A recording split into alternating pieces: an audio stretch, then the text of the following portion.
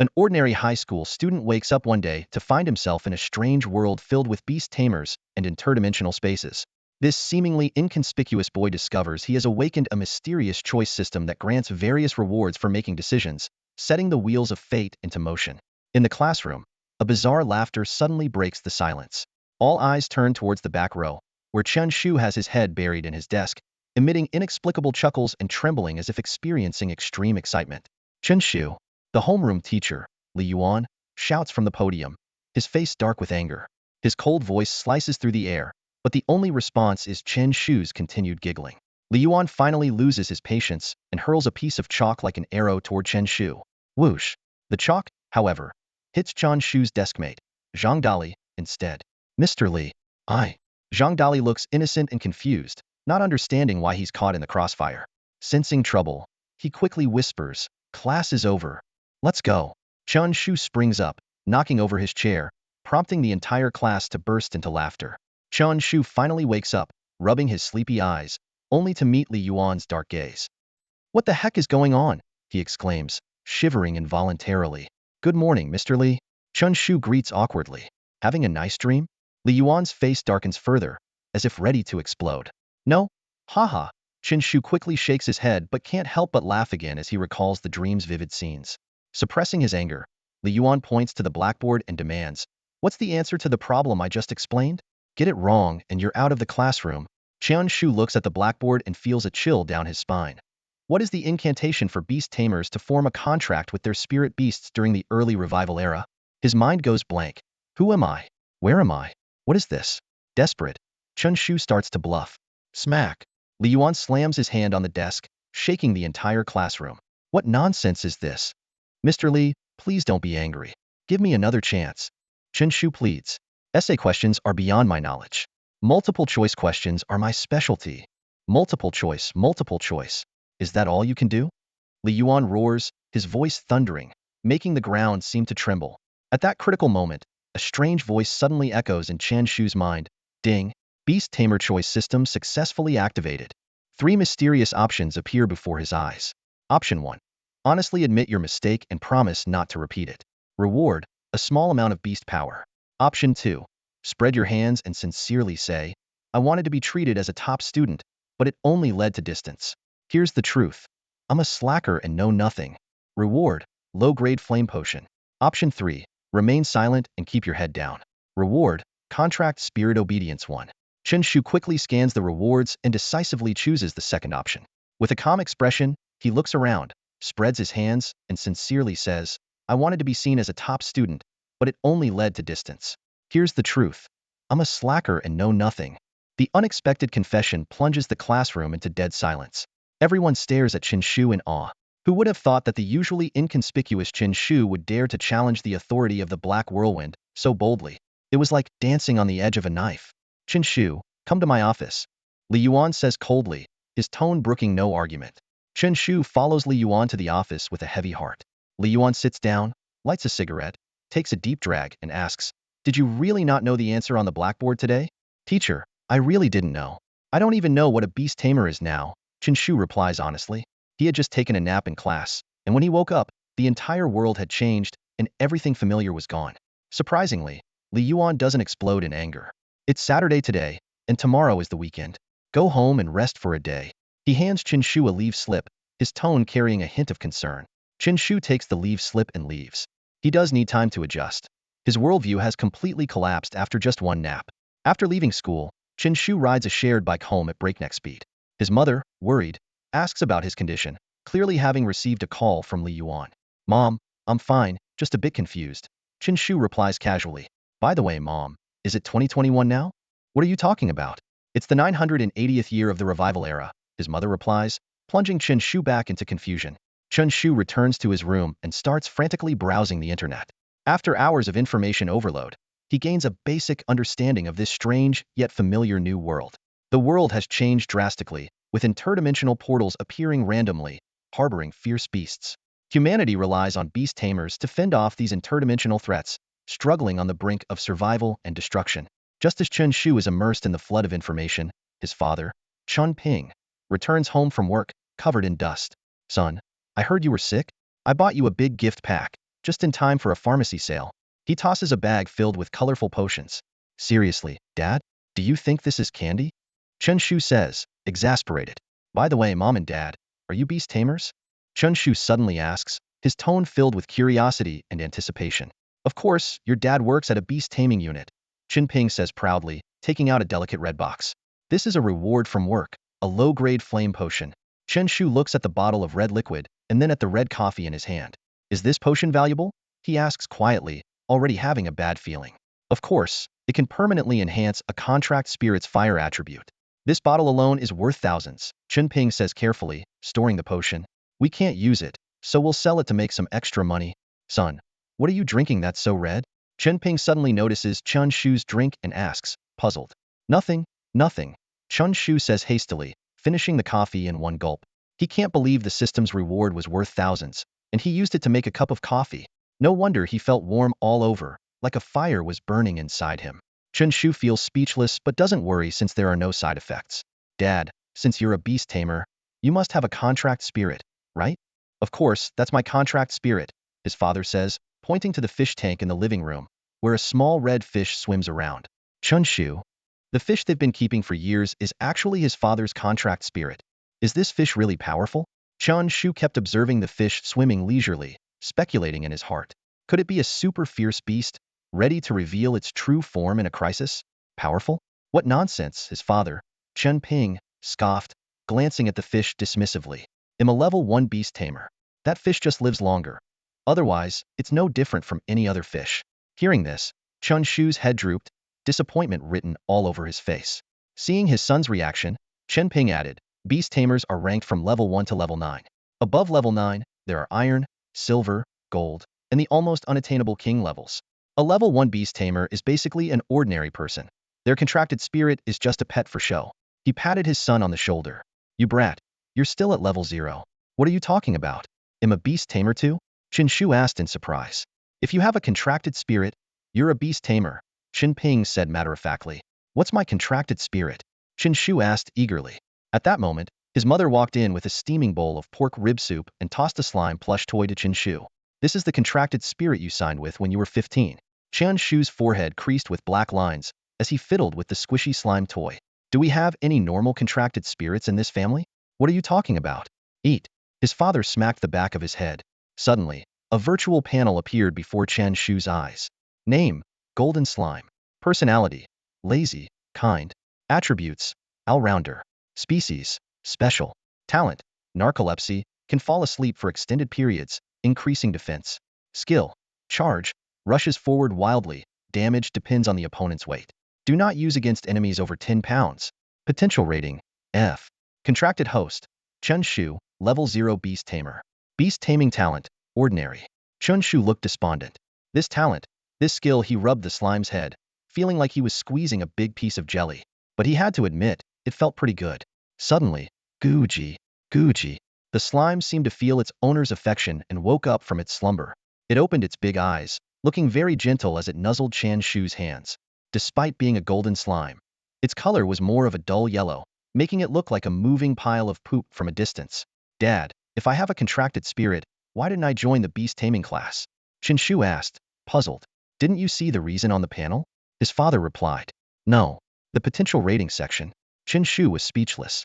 Seeing this, his mother comforted him. Son, it's okay. Even in a regular class, you can still achieve great things. She handed him a piece of pork rib. Chen Shu sighed, thinking that maybe it was possible in the past, but not now. Regular students' college entrance exams heavily focus on beast taming knowledge. At this point, he felt utterly lost. No, I must join the beast taming class. Chen Shu resolved in his heart.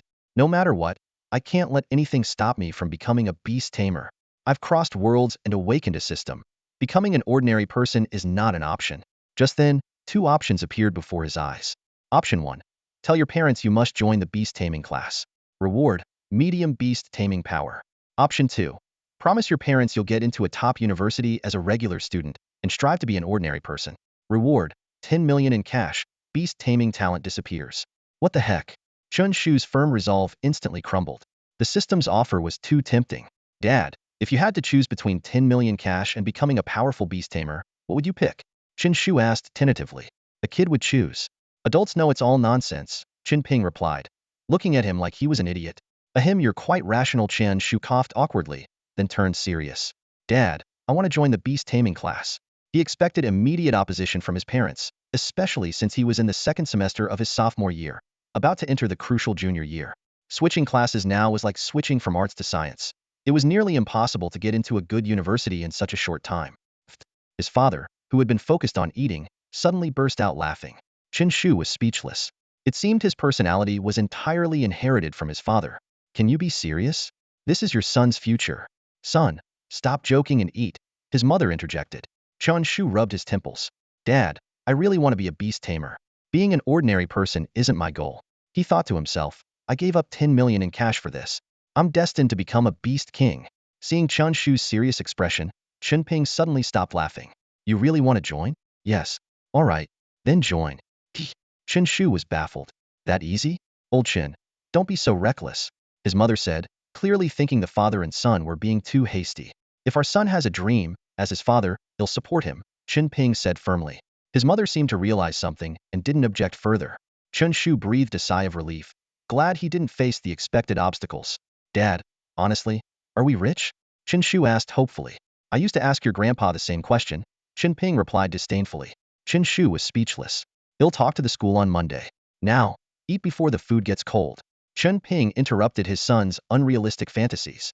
Over the weekend, Chen Shu stayed in his room, immersed in studying. Monday, Nanjing's second high school. You want Chen Shu to transfer to the beast taming class?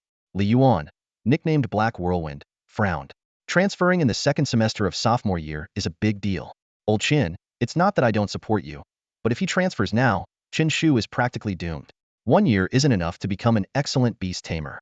Old Li, you don't need to worry about that. My son has a contracted spirit and beast taming talent. He meets the requirements for the beast taming class, Chen Ping replied.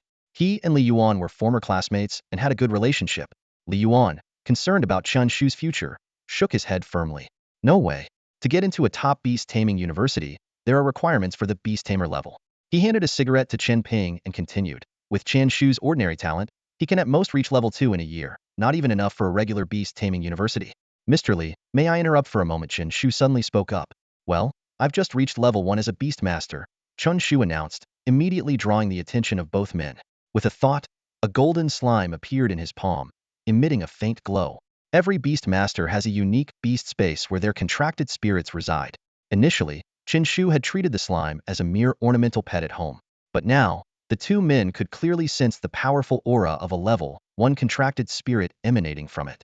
Advancing in beast master levels not only enhances one's own strength, but also boosts the attributes of their contracted spirits. If a contracted spirit has high potential, it might even awaken new talents or skills.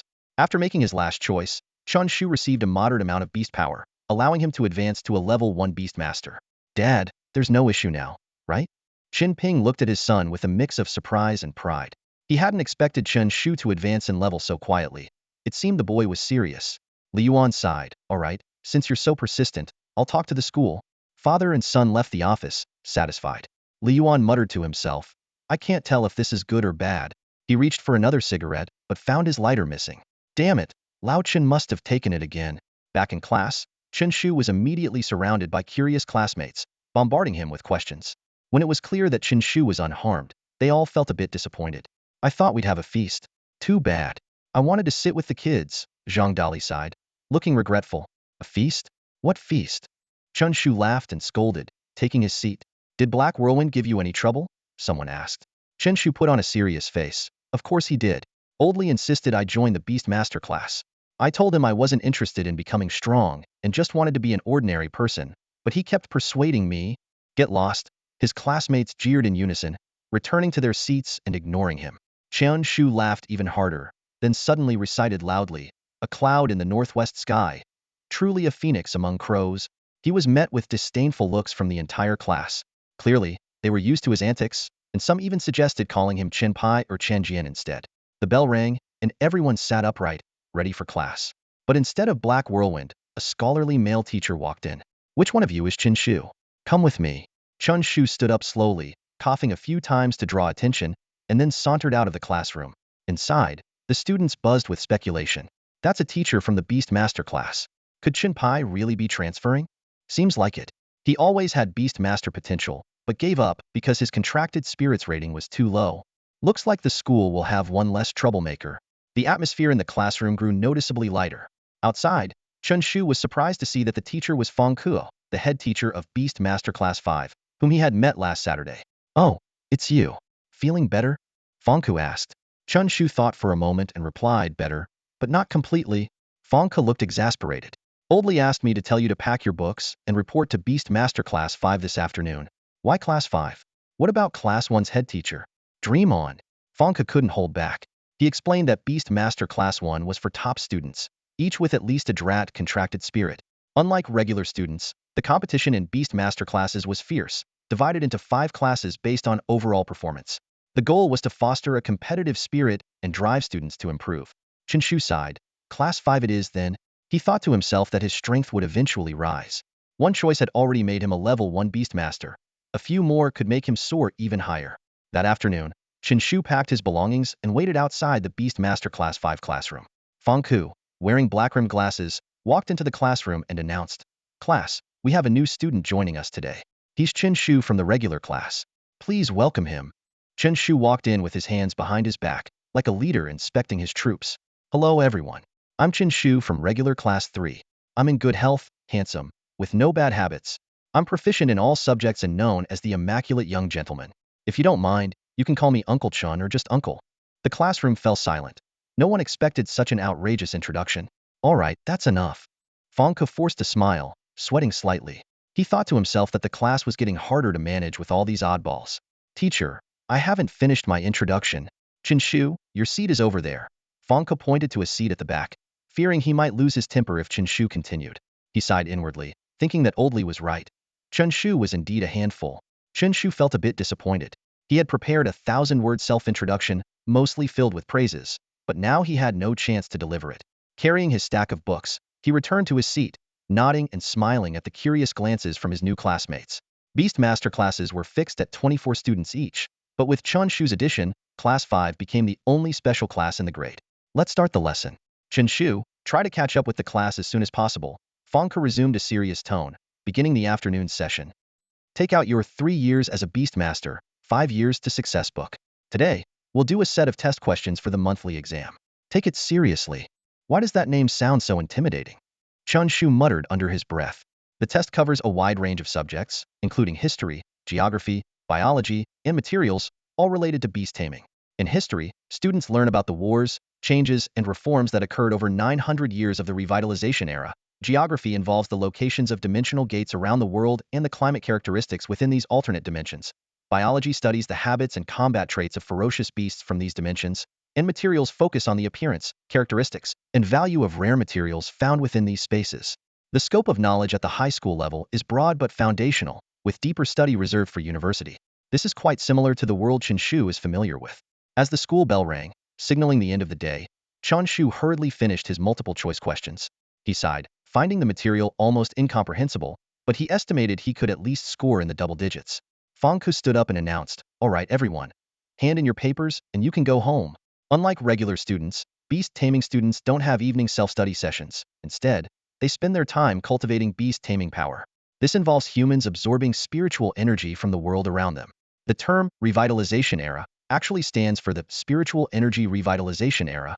980 years ago, spiritual energy began to appear on the planet, enabling humans to become beast tamers.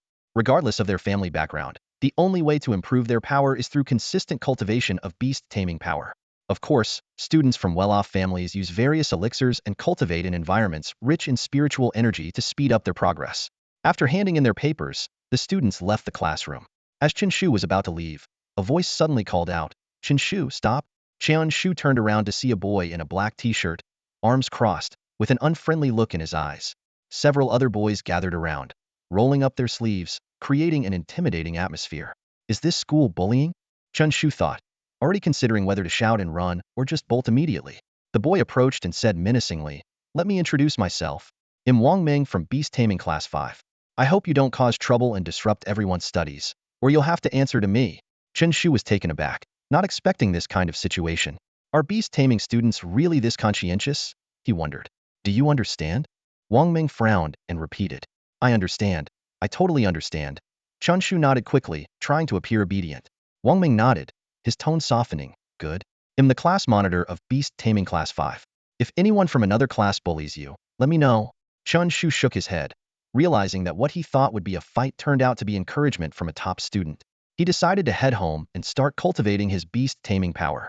Evening cultivation time is flexible, but regardless of their background, all students diligently practice.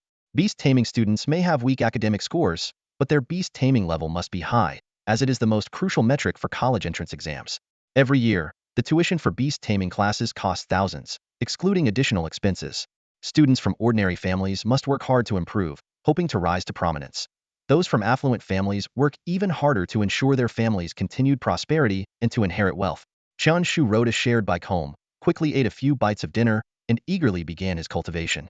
His mother watched him with a mix of amusement and concern.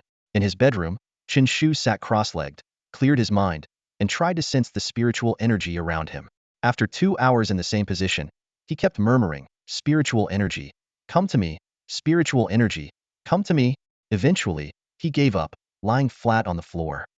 This cultivation is too hard, he sighed, understanding why high-level beast tamers are so highly regarded. Not everyone has the patience for such rigorous training. Lacking natural talent, Chen Shu had to rely on his system. A few simple choices had already made him a level 1 beast tamer, equivalent to 6 months of hard work for others. Having tasted success, he was no longer patient enough for traditional cultivation. "Mom, I'm going out for a bit," Chen Shu told his mother. "For what?" "To do some multiple choice questions."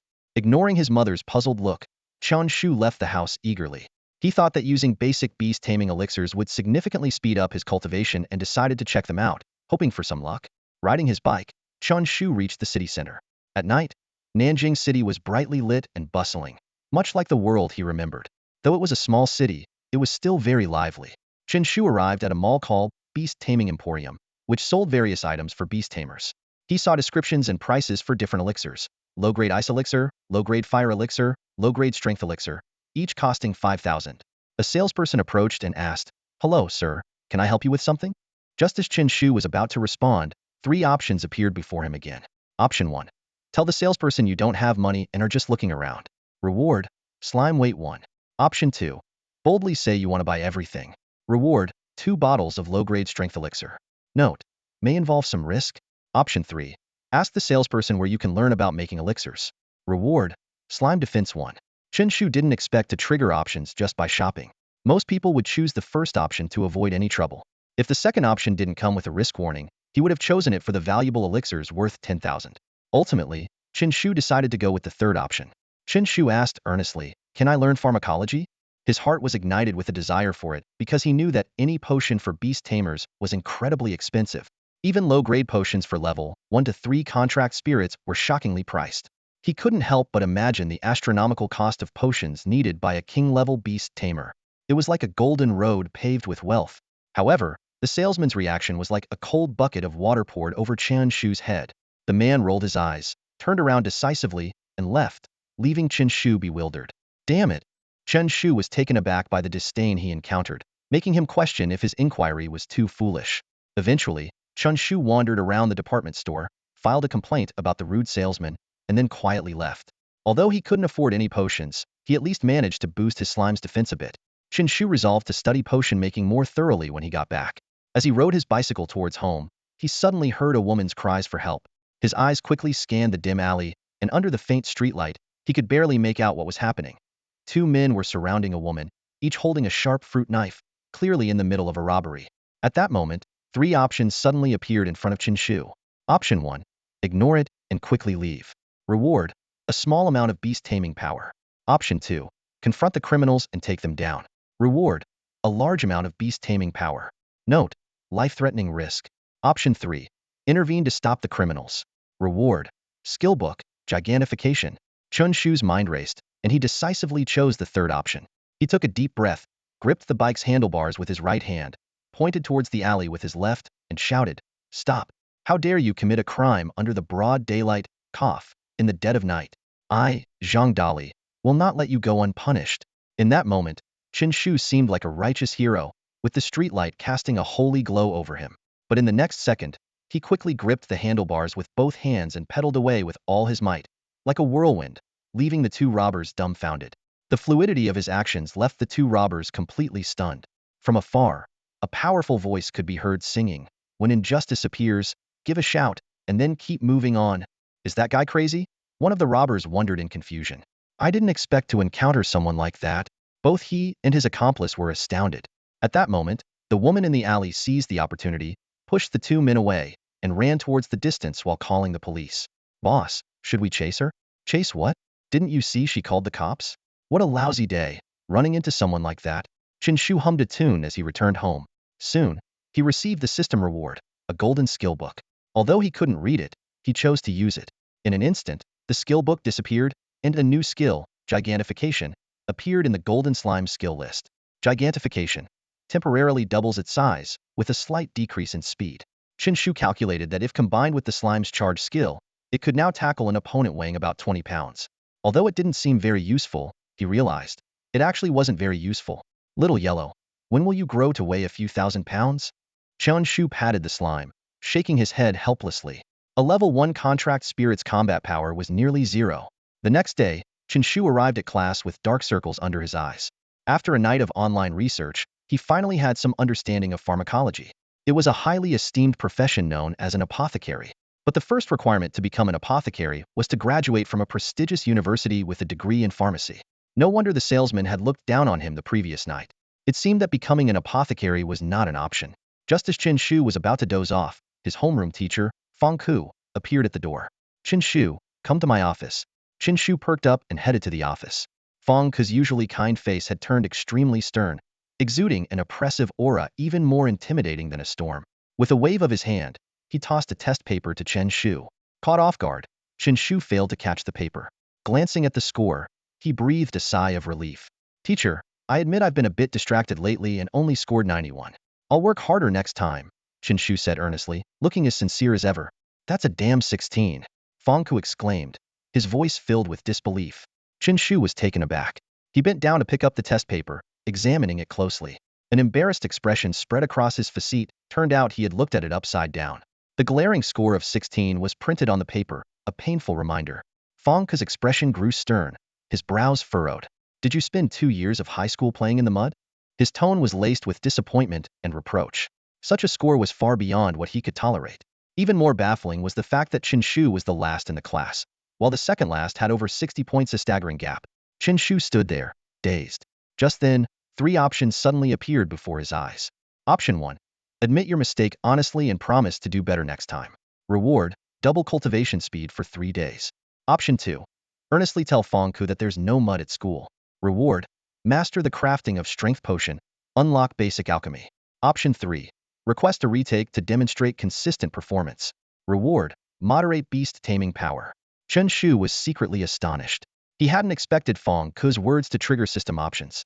He quickly weighed the pros and cons. The first option was too simple, and the reward was mediocre. The rewards for the second and third options were highly attractive. Moderate beast taming power would bring his level close to that of a peak first-level beast tamer, though still at the bottom of the beast taming class. However, the second option was even more enticing, directly granting him the knowledge to craft strength potion. After a brief contemplation, Chen Shu made his decision.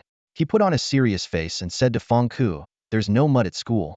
Feng Ku was initially stunned, then reacted with fury, shouting, "Get out and copy the test 10 times." He had never seen such a disrespectful student. It was infuriating. Despite being scolded, Chen Shu left the office with a spring in his step. He couldn't hide his grin though he had been reprimanded. He had gained the skill to craft strength potion and unlocked the alchemy system. "I'm gonna be rich. I'm gonna be rich," he muttered to himself, looking like a peculiar student. Lost in his own world, Chen Shu was abruptly brought back to reality when a staggering figure suddenly collided with him, breaking his train of thought. Class leader Wang hobbled over, his face bruised and battered, clearly showing signs of a fierce battle. Seeing this, Chen Shu's anger flared up instantly, and his golden slime appeared in response. Despite being only 3 decimeters tall and seemingly weak, Chen Shu shouted indignantly, "Is there any justice? Any law?" Wang Ming quickly intervened. "Chen Pai, put away your contracted spirit. Huagua regulations prohibit summoning at will." Before he could finish, a boy with glaring green hair emerged from Beast Taming Class 3, arrogantly claiming he was the one who beat Wang Ming and demanding Wang Ming hand over this month's Beast Taming beads. Chen Shu was about to act, but Wang Ming pulled him back into the classroom. It turned out that every month there was a beast tamer competition, and the losers had to give up the beads issued by the school. Only then did Chen Shu realize that the top 3 in the monthly exams received these beads, which explained why he had never heard of them. Back in the classroom, classmates crowded around Wang Ming with concern. Just then, a girl in a white dress with a ponytail coldly remarked, "Useless, losing 3 months in a row." She left the classroom immediately after. Wang Ming explained that she was Xiaobing, the class monitor.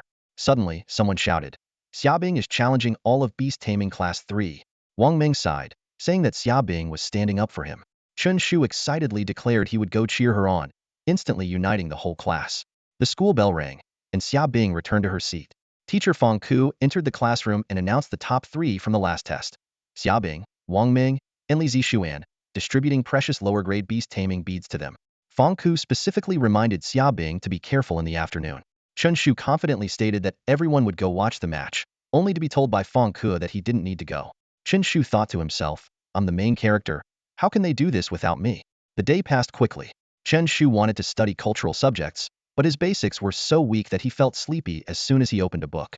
A few minutes later, he unknowingly drifted off to sleep. Ding-a-ling! A sharp bell suddenly rang out, and Chen Shu instinctively opened his drowsy eyes, instantly alert.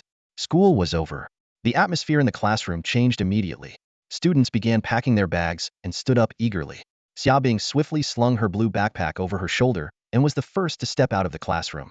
The other students followed quickly, their footsteps hurried as they headed towards the Beast Hall. Inside the Beast Hall, the designated competition area was already set up. Besides the students from the 2 competing classes, many from 3 other classes had come to watch. Nearly 100 people crowded around the area, making the space feel cramped. At the center of the crowd, a large platform stood out, the stage for the contract spirit battles. With his arms crossed and a teasing glint in his eyes, Zhang Yi spoke up, "Xiaobing, I admit you're quite strong, but challenging our entire class is overly arrogant. Are your 3 beast orbs ready?" His tone carried a hint of disdain, clearly not believing Xiaobing had a chance of winning. Xiaobing shot Zhang Yi a cold glance and retorted dismissively, "Cut the crap." Before she finished speaking, she had already summoned her contract spirit. A Tumterlong ice wolf suddenly appeared in the arena, its body a brilliant blue radiating an icy chill. The appearance of the ice wolf stunned the entire crowd, and gasps of surprise echoed through the hall. A level 5 beast master? The audience erupted in astonishment. The prowess of a level 5 beast master was enough to place in the top 10 of the elite beast master class, far exceeding everyone's expectations. Zhang Yi's expression turned grim. As class president, he was only a level 4 beast master, and his sense of superiority vanished. But he quickly regained his composure and said, "Don't panic. We have over 20 people. We can still win, even if it takes a series of battles." With that, Zhang Yi immediately summoned his contract spirit, a skeleton wielding a bone knife. The skeleton's eye sockets glowed with eerie green flames, exuding a sinister and terrifying aura.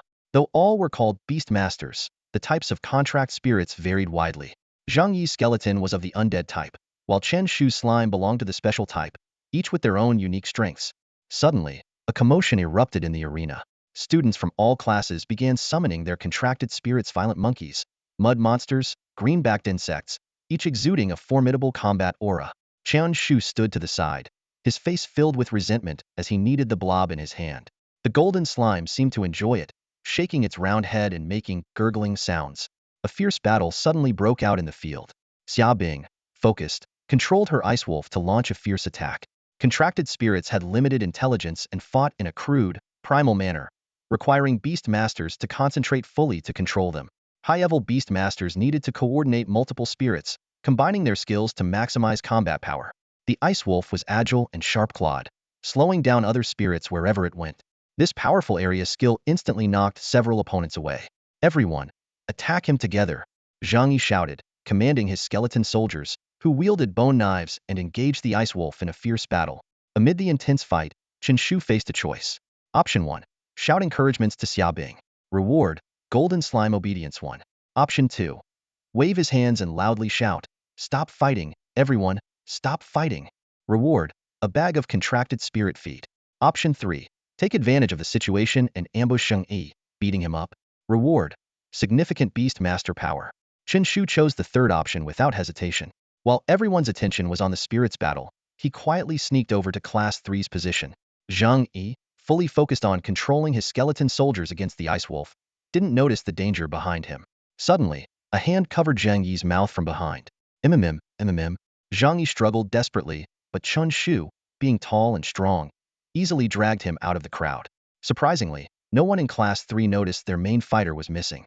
Chen Shu grinned wickedly and dragged Zhang Yi into the restroom beside the arena. He skillfully pulled out a bag of urea from behind and slipped it over Zhang Yi's head. Zhang Yi's vision went dark, and he struggled in vain. He wanted to summon his contracted spirit to protect himself, but the skeleton soldier was entangled with the ice wolf. Bang! Bang! Bang! Sounds of a beating echoed from the restroom. Zhang Yi's eyes filled with anger and confusion. He had never seen a beast master personally engage in combat. This was madness. Without their master's control, the skeleton soldier's combat power decreased significantly and was soon defeated by the ice wolf. With their leader down, the morale of Class 3 plummeted, leading to their gradual defeat. Damn, that wolf is so strong, both in power and skills. How do we fight this? Even Zhang Yi lost. Let's just give up. Class rep, can I apply to surrender? Class 3 members discussed amongst themselves, turning to Zhang Yi for advice, only to find he was missing. Just then, a staggering figure emerged from the restroom, with a urea bag on his head. What the heck? The crowd took a few cautious steps back. Whose contracted spirit is this? It's me. Zhang Yi removed the bag, revealing a bruised and battered face. Zhang, what happened? Class 3 members rushed to show concern, though they were clearly holding back laughter. They hadn't expected someone to ambush Zhang Yi and put a urea bag over his head. This was beyond absurd. It must be someone from Class 5. Zhang Yi, bruised and swollen, glared with hatred, his injuries worse than Wang Ming's. Nonsense. Chen Shu, having returned to his class earlier, stood up righteously. Everyone in Class 5 is honorable. We would never stoop to such tactics.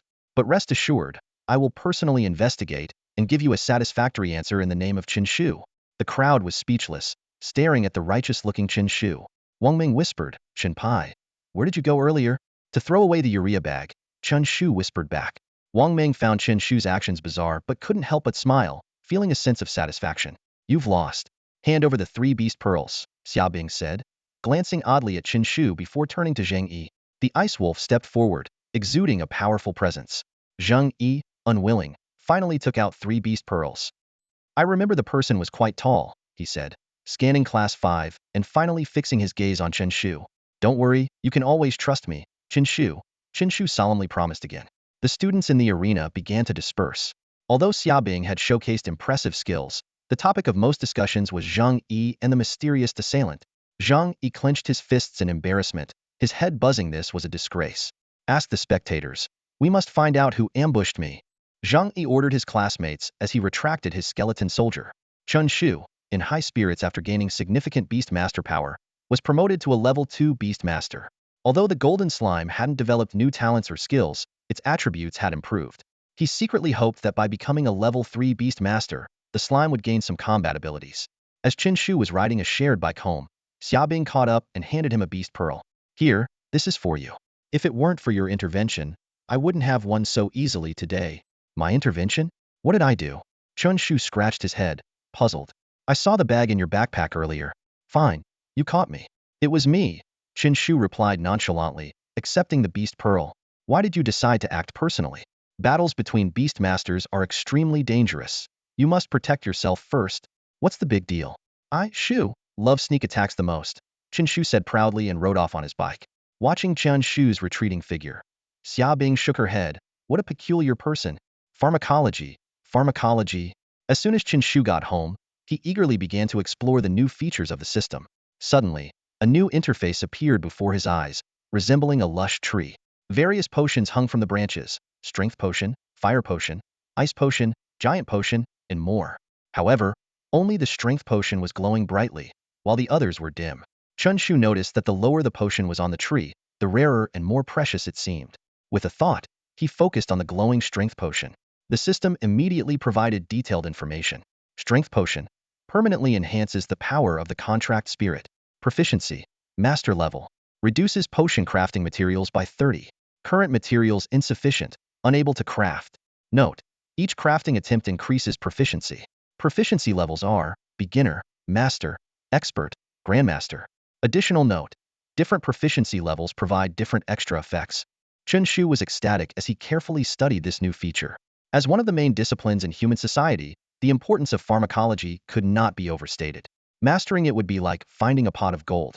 After some thought, Chen Shu reached a key conclusion. Ordinary people need to be fully focused when crafting potions, and even the slightest mistake could lead to failure. Despite this, the possibility of failure still exists. Although pharmacology has developed over hundreds of years, it has not yet achieved mass production, and potions cannot be crafted using machines. Each potion requires a pharmacist to personally craft it, which is why they are so expensive. However, Chen Shu was different. He had the system, which could automatically craft the corresponding potion as long as he added the materials. This advantage thrilled him. Strength flower, I need strength flower, Chen Shu muttered to himself as he lay in bed. Most of the materials needed for the strength potion were common and easy to obtain, but the main ingredient, the strength flower, came from a different dimension and was quite rare. Large stores in the city center were sure to have it, but without the identity of a pharmacist, he couldn't buy it. I need to check out the black market, Chen Shu whispered. He urgently needed money. Enhancing the power of the contract spirit depended not only on its advancement, but also on consuming various potions. Contract spirits from prominent families enjoyed a steady supply of potions, often allowing them to fight beyond their level. Chen Shu remembered that Zhang Dali seemed to know the location of the black market. He opened his messaging app and found Zhang Dali's profile picturia prairie wolf named Lone Wolf. Dali. Hey, Chen Shu, what's up? Why the sudden message? Since you left, I'm the only one holding down the fort in the regular class. It's lonely, man, lonely. Your uncle just beat up the class president of the third beast taming class. It was epic. Tell me more. I'll tell you next time. Do you know where the black market is? Why? Are you looking to buy something? I just want to check it out. Great timing. I skipped evening self-study tonight. Let's go together. By the way, can you lend me some money? Dali. Come on. Are you really going silent when I mention borrowing money? Chen Shu kept sending messages persistently. Finally, Zhang Dali couldn't take it anymore and replied. We're the same age. If you don't have money, how could I? By the way, can't you use your credit line? Don't you get a limit every month? No way, that has to be paid back. Lone Wolf? Zhang Dali decisively closed the messaging app. Not long after, he arrived at Chen Shu's door. Hey Chen Shu, are you really broke? Really broke. My pockets are cleaner than my face right now. Fine. Let's just go check out the black market first. Despite being short on cash, Chen Shu thought to himself that maybe he could trigger a system option. If he could get a bit of potion, he could sell it on the spot and have money. The two of them rode their bikes, wobbling towards the outskirts. Zhang Dali warned along the way. I've been fortunate enough to visit the black market a few times with my parents. It's a mixed bag in there, so we need to keep a low profile. Zhang Dali's parents were both iron-level beast tamers, and their family was well off. Unfortunately, he didn't have the talent for beast taming and could only be an ordinary person. There's a saying that a strong dragon can't suppress a local snake. I get that. Chen Shu nodded in agreement. The two of them looked like they were about to stir up trouble in the black market. However, when they reached the entrance, they were dumbfounded. Sorry, without a beast tamer of level 5 or above, you can't enter, the guard said coldly. Come on, buddy, cut us some slack. We're people of status, Zhang Dali tried to flatter. May I ask, aside from your ID, what status do you have? The black market staff crossed his arms, looking disdainful.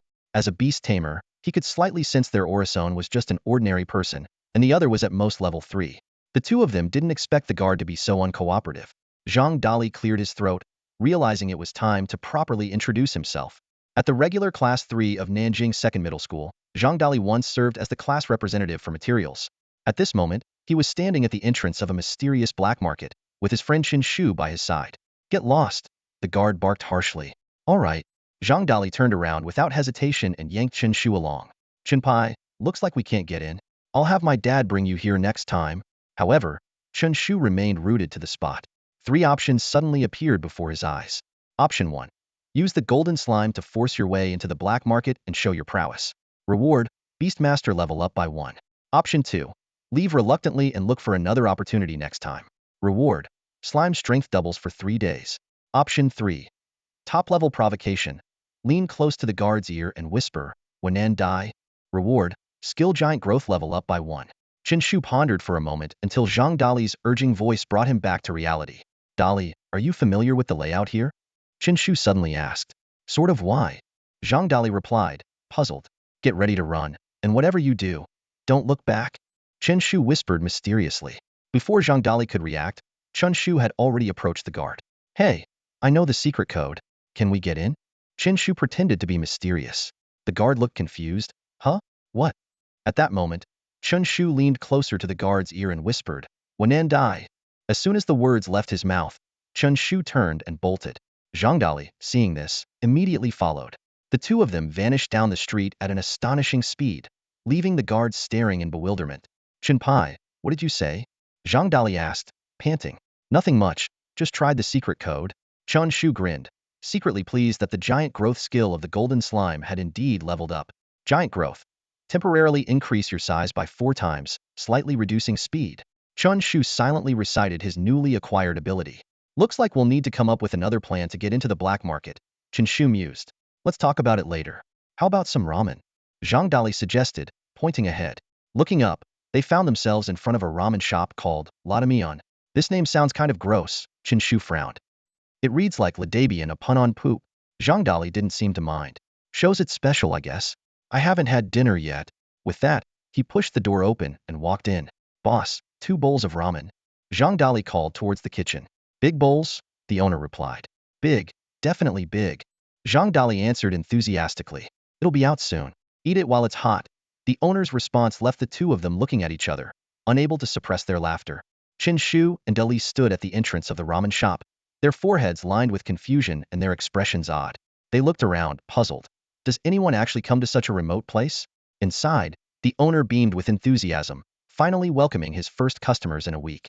He recalled his optimistic dreams before opening the shop, imagining the bustling crowds near the black market, rivaling the city center. Reality, however, had been disappointing.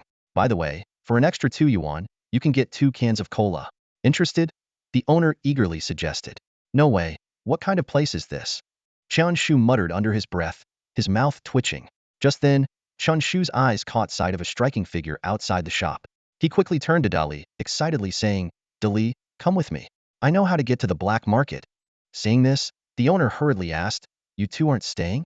Chen Shu quickly made up an excuse. Your ramen is too hot. I'm worried it will burn my mouth. With that, the two of them rushed out of the shop. The owner watched their departing figures, deep in thought. Could it be that my ramen really isn't good? He began to reflect, trying to figure out the problem.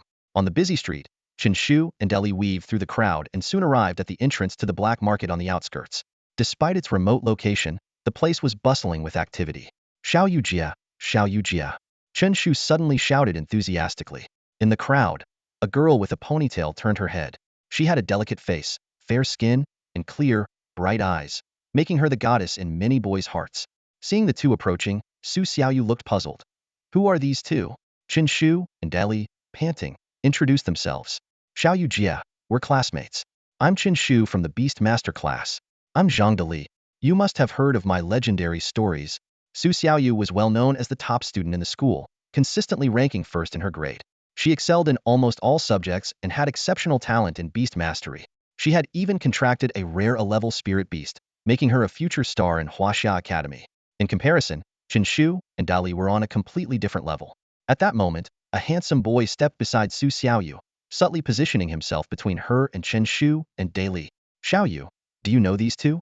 Though the boy's tone was friendly, a hint of arrogance and disdain lingered in his eyes. Zhang Dali, seeing through the boy's facade, retorted unhappily, we're classmates. Who are you? The boy raised an eyebrow, a slight smile on his lips. You don't know me? Are you the national currency? Does everyone have to know you? Dali shot back without hesitation. You little. The boy's face darkened, clearly unused to such disrespect. Sensing the rising tension, Su Xiaoyu quickly intervened. This is Wang Teng, the top student from 3rd high school. Oh, Wang Teng. Zhang Dali exaggeratedly exclaimed, feigning realization. Wang Teng, pleased by the recognition, couldn't help but smirk and hum slightly. However, Dali immediately followed with a blow. Never heard of him. Turning to Chen Shu, Dali asked, Chen Pai, do you know him? Chen Shu shook his head, no idea, but I have a feeling you could be an emperor someday. Huh, what? Wang Ting looked at them, bewildered. Though he didn't understand, he sensed it wasn't a compliment. As a genius, he felt mocked for the first time. Seeing this, Su Xiaoyu quickly changed the subject. Is there something you need from me? She knew that while Chen Shu and Dali might seem eccentric, they were just ordinary students. If Wang Teng held a grudge, it wouldn't bode well for them. Dali's eyes sparkled with anticipation. Xiao Yu Jia. We want to check out the black market but couldn't get in. Perfect timing. I was heading there too. Let's go together. Su Xiaoyu agreed readily. Wang Teng, however, decided to leave. Since you have things to do, I'll take my leave. Chen Shu and Dai Li's presence unsettled him. Before leaving, he gave Su Xiaoyu a meaningful look. Xiaoyu, I hope you'll seriously consider my proposal. With that, He turned and left. Xiao Yujia, what proposal? Dali asked bluntly. Surprisingly, the usually talkative Chen Shu remained silent. Su Xiaoyu briefly explained. It's about forming a team for the city-level Beast Master competition in our senior year. Wang Ting wants to assemble a team early. She didn't elaborate, perhaps thinking such a competition was still too far off for Chen Shu and Dali. Let's go check out the black market, Su Xiaoyu said, leading them through another entrance. As a 7th-rank Beast Master, she had long been qualified to enter freely. I have some errands to run, so you two can explore on your own. After bringing them in, Su Xiaoyu prepared to leave. She was kind-hearted, but she didn't have to waste time with them. Thanks, Xiaoyu Jia. If you need anything, feel free to find me in Beast Master Class 5. Chen Shu quickly thanked her. Su Xiaoyu nodded and walked away. Chen Shu and Daly, like curious children, glanced around the black market. This was the 7-star street of Nanjiang City, where 7 streets intersected, lined with stalls and bustling with people, just as lively as the city center. Despite its name, the black market had official backing. Otherwise, it would have been shut down long ago. Dragon King's Beast Core for sale. A rare treasure from the only disaster-level dimensional rift in China. A raspy voice called out over the bustling street. Priceless and can be forged into a contract spirit artifact. Don't miss this chance. Immediately, another voice chimed in. Breaking news. A high-level beast master is selling a divine beast egg due to financial difficulties. Consuming it can directly elevate your contract spirit to gold rank. Good news. Good news. A third vendor shouted. Spend over 50,000 yuan at my stall today and get an autographed photo of me. First come, first served. These incessant shouts filled both sides of the street, creating a unique marketplace atmosphere. Although most of the vendors seemed like charlatans, discerning treasure hunters could still find genuine artifacts. After all, the materials from dimensional rifts often surpassed human understanding, and who could say if there weren't hidden treasures waiting to be discovered? Zhang Dali wandered through the stalls with great interest, his eyes scanning the myriad of items. He stopped at one stall and bent down to ask, Uncle, how much for this Dragon King's Beast Core? The vendor's eyes lit up, and he responded enthusiastically, Young man, you have a keen eye. With your natural talent, you're destined for greatness. I'll give you a special price today, just 10,000 yuan, and the Dragon King Core is yours. Zhang Dali blinked and tentatively asked, Can you make it cheaper? How much are you willing to pay? The vendor countered. 10 yuan. Zhang Dali blurted out. Chen Shu, who was standing nearby, was shocked by the offer. He expected Zhang Dali to be scolded, but to his surprise, the vendor readily agreed. Deal. Overjoyed, Zhang Dali quickly took out 10 yuan and carefully pocketed the yellowish orb. As they walked away, Chen Shu couldn't help but notice the vendor pulling another Dragon King's Beast Core from a large wooden box behind him with a pained expression. Dali, Chen Shu couldn't help but say, Are you out of your mind? That's clearly just a lump of mud, and you still bought it? Zhang Dali grinned smugly. Do you think I'm stupid? There's no such soil on Earth. It's definitely from another dimension. 10 yuan for a souvenir is a steal no matter how you look at it. Chen Shu shook his head in disbelief and continued to browse the black market. They wandered from stall to stall, their eyes sweeping over a wide array of goods. Finally, in an inconspicuous corner, Chen Shu's eyes lit up as if he had found the real target of their trip. At one of the stalls, a variety of exotic plants were on display, looking exceptionally unique. Chen Shu approached the stall, curiously examining the diverse array of flora. How much for the Dali flower? He asked. 5,000. The vendor replied without hesitation. As soon as Chen Shu asked, 3 options suddenly appeared before his eyes. Option 1. Loudly accuse the vendor of selling a fake. Reward, moderate beast taming power. Option 2. Don't expose the vendor and walk away. Reward, golden slime increases in size by 10. Option 3. Angrily say, using paint to fake a Dali flower is too much, and it's not even dry. Reward, mid-grade wind attribute potion. Chen Shu was speechless, realizing how much of a scam the black market could be. Just as he was deciding which option to choose, a familiar voice rang out. Vendor, I'll take it. I'll pay 10,000. Chen Shu thought to himself, huh? Who's this fool? He turned around and saw it was Zhang Yi from Class 3 of Beast Taming. Zhang Yi's face was still bruised and swollen, and his eyes were filled with resentment. Chen Shu, you despicable person. How dare you ambush me? Zhang Yi said through gritted teeth. What are you talking about? Chen Shu responded, bewildered. I'll remember you. You'll get what's coming to you. Zhang Yi glared at Chen Shu. If you want the Dali flower, maybe in your next life. Chen Shu knew the Dali flower was a key ingredient for making the Dali potion, rarely seen in black market stalls. Only large shops had a few in stock, but they were very expensive. Then I'll offer 15,000, Chen Shu said calmly. Huh, do you even have 15,000? Zhang Yi sneered. None of your business. I'll offer 20,000. Zhang Yi bit his lip. He calculated that a Dali flower could make about 5 bottles of Dali potion, worth around 25,000. Spending 20,000 wasn't a loss. 30,000. Chen Shu said casually, even though his pockets were empty. He was confident that if the vendor forced him to buy it, he could expose the scam. No one would pay 30,000 for a fake flower. The vendor was ecstatic, having heard that people in the black market were gullible and rich, and now experiencing it firsthand. Zhang Yi hesitated, feeling defeated. Chen Shu shook his head, looking regretful and mocking. Seriously? A rich kid hesitating over buying a flower? Where's your backbone? Zhang Yi's competitive spirit flared up. 40,000, he shouted. Great. Now that's guts. Uncle Chen approves. Chen Shu turned and walked away immediately. Zhang Yi was stunned by how quickly Chen Shu gave up. Something felt off, but he could afford the loss even if 40,000 was a bit steep. As Chen Shu walked away, he turned back and said, "Oh, by the way, class leader Zhang, if you need paintbrushes, hit me up. I'll give you a discount." Zhang Yi was left bewildered. The vendor quickly completed the transaction and hurriedly left the black market. Chen Pai, I can't believe Zhang Yi showed up out of nowhere. What bad luck, Zhang Dali complained, seeing how Zhang Yi targeted Chen Shu. Let him be. He'll have a hard time explaining this at home. 40,000 is no small amount. Chen Shu whistled, looking pleased. By the way, how did he find out it was me so quickly? I better not find out who snitched.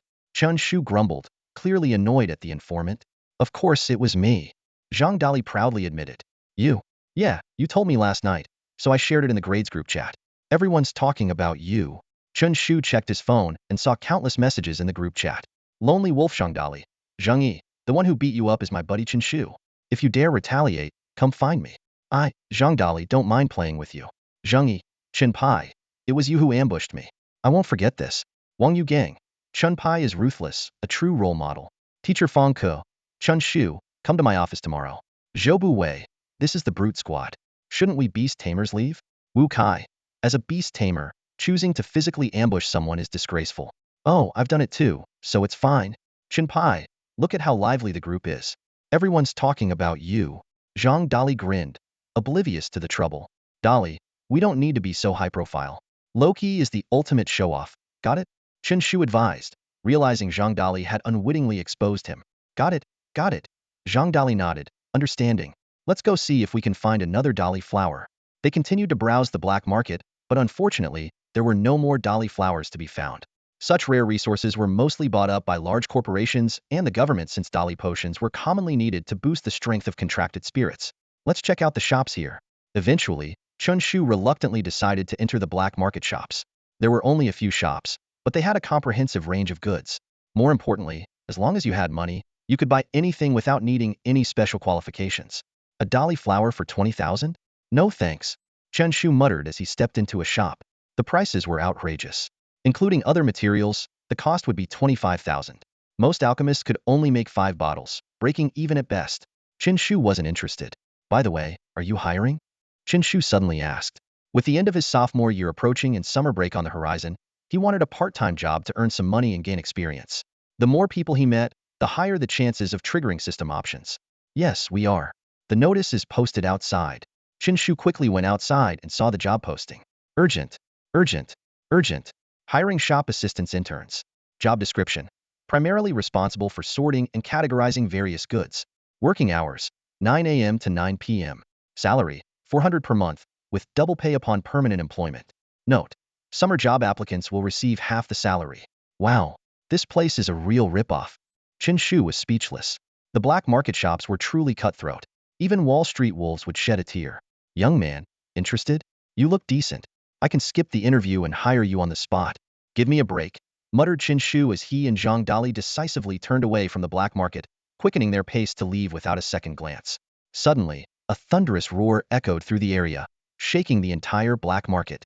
Chen Shu looked up and saw 2 contract spirits clashing fiercely on a distant street.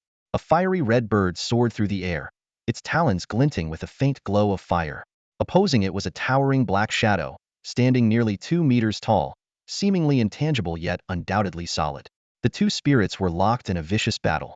Although the red bird had the advantage of flight, it was being relentlessly suppressed by the shadow. The shadow extended a rope-like black line, binding the firebird tightly. Nearby, Su Xiaoyu watched the scene with a grave expression. She hadn't expected to encounter such a crisis in the black market. The trapped fiery red bird was her 11th contract spirit, the flamebird. The crowd around them murmured in concern, gradually distancing themselves from the combat zone. Although there were high-level beast tamers in the black market, none seemed willing to intervene. The beast tamer controlling the shadow had reached level 9, and subduing him would require a black iron-level beast tamer.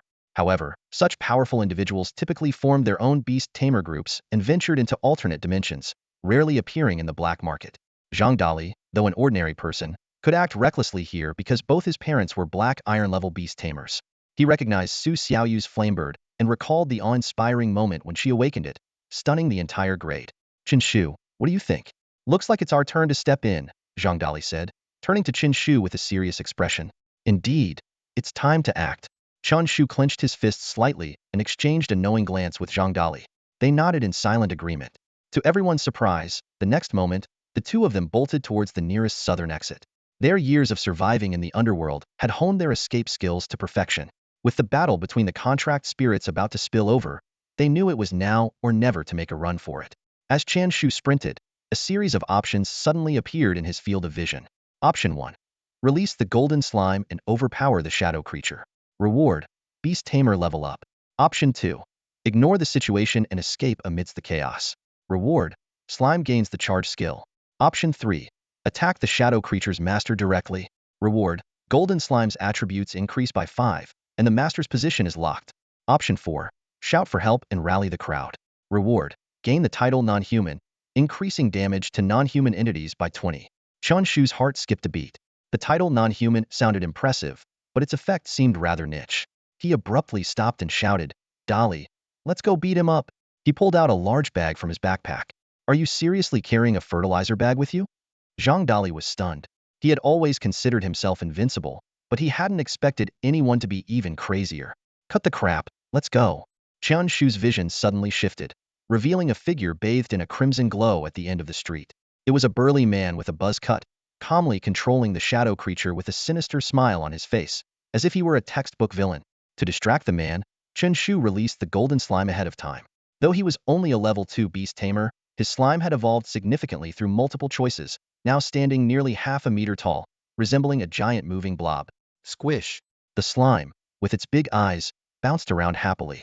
Under Chen Shu's command, it quietly approached the battlefield. The burly man suddenly noticed a strange yellow mass appearing out of nowhere, crashing directly into the shadow creature. What the hell? Where did this poop come from? He was startled, instantly realizing another beast tamer had joined the fray. The slime had already used its gigantify ability, swelling to nearly 2 meters tall, exuding a formidable presence. While the man was momentarily distracted, Chen Shu and Zhang Dali stealthily approached him from behind. Their stealth skills were on par with professionals, clearly indicating they had done this many times before. When they were less than a meter away, they couldn't help but chuckle, emitting a hee-hee sound. The man sensed something and turned around abruptly, but it was too late. A bag was swiftly thrown over his head, followed by a flurry of punches and kicks. "Stop it! Damn it, stop!" Lu Wui shouted, feeling dizzy and almost fainting. Chen Shu and Zhang Dali, like berserk brutes, showed no mercy, knowing that if the man controlled his contract spirit to counterattack, their lives could be in danger. "Captain Zhang Yi of Beast Tamer Class 3, let's knock him out first. Top student of 3rd High School, Wang Tong. Are we going too far?" "We can't worry about that now." The two shouted in unison, instantly selling out Zhang Yi and Wang Tong. The onlookers were dumbfounded, thinking, who calls out their comrades like this? Lu Wui, already dazed, was suddenly overwhelmed by pain and passed out. With its master incapacitated, the shadow creature immediately returned to the beast's space. Chen Shu also recalled his slime. Su Xiaoyu stood in stunned silence, having expected a powerful individual to come to her aid, only to find it was these two clowns who had resolved the crisis. She retrieved her flamebird and approached the crowd, seeing the two students still kicking the man on the ground with the fertilizer bag over his head. "You too." Su Xiaoyu recognized Chen Shu and Zhang Dali. "Xiaoyu, you're just in time. This scoundrel dared to attack you, but don't worry, I've already subdued him," Chen Shu said, kicking the man a couple more times for good measure. "You guys handled this?" Su Xiaoyu was completely baffled. She never expected these two jokers to be the ones who saved the day. Chen Shu nodded slightly and removed the bag of urea, revealing Lu Dai's face. Lu's eyes suddenly widened in shock. "Hey, I know this guy. Isn't he the wanted criminal from the internet?" As soon as he finished speaking, the surrounding crowd began to recognize Lu Wui as well. Whispers spread through the crowd, and some people quickly pulled out their phones to search. Confirmation soon followed from all directions. "He's really a high-risk wanted criminal." Chen Shu's eyes were drawn to the reward amount, causing his heart to race. 10,000 yuan. Before long, officials from the Spirit Enforcement Bureau arrived on the scene. Dressed in uniforms and wearing stern expressions, they specialized in handling beast masters who broke the law. The black market crowd was swiftly dispersed, and Chen Shu and his two companions left Qixing Street. As they exited the street, Chen Shu left his phone number. The Spirit Enforcement Bureau staff promised that if the identification was confirmed, he would receive the reward. Zhang Dali, however, adopted a lofty demeanor, scoffing at the reward. Do good deeds without seeking recognition, he said, feigning nonchalance. Not to be outdone, Chen Shu puffed up his chest. It's nothing. Justice is what I, Chen Shu, love the most. They both struck heroic poses, as if they were dedicated to righting wrongs in the world, completely forgetting the panic they had shown earlier. Su Xiaoyu said earnestly, I owe you one for this. If you ever need anything, just let me know. Chen Shu quickly responded, Sister Xiaoyu, we didn't help you for a favor. He then changed the subject. By the way, I'm looking for a job over the summer. Zhang Dali couldn't help but interject. Didn't you just say you weren't looking for a favor? You're really something. Su Xiaoyu brushed a strand of hair behind her ear, looking particularly charming in the night breeze. What kind of job are you looking for? I might have some recommendations. Without hesitation, Chen Shu replied, Sister Xiaoyu, I'm not picky. As long as it's easy, close to home and pays well. Zhang Dali chimed in. Who wouldn't want a job like that? Chen Shu immediately turned to Su Xiaoyu. Sister Xiaoyu, I just want a job where I can lie at home and count money. Su Xiaoyu laughed awkwardly. Ha, ha. You two really aren't choosy. My company happens to be hiring. If you're interested, you can give it a try. What kind of job? They asked in unison. Su Xiaoyu hesitated a bit before explaining. Mainly patrolling the company and providing security services. Security guard? Chen Shu frowned. He was actually looking for a job related to being an alchemist. Zhang Dali, however, suddenly got excited. Really? There's a security guard position available? Su Xiaoyu looked puzzled, not understanding why a security job would elicit such excitement. Chen Shu also found it strange. Dali, are you out of your mind? If your black iron-level beast master parents find out, they'll beat you up. Zhang Dali proudly retorted. Chen Pai, you don't get it. If you haven't worked as a security guard this year, you're out of the loop. Chen Shu shook his head helplessly and turned to Su Xiaoyu. Sister Xiaoyu, I can mix potions. Do you have anything more fitting? Su Xiaoyu raised an eyebrow in surprise. You can mix potions? She explained, that's not something just anyone can do.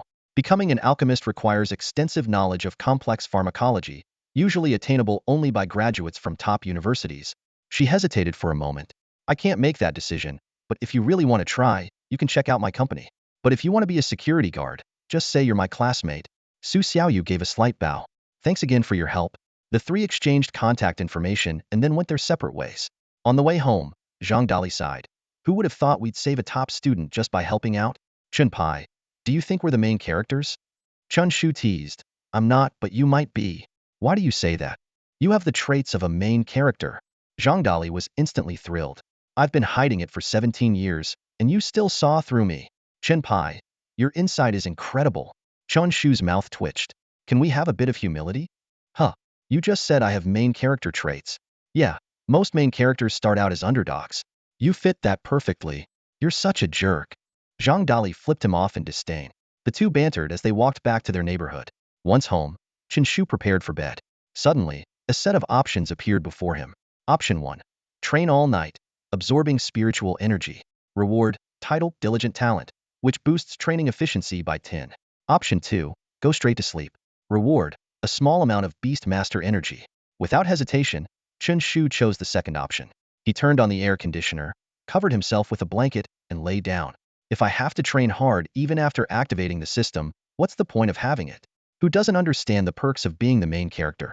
The next day, as soon as Chen Shu walked into the classroom, he felt the admiring gazes of his classmates.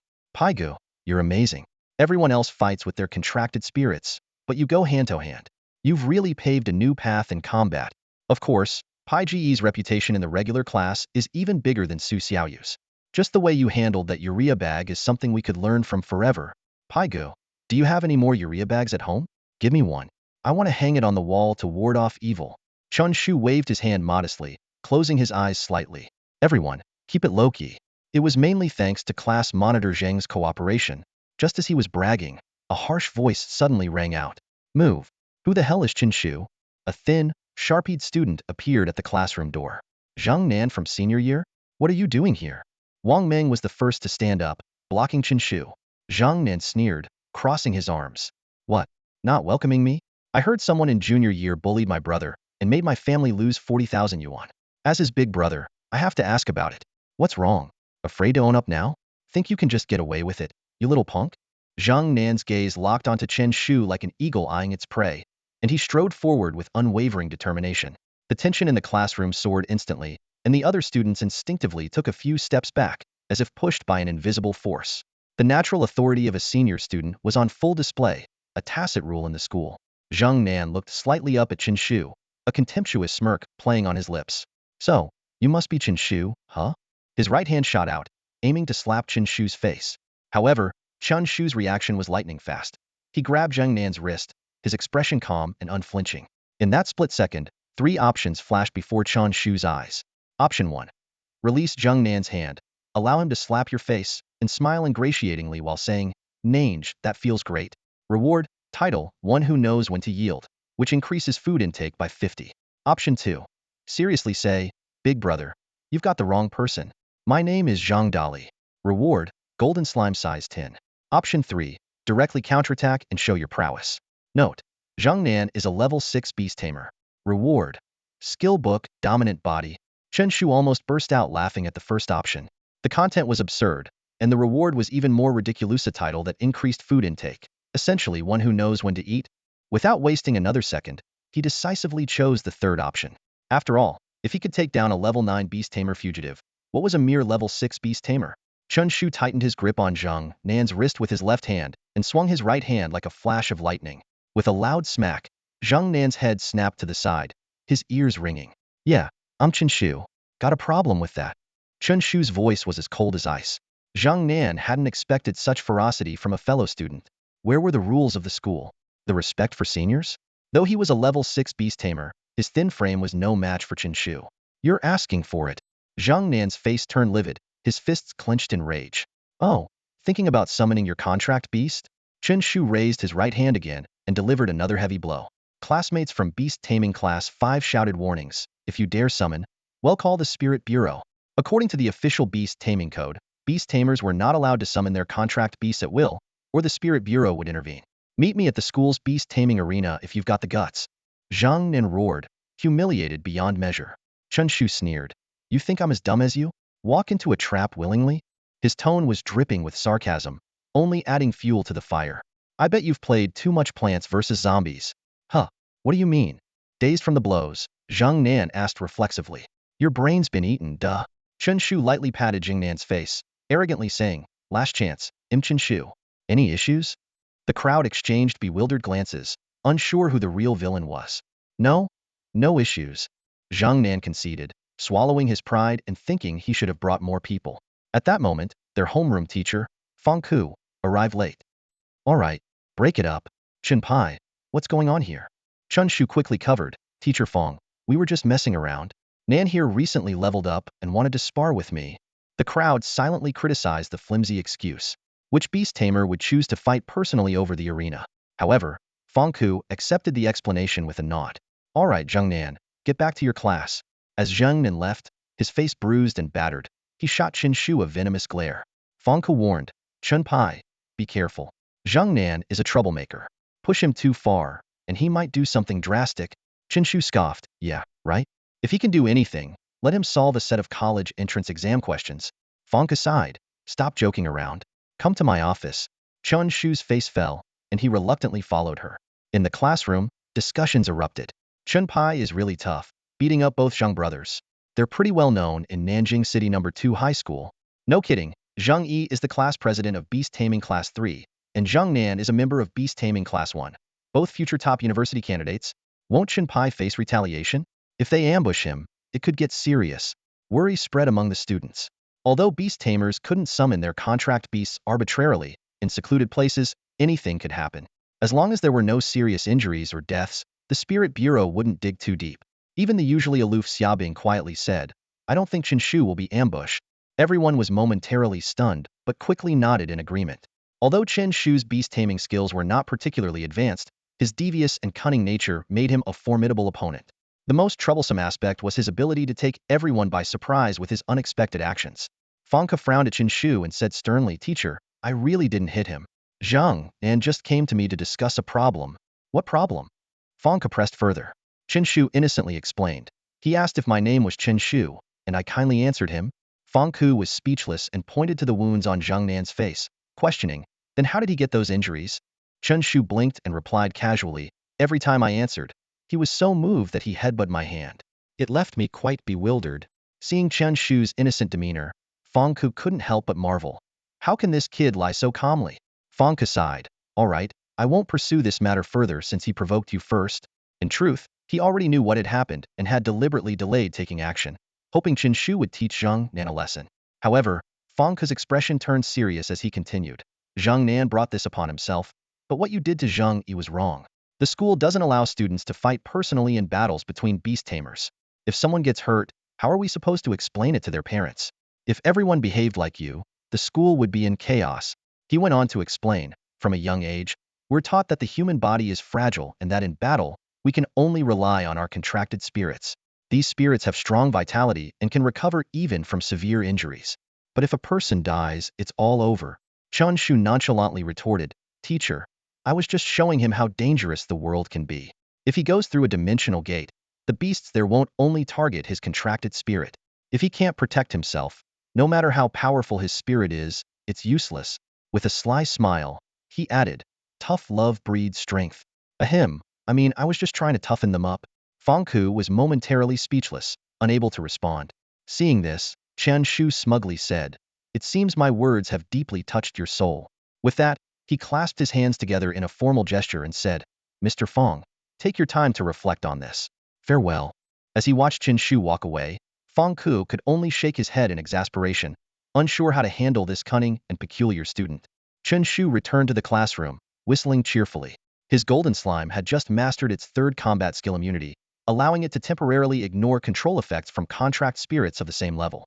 Combined with its previous skills, charge, and gigantification, this Frank slime was now quite formidable. Chen Shu couldn't help but feel elated. The chances of a regular Frank contract spirit learning new skills on its own were almost zero, which was why he hadn't chosen the beast taming class initially. But now, with the system, acquiring new skills was a breeze. He felt an overwhelming urge to shout, "Everything's going smoothly, the future looks bright." Just then, Fang Ku walked into the classroom, appearing to have snapped out of deep thought. With a serious expression, he announced, "The final exams are just a month away. I hope everyone gives it their all. The school offers generous rewards. The top 30 in the grade will receive beast taming pearls. The top 5 will get mid-grade beast taming pearls, and the first place will be awarded the enlightenment pill." As soon as Fang Ku finished speaking, the classroom fell into a dead silence. Everyone knew that although the enlightenment pill was precious, increasing the chances of a contract spirit learning new skills and worth tens of thousands, it was practically unattainable for them.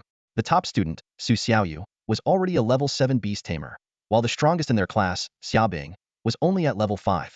Seeing the lack of enthusiasm, Fang Ke tried to boost morale, even if the enlightenment pill is out of reach. Aiming for the top 30 is still possible. You have to dream big. You never know when it might come true. At that moment, Chen Shu suddenly spoke up. "What about the other 99.99 chance?" The classroom fell silent again, with many students nodding in agreement, feeling that Chen Shu had a point. Fang Ke gritted his teeth and shouted, "Chen Shu!" He silently cursed Li Yuan for placing this student in his class, thinking it was undermining his efforts. Chen Shu looked innocent. "Mr. Fang, I'm just being honest." Fang Ke finally snapped, "Enough? If you don't pass the cultural subjects this time, you don't need to stay in beast taming class 5 anymore." As soon as Fang Ku finished speaking, a new set of options appeared before Chen Shu. Option 1. Apologize sincerely. Reward: a small amount of beast taming power. Option 2. Proudly vow to pass, or voluntarily leave the school. Reward: mid-grade strength potion. Option 3. Ask if he could go to beast taming class 1. Reward: high school beast taming history knowledge. Despite the second option aligning more with his personality, the reward for the third option was too tempting. Without hesitation, Chen Shu chose the third option and seriously asked, "Is it because beast taming class 1 wants to recruit me?" Fang Ku took a deep breath, struggling to contain his anger. "Are you out of your mind? I said you don't need to stay in class 5, and you think you can go to class 1? I have something to attend to now. Start self-studying and maintain order." With that, he stormed out of the classroom. Outside, Fang Ke ran into Li Yuan and immediately began to complain about Chen Shu's various misdeeds.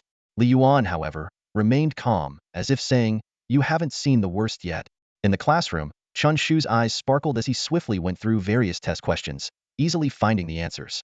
All morning, he absorbed the newfound knowledge in his mind, not only preparing for the exams but also gaining a deeper understanding of beast tamers. His classmates noticed Chen Shu's unusual behavior, speculating that he might be aiming for second to last place. Even in the afternoon, Chen Shu continued to study diligently, which was highly unusual. Xiaobing, wearing a white dress, approached with a concerned look more like she was examining a patient. Chen Pai, are you okay?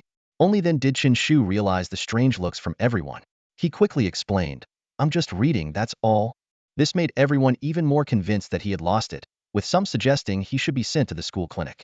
Suddenly, Xiaobing said, Chen Shu, if you want to study, I can tutor you. There's no need to push yourself so hard. Her words instantly triggered a chorus of suggestive whistles from the class. Xiaobing blushed and hastily clarified, I'm the class monitor, so of course, I should help with his grades. Chen Shu stood there, stunned, as another set of options appeared before him. Option 1. Politely decline, reward. A small amount of beast taming power. Option 2. Grinningly accept, reward. Slime's ice resistance 20. Option 3. Righteously question her, reward. Slime's all attribute resistance 20. Faced with this straightforward choice, Chen Shu already had his answer in mind. Chen Shu stood up abruptly, his eyes blazing as he stared at the petite Xiaobing. With a tone as serious as a declaration of war, he said, Class leader, are you questioning my academic abilities? As soon as the words left his mouth, the classroom fell into a dead silence, as if time itself had frozen. The classmates exchanged bewildered glances, their faces full of shock and disbelief. Someone couldn't help but whisper, isn't this a bit too straightforward? Even if the god of love tied their red thread with steel, it wouldn't survive this. However, Chen Shu seemed oblivious to the reactions around him and sat back down as if nothing had happened. Those who knew him well understood that he wasn't really that straightforward. He was just a bit eccentric. Xia Bing stood there awkwardly, a hint of embarrassment flashing across her face. She had thought that the beast control orb she gave him yesterday had brought them closer, but Chen Shu's reaction was completely unexpected. Feeling helpless, she quietly returned to her seat. Wang Ming watched the scene unfold and couldn't help but sigh. Chen Pai, your silence is more inscrutable than Mulan's disguise. In truth, Xiaobing's offer to tutor was purely out of concern for Chen Shu's grades. She knew that failing the cultural subjects could cost him his chance at his dream university, which would be a real regret. The afternoon passed quickly, and the pleasant sound of the school bell signaled the end of class. Chen Shu stretched and let out a huge yawn, so loud that it set off a chain reaction of yawns among his classmates. Someone complained, did you really have to yawn that long? As he walked out of the school gates, Chen Shu started planning his study schedule. With a month left until the final exams, he figured that doing more multiple-choice questions should help him nail the cultural subjects. As a level 2 beast master, his goal was to advance to level 4, which would place him in the top 30 of his grade. Lost in his thoughts, Chen Shu suddenly found himself surrounded by 7 or 8 people. Leading the group was Zhang Yi's older brother, Zhang Nan. Unfazed, Chen Shu quipped, oh, isn't it Brother Nan? Your face looks even more swollen, but I can still barely make out your dashing aura. Zhang Nan's face contorted with anger, as if he'd been punched in the gut.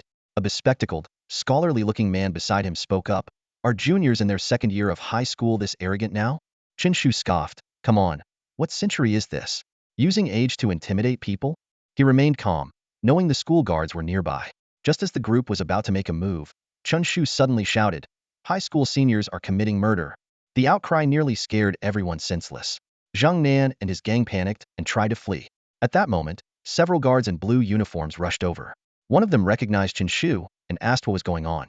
Chen Shu immediately switched to a pitiful demeanor and exaggeratedly accused Zhang Nan and his group of their crimes. Just then, several formally dressed individuals arrived at the school gate, including Mayu, the senior year head teacher. After listening to Chen Shu's far-fetched story, Mayu felt a headache coming on. He interrupted, all right, student, I get the gist. You can go home now. I'll handle the rest. Chen Shu reluctantly left, leaving Zhang Nan and his group to face Mayu's scolding. Mayu sternly warned them not to cause trouble, especially with the college entrance exams approaching. Back home, Chen Shu focused on his studies. Although he had a good grasp of beast control history, he knew he needed to practice more to master it. Besides, after offending the Zhang brothers, he didn't dare venture out alone at night. A week flew by with Chen Shu keeping a low profile and staying out of trouble. During this time, he triggered 2 choices, gaining the strength of a slime and an increase in size. Though still a level 2 beast master, his contracted spirit's power was now comparable to that of a level 3. Finally, the holiday arrived, and the classmates were buzzing with excitement. As one of the exam centers for the college entrance exams, Nanjing's second high school gave students from other grades a 3-day break.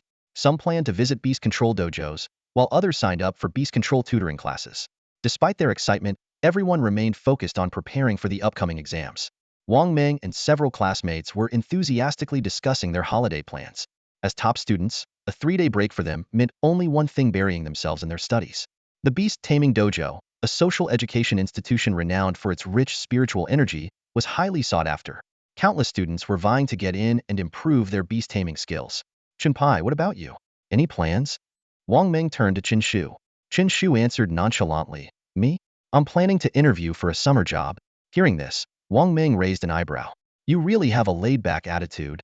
He thought to himself that Chen Shu, who was at the bottom of the class in academic subjects and equally lacking in beast taming skills, seemed to have given up completely. Chen Shu yawned and didn't bother to explain. With the system backing him, he had become more carefree. In his view, the world didn't need saving by him, and he had no deep-seated grudges to avenge. Everything could just take its time.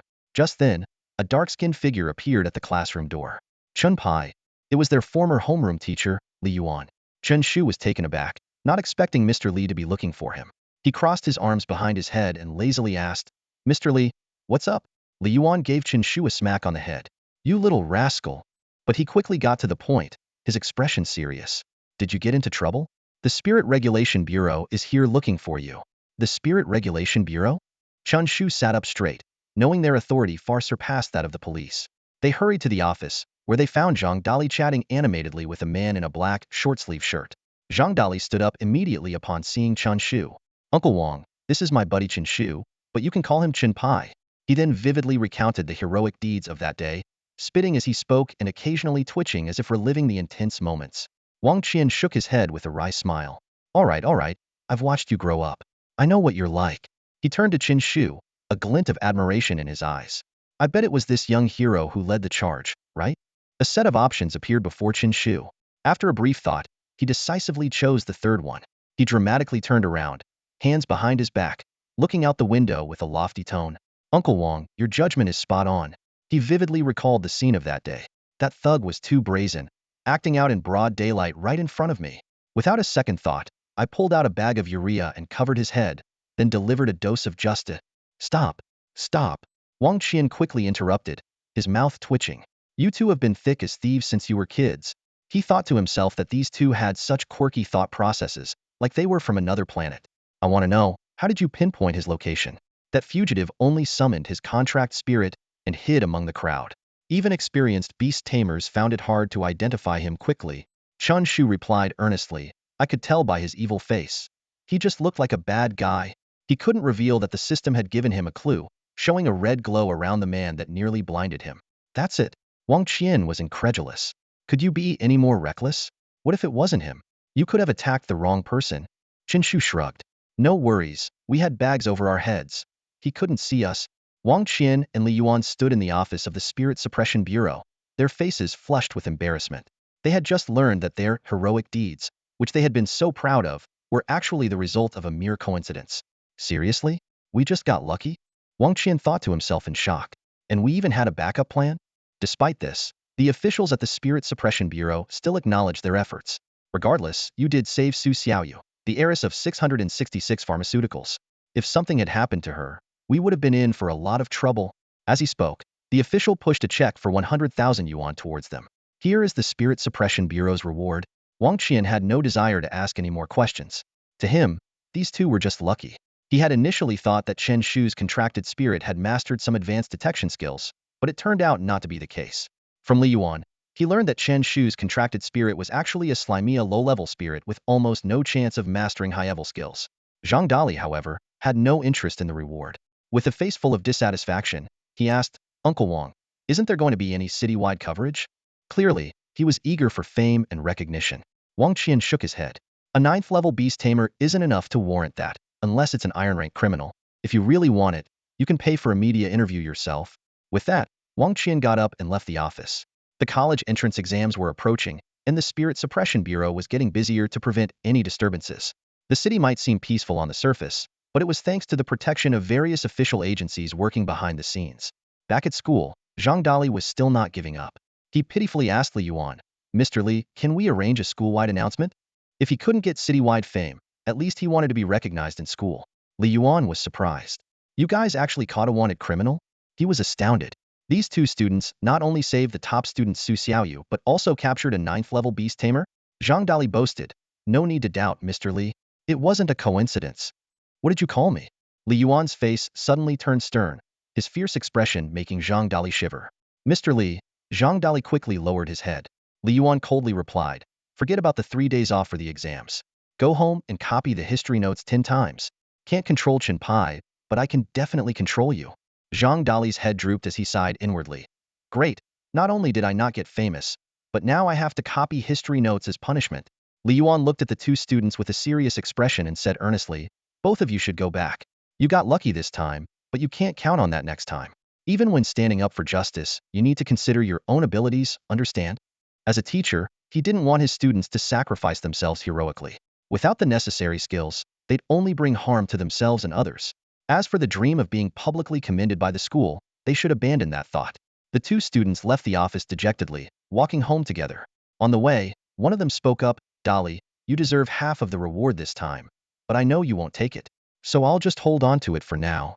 Dude, I haven't even said anything yet, Dali responded helplessly. After a pause, he added, by the way, come with me to the 666 potion company tomorrow. I want to try out for a position as a potion maker. Sure. I was planning to apply for a security guard job there anyway. Chen Shu agreed, then asked curiously, why are you so interested in being a security guard? Did you, like me, awaken some sort of security guard system? Dali replied earnestly, because I've always wanted to protect people. Just as Chen Shu was about to say something, a black Mercedes suddenly stopped at the school gate. The window rolled down, revealing a rugged face wearing sunglasses. The man called out to them, son, get in the car. Xiao Pai, you're here too? Perfect, let's go home together. Dad, you're back from Daxing City? Dali asked in surprise. The man was his father, Zhang Feng, a powerful black iron-level beast master. Zhang Feng smiled and replied, the job's done, so I came back. The three got into the car and quickly drove away. Inside, Zhang Feng asked, Xiao Pai, I heard you're in the beast master class? Yeah, Chen Shu replied briefly. Zhang Feng sighed, that's ambitious. Too bad Dali doesn't have the beast master talent. Otherwise, I'd lift him to black iron level myself if I had to. Dad, stop, Dali said, pouting. I've been wondering for 17 years. Both you and Mom have the beast master talent, and according to geneticists, mine shouldn't be bad either. But here I am, with none. Sometimes I wonder if I'm really your son. Zhang Feng patted his rugged face and laughed. Who says that? At least you inherited your dad's handsome looks. But seriously, the odds of you not having the talent are like winning the lottery. Maybe you did something really bad in a past life. Whatever. I've come to terms with it, Dali said, looking out the window with a carefree expression. With you guys around, and Chen Pai and Sister Fong Si watching my back, no one would dare mess with me. Chen Shu suddenly asked, Uncle Zhang, can you tell me about the dimensional spaces? His eyes sparkled with curiosity. A flicker of emotion crossed Zhang Feng's eyes, and he replied gravely, dimensional spaces. Some say they're hell, others say they're paradise. They're filled with fierce beasts and precious resources. You could strike it rich overnight, or find yourself in mortal danger. Without strong abilities and a reliable beast team, it's best not to venture in. He said no more after that. When they returned to the neighborhood, Zhang Feng and his son were invited to dinner at Chen Shu's home. The two families were neighbors and had always had a good relationship. After a hearty meal, Zhang Feng and Dali said their goodbyes. Before leaving, Chen Shu and Dali agreed to meet early the next morning for their interviews at the 666 Potion Company. Back in his room, Chen Shu lay on his bed and picked up his phone. He was considering whether to ask Su Xiaoyu for some advice. Although she might not be able to help with the potion maker position, she could still offer some insights. Just as he was about to open his messages, a series of notifications popped up. Why is Sister Fong Si messaging me all of a sudden? Chen Shu wondered as he saw a string of long voice messages. The last one was a text message. Can you understand this feeling? Looking at the voice messages, Chen Shu felt a headache coming on and replied directly, Sister Fong Si, I totally understand. This is really something else. Fong Si was the neighborhood's older sister, 3 years older than Chen Shu. Back in the day, Fong Si, Chen Shu, and Dali were a famous trio at Nanjiang Second High School. Unlike Chen Shu and Dali, Fong Si was a true beast master prodigy, with her first contracted spirit reaching level, breaking the school's record. With a college entrance exam score of 700, she got into the prestigious Huaxia Academy, becoming the top student in Nanjiang City that year. Fong Si had a fiery personality and was a force to be reckoned with at their school. striking fear in everyone who saw her. As Chen Shu reminisced, another notification came through. I sent blank voice messages, Chun Pai. Are you itching for trouble? Chen Shu realized his mistake and quickly checked the voice messages, which were indeed blank. Thinking fast, he replied, yes, Sister Fong Si. It's exactly this kind of empty, powerless feeling. I really get it. Fong Si was silent for a moment before replying. Stop joking around. Has anyone been bullying you and Dolly at school? I might come back for a while during the summer break, and I'll take care of them. Chen Shu replied politely, no need, Sister Fong Si. You're busy with your studies. Then he quickly typed, I'll send you a list. So you weren't joking at all, and you even have a list ready. Chen Shu started listing names in his mind. Zheng Yi, Zheng Nan, Wang Teng. Anyone he didn't like was added to the list. After all, Fong Si was a force to be reckoned with in Nanjiang City. 2 years have passed, and the King of Mischief is back. After a brief chat, Chen Shu and Fong Si ended their conversation. While Chen Shu had plenty of free time, Fong Si's schedule was incredibly tight. As the top-ranked beast tamer university, Huaxia Academy was fiercely competitive. Chen Shu opened his contacts and sent a message to Su Xiaoyu. Sister Xiaoyu, I have an interview tomorrow. Can you give me some insider tips? After waiting for a while without a response, Chen Shu couldn't hold back and asked again, Sister Xiaoyu, are you busy? I'm eating melon, Su Xiaoyu finally replied. Intrigued, Chen Shu asked, is the internet buzzing with gossip again? Whose scandal are we talking about? Unexpectedly, Su Xiaoyu quickly responded. A Hami melon. Chen Shu was baffled. You're actually eating a melon? A few minutes later, Su Xiaoyu got serious. Are you applying for the pharmacist position? If you're really good at high school material science, you could become a pharmacist assistant. Her words were clear. For a high schooler to become a pharmacist was a pipe dream. And don't call me sister. Just call me Xiaoyu. I just turned 16. She added. Most people undergo the awakening ceremony in their 3rd year of middle school, but she awakened in her 1st year of high school and was immediately placed in the top beast taming class. What if I can proficiently brew a potion? Chen Shu asked.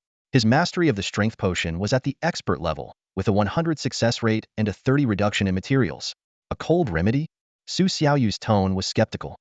Anyway, just give it a shot. Maybe you'll catch a pharmacist's eye. Lying in bed, she thought. A high schooler proficient in brewing potions? If it were that easy, potions would be commonplace among beast tamers.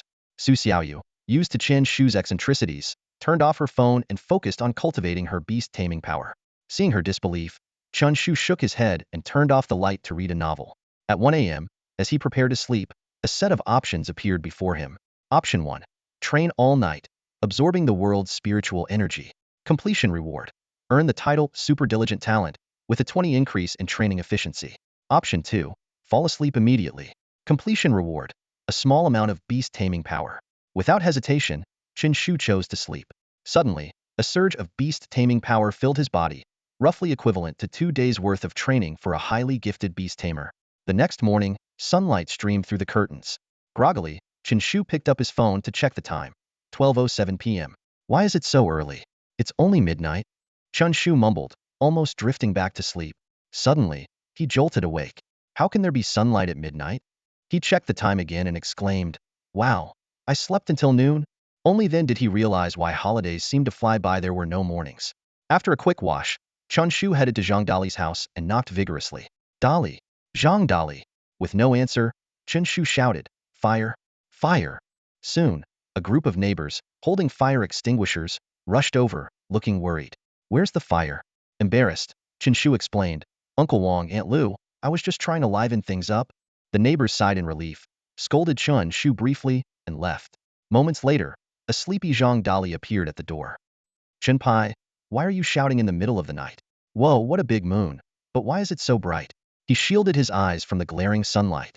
It's already noon, Chen Shu said exasperatedly, realizing he wasn't the only one who thought it was still night. Why is your house so dark? He peered inside to see complete darkness, with not a ray of sunlight. My dad's contracted beast has a skill called nightfall. It improves sleep quality. Cool, right? Zhang Dali stretched and turned on the lights. Give me a minute to get ready. 10 minutes later, the two left the neighborhood, heading to the 666 Potion Company for their interview. The high-tech zone of Nanjiang City was home to many major companies, with 666 Potion Company being one of the top firms, specializing in various potions for beast tamers. They splurged on a taxi to the high-tech zone. Let's grab some food first, get energized, and then head to the interview. They went to a quiet Chinese restaurant and ordered a few dishes. Boss, what kind of signature dish is this? Zhang Dali complained as he was about to dig in. Tomato stir-fry with tomatoes, no mistake, a waiter replied. Then why are there only tomatoes and no tomatoes? Zhang Dali poked at the dish with his chopsticks. The tomatoes are in there, the waiter said seriously. Oh? Chen Shu and Zhang Dali looked at each other, both equally confused. Tomatoes stir-fried with tomatoes? Are you serious?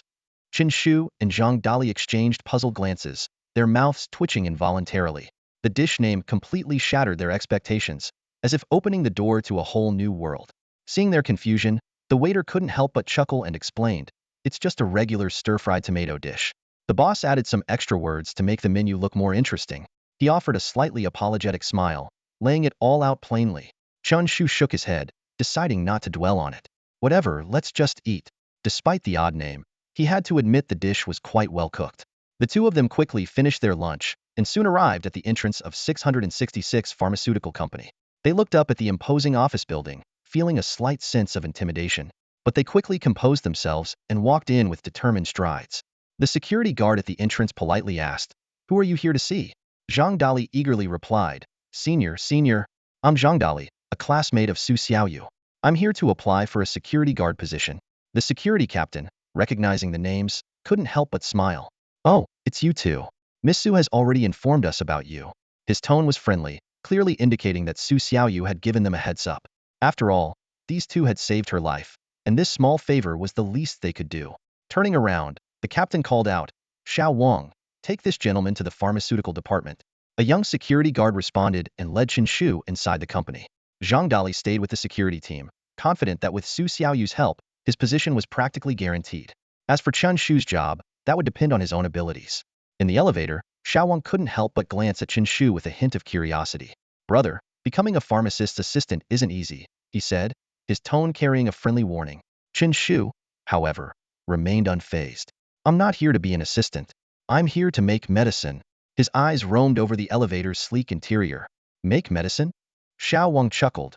"You're quite the comedian." The elevator soon reached the 10th floor. As the doors opened, they revealed a solid glass door.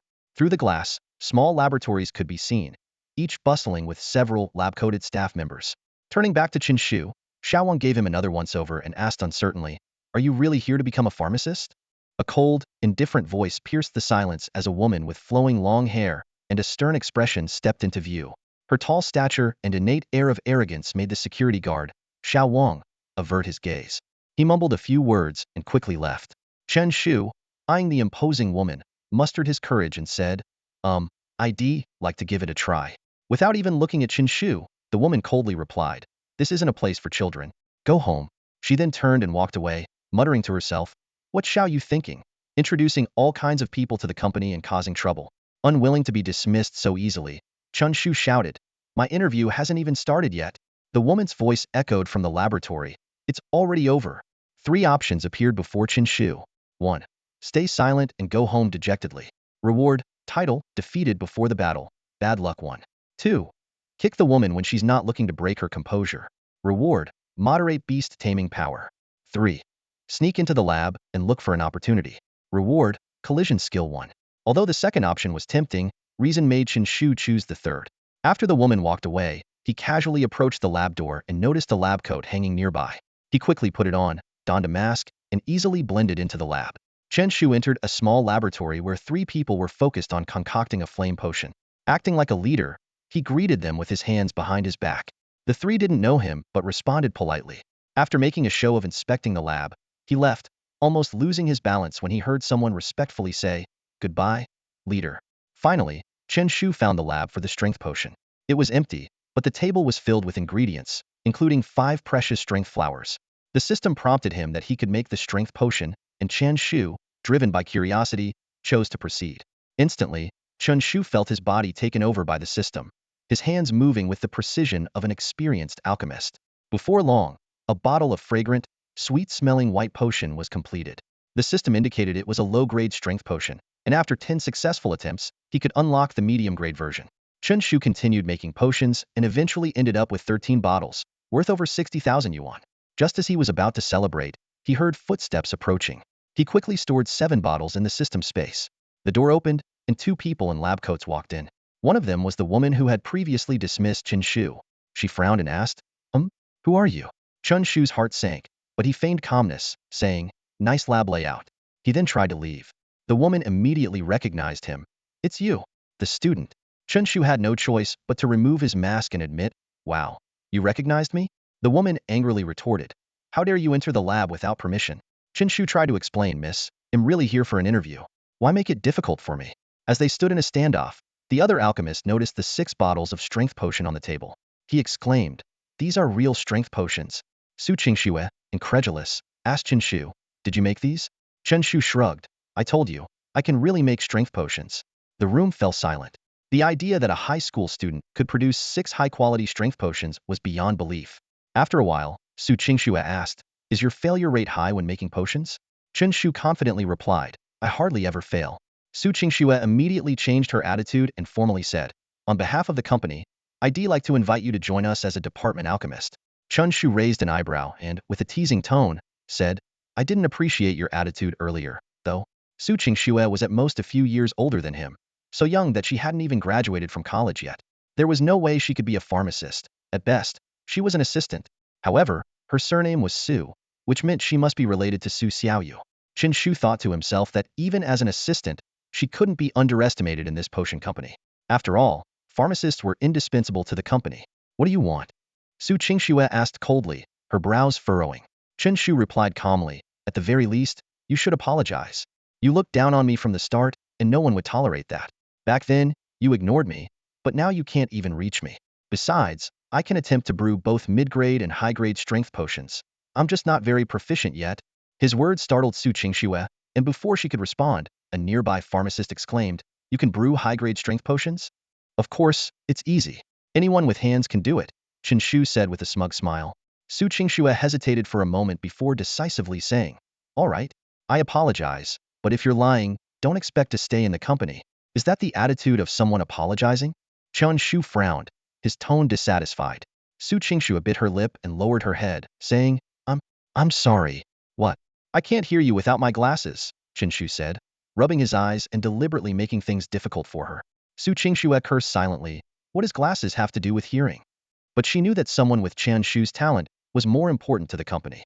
Even if higher-ups came, she would have to back down. Taking a deep breath, Su Qingxue finally said sincerely, "I apologize for my behavior. Please forgive me, Mr. Chen." "All right, that's more like it," Chen Shu said, no longer making things difficult for her. After all, she shared the Su surname, and offending her too much could create a rift with Su Xiaoyu.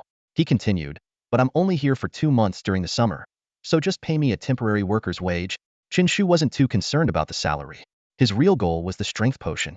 While others could only brew 5 bottles at a time, he could brew 13. By secretly keeping 8 bottles each time, he could make 40,000 yuan, making the salary seem insignificant. "All right, I'll draft the contract. Each pharmacist has a minimum daily output of 5 bottles, which shouldn't be a problem for you," Su Qingxue said, her tone probing. "No problem at all," Chen Shu agreed. 5 bottles were easy for him. One successful brew was enough. "Can I start working in 3 days? Daily wage settlement is fine," Chen Shu asked. "Of course," Su Qingxue said, then turned and left the potion brewing department. Although she was cold, Su Qingxue was efficient. Soon, she had drafted a contract specifically for Chen Shu. His position was listed as a pharmacist assistant since he didn't have a pharmacist certification. However, his pay was at a pharmacist level, earning 1,000 yuan per day. While it sounded like a lot, the profit from 5 bottles of strength potion was about 5,000 yuan. This meant the company took 80 and the pharmacist got 20. The contract also had an appealing clause. If more than 5 bottles were brewed from one batch, the extra bottles belonged to the pharmacist. Therefore, no potion rooms had surveillance cameras. As long as 5 bottles were provided daily, nothing else mattered. Though the company was greedy, it still gave high-level pharmacists a chance to make money. If you couldn't make money, it only showed your lack of skill. With this contract, both the company and the pharmacist profited, making it a true win-win situation. Chen Shu didn't hesitate and signed the contract. Since he could brew potions independently, the company had prepared a separate potion room for him. Those sharing potion rooms were mostly recent college graduates and intern pharmacists.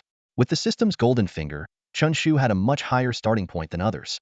As long as he kept unlocking new potion recipes, he could theoretically become the world's top pharmacist with ease. In one afternoon, while others could only successfully brew one batch, yielding just 5 bottles, Chen Shu had 20 bottles of potion on his desk. Brewing potions was extremely taxing on both the mind and body, and most 30-year-old pharmacists were already balding. But Chen Shu's desk was filled with 20 bottles of potion. Not bad. Chen Shu clapped his hands, and his system space already held 40 bottles of strength potion. This was faster than making money through any other means. Xiao Mao, get me a fifth set of materials. I want to brew another batch, Chen Shu said to his assistant at the door. Xiao Mao walked in, eyes filled with disbelief. Master Chen, aren't you tired? Not at all, I feel great. What's the matter? Chen Shu looked at Xiao Mao, who was in charge of preparing his materials. The company has run out of strength flowers. Xiao Mao said, looking troubled. Out of stock? How can there be so few? Chen Shu frowned, surprised that the company was limiting his potential. At that moment, a stern-looking middle-aged man walked in, followed by a delicate-looking girl. It was Su Xiaoyu, the top student. Xiaoyu, what brings you here? Chen Shu smiled. I came with my uncle, Su Xiaoyu replied simply. This must be your classmate. Truly a young prodigy, the middle-aged man beside Su Xiaoyu exclaimed. I'm Su Xiaoyu's uncle, Zhou Cheng. Nice to meet you. Uncle Zhou, you have a good eye. Chen Shu shook hands with him warmly. I heard you successfully brewed 4 batches of strength potion this afternoon? Zhou Cheng asked, still somewhat incredulous. Just basic operations, don't worry. Chen Shu said, looking calm. Everyone had the same thought, damn. He really knows how to show off. After a while, Zhou Cheng said, given your talent, you'll be solely responsible for brewing the strength potion. However, the company can only provide 3 sets of materials per day. The main ingredient, strength flowers, came from another dimension. The 666 Potion Company was a major company in Nanjing City, but it didn't have the capacity to purchase large quantities of strength flowers. 3 flowers a day was their limit. Moreover, the company produced various potions, not just strength potions, so they couldn't allocate all their resources to this one type. No problem, Chen Shu nodded. 3 sets of materials would allow him to brew an extra 24 bottles of strength potion, earning him 100,000 yuan a day, which was comparable to a high-level pharmacist's income. All right, Xiao Chun, I'll double your daily wage, and you can settle it daily, Zhou Cheng said with a smile, pleasantly surprised by the talent the company had acquired today. Paying 60,000 yuan a month to earn hundreds of thousands in return was a no-brainer for a businessman. Have you considered becoming a full-time pharmacist? The company can offer you a long-term position with a salary and benefits that will surely satisfy you, Zhou Cheng said eagerly. At that moment, a new choice appeared before Chen Shu. Chen Shu was once again presented with a choice. 2 options lay before him. Become the company's dedicated pharmacist or resolutely pursue the path of a beastmaster. He barely hesitated and immediately chose the latter. Despite the immense allure of becoming the world's top pharmacist, Chen Shu knew deep down that being a beastmaster was his true calling. Uncle Zhou, my journey is toward the stars and the sea, Chen Shu said earnestly, declining Zhou Cheng's invitation. Zhou Cheng smiled, unfazed. Ambitious. If you ever decide to become a pharmacist, the company's doors will always be open for you. The two shook hands and bid farewell. Zhou Cheng then turned his attention to Su Xiaoyu. Xiaoyu, I didn't expect your school to have such talent. You should definitely exchange ideas with Chen Shu and learn more about pharmacology. Despite being turned down, Zhou Cheng wasn't willing to give up on this potential talent. If Chen Shu could be retained, he would undoubtedly become a valuable asset to the company. It's the end of the workday. Do you need a ride? Zhou Cheng asked. No, thank you. I'll leave with my friend. Chen Shu politely declined. That's fine. Xiaoyu, see your classmate off, Zhou Cheng said as he left the pharmacy. Su Xiaoyu looked at Chen Shu in surprise. I didn't expect you to actually be able to make potions. Though she was top of her class and had a good chance of getting into Huaxia University, she knew nothing about pharmacology. In fact, many university graduates struggled to reach Chen Shu's level. It required long-term practice and honing. You're so young. How did you learn to make potions? Su Xiaoyu asked, full of curiosity. Chen Shu gave a mysterious smile. Well, that story starts when I was a kid. They chatted as they walked. That day, dark clouds gathered, and the sky grew dim. A storm was brewing, and I was walking down the street eating spicy snacks, Chen Shu recalled. Suddenly, the wind and clouds surged, and I saw a golden dragon swirling within the clouds. Its mouth was large enough to swallow a soccer field. It was terrifying. I looked up and met its gaze, and to my surprise, it spoke. Chen Shu paused for effect and swallowed. Su Xiaoyu was intrigued. What did it say? I'll never forget its words, Chen Shu said, pressing the elevator button. It exclaimed, unbelievable. Young man, you have a spiritual light emanating from your head. You are an ancient millennium genius. Here is a priceless book on potion making, and because I see potential in you, I'll sell it to you for 10 yuan. Su Xiaoyu fell silent, clearly finding the story absurd. So you bought it for 10 yuan and then just magically learned how to make potions? Chen Shu laughed. Do you think I'm that gullible? I questioned the dragon, asking why it was so expensive. The golden dragon roared. How dare you think I'm a swindler? We intellectuals have principles. Su Xiaoyu rubbed her temples. My head hurts. Just then, a security guard approached them seriously. I can vouch for it. It's true. I was that dragon. Chenpai, I can't believe you remember that from when we were kids. So, when are you going to pay me the 10 yuan? Zhang Dali asked. Su Xiaoyu couldn't stand the nonsense anymore and left decisively. She was afraid if she stayed, she would lose her sanity. Chenpai, how did the interview go today? Zhang Dali asked. From now on, you can call me by another name. Chen the Great Pharmacist. Chen Shu coughed, emphasizing the word pharmacist. That's my buddy.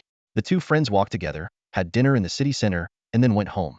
Once home, Chen Shu took out the money from his backpack. Mom, Dad, I forgot to tell you. This is the 100,000 yuan reward from the Spirit Bureau. His father, Chun Ping, frowned. Son, what did you do? Chen Shu explained what had happened, and his parents finally relaxed. No more next time, his father said sternly. A criminal with a 100,000 yuan bounty is definitely dangerous. This is not something students like you should deal with. Chen Shu nodded repeatedly. To his surprise, his parents refused the money. We don't need it right now, his father said. Use it to buy the potions you need for your Beastmaster training. If it's not enough, ask me. Don't need it? Dad, am I actually a rich kid? Chen Shu's eyes widened. His father didn't elaborate. Just don't worry about it. We don't need it. Chen Shu had no choice but to put the money away and return to his room.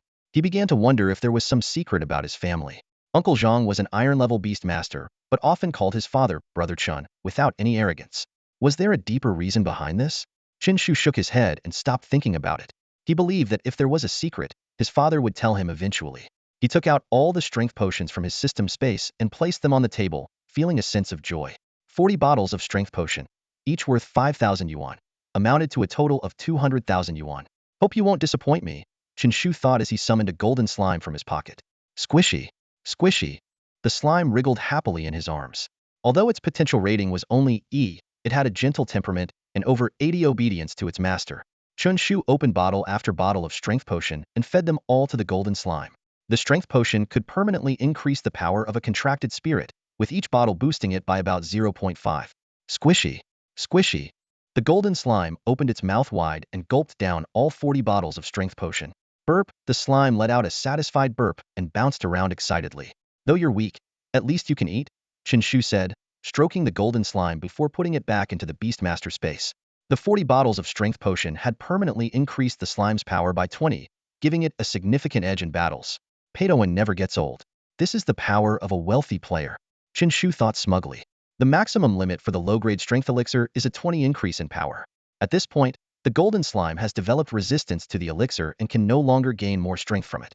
Chen Shu considered switching to other elixirs, or perhaps a mid-grade strength elixir as he planned his next steps. He realized that without the alchemy skill, enhancing the slime's strength by 20 would require purchasing 40 bottles of low-grade strength elixir, costing a staggering 200,000 yuan. This expenditure is astronomical for an average family, not to mention the additional necessary elixirs for speed and defense. Even in the beast tamer world, the disparity between the rich and poor is stark. Wealthier tamers naturally have stronger contract spirits than those from poorer backgrounds, a harsh reality that cannot be changed. This is why dimensional spaces are so appealing to ordinary tamers. Only there can they acquire the wealth needed to buy elixirs and enhance their contract spirit's power. For the next 3 days, Chen Shu focused on commuting between his apartment and the company. On the second day, he successfully concocted 3 batches, yielding 24 bottles of strength elixir. On the third day, he made 2 more batches of low-grade elixirs and unlocked the recipe for the mid-grade strength elixir. Although he wanted to try making the mid-grade elixir, he found he was short of 2 Dali flowers, so he had to settle for another batch of the low-grade elixir. As the 3-day high school exam holiday came to an end, Chen Shu had accumulated 48 bottles of strength elixir in his system space, significantly boosting his contract spirit's power. He felt that this holiday had been exceptionally productive. In the afternoon, Chen Shu left the company.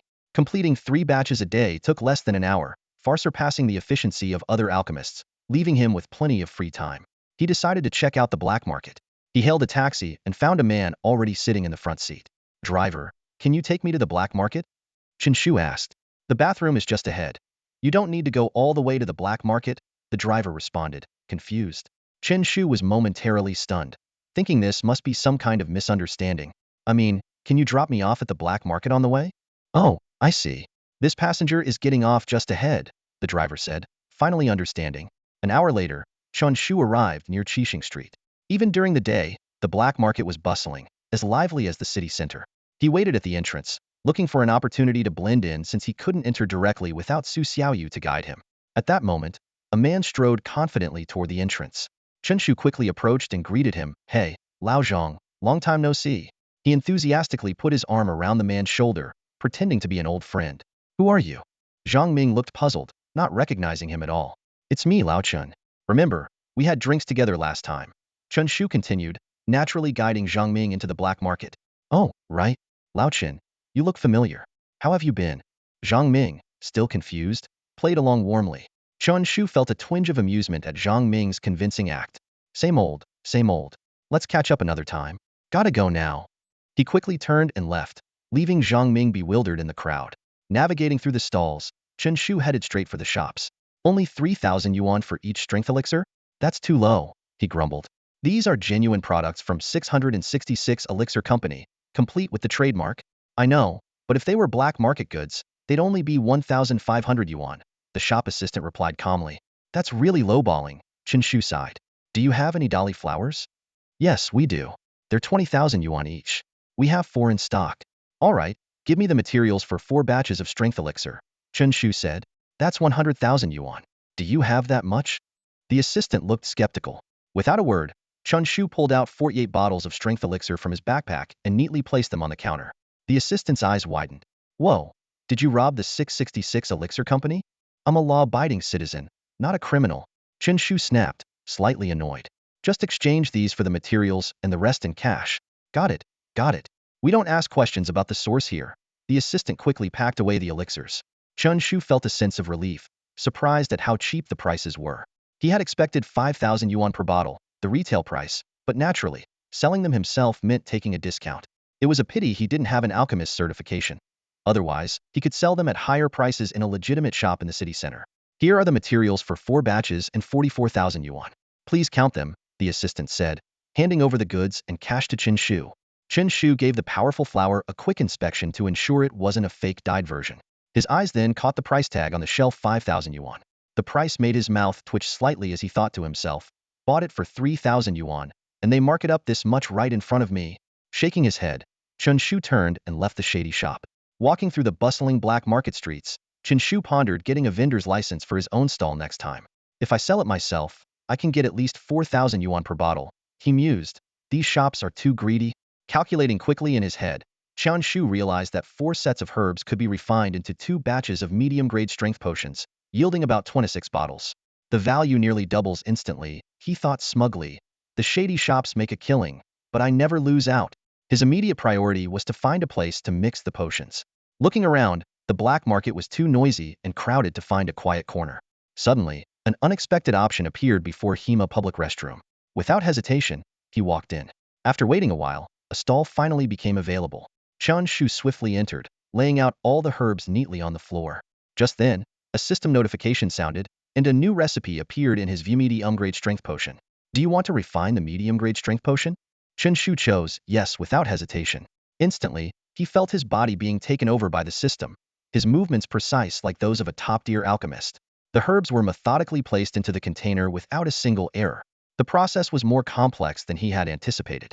After a full 20 minutes, 13 bottles of medium-grade strength potion were successfully refined. The system then prompted, "Medium-grade strength potion successfully refined. Unlock high-grade strength potion after 10 refinements." 110. Just as Chen Shu was about to start the second round of refining, he heard a commotion outside the restroom.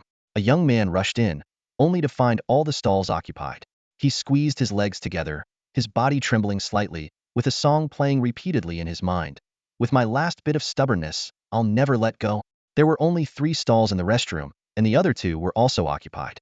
The young man had no choice but to wait in front of the last stall, suffering in agony. As time ticked by, his condition worsened, and beads of sweat formed on his forehead. Finally, he couldn't hold it any longer and shouted at the stall door, "Hey man, emergency! Emergency!" However, there was no response from inside. Hesitating for a moment, he finally mustered the courage to climb over the stall door to see what was going on. He easily climbed over, but the sight before him made his eyes widen in disbelief, as if he had seen the most unimaginable scene in the world. "Are you kidding me? Someone's mixing potions in the restroom." His worldview was utterly shattered as he stared in disbelief at the scene before him. Had modern pharmacists really gone this far? Or was he here to collect some special ingredient from the restroom? His urge to use the bathroom significantly diminished in an instant. His exclamation attracted quite a crowd, who gathered outside the stall. Dude, what's going on? Someone mixing potions in there? One of the onlookers asked, his tone filled with skepticism and curiosity. Most people looked at him as if he were crazy. After all, this was a restroom, and such an absurd thing seemed impossible. Don't believe me? See for yourselves, the man said, shaking his head. Immediately, the crowd's interest peaked, and they began tiptoeing to peer into the stall. This was quite a bother for the other two people using the restroom, who occasionally saw heads popping up with strange looks in their eyes. What are you all doing? Forming a group of weirdos. Someone couldn't help but complain. Although most were there to witness the potion-making spectacle, their eyes inevitably wandered to the other stalls. Suddenly, someone exclaimed, "No way, there really is someone mixing potions. Incredible." Completely unfazed by his surroundings. With that level of composure, I bet he'll be a master pharmacist one day. His hands are so steady, not a single tremble. But why does he keep fishing for something in the toilet? Chen Shu left only his back visible, with herbs scattered on the floor, sparking endless speculation among the onlookers. 20 minutes passed quickly, and the public restroom was packed, not with people needing to use it, but with curious onlookers. Finally done, Chen Shu thought with satisfaction. He had finished making 26 bottles of mid-grade strength potion. Once his slime reached level 4 as a contract spirit, it could take the potion and gain even more strength. With the system's rewards and the potions, he was confident he could turn even a pig into a divine beast. Clang! The stall door opened, and a dozen pairs of eyes turned to look. He's out. The restroom pharmacist is out. Quick, let's get a look at the master. Someone in the crowd shouted excitedly. Chen Shu's body tensed. What the heck? Restroom pharmacist? He thought. Bro, were you really mixing potions in there? Someone couldn't help but ask. Chen Shu's eyes showed confusion. Had everyone seen him mixing potions? At that moment, 3 options appeared before his eyes. Option 1. Flee the scene in panic to avoid being recognized. Reward, contract spirit obedience 10. Option 2. Nod in acknowledgement and announce your name and identity to gain fame. Reward, high-grade strength potion. Option 3. Flash a wicked smile and take a sip of the potion in front of everyone. Reward, a significant amount of beast mastery. Chen Shu hesitated for a moment, but quickly understood. He spoke up. Since that's the case, I won't hide it. Does anyone want to try it? As he spoke, he took out a container filled with a pale yellow liquid from his backpack. The crowd, already having preconceived notions, naturally thought of something unpleasant. Anyone want a free taste? Chen Shu offered the container. The crowd recoiled in horror, thinking it looked like urine. Chen Shu shook his head, then flashed what he thought was a wicked smile and opened the container. He's not really going to. The crowd watched in disbelief. Gulp. Chen Shu tilted his head back and took a sip of the strength potion. Not bad. Chen Shu found it slightly sweet and felt no other effects. After all, it was a potion for contract spirits, so it had little effect on him and no side effects. Wow, you're really brave. The crowd felt their scalps tingle and their stomachs churn. Tastes good, Chen Shu said with a grin, putting the container back in his backpack and calmly walking out of the restroom. The crowd parted, not daring to get close to him, as if he exuded an invisible aura of authority. He's a real madman. We have to post this online. Many people took photos of Chen Shu's back and posted them on social media. Shocking. A high-level pharmacist mixes a pale yellow potion in a public restroom. Is this human nature twisted or moral decay? A pharmacist spotted in a public restroom in Nanjiang City, calmly mixing potions even in a harsh environment. Are today's pharmacists this daring? A pharmacist creates a new type of restroom potion and drinks it in front of everyone. Is this performance art? Everyone added captions to their posts, accompanied by photos of Chen Shu's graceful departure. Chen Shu had no idea that his actions had gone viral.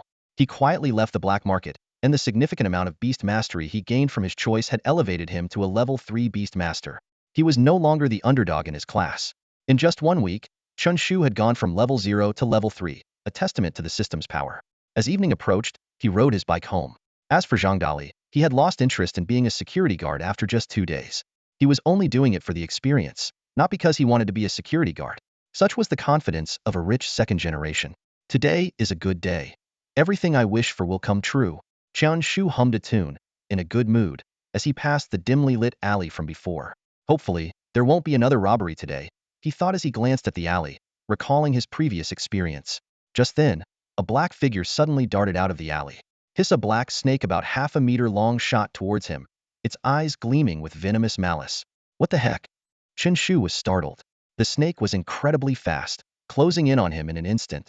Behind a large tree at the alley's entrance, a man with a sinister expression watched. Dare to mess with young Master Zheng? Bad luck for you. Wuli was a social beast master. Despite being nearly 30 years old, he was still only a level 4 beast master due to his lack of talent. However, he lived comfortably by currying favor with the Zheng brothers.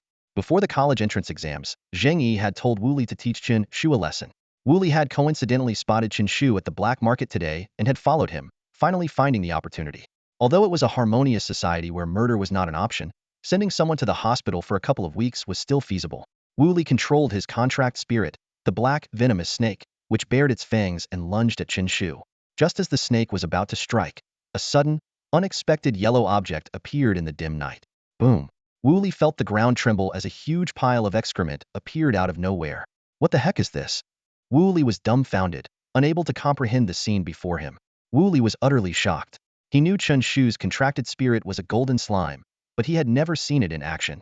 What baffled him even more was that, according to the intelligence, Chen Shu's contracted spirit was supposedly non-combative. The scene before him completely shattered his perception. His black viper's eyes were wide open, blood gushing from its mouth, on the verge of death. The massive golden sphere pressing down on the snake's body likely crushed its internal organs. Although the black viper was a level 4 contracted spirit, known for its speed and venom, it stood no chance against this 2-meter-tall, 500-pound giant sphere. It turned out that, after several selective enhancements and the boost from potent potions, the golden slime had gained considerable combat power. With the added advantage of gigantification, most level 4 contracted spirits found it hard to compete. Damn it, fighting dirty with a sneak attack. Chen Shu fumed. He was usually the one ambushing others. He had never been humiliated like this. Crush it. Blub. Blub. The golden slime obeyed, bouncing in place. The black viper, pinned down, could only emit agonizing hisses. Damn, this thing is fierce. Wuli, as the black viper's master, could clearly sense the endangered state of his contracted spirit. If he didn't retract it soon, it might actually die. For a beast master, losing a contracted spirit was a devastating blow. Return. Wuli decisively retracted the black viper and turned to leave quietly. It is a contracted spirit, Chen Shu realized instantly. If it were a regular animal, it wouldn't be this aggressive. He had been closely monitoring his surroundings, and Wu Li's subtle movements did not escape his notice. Use the charge skill. Chen Shu grinned. Although his thinking was unconventional, underestimating him would be a grave mistake. Blub. Blub. The golden slime leaped slightly, then its eyes widened, and its body shuddered before shooting out like an arrow. Wu Li felt a gust of wind from behind. Turning around, he only saw a flash of gold before being sent flying several meters. Bang! Wu Li crashed heavily into a tree, looking extremely disheveled. Chen Shu retracted the slime and walked over to Wu Li. Though a contracted spirit's combat power could easily be lethal, Chen Shu had held back. If the Spirit Bureau investigated, he would also be in trouble. Who are you? Chen Shu asked, leaning over. Wu Li only groaned in pain, refusing to speak. Wait, I recognize you. Zhengnan sent you, didn't he? Chen Shu suddenly said. How did you know? Wu Li blurted out, realizing too late that he had been tricked. Just a guess. Get lost. Chen Shu ignored Wu Li and rode his bike home. Wu Li struggled to his feet and staggered away. His injuries were severe. He would likely be in the hospital for a while. Back home, Chen Shu kept playing with the golden slime, his eyes full of approval. You didn't let me down. Good job. Though today's victory over the Black Viper was mainly due to catching it off guard, it still showcased the slime's strength. A level 3 slime had already reached 70 centimeters, and with gigantification, it could grow to nearly 3 meters. Combined with its immense weight, anything it pinned down was in serious trouble, just waiting for you to become a level 4 contracted spirit. The potions are ready. Chen Shu's system space stored 26 bottles of mid-grade strength potions, promising another significant boost once used. The next day arrived quickly. Chen Shu went to school as usual, but the atmosphere felt strange. He noticed everyone giving him odd looks. As soon as he stepped into the classroom, his classmates' eyes were all on him. What the heck is going on? Why are they looking at me like that? Chen Shu crossed his arms, warily scanning the room. Class monitor Wang Ming suddenly took out his phone and showed Chen Shu a picture. Chen Pai, is this really you? In the photo, someone squatted in a bathroom stall. Under the dim light, his yellow shirt featured a lifelike alpaca. Yeah, that's me. What's the big deal? Chen Shu was wearing the same yellow alpaca shirt today. Dude, you're famous now. The alchemist of Nanjing public restrooms. Wang Ming said. Chen Shu took the phone and saw the comments and shares, stunned. Is this the legendary epic potion? Art imitates life. Not bad, just a bit gross. Wow, I'm really famous? He had just casually made a potion, not expecting it to become a city-wide sensation. Pige, you didn't really use stuff from the toilet to make potions, did you? Can that stuff be used in alchemy now? The shock and curiosity were evident on everyone's faces. Chen Shu's lips twitched as he realized that his explanation was pointless. Internally, he grumbled, I'm refining medicine, not mixing fertilizer. Why would I need that stuff? Just then, the bell rang, signaling the start of class. The previously noisy classroom fell silent, and the students quickly returned to their seats. Fang Ku, the teacher with black-rimmed glasses, walked into the classroom, his gaze slightly unusual as he looked directly at Chen Shu. Clearly, he had also heard about the public restroom alchemist incident. In fact, the moment he saw the photo, he had guessed that Chen Shu was most likely the culprit. This student was always full of surprises, and anything out of the ordinary seemed perfectly normal when it came from him. Clearing his throat, Fang Ku's expression turned serious. All right, everyone, let's not discuss anything else. He scanned the room before continuing. The college entrance exams are over, and the senior students can relax a bit, but not you. The end of the semester is near, and I have an important announcement.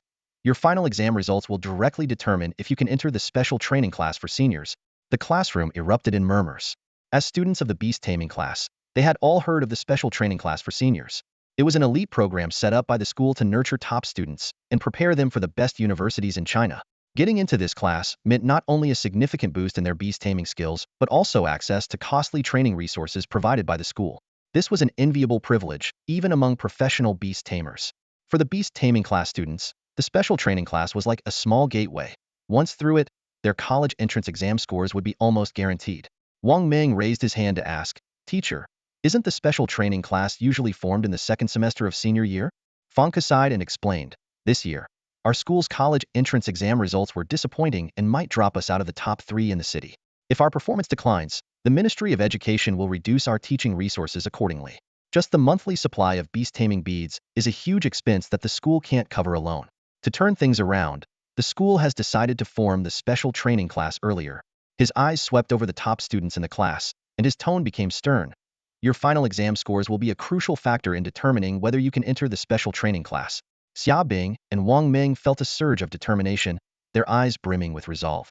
Everyone knew that the special training class only admitted 20 students, equivalent to the top 20 in the grade. Currently, only Xia Bing's scores were securely within that range. The others still had to work hard. Don't worry, teacher. We'll give it our all. Chen Shu suddenly shouted, his voice full of energy. Fang Ke looked at Chen Shu, his tone gentle yet tinged with helplessness. It's rare to see you so determined, Chen Shu. But it's okay. The results aren't everything. Just do your best. Hearing this, Chen Shu couldn't help but think sarcastically, what kind of talk is that? I haven't even started trying yet, and it feels like the outcome is already decided. Xiaobing, Wang Ming, Li Zixuan, come out for a moment. The rest of you, study quietly. The voice of the homeroom teacher, Fang Ku, echoed through the classroom. The 3 top students immediately stood up and followed the teacher out. Although Class 5 of the beast taming department had the worst grades, the top students still had a chance to join the special training class. Chen Shu watched his classmates leave and shook his head inwardly. Seems like they really think I'm a poor student. Teacher Fang is so clueless. Doesn't he realize a rising star is emerging? He yawned, ready to take a short nap. Chen Shu, come out. Suddenly, a stern voice came from the classroom door. Chen Shu was startled and looked up to see Teacher Yin standing there, looking puzzled. Teacher Yin, known for his strictness, taught spirit beast history and was feared by many students. Chen Shu followed Teacher Yin to the office, just in time to run into Fang Ku entering. Fang Ku frowned slightly. Chen Shu, I just got here, and you're already following? Teacher Yin called me. Chen Shu explained briefly and walked over to Teacher Yan's desk. Fang Ku inquired, Teacher Yin, did this kid cause trouble again? Teacher Yan's face darkened, and he snorted, humph. He even cheated on a small test. Hearing this, Fang Ku's frown deepened. Cheating was a serious issue affecting school discipline, and if taken seriously, it could result in a penalty. Chen Shu, what's going on? Fang Ku asked. Cheating? Me? Chen Shu looked bewildered. There must be some mistake. Teacher Yin slammed a test paper on the desk angrily. Still pretending? This is your history quiz from last week.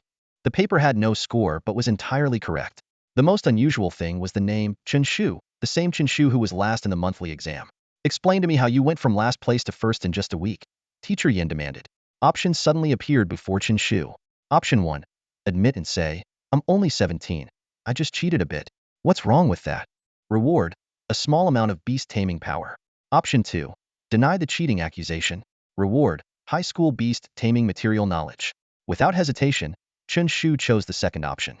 He spread his hands and said vehemently, I'd rather starve, cough. I'd rather stay last or lie down and do nothing than cheat. Fang Ke's forehead creased with a frown. So you're saying you really didn't cheat? Chen Shu sighed and earnestly explained, Teachers, I really didn't cheat. If you must know why, it's because of talent, unparalleled talent. 1 in a million. All right. Fang Ke interrupted Chen Shu's passionate speech. In fact, he also found it hard to believe Chen Shu would cheat. Not because of his character, but because someone who dared to score 16 points wasn't afraid of any score. Teacher Yin still didn't believe Chen Shu. Chen Shu proposed, Teacher Yin, if you don't believe me, you can test me on history questions. I really know them all. Of course, he couldn't explain it was because of the system. Teacher Yin picked up the test paper and began to ask questions. In what year did the first dimensional space appear in Huagua, and how was it suppressed? Without hesitation, Chen Shu replied, in the 5th year of the revival era, the beasts in the space were of dark attributes. It took the combined effort of the 300 strongest people in Huagua to suppress the riot. A flash of surprise crossed Teacher Yan's eyes. He continued, in what year did the strongest dimensional space in Huagua appear? In the 380th year of the revival era. To this day, the Dragon Nest in Huayuan province remains the most dangerous dimensional space in our country. The beasts inside have dragon bloodlines, and it is now guarded by the 1st Spirit Suppression Corps. Chen Shu answered fluently. When was the most critical moment in Huagua's history? In the 625th year of the revival era, 12 dimensional spaces within Huagua rioted simultaneously. Countless beasts invaded, and the battle lasted 12 years. The major corps suffered heavy casualties before the turmoil was finally quelled. Chen Shu's answers left everyone present stunned. Was this really the same Chen Shu who was a poor student? Chen Shu looked at his homeroom teacher, Fang Ke, with confidence in his eyes. I just wanted to live quietly, but now I have no choice but to reveal my true abilities. All right, I'll believe you for now, Fang Ke said, scrutinizing Chen Shu. Teacher Yin continued to question Chen Shu on various topics, both to verify his knowledge and to help him consolidate it. Fang Ke no longer paid attention to Chen Shu. Although he was surprised by Chen Shu's historical knowledge, it was a minor issue for him. The final exams tested more than just history. He returned to his desk and looked at the 3 top students from the class. Clearing his throat, Fang Ke spoke passionately, the opportunity is right before you. You must consider whether this might be the only chance in your life. Reviving the glory of Class 5 of the Beast Taming Department is a responsibility you cannot shirk. The 3 top students were instantly fired up, feeling the weight of a great responsibility. Hearing this, Chen Shu bluntly voiced his thoughts. Let's be honest, getting one person in would already be a success. Chen Shu, Fang Ke shouted angrily. He then took a deep breath and said more calmly, forget it. Teacher, please continue. Chen Shu kept silent and turned to discuss history with Teacher Yin. Fang Ke sighed, feeling his anger slowly dissipate. He collected his thoughts and continued. You 3 still have a chance. There are 20 days until the final exams. Your academic performance is fine, but your beast taming skills are lacking. During this period, try to get as many potions as possible. If your finances allow, you might want to try the black market for beast taming beads. Fang Ke explained that there was only one officially sanctioned shop in Nanjing City that sold beast taming beads, but the prices were high and the supply was limited. He hoped the students could find some luck on the black market. A few more points in beast taming could significantly boost your rankings. Wang Ming and Li Zixuan nodded, determined to ask their families for help in buying potions. Although it would be expensive, their families could manage for now. Many top students were striving to improve themselves to stand out in the final exams and secure a spot in the senior year special training class. Xia Bing, however, looked troubled and remained silent. Fang Ke asked with concern, Xia Bing, do you have any questions? As the top student in the class, she naturally received special attention. Xia Bing just shook her head without saying more. All right, you all have a chance to get into the senior year special training class. I believe in you, Fang Ke said, letting the 3 students return to the classroom. At that moment, Chen Shu finished his conversation with Teacher Yin, who seemed pleased. It was clear he had gained her trust. Mr. Fang, don't you believe in me? Chen Shu asked. Fang Ke shook his head and said, just maintain your ranking. Then, as if remembering something, he added, don't embarrass yourself in the final exams. The school leaders are very upset about the recent poor performance and might crack down on underperforming students. They might even send you back to the regular class to avoid dragging down the beast taming class's graduation rate. Got it, Chen Shu replied, waving his hand as he returned to the classroom. I'll never be at the bottom again, Chen Shu vowed silently, immersing himself in the newly acquired knowledge about beast taming materials. Details about various rare materials, their appearances, properties, growth environments, and effects became clear in his mind. This world is even more amazing than I imagined. Chen Shu marveled at the wealth of knowledge available at the high school level. As the school bell rang, signaling the end of the day, Chen Shu stretched and prepared to go home. Just then, Zhang Dali walked into the classroom. Chun Pai, aren't you going to study tonight? Chen Shu was puzzled. Isn't evening study mandatory for regular classes? I'm too hungry. Let's go out for dinner, Zhang Dali said. Sure, let's go. Chen Shu agreed, remembering he still had a 100,000 yuan reward from the Spirit Bureau in his pocket. The two left the school with their arms around each other's shoulders and headed to the food street in Nanjing City. After a hearty meal, it was already 7 p.m. Let's head back, they said as they rode their bikes back to their neighborhood. As they passed a shop called Beast Taming Home, Chen Shu suddenly stopped. This high-end shop specialized in creating growth plans for contracted spirits and was only affordable for the wealthy. Not far away, two men in black suits were surrounding a beautiful girl. Miss Wang, when are you going to pay back the money you owe us? One man asked menacingly with his arms crossed. Wang Qinghan remained silent. She owed them 100,000 yuan and knew she had to repay it. I don't have that much right now, but I'll pay it all back soon. Just then, a little girl with a school bag ran over. Sister, I finished my homework. When are we going home? The girl was about 10 years old, adorable and innocent. Wang Qinghan was an intern at Beast Taming Home. She had spent all her savings and borrowed money to afford an expensive awakening ritual for her sister, which could increase the chances of awakening a high-potential contracted spirit. The two men's attention shifted to the little girl. She's cute. Is she your sister? One man said, reaching out to touch the girl's head, only to be blocked by Wang Qinghan. This has nothing to do with her. Don't even think about touching my sister, Wang Qinghan warned coldly. Now you're scared, the man sneered. If you don't pay up, I'll erase all her homework. Wang Qinghan was stunned. Useless idiots, a buzzcut man smoking under a tree muttered. He walked over and slapped both men on the head. You can't even collect a debt properly. The buzzcut man turned to Wang Qinghan. With interest, you now owe 200,000 yuan. I expect 30,000 each month. As an employee of Beast Taming Home, you should be making at least that much. From a distance, Chen Shu and Zhang Dali parked their shared bikes. Suddenly, a choice appeared before Chen Shu. Option 1. Cover your eyes and mutter, I didn't see anything. Reward. Skill book, violent sit kill. Option 2. Step in and help the girl out of trouble. Reward. Moderate beast taming power.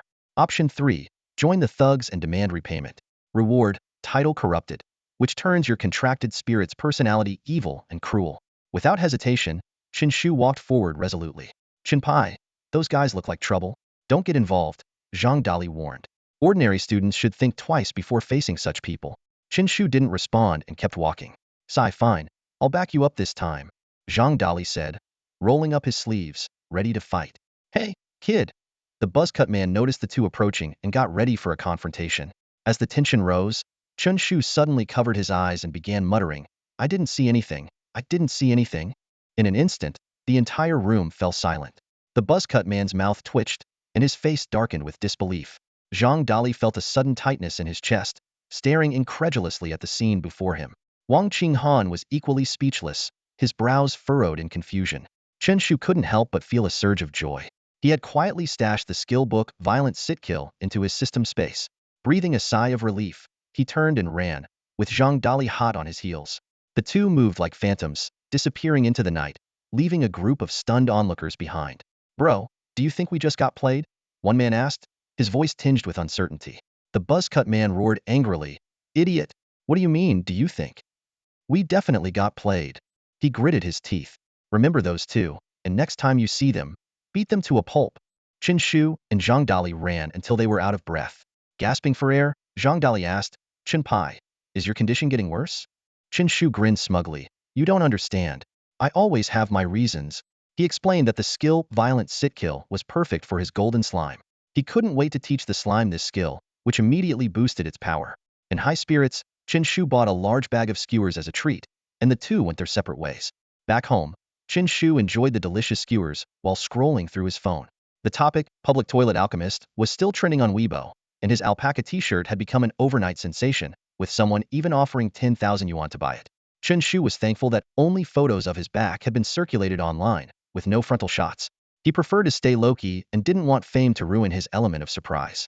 After browsing comments for a while, he yawned and suddenly remembered something, quickly sending a message to Fang Si. They exchanged a few words, with Fang Si still teasing him as usual. Chen Shu didn't mention that he had switched to the Beast Mastery class, but he silently vowed to make a stunning impression. As night fell, Chen Shu finished his nightly routine and lay in bed. The system once again presented him with the option to sleep or train. He chose sleep without hesitation. A gentle flow of beast mastery energy entered his body, filling him with anticipation for becoming a level 4 beast master. The next day at school, everything was normal except for some praise from the history and material science teachers. As school ended, Xiaobing approached him with a troubled expression and quietly asked, Chen Shu, can you lend me some money? Chen Shu paused, and 4 options appeared before him again. After weighing the pros and cons, he chose the 4th option. Patting his chest, he said generously, I'll lend you the money, but there'll be interest twice the bank rate. Xiaobing sighed in relief and quickly agreed. When Chen Shu asked how much she needed, Xiaobing whispered, 800,000 yuan. Chen Shu nearly choked on his own saliva, coughing repeatedly. He asked in shock, are you trying to drain my entire savings? What do you need so much money for? Xiaobing explained that she was about to break through to become a level 6 beast master and wanted to buy a mid-grade beast orb from the black market. After a moment's thought, Chen Shu agreed to lend her the money, but with one condition. You have to write a tooth-a-sand-word essay praising me. It has to be heartfelt and moving, and I want it by tomorrow, Chen Shu said with a sly smile. Xiaobing was stunned. What kind of ridiculous demand is that? Chen Shu looked at Xiaobing with a mischievous grin and said in a flippant tone, surely, something this simple isn't a challenge for you. Your silence means you agree, right? As he spoke, he pulled out a stack of crisp banknotes and a faintly glowing white Beast Master orb from his backpack. Here's 100,000 yuan in cash and the Beast Master orb you gave me last time.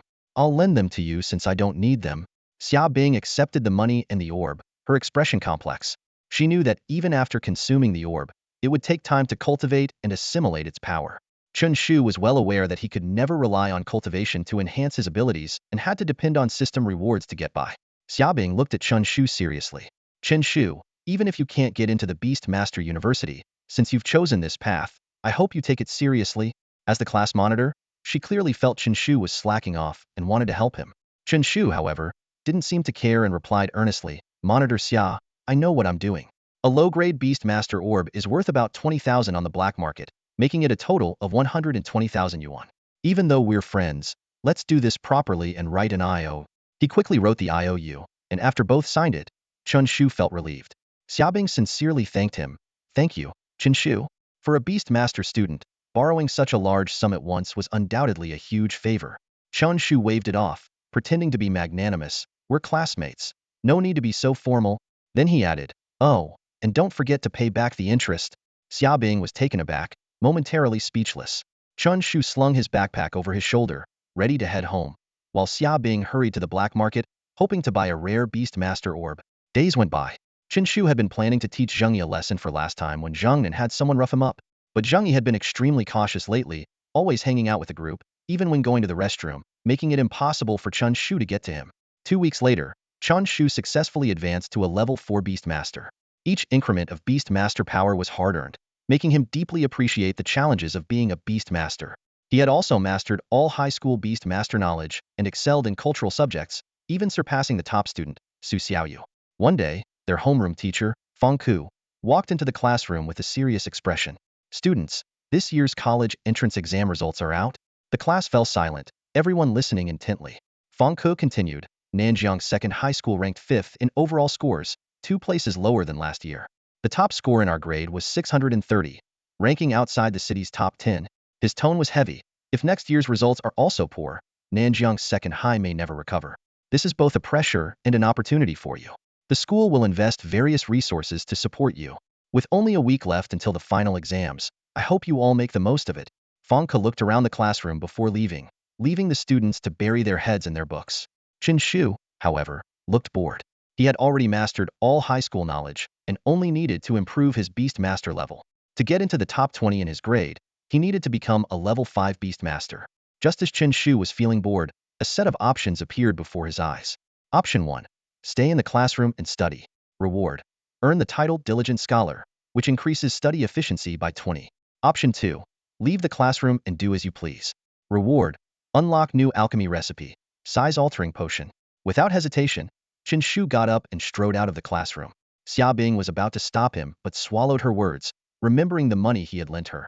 The system notification sounded immediately. New alchemy recipe. Size-altering potion unlocked. Chen Shu felt delighted, surprised that such a simple choice had unlocked a new potion. As he walked past the boys' restroom, a chubby kid with a bruised face stumbled out. Zhou Xiaoping? Who bullied you? Chen Shu recognized his former classmate. Zhou Xiaoming hesitated, then complained, Pai Ge. He was about to throw himself at Chen Shu. Whoa, stay away from me. Chen Shu dodged. What happened? It was Zhao Qi and Zheng Yi from Beast Master Class 3, Zhou Xiaoming said, sniffling. Did you provoke them? I accidentally peed on them. Chen Shu couldn't help but laugh. It was really an accident. Zhou Xiaoming scratched his head. Pai Ge, I want you to help me get back at them. Chen Shu stopped laughing, his eyes gleaming. I know Zheng Yi. He's like a dear brother to me. Zhou Xiaoming's face turned pale. Pai Ge, I'm sorry, I didn't know you were close. No, no, no. Chen Shu waved his hand, frowning. You really don't get it, do you? Clearing his throat, he said seriously. What I mean is, it'll cost you. Zhou Xiaoming was instantly petrified, staring at Chen Shu in disbelief.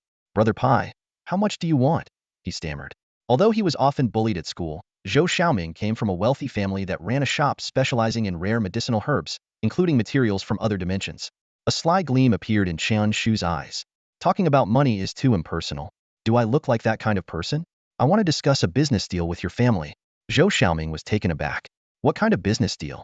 Just introduce me to your family when the time comes, Chen Shu said mysteriously. As a pharmacist at 666 Potion Company, he received extra strength potions daily. However, slimes could no longer absorb them, so he had to sell the excess to obtain other materials. Without a pharmacist's license, he couldn't buy materials from other dimensions, making Zhou Xiaoming's shop an ideal choice. All right, but whether the deal goes through or not is none of my business, Zhou Xiaoming nodded. And don't tell my parents about me being bullied. Chen Shu patted his shoulder. You're too soft. You should tell your teachers and parents when something happens. With that, he turned and left, already planning how to deal with Zheng Yi. Wandering aimlessly around the playground, Chen Shu suddenly heard noise coming from the auditorium. He remembered that today was the day the college entrance exam results were announced, and it was the last time the graduating seniors would return to school. He headed towards the auditorium. The auditorium was packed with graduates, and the principal was giving an impassioned speech on stage. Although he wasn't satisfied with this year's results, he still encouraged the students to aim high and never forget their alma mater. Chen Shu's gaze swept over the crowd and suddenly spotted the Zheng brothers whispering in the back row.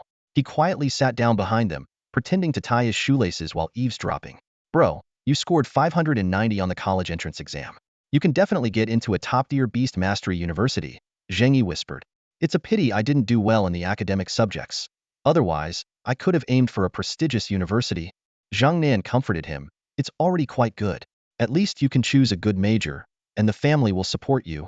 Suddenly, Zheng Yi asked, Has Chen Shu given you any trouble? No, I've been walking with others lately, so he can't do anything, Zheng Yi said through gritted teeth, recalling the humiliation of being stuffed into a urea sack. Bro, you're a level 6 beast master. When are you going to teach him a lesson? Zhang Nan frowned. That guy isn't simple. Even Wu Li was injured by him. What? Isn't Wu Li a level 4 beast master? Zhang Yi exclaimed. Chen Shu is at least a level 3 beast master and has been hiding his strength, Zhang Nan explained. Zhang Yi cursed under his breath, plotting his revenge. Chen Shu listened intently, finding the brothers quite ruthless. Suddenly, Zheng Yi got up to go to the restroom. Seeing an opportunity, Chen Shu quietly followed, a blue bag labeled urea peeking out from his backpack. Zheng Yi hummed a tune as he entered the restroom. Just as he started to relieve himself, a shadow flashed by, and before he could react, a urea sack was pulled over his head. Chen Shu! Zheng Yi screamed in terror, struggling desperately, but Chen Shu was stronger and dragged him into a stall. In a critical moment, Zheng Yi summoned a skeleton soldier, green ghost flames flickering, and its bone blade swinging. Cut him! Zheng Yi ordered. With a thud, the ground shook. Though Zheng Yi couldn't see, he sensed the skeleton soldier had stopped moving. It turned out the golden slime had transformed into a three-meter turtle giant, crushing the frail skeleton soldier under its weight. The sound of bones shattering filled the air, but the slime remained clueless. My contract spirit! Zheng Yi exclaimed, shocked that it had been defeated so quickly. Help! He shouted. Chen Shu sneered. Scream all you want. No one will come. In his panic, Zheng Yi actually started shouting, Help! Thud! Chen Shu punched him, instantly silencing him. Do you think you're funny? Chen Shu mocked, looking every bit the villain. Zheng Yi wailed in agony, his heart filled with despair. He kept asking himself, how did I end up provoking this troublemaker? Zhang Nan dared to call a beast master from the underworld to deal with me. If Uncle Chen doesn't teach you a lesson, you won't know why the flowers are so red. Uncle Chen showed no mercy, landing every punch squarely. Within minutes, Zheng Yi's face was swollen beyond recognition. When Chen Shu clapped his hands and stood up, Zhang Yi was already collapsed on the ground, occasionally twitching, clearly having taken a severe beating. But Chen Shu was no ordinary person. He knew how to control his strength. Although Zhang Yi looked seriously injured, he would recover quickly, though the next few days would be excruciatingly painful. Chen Shu nonchalantly dusted off his hands and pushed open the stall door, striding out of the restroom. Chen Shu, it really is you. Zhang Nan hurried over, looking anxious. Well, if it isn't Xiao Nan? Haven't seen you in a few days, and you've toughened up? Chen Shu teased leisurely. Zhang Nan was momentarily speechless. You wish. Cut the crap. Where's my brother? His eyes were filled with hostility, and he had a bad feeling. Your brother? Zhang Yi? I think I saw him go into the ladies' restroom. Chen Shu lied without batting an eye. Hold him down, Zhang Nan ordered, having brought 5 people for backup. The 5 men surrounded Chen Shu menacingly while Zhang Nan rushed into the restroom. Not seeing his brother, he recalled Chen Shu's words. Could Zhang Yi really have gone into the ladies' room? Suddenly, he noticed a bag sticking out from the last stall, with the word urine faintly visible on it. At this moment, options appeared before Chen Shu. 1. Fight aggressively, shouting, I can take on 10 of you. Reward, golden slime power 5. 2. Use evasive maneuvers, muttering, ghost blade activated, can't see me, can't see me. Reward, golden slime speed 5. 3. Shout for help, requesting backup. Reward, teleportation potion. 4. Engage in friendly conversation, trying to turn foes into friends. Reward, Beast Master level 1. Chen Shu thought briefly and chose the 4th option. Although the first 3 were tempting, increasing his Beast Master level was the most valuable. He could sell the Beast Master resources he couldn't use for potions. Hey guys, long time no see. How did you do on the last test? Chen Shu smiled warmly, casually placing a hand on one man's shoulder. You know me? Wang Yu looked puzzled, and the other 4 were equally confused. Of course, it's me, Chen Shu. Forgot already? Chen Shu pretended to be displeased. Wang Yu shook his head, still looking bewildered. Such a poor memory. Chen Shu shook his head theatrically and began to spin a tale. Actually, I'm pretty close with Zhang Nan. We've been buddies since we were kids. He acts tough, but it's all in good fun. Then why did you beat up his brother? Wang Yu asked suspiciously. That was just for fun too. Zhang Yi is like a little brother to me. If there were real issues, I would have run away long ago. How could I be this calm? Chen Shu's words were so convincing that the 5 men were thoroughly confused. 5 minutes later, Zhang Nan emerged, helping a battered Zhang Yi. Just as he was about to lash out, he noticed his 5 friends chatting and laughing with Chen Shu, looking quite chummy. Chen Shu, you son of a? Zhang Nan gritted his teeth, swallowing his words. How did his friends switch sides so quickly? It turned out that Chen Shu had fabricated such a convincing story about his history with the Zhang brothers that there were no flaws to be found. His natural demeanor and expressive storytelling left them utterly fooled. Wang Yu, what are you guys doing? Zhang Nan shouted angrily. Nan, calm down. Chen Shu explained everything. Wang Yu said with a smile. Explain my ass. What the hell is going on with you guys? Zhang Nan's face turned livid. Is there really a need for name-calling? Another person frowned. Nan's just like that, gets into character easily. We need to understand. Chen Shu played the peacemaker. Let's all take a step back. Zhang Nan, don't hold grudges against your buddies. Zhang Nan felt his head spinning. What was going on? All right, Zhang Yi, stop pretending. Is this fun for you? Chen Shu turned to Zhang Yi. Zhang Yi felt a surge of anger, thinking, I took a beating for nothing, and now I'm the one pretending? All right, it's just a joke. Everyone, let's disperse, Chen Shu called out. The 5 men shook their heads, chuckling as they left, leaving the Zhang brothers bewildered. Chen Shu, you bastard. Stay right there. Zhang Nan charged forward angrily. Guys, you go ahead. Nan's still in character. I'll help him out. Chen Shu gestured for the 5 to leave, then covered Zhang Nan's mouth and dragged him back into the restroom. Something seems off, Wang Yu suddenly realized, seeing Zhang Nan struggling. To the restroom, someone shouted. The group finally snapped out of it and ran back. Stop! They burst in to find Chen Shu beating up Zhang Nan. Despite Zhang Yi being there, the 2 brothers together were no match for Chen Shu. Why are you back? We're just messing around. Chen Shu remained calm. Son of a. Zhang Nan was furious, almost fuming. You tricked me? Wang Yu, now clear-headed, saw Zhang Nan's swollen face. Wait. We're all civilized people. If you touch me, I'll shout. Chen Shu warned. Get him. Think you're tough? Huh? The 5 men surrounded him, rolling up their sleeves. Wait. Zhang Nan suddenly shouted, stopping them. He knew how loud Chen Shu could be, and causing a scene might draw a crowd. Chen Shu, you're a beast master. If you really have the guts, duel me at the Beast Master Arena. Zhang Nan calmed down, plotting. With finals approaching, if he could injure Chen Shu's contracted spirit badly enough, It would score him a 0 in the Beast Master class, the ultimate revenge. Chen Shu must be hiding his strength, aiming for the Beast Master training class, and Zhang Nan planned to crush that dream himself. At this moment, options appeared again before Chen Shu. Chen Shu was once again faced with a set of options. 3 choices appeared before him: plead for mercy, run away, or accept the challenge. Without hesitation, he chose the third option, nodding in agreement to Zhang Nan's demand. As a newly promoted level 5 beast tamer, Chen Shu harbored a glimmer of hope in his heart about defeating the level 6 Zhang Nan. However, I need a witness. I question your integrity, Chen Shu said bluntly, his eyes scanning Zhang Nan and his group. If you lose and then all gang up on me, where would I go to seek justice? Zhang Nan and his companions scoffed at this, finding it absurd that Chen Shu would bring up integrity. Zhang Nan sneered. And you have the nerve to question our integrity? What if you take the chance to run away? Chen Shu, visibly indignant, pounded his chest and declared, I, Chen Shu, have always acted honorably. How could you accuse me of such behavior? What do you think? Zhang Nan retorted, his eyes filled with sarcasm. Inwardly, Chen Shu admitted that if not for the system's options, he might indeed have considered running away. But with an opportunity to gain new talents, he was unwilling to let it slip away. The massive size and reckless combat style of the slime perfectly complemented his defensive abilities. Fine, I'll call a witness. That should be acceptable, Chen Shu suggested. Zhang Nan nodded in agreement. Chen Shu immediately took out his phone and dialed Su Xiaoyu's number. Hey, Xiaoyu, come to the beast taming pavilion. I need your help with something. Chen Shu knew well that regardless of the outcome, this group might seize the chance to beat him up. Su Xiaoyu, a level 7 beast tamer, had enough strength to deter them and ensure his safe departure. Let's head to the beast taming pavilion and wait, Chen Shu said calmly, leading the way out.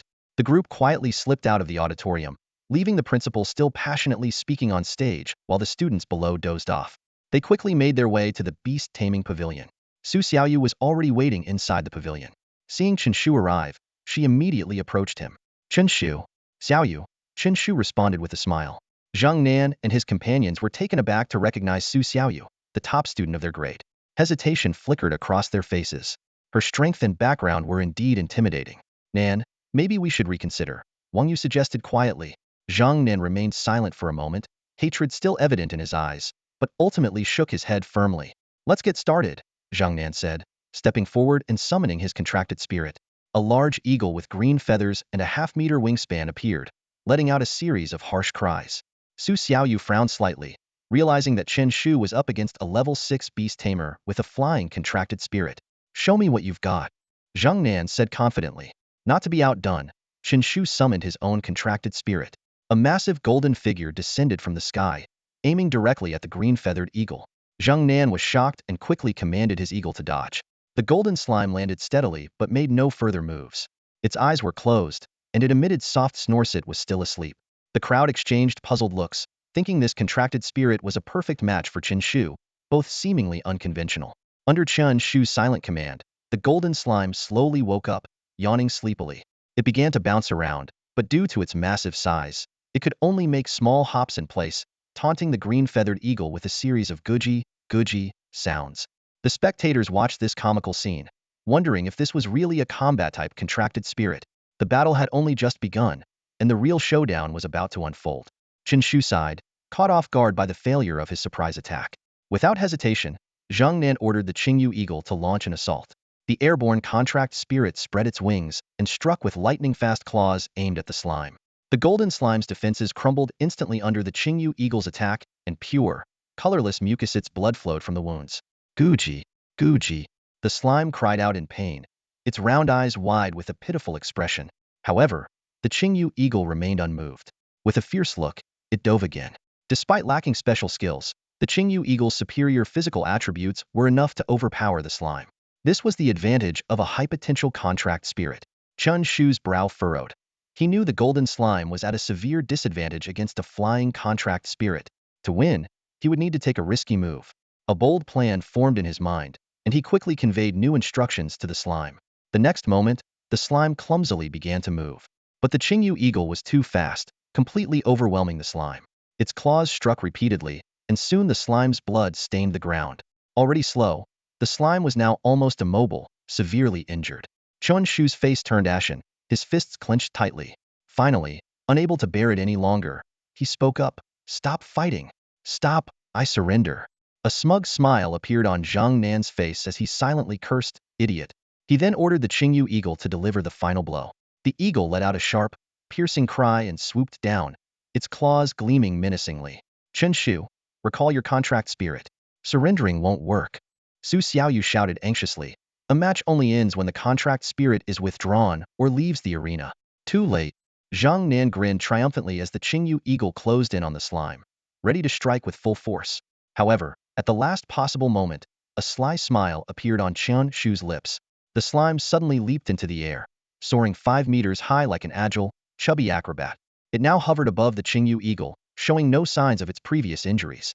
Its performance was worthy of an Oscar in the slime world. Given the weight and bounce of a slime, it shouldn't be able to jump so high. Clearly, this is the effect of the violent sit skill.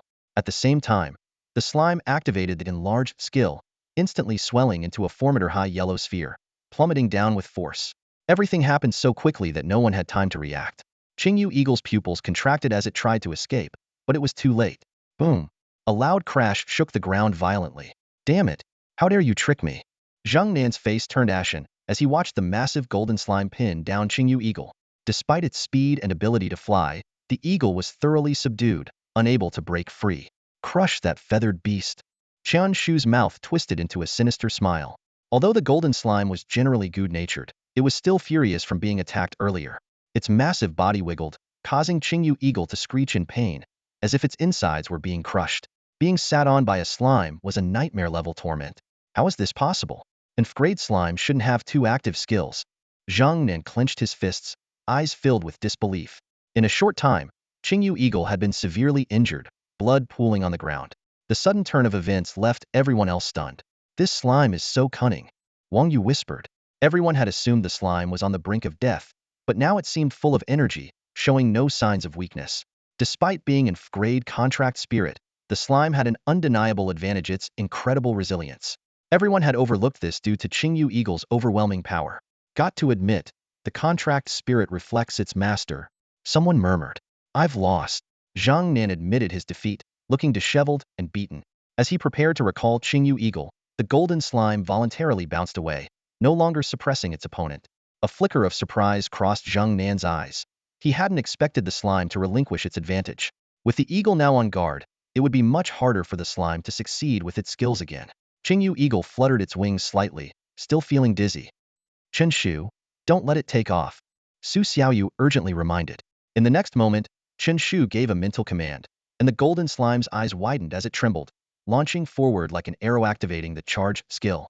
Catching Qingyu eagle off guard just as it managed to lift off half a meter, the yellow blur collided with it, sending it flying. Chen Shu showed no mercy, even if it meant crashing his contract spirit into oblivion. Qingyu eagle's body was hurled towards Zhang Nan, and with a thud, both master and spirit were sent flying several meters, landing heavily on the ground. "Fly high, little Nan. The wheelchair will roll itself," someone jeered. Cough, cough. Zhang Nan clutched his chest in pain, coughing incessantly. "You've lost," Chen Shu stated calmly. Qingyu eagle had been forced out of the battle area, which counted as a defeat. 3 skills. How do you have 3 skills? That's impossible. Zhang Nan's fists tightened, his body aching but his shock evident. An grade slime with at least 3 combat skills was unheard of. Su Xiaoyu covered her mouth in shock as well. Even her grade flamebird only had 2 combat skills. "Because it's the yellow flash of Nanjiang No. 2 High School," Chen Shu declared proudly. "Everyone?" Chen Shu recalled the slime into his beast space and turned to leave with Su Xiaoyu. Zhang Yi rushed over, concerned. "Bro, are you okay?" Cough, cough. "I'm fine," Zhang Nan replied, still coughing, his face pale. He sternly warned his younger brother. "I'll be leaving Nanjiang No. 2 soon. Don't provoke Chen Shu anymore." Though Chen Shu was eccentric, his strength and deep concealment made him a formidable opponent, beyond the Zhang brothers' capability. Despite numerous confrontations, they had never gained the upper hand. "I understand," Zhang Yi sighed, his eyes filled with defeat, finally abandoning any thoughts of troubling Chen Shu. "Chen Shu, is your contract spirit really grade? It seems stronger than my flame bird," Su Xiaoyu asked curiously, like a child. "Of course not," Chen Shu replied mysteriously. "Actually, my contract spirit is an SS grade invincible cosmic poop. There's no such name for a contract spirit unless you show me its info," Su Xiaoyu retorted, exasperated. "I prefer to keep a low profile," Chen Shu said earnestly. "Humph." Su Xiaoyu grumbled, but then remembered something. You're already a level 5 beast master. If you can level up a bit more, you might get into the special training class. Yeah, we'll see, Chen Shu nodded. With his current strength, he was likely to be in the top 20 of his grade. However, everyone would be giving their all in the final week, and he could be bumped out. Whether he made it to the senior special training class depended on luck. But even if he didn't, he could still ace the college entrance exams. You should buy some beast orbs for training. If you reach level 6, you're sure to get in, Su Xiaoyu suggested. We'll see, Chen Shu replied vaguely. His beast mastery talent was average, making his training efficiency low, so he didn't focus much on it. The two parted ways. After the battle, Chen Shu's contract spirit had gained a new talent, thick armor, a medium increase in defense, with the effect tripled when the spirit was asleep. It was a great defensive skill, perfectly suited to the golden slime. Chen Shu approached the classroom door, where a young biology teacher was explaining key points. We're so close to finals, and they're still teaching, he muttered, silently opening the back door to slip into his seat. Hey, who's there? The biology teacher turned around, spotting the sneaky Chen Shu. Chen Shu froze. I'm the main character, right? How can I be so unnoticed? He thought. Quickly he responded, Teacher, I'm from this class. I had a stomachache and had to rush to the restroom. The biology teacher looked exasperated. Just sit down. Chen Shu was bored waiting for school to end. He had already mastered all the high school material. As soon as the bell rang, he bolted out of the classroom and headed straight to the regular class's door. Zhou Xiaoping. Pai Gu. Zhou Xiaoming ran over excitedly. I saw Zhang Yi's miserable state. Pai Gu, your efficiency is top-notch. Chen Shu rubbed his hands together. Of course. I'm coming to your place tonight. I want to discuss some business. He had just unlocked a formula for a physique potion and needed raw materials to brew it. Unlike the strength potion, the physique potion's yield was only 2 to 4 bottles. If he brewed it at the 666 potion company, the profit would be minimal, and it would draw too much attention. A high school student proficient in brewing 2 types of potions was already quite extraordinary. Tonight? Zhou Xiaoming was surprised. Isn't it too early to meet my parents? Chen Shu's face twitched. Are you asking for a beating? Speak properly. No. Paigo, what I mean is I haven't told my parents yet, Zhou Xiaoming said, embarrassed. And we have evening classes tonight. Chen Shu dragged Zhou Xiaoming towards the school gate. No worries. I'll have Zhang Dali tutor you tomorrow. Have Zhang Dali tutor me? Zhou Xiaoming exclaimed. Are you kidding? I don't want to be the last in the grade. The two arrived at Zhou Xiaoming's family shop, and things went smoother than Chen Shu had imagined. They quickly reached an agreement. As long as Chen Shu could provide the money, Zhou Xiaoming's family would sell him the herbs.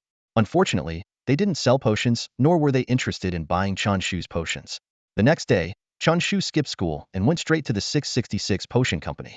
He had already mastered all the high school knowledge about beast taming and didn't need to review his textbooks.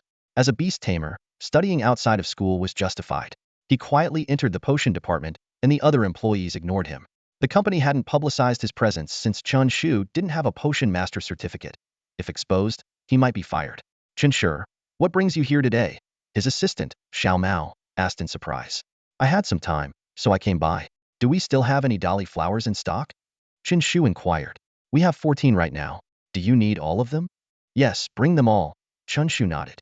The company supplied 3 Dali flowers daily, but since he hadn't been there, they couldn't reserve them all for him. Otherwise, the strength potion would be out of stock. The 666 potion company's products were always in high demand. A day later, Chen Shu had used up all 14 Dali flowers.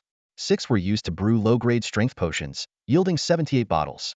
According to the contract, he had to give the company 5 bottles per Dali flower, which amounted to 70 bottles for 14 flowers. The remaining 8 flowers were used to brew mid-grade strength potions, which Chen Shu stored in his system space. Xiao Mao, accustomed to Chen Shu's incredible potion-making speed, registered the 70 bottles of strength potion into the inventory. In the evening, Chen Shu left the company and headed straight for the black market. He needed to sell the potions and then buy herbs from Zhou Xiaoming's family shop to brew the new physique potion. His system space contained 52 bottles of mid-grade strength potion, 14 of which had been consumed by his golden slime. The slime had developed a resistance and could no longer consume mid-grade strength potions. Chen Shu found an empty spot on a black market street and began setting up his potions. Come and take a look. Freshly brewed mid-grade strength potions, he shouted. Guaranteed genuine. 10 times your money back if it's fake. Despite his loud voice, few people approached, and passers-by gave him disdainful looks. Seriously? I'm a model student, and they're treating me like a con artist? Chen Shu thought. Kid, your con game is too amateurish, said the vendor at the neighboring stall. I'm selling real strength potions, Chen Shu explained, exasperated. Who would believe your 10 times guarantee? Are you just going to give them 11 bottles if they catch you? The vendor continued. Chen Shu turned to the vendor and suddenly remembered. Aren't you the guy who sold mud to Zhangdali? That's not mud. It's an Earth Dragon King's core. The vendor corrected him earnestly. Want to learn some tricks? Tricks? What kind of tricks? Black market vending tricks, of course. I guarantee you'll make 3,000 a day. As he spoke, the vendor pulled out an old book titled Black Market Con Tricks, Collector's Edition. Seriously? Chen Shu's face twitched. You even have a collector's edition book? No thanks, I'm selling genuine products. Not like you scammers. Not bad, not bad. The vendor nodded approvingly. Your con game might be weak, but your acting skills are decent. Chen Shu stood in front of his stall, utterly speechless, with a deep frown on his face. Suddenly, an idea flashed through his mind. He turned to the stall owner next to him and asked, May I know your name, sir? Just call me Lao Wang. Everyone does, the stall owner replied casually. Chen Shu nodded and said, All right, Brother Wang, I need a favor from you. Lao Wang's face immediately fell. I'm Lao Wang, not Lao Wang Ba. He corrected helplessly. Got it, Brother Wang. Chen Shu continued as if he hadn't heard. Lowering his voice, he leaned in closer to Lao Wang. Can you get some people to pretend to buy things and create some buzz? Lao Wang shook his head, too tired to correct Chen Shu again. He asked suspiciously, Will that even work? Then, almost reflexively, he rubbed his hands together and added, I can call people, but you know everything has a cost. 100 yuan per person. 100 yuan per person, Chen Shu agreed readily. Just get the people here, and I'll give you 1,000 once it's done. Lao Wang looked skeptical. Do you even have that much money? Without a word, Chen Shu pulled out 500 yuan from his pocket. Here's a 500 yuan deposit. You'll get the rest after it's done. Just make sure to bring enough people. Lao Wang's eyes lit up as he quickly pocketed the money, a satisfied grin spreading across his face. 10 minutes later, Lao Wang indeed brought a group of people to Chen Shu's stall. Most of them were nearby stall owners, ordinary folks selling counterfeit goods. Although the black market only allowed beast tamers of level 5 and above, it wasn't hard for regular people to sneak in. Little Chen, these are the elites of the black market. What do you think? Lao Wang introduced them proudly. Chen Shu scanned the crowd and nodded silently. Without needing any instructions, these seasoned actors immediately surrounded his stall and began their performance with practiced ease. 1 bottle of medium-grade strength potion for me. I'll take one too. Give me a bottle. I came all the way from downtown. Boss, I want 5 bottles. Wrap them up for me. Their acting was Oscar-worthy, full of emotion and completely convincing. However, Chen Shu couldn't help but facepalm, feeling his temples throb. Could you at least pretend to pay? He screamed internally. Come on, at least make it look real. This is too fake. The problem wasn't that they were unwilling to pay. Their pockets were emptier than their faces were clean. Who would have money and still work as a shill anyway? Chen Shu thought helplessly, feeling that this farce was even more absurd than he'd imagined. Chen Shu quietly gathered everyone and shared a plan. After hearing it, they all looked hesitant. This isn't good. It'll ruin our image. I, Wang Tianba, have always been upright and honest, and I won't do such a thing. Someone declared passionately, then quickly added, unless you pay more. Chen Shu shook his head helplessly. 200 each. As soon as he said that, everyone seemed energized and instantly got into character. They crowded around Chen Shu's stall, shouting, I'll take all these potions. Anyone who tries to grab them from me will regret it. Damn it, who dares to oppose me? Wang Bata. In the black market, the scene quickly became chaotic, with a dozen people fighting and attracting a crowd. Why are they fighting? A curious passerby stopped to watch, and the crowd grew larger. Seeing this, Chen Shu seized the moment and shouted, Everyone, break it up. There's an 8,000 yuan mid-grade strength potion for everyone. He emphasized 8,000 yuan, cleverly marketing his product. The onlookers stepped in to separate the fighters. Among them, Wang Tianba, covered in fake blood, looked pitiful. He crawled towards Chen Shu and spat out a mouthful of blood, actually ketchup. Give me a bottle of the genuine 8,000 yuan mid-grade strength potion, he said before dramatically passing out. Chen Shu admired the dedication of his accomplices and signaled for others to drag Wang Tianba away. Just then, Wang Tianba twitched and mumbled, Quick, give me the mid-grade strength potion. Feeling they were overacting, Chen Shu quickly signaled for them to take Wang Tianba away.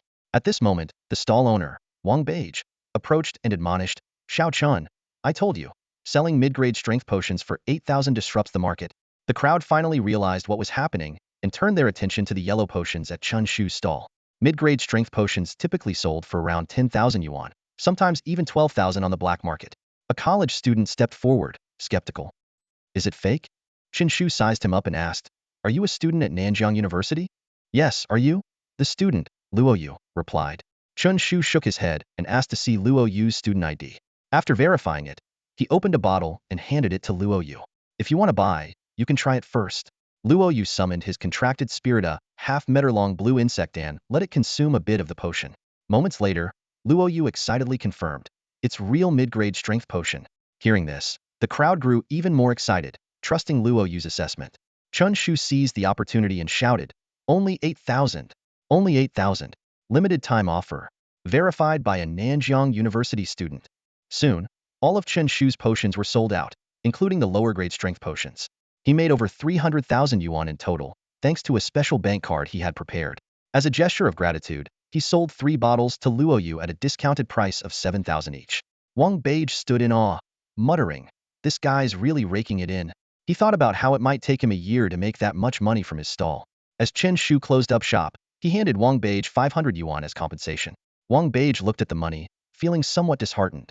Finally, Chen Shu found the group of accomplices to pay them their wages. After all, their efforts were crucial in selling out the potions so quickly. Chen Shu, known for his generosity, handed out 300 yuan to each performer and gave an additional 700 yuan to Wang Tianba. However, Wang Tianba declined, saying, "Everyone else is getting just 300 yuan. So I feel a bit awkward taking 1,000. Chen Shu insisted, pulling out his phone to add Wang on Chaoxin. "What's the most valuable thing these days?" "Talent, of course," he said with a smile. "Just carrying ketchup with you shows a commendable level of dedication." Wang Tianba waved it off. "No need. I just used ketchup. There's no injury." Chen Shu quickly left the black market and glanced at his watch. It was already 9 o'clock. On his way home, he bought a few skewers from a street vendor and happily returned home. Early the next morning, Chen Shu arrived at Zhou Xiaoming's material shop. He got straight to the point. "I need 5 giant fruits." These were the primary ingredient for making size-enhancing potions. Zhou Xiaoming nodded and also prepared the other necessary herbs for him. Unlike the strength flower, size-enhancing potions are categorized into basic, black iron, and silver levels, corresponding to 3 tiers of contract spirits. The price of giant fruits was significantly higher than that of strength flowers, with a market price of 30,000 yuan each. Chen Shu took out his bank card. "How much in total?" Zhou Xiaoming quickly calculated. 180,000 yuan. With a single sentence, Chen Shu spent 180,000 yuan. He unhesitatingly swiped his card, packed the 5 giant fruits and other herbs into his backpack, and left. Back home, Chen Shu eagerly began the preparation. He focused intently and managed to produce 20 bottles of size-enhancing potion in one go. Although he lacked the mastery level to yield extra, 20 bottles were already an impressive feat. Most shops didn't have such a large stock. In terms of value, each bottle was approximately worth 30,000 yuan. Looking at the shimmering potion bottles, Chen Shu already had a plan. He had no intention of selling them. They were all meant to nurture his golden slime. With the help of the system's various rewards and potion infusions, even a frank contract spirit could become the strongest creature. Chen Shu began to envision his golden slime squashing a dragon with its weight. His lips curled into a smile, and his eyes sparkled with excitement. 20 bottles of size-enhancing potion increased the golden slime size by 15, with a maximum limit of 30. It would need to consume another 20 bottles to reach that limit. Chen Shu looked at the golden slime with satisfaction. It was now a meter tall. If it were to use its enlargement ability, it would exceed 4 meters, making it a behemoth among low-tier beast tamers. Blop, blop. The slime blinked its large eyes and affectionately nudged Chen Shu's hand. As he gently patted it, Chen Shu contemplated the cost. Just increasing his contracted spirit size by 30 required 1,000,000 huaxia coins, a luxury few could afford. He felt fortunate to have the means. After putting away the golden slime, Chen Shu glanced at the time. It was already noon. He decided to grab lunch before heading to school in the afternoon. He walked into a small restaurant and ordered a plate of stir-fried pork with green peppers over rice and a cola. As he focused on his meal, a familiar figure passed by the window. Chen Shu looked up and exclaimed, "Hey, isn't that Wang Teng?" Wang Teng turned at the sound of his name, hesitated for a moment, and then walked in. "I remember you. You're Xiaoyu's classmate, right?" he said. "I've heard about the incident with the wanted criminal in the black market. Thank you for saving her." Chen Shu waved it off. "It was nothing." Then, shifting the conversation, he added, "You seem pretty guilty. Don't tell me you were behind it?" Wang Teng was momentarily stunned by the accusation. After a moment, he managed to reply, "Of course not." He took a deep breath to calm himself. "But I do need your help with something." "What is it?" Chen Shu asked warily. "Just so you know, I don't have any money to lend you." Wang Teng resisted the urge to roll his eyes. The Wang family is one of the top families in Nanjiang City. "Do you think I'd need to borrow money from you? I want you to help convince Xiaoyu to join my team. With her, we could definitely place in next year's beast taming competition." Chen Shu was about to respond when three options suddenly appeared before him. He quickly scanned them and chose the third one without hesitation. I can't persuade Xiaoyu either, Chen Shu said seriously. How about we team up instead? What do you think?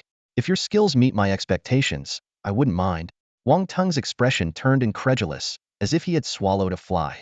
Are you kidding me? He rubbed his temples. How can you say that with a straight face? Your skills? Meeting my expectations? Finally, Wang Teng forced a smile. You have a good sense of humor. Anyway, I hope you can help me out. With that, he left the restaurant, clearly eager to escape before losing his temper. Chen Shu watched Wang Ting leave, a smug smile on his face. A simple choice, and the slime's abilities had improved again. Check, please. Chen Shu called out, having finished his meal. That'll be 30 yuan, the owner replied. Chen Shu was surprised. Wasn't the rice dish 12 yuan? The rice dish is 12 yuan, but the cola is 18, the owner explained. What kind of cola costs that much? Chen Shu felt he had been tricked. It's the same 3 yuan cola you find outside, the owner said earnestly. Chen Shu then noticed that the font for the cola price on the menu was much smaller than for the dishes. Shaking his head, he paid and left, mentally adding the place to his blacklist. Back at school, Xiaobing approached him, kindly reminding, Chen Shu, the exams are coming up soon. You should stop wandering around. Chen Shu thought to himself, if I don't wander, how can I get stronger? But outwardly, he nodded and promised to stay focused. The days flew by, and the final exams arrived. Fang Ku stood at the podium, looking serious. Class, today is the final exam. I won't stress its importance. It's all up to your performance. As the bell rang, the cultural studies exam began.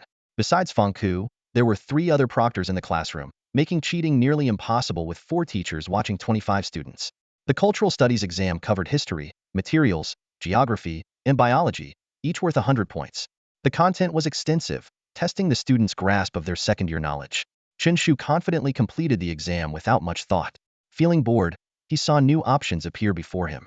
After a brief consideration, he chose the third one. The next moment, Chen Shu began deliberately flipping through his test papers. The sound caught the attention of his classmates, who were already stressed by the unexpectedly difficult exam, designed to select candidates for the special training class in their third year. The flipping became more frequent, creating the illusion that many had moved on to the next page, although only a few top students had actually done so. With a satisfied smile, Chen Shu leaned on one hand while flipping the papers with the other, observing his classmates' reactions. Reward received. Collision skill 1. Chen Shu was momentarily surprised. Wow, that was fast, he thought, realizing that this year's students had some work to do on their mental resilience. Chen Shu was engrossed in writing when he suddenly felt a stern gaze upon him. He looked up and saw Fang Ku walking over with a serious expression. In a low voice, Fang Ku reprimanded, if you don't know how to do it, just stay put. Why are you flipping through the test papers? You're clearly disturbing others. Chen Shu forced a wry smile and softly explained, my hand cramped badly just now, but it's fine now. After saying this, he simply laid his head on the desk and fell asleep, indifferent to the outcome of the exam since the reward was already in hand. Each subject's exam took half a day, and 2 days later, the academic exams finally concluded. Many students gathered together, eagerly discussing the tests. The questions were incredibly tough this time. They must be trying to filter out the top students, a boy said, frowning. Sigh, I just hope to score over 320 points in the academic subjects, a girl sighed. Yeah, the special training class for seniors is out of our reach, but at least we shouldn't perform too poorly, someone nearby agreed. Chen Shu stood aside with a mysterious smile, saying nothing. His demeanor quickly caught the attention of his classmates. Someone joked, looks like we have a top student among us, keeping quiet now but ready to shock everyone when the scores come out. At that moment, Fang Ku strode into the classroom, cutting off the discussion. All right, everyone, stop discussing. No matter the results, the academic exams are over. The focus now is on the upcoming beast taming exams. Fang Ku briefly introduced the situation. The total score for the academic subjects is 400, with most students scoring between 340 and 380 points, so the gap isn't too wide. But for the beast taming exam, the total score is 350. Some students might score less than 100, while others could reach 200 or 300 points. This is where the real difference lies. As he spoke, Fang Ku's gaze unintentionally fell on Chen Shu, with a hint of warning in his tone. I hope everyone adheres to the rules in the final exam and doesn't follow certain bad examples. He's secretly worried, fearing Chen Shu might do something unexpected again. The afternoon dismissal bell rang, and Zhang Dali was already waiting outside the classroom. Seeing Chen Shu come out, he immediately approached him. Finally, it's summer break. Chen Pai, are you really going to work for 2 months? As a regular class student, Zhang Dali was completely free now. Chen Shu nodded while packing his bag. Of course, I need the money. What are your plans for the summer? Walking side by side out of the school gate, Zhang Dali excitedly said, I'm going to play online games and aim for the king rank in beast taming glory. By the way, my mom's back, and she invited you to dinner at our place tonight. Chen Shu readily agreed without a second thought. Who could refuse a free meal? Zhang Dali suddenly threw an arm around Chen Shu's shoulder, saying seriously, Chen Pai, I'm counting on you in the future. Wealth and honor. Don't forget each other. Chen Shu rolled his eyes, exasperated. Can you stop emphasizing wealth? It makes me sound like a gold digger. The two joked and laughed as they returned to their neighborhood. Coincidentally, Chen Shu's parents had something come up and wouldn't be back for dinner, so the two headed straight to Zhang Dali's house. Dad, Mom, I'm home. Zhang Dali tossed his bag onto the sofa and sprawled out comfortably. Chen Shu also made himself at home. Are my two boys back? A middle-aged woman emerged from the kitchen with a warm smile. It was Zhang Dali's mother, Shui Yuan. Hello, Aunt Shui. Chen Shu greeted politely. Zhang Dali, still lying down, asked, Mom, where's Dad? I don't see him. He's in the study, buying some things online. You can go check, Shui Yuan replied. I'd rather not. I don't understand any of it, Zhang Dali said with his eyes closed. Chen Shu, however, was intrigued and headed to the study. He saw the burly Zhang Feng intently staring at the computer screen and motioned for Chen Shu to sit down. As Chen Shu leaned in, he was immediately captivated by what he saw on the screen. Tianyuan ginseng price, 300,000 Huaxia yuan. 1 ounce of stone milk from Yunding Peak, price, 500,000 Huaxia yuan. Level 2 giant fruit, price, 100,000 Huaxia yuan. Beast core of the Ice Wolf King, price, 1 million Huaxia yuan. Chen Shu swallowed hard, shocked by the exorbitant prices. Although he had knowledge of high school-level beast taming materials, these prices far exceeded his expectations. Zhang Feng chuckled and explained, Xiao Chun, these items are for black iron level beast tamers, so they're naturally more expensive. Beast tamers below black iron level are called apprentice beast tamers and aren't qualified to know about these things yet. Uncle Zhang, what website is this?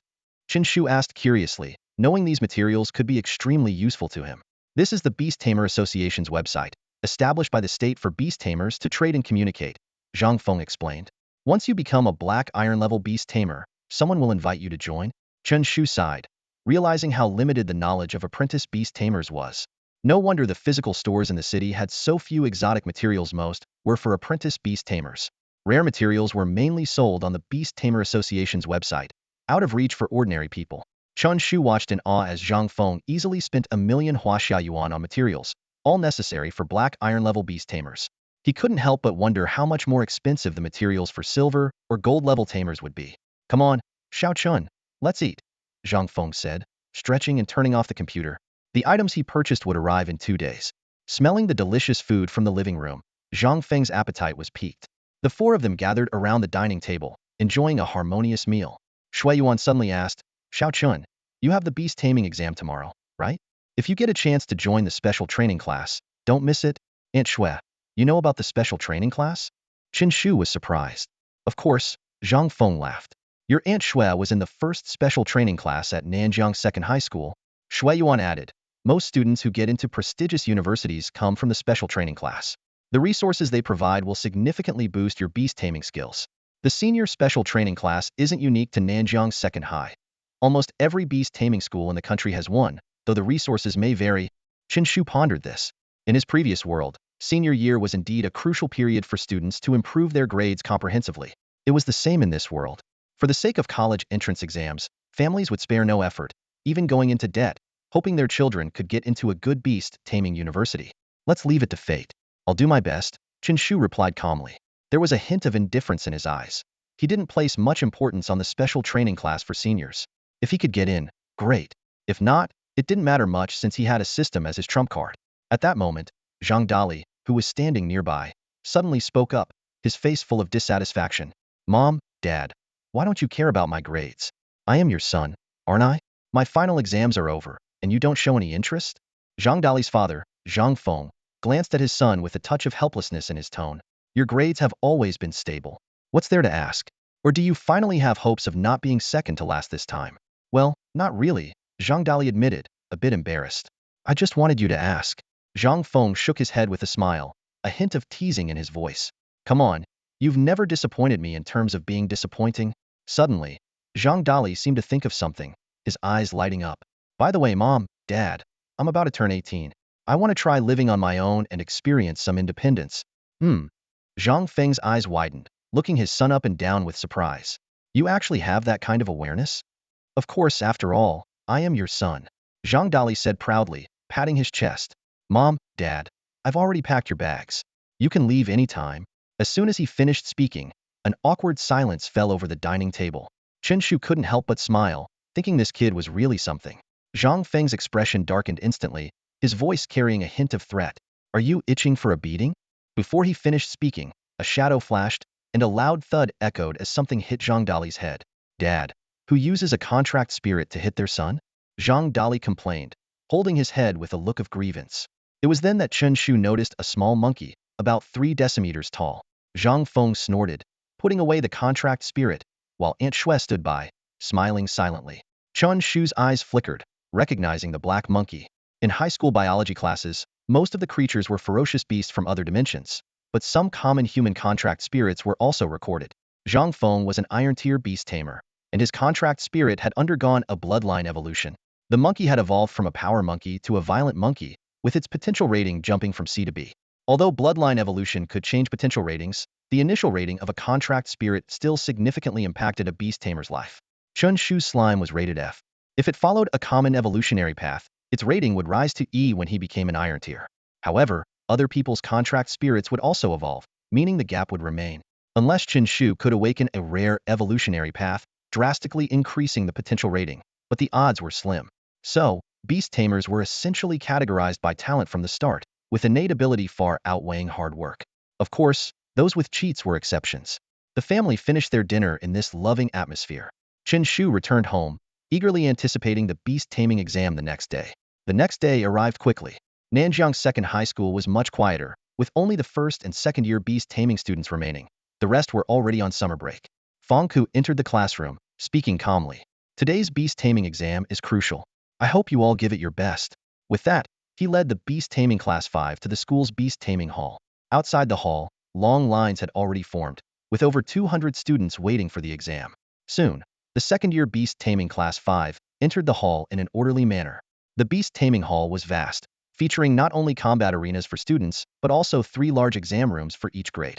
The 121 second-year beast taming students gathered in the exam hall. The exam consisted of 5 parts, as per usual standards.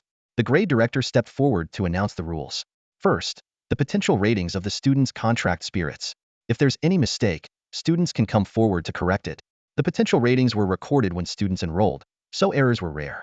If there was a mistake, it could be corrected, but the student's contract spirit panel would have to be shared with others, and the potential rating couldn't be faked. Su Xiaoyu, potential rating A. Tang Lai, potential rating A. Lin Xingchen, potential rating B. There were only 2 Erat contract spirits in the grade, but Chen Shu's freight contract spirit was even rarer. He stood alone in that category. In fact, many students in regular classes had freight spirits, but they knew their limits and chose to live as ordinary people, not burdening their families. There should be no objections now. The grade director looked down, putting away the list. Now we begin the second part of the exam, the beast tamer level. Led by their homeroom teachers, each class lined up to record their beast tamer levels. The level assessment was straightforward, requiring students to share their contract spirit panels with the teachers, displaying their beast tamer levels. Xiaoyu Su, a level 7 beast master. Lai Tang, a level 6 beast master. Xingchen Lin, a level 6 beast master. In the assessment hall, student results were announced one by one and duly recorded. The students from Beast Master Class 1 truly lived up to their reputation as the strongest class. Even the weakest among them had reached level 5. As the assessment continued, it was soon the turn of Beast Master Class 5. Standing at the front of the line, class representative Bing Xia appeared calm and composed. Bing Xia, level 6 Beast Master, the recording teacher announced with surprise, drawing the attention of the surrounding students. Murmurs rippled through the crowd. So it's Bing Xia, the former top student of Beast Master Class 1, someone remarked. The students from Class 1 nodded knowingly. To them, it was no surprise that Bing Xia achieved such a high score. Throughout the entire grade, few could surpass her. If not for financial constraints, she wouldn't have chosen the less resource-intensive and lower tuition Beast Master Class 5. Xiaoyu Su glanced at her former rival, a complex emotion flickering in her eyes. Level 4 Beast Master, Ming Wang. The class monitor's score followed. He hung his head, eyes filled with dejection. Even at the end of the term, he had failed to break through and missed out on the special training class. Level 4 Beast Master, Zixuanli. Level 3 Beast Master, Yu Zhang. As more scores were announced, The overall level of Beast Master Class 5 became apparent. Most students were at level 3, with level 4 being rare. Soon, the assessment for Class 5 was nearing its end. Homeroom teacher Kafong maintained a neutral expression, but he felt a sense of relief. The results matched his expectations, and Bing Xia's level 6 score was a pleasant surprise. Just then, the recording teacher spoke up, "Mr. Fong, isn't there one more student in your class?" Kufong was taken aback. His eyes scanned the class lineup, and he suddenly froze. "Where's Shu Chun?" he exclaimed in shock. "What's going on? How can a student just disappear in the middle of an assessment?" Fong Ke looked around, confirming that he had led the entire class into the beast taming hall. At that moment, the examination hall's door swung open, and two people walked in. Director Wu. Fong Ku immediately recognized one of them as the grade 10 head. "Is this one of your students?" Director Wu asked, pointing to the person beside him, Chen Shu from Class 5 of Beast Taming. Director Wu's face showed displeasure. "You're a grade 11 student, right? What are you doing here, causing trouble? Just now, you even claimed that everyone here is trash." It was clear he wanted an explanation. Fong Ke's forehead broke out in cold sweat, thinking, "Great, just what I needed." He quickly stepped forward, pulling Chen Shu back to his side and apologizing repeatedly. "Director Wu, I'm sorry. He's one of our students." Director Liu from grade 11 glared at Chen Shu and said apologetically, "Old Wu, the student was just messing around." "Humph." Director Wu snorted coldly. "Watch it. Being so arrogant at such a young age is not a good sign. But his beast taming talent is decent. He must be one of your top students." With that, he turned and returned to the grade 10 examination hall. Fong Ku shook his head and sighed, turning to Chen Shu. "What were you thinking, causing trouble at such a critical moment?" Chen Shu then realized he had mistakenly entered the grade 10 hall. No wonder he didn't recognize anyone. "The last student, please step forward for the assessment," Director Liu urged impatiently. Chen Shu walked up to the proctor and shared his contract spirit's information. Besides the potential rating and his own details, he had other specifics of his slime, especially its talents and skills. "Chen Shu, a level 5 beast tamer?" The proctor confirmed in surprise. Chen Shu was the first level 5 beast tamer in Class 5. Director Liu's expression softened a bit as he looked at Chen Shu. "Indeed, a promising talent. It seems you're one of the top students in your class." Class 5 students were dumbfounded, as if they had seen a ghost. Fong Ku was equally stunned. You're level 5? Other students found it hard to believe and began to wonder if this usually nonchalant guy had been hiding his true abilities.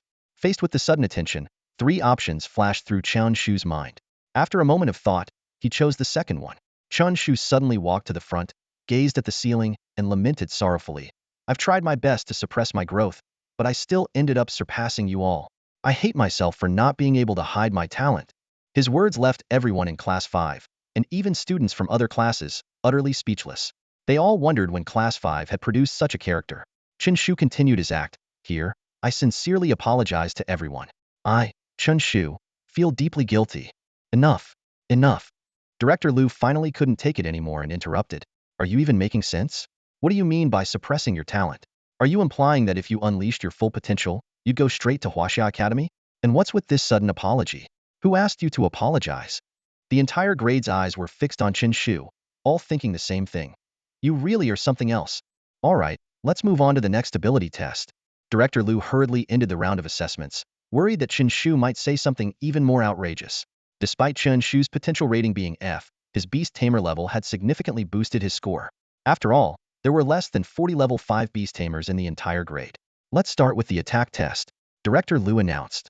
Several teachers brought in a large yellow sphere, connected by numerous wires to a huge display screen in the distance. As per tradition, each contract spirit had 5 seconds to attack. The sphere was equipped with various algorithms to calculate the attack strength comprehensively, giving a final score as the student's grade. "Begin," Director Liu ordered. The first to step forward was Su Xiaoyu. As the top student of the grade, she was undoubtedly the center of attention. A crimson bird suddenly appeared, soaring high and looking down from above. This A-level flame bird was clearly much stronger than other contract spirits. "Attack," Su Xiaoyu commanded. The flame bird's claws glowed red, seemingly engulfed in flames. This was its only active skill, flame claw. Boom! The claws struck the yellow sphere fiercely. If a person were hit, they would be severely injured or worse. But the sphere, designed to withstand various attacks, remained intact. The display screen flashed continuously before showing the final rating. Attack strength, A. Excellent. Director Liu nodded in satisfaction, his eyes gleaming with approval. For a level 7 contract spirit to have such a formidable attack was rare. Su Xiaoyu was indeed a candidate for Huaxia Academy. Next, Other beast tamers summoned their contract spirits, filling the examination hall with noise and excitement. Attack strength B. Attack strength F. One contracted spirit after another stepped forward to attack, but the results were disappointing. Not a single one reached a rank, and there were only a few ranks. Feng Ke's gaze fell on Chen Shu, a glimmer of expectation in his eyes. He had thought Chen Shu was just an ordinary person, but it turned out he had been hiding his true strength. Chen Shu walked forward slowly and summoned his golden slime. Among the many contracted spirits, this frank golden slime stood out. Many people sighed inwardly, thinking it was a pity for a level 5 beast master to have such a low-level contracted spirit. Even a drank contracted spirit should have decent attack power. The golden slime, apart from its strong vitality, had mediocre attributes. Moreover, in this exam, vitality was of no use. The slime bounced around happily, its big eyes curiously observing the other contracted spirits. Someone shouted, "Go for it!" The yellow flash of second high. The slime widened its eyes, trying to look fierce, but only ended up looking more adorable. From a distance, the slime resembled the test apparatus, only much smaller. Suddenly, the slime wiggled its bottom and charged forward. Its level 3 charge skill activated, and its speed suddenly increased, indeed giving it some semblance of the yellow flash. The crowd watched in astonishment, wondering if it would crash directly into the target. However, just 10 meters away from the yellow sphere, the slime leaped into the air, its size suddenly swelling to 4 times its original size. The crowd gasped, another active skill? First, its speed had increased, and now its size this already surpassed most students' contracted spirits. In fact, the slime's jumping ability came from another skill violent sit. The golden slime now resembled a giant blob, standing 4 meters tall, and it came crashing down on the yellow sphere. Boom! The two yellow spheres collided, creating a scene both comical and awe-inspiring. The slime exerted all its strength, pressing down on the yellow sphere as if following its master's command to crush its kind. The yellow sphere had a huge dent, but did not collapse. Even a level 9 beastmaster would find it difficult to destroy it. Suddenly, the yellow sphere rebounded, launching the golden slime toward the ceiling. Director Lu quickly shouted, "Retrieve it now!" He was more concerned about the ceiling of the beast hall than the slime's safety. Chen Shu quickly recalled the slime with a thought. The display finally showed. Attack strength B. The other beast masters were in an uproar, but Chen Shu remained calm. If the golden slime couldn't even achieve rank attack strength, it wouldn't have been able to severely injure Zhang Nan's green feather eagle. As for a rank, that was impossible. In the entire grade, only Su Xiaoyu had reached a rank. She was the only level 7 beast master within a rank contracted spirit, far more powerful than the slime. Feng Ke clenched his fists in excitement, thinking this was another promising candidate for the senior special training class. In just a month, Chen Shu had made such progress, likely having hidden his true strength all along. But did Chen Shu really need a reason to act? The students of Beast Master Class 5 looked at the class slacker with complicated expressions. Chen Shu cleared his throat and said seriously, "No one is born a genius. Only through constant effort can one become strong." Everyone was stunned. Was he trying to motivate them? Chen Shu continued, "Look at me. After a month of hard work, I've gone from a level 1 Beastmaster to a level 5 Beastmaster." He sighed deeply. "I hope you never understand the effort I've put in." The room fell into silence again. Advancing from level 1 to level 5 in a month was beyond belief. Most Beastmasters present had trained hard for 2 years and were still stuck at level 3. "I feel an urge to punch him." Same here. This guy really knows how to make enemies. Even Su Xiaoyu couldn't help but twitch her mouth, feeling an urge to summon her firebird. Director Lu hurriedly stepped in to stop the commotion, his voice echoing through the exam hall. "All right, continue with the exam. We must finish the beast taming subject today." A hint of worry flickered in his eyes. If a full-blown fight broke out, the scene would be unimaginable. Director Lu gave Chen Shu a long, astonished look. That wasn't Flevel Slime, yet it had grasped 2 combat skills. He couldn't help but mutter to himself, "Did you save the galaxy in your past life?" The aggressive testing concluded quickly, and the atmosphere in the exam hall eased. Next up was the speed test. Director Lu explained, "Speed isn't just about physical movement. It also includes neural reaction speed." Suddenly, the yellow sphere in the exam hall transformed into a Gatling gun. The barrel slowly rotated, radiating an oppressive aura. Chen Shu was shocked, thinking, "Is this really such high-tech?" He had assumed this world's technology was similar to what he was used to, given the presence of household appliances like TVs and refrigerators. But now, it seemed there was a significant difference. Director Lu loudly announced, "The speed test will now begin." He added, "The Gatling gun doesn't fire real bullets. They are rubber bullets coated with dye. Even if a contracted spirit gets hit, it won't be harmed." The speed test is mainly to assess the evasive abilities and reaction speed of the contracted spirits. Chen Shu's golden slime stunned everyone once again, not because of its strength, but due to its utter incompetence. While other contracted spirits, no matter how slow, made some effort to dodge, the golden slime simply fell asleep. Bullets rained down on it, and it caught every single one without missing. In a way, it achieved a reverse perfect score. Speed rating, Flevel, the examiner announced. Unsurprisingly, Chen Shu received the lowest score, which made many people breathe a sigh of relief.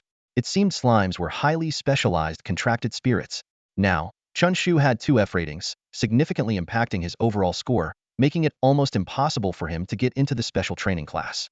The speed test ended quickly, and Director Liu announced, "We will now begin the final test, which assesses the contracted spirit's defensive capabilities." Despite receiving an F rating, Chen Shu remained calm. He thought to himself, "The defense test will determine my final score, and I still have the academic subjects to boost my overall score." The defense assessment begins now. Director Liu's voice echoed from above, resonating throughout the examination hall. The Gatling gun suddenly transformed, its muzzle glowing with a blue light as the rubber bullets inside were replaced with special ammunition. Su Xiaoyu's Firebird was the first to undergo the assessment. Director Liu reminded, "If your contracted spirit can't withstand it, recall it immediately." However, this rarely happens. Once the contracted spirit's defense is breached, the assessment will end immediately, and the Gatling gun will stop firing. Su Xiaoyu nodded slightly, and the other students quickly retreated 100 meters away. The muzzle of the Gatling gun began to spin, blue light flashing, creating an imposing aura. The Firebird stood still on the ground, eyes slightly closed, appearing exceptionally calm. As the difficulty increased, the Firebird's expression changed from calm to solemn. Finally, it let out a screech, a gunshot wound appearing on its chest. Assessment over. Defense level, B, the invigilator announced loudly while recording Su Xiaoyu's score. Next, each contracted spirit underwent the assessment one by one. Compared to the previous 2 tests, the defense scores were generally lower. Besides Su Xiaoyu, only 2 others reached AB level, with many receiving an E grade. When it was Chen Shu's turn, his golden slime, resembling a large round ball, remained with its eyes closed, even drooling a little, clearly lost in sleep. Fangke reminded, "Chen Shu, wake up your contracted spirit. This defense assessment is crucial. You can't mess it up. Another F grade and you're done." "No need, let's start like this." Chen Shu shook his head in refusal. The golden slime has a thick armor talent, which triples its effect in sleep mode. Its lethargy talent also adds some defense. The slime is at its toughest when asleep. Director Liu nodded to signal the start. The other students turned their attention to Chen Shu's slime. In this final exam, Chen Shu was a dark horse, ranking among the top in both attack strength and Beastmaster level. The Gatling gun began to spin again, the muzzle flashing blue, but the golden slime remained unmoved. The thunderous snores and gunfire interwove, creating a bizarre symphony. Everyone was stunned. The Gatling gun's intensity gradually increased, soon reaching B level. Unlike the Firebird, the golden slime's defense wasn't instantly breached. It continued to sleep soundly. Suddenly, the slime opened its mouth and yawned. Some bullets even entered its mouth, and the slime smacked its lips, swallowing them directly. Many widened their eyes in disbelief. Was this really the supposedly weakest slime? Though a special type of contracted spirit, slimes were not rare, accounting for 30 of Flevel spirits, coming in various colors. How could such a weak spirit perform so exceptionally? The Blevel assault lasted nearly a minute, without breaching the slime's defense. Director Liu squinted, wondering, could this be an A-level defense spirit? Just as the Gatling gun was about to increase its attack level, the golden slime suddenly disappeared. Everyone looked at Chen Shu, puzzled. At this moment, options appeared before Chen Shu again. Option 1. Admit honestly that the slime can't hold on anymore. Reward. Slime's defense increased by 5. Option 2. Act mysterious and cool. Reward. Unlock a new potion recipe, defense potion. Option 3. Stride out of the Beastmaster Hall, leaving a dashing figure. Reward. Swift potion. Without hesitation, Chen Shu chose the second option. He looked at the others with a calm gaze and said, "Is this level attack all you've got? Even a level attacks wouldn't matter. Teacher, record the score. I, the king of defense, don't need to test a level attacks." Everyone was speechless, thinking this was too much of a show-off. Yet, for a moment, they genuinely couldn't tell if the slime could withstand an A-level attack or not. Defense level, B. The proctor's voice echoed through the examination hall as his pen marked the final assessment for Chen Shu's defense level. Although this grade was the same as Su Xiaoyu's, the teacher knew that Chen Shu's overall score would be higher. With the final bell, the semester-end exams for the beast taming department concluded successfully. Director Liu stood at the podium, his gaze sweeping over each student's face in the classroom. The exam results will be sent to your phone shortly. I hope you all have a pleasant summer vacation, he announced, his eyes lingering on Chen Shu. This student had a unique contract spirit and an unconventional approach, making it impossible not to notice him. The tense atmosphere in the exam hall gradually gave way to relaxed laughter. Although some were not entirely satisfied with their results, the approaching summer break brought a sense of relief to everyone.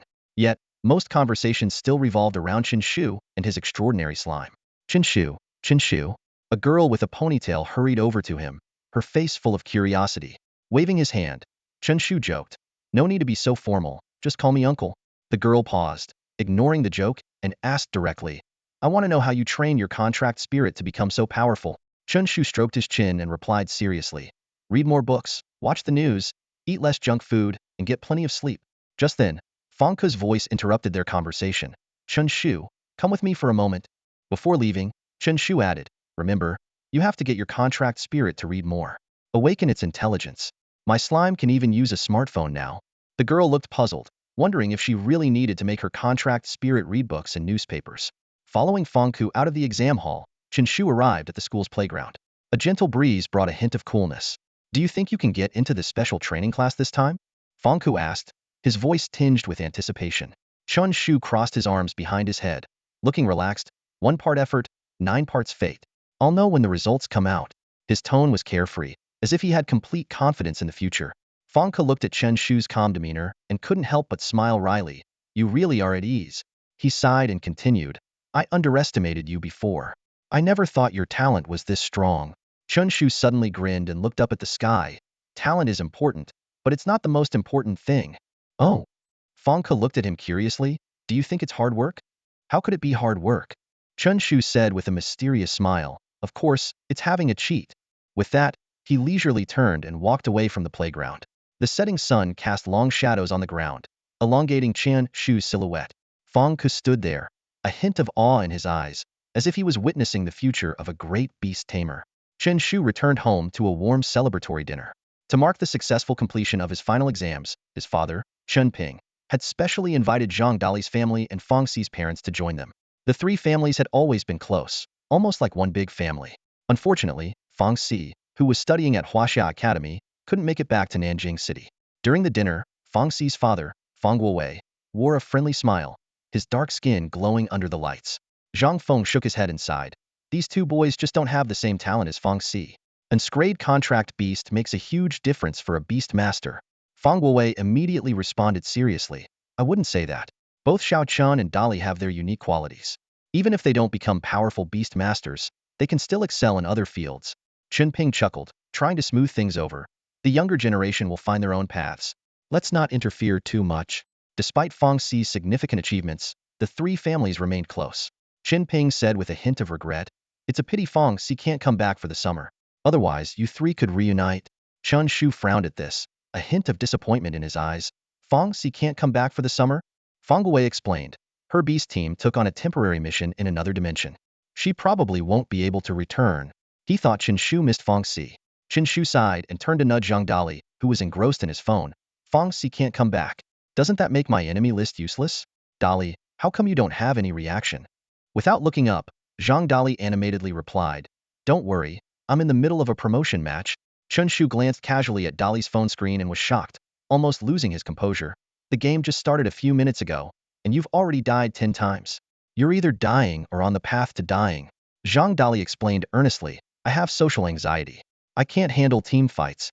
Chen Shu was at a loss for words, his face full of questions. The dinner ended on a cheerful note, and the three families went home after a satisfying meal.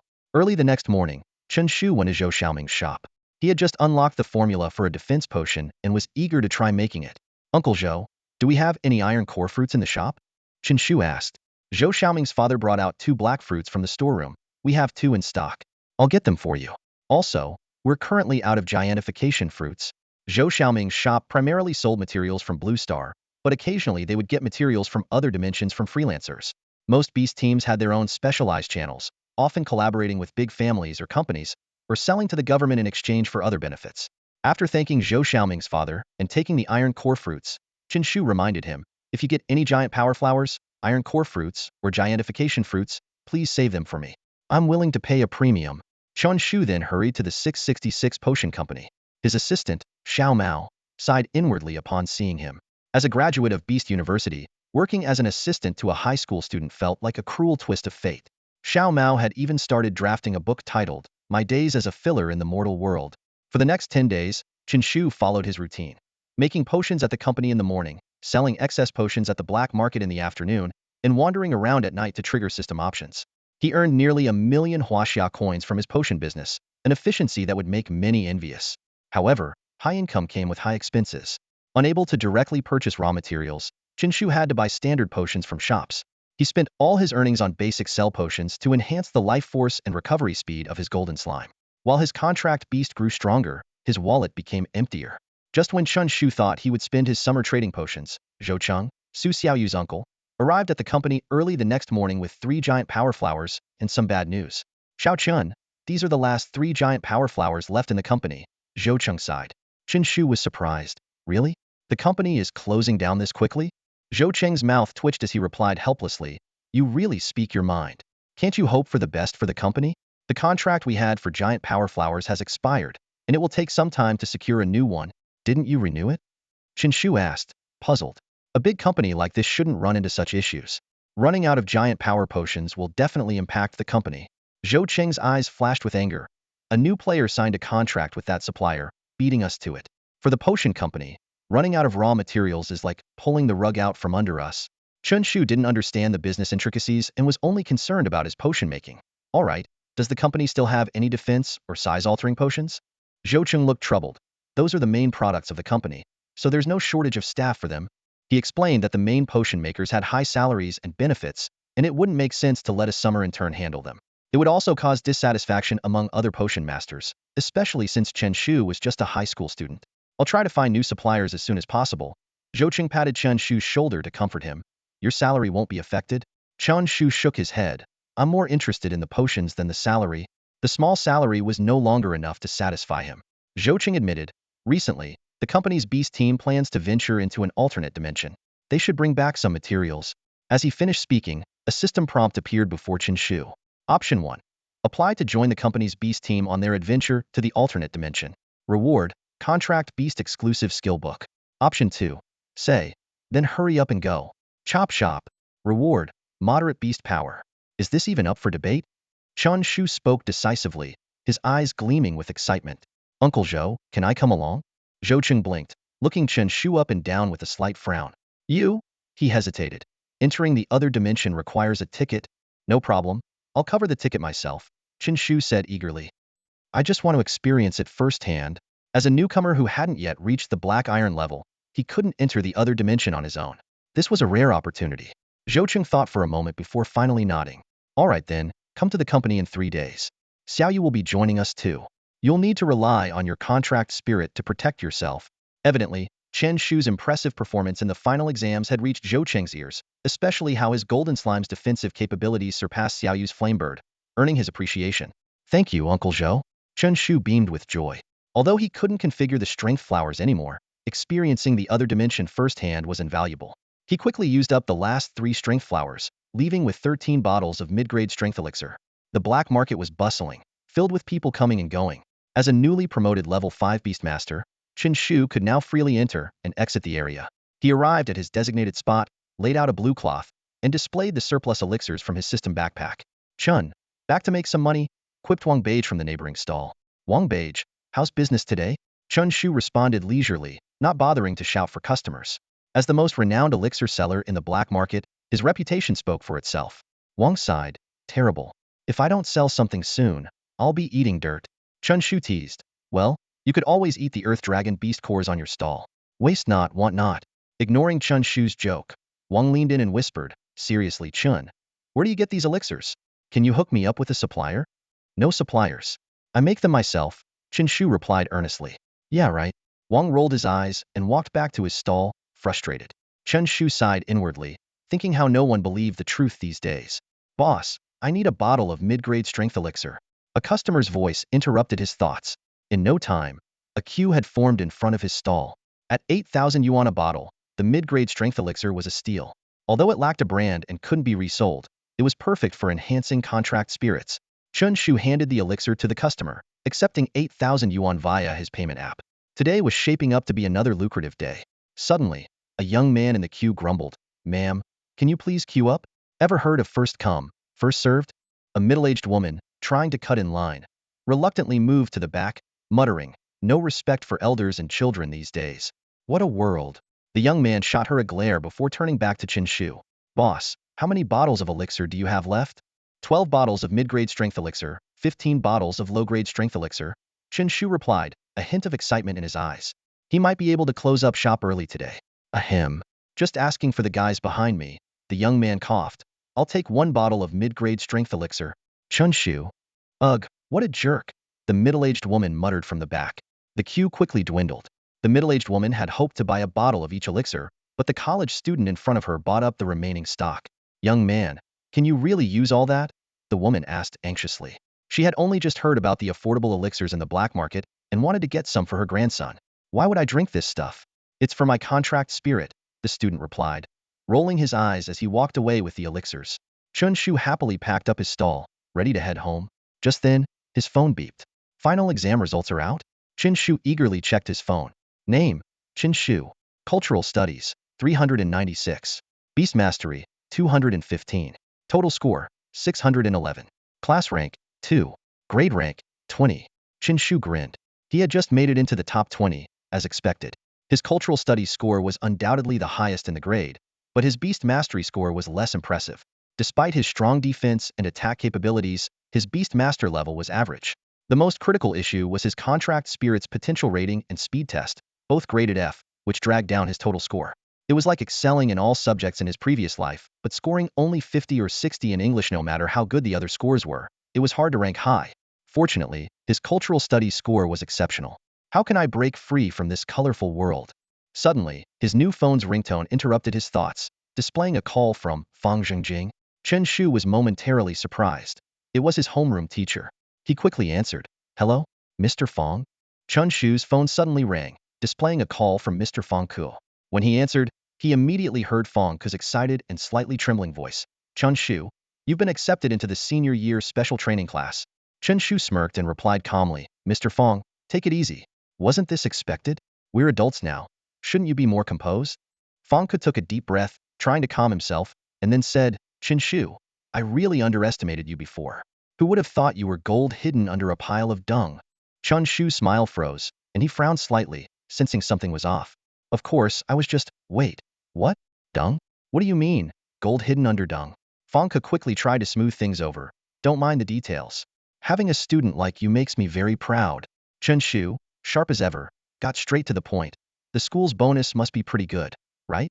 Fang Ku was momentarily speechless, coughed twice, and then said seriously, "Ahem, as a teacher, educating students is both a duty and a mission. Talking about money is so vulgar." Chen Shu bluntly exposed the teacher's pretense. "Could you be any more fake?" After chatting a bit more, Chen Shu took the initiative to end the call. He muttered to himself, "Always making a fuss. Besides, who has time to chat with you?" Then he whistled cheerfully and left the black market. Although he wasn't particularly concerned about the senior year special training class, getting in was undoubtedly a recognition of his abilities. Back home, Chen Shu immediately shared the good news with his parents. They were ecstatic and quickly spread the word to all their friends and relatives, sharing their joy. Chen Shu, on the other hand, returned to his room to prepare for his upcoming journey to another dimension. He took out a large military backpack and started packing. Phone, power bank, playing cards, sunglasses, instant noodles, snacks. Although he had no experience with outdoor survival, Chen Shu carefully considered all the items he might need. Unfortunately, the system space couldn't store real-world items, only system rewards or potions crafted through the system. 20 minutes later, his backpack was stuffed to the brim. Chen Shu clapped his hands, a satisfied smile on his face. "That should do it. I'm a genius." Despite his usual laid-back attitude, Chen Shu felt a surge of ambition. Although he wasn't fond of hard work, he was extremely passionate about combat. He silently vowed, "Conquering the first other dimension will be the start of my rise to fame." However, Chen Shu seemed to have forgotten one thing. He was already quite well known. Although the title Public Restroom Alchemist wasn't particularly glamorous, he was indeed a minor celebrity. In fact, thanks to him, a company that produced alpaca t-shirts had made a handsome profit. Chen Shu suddenly remembered the exclusive skill book rewarded by the system.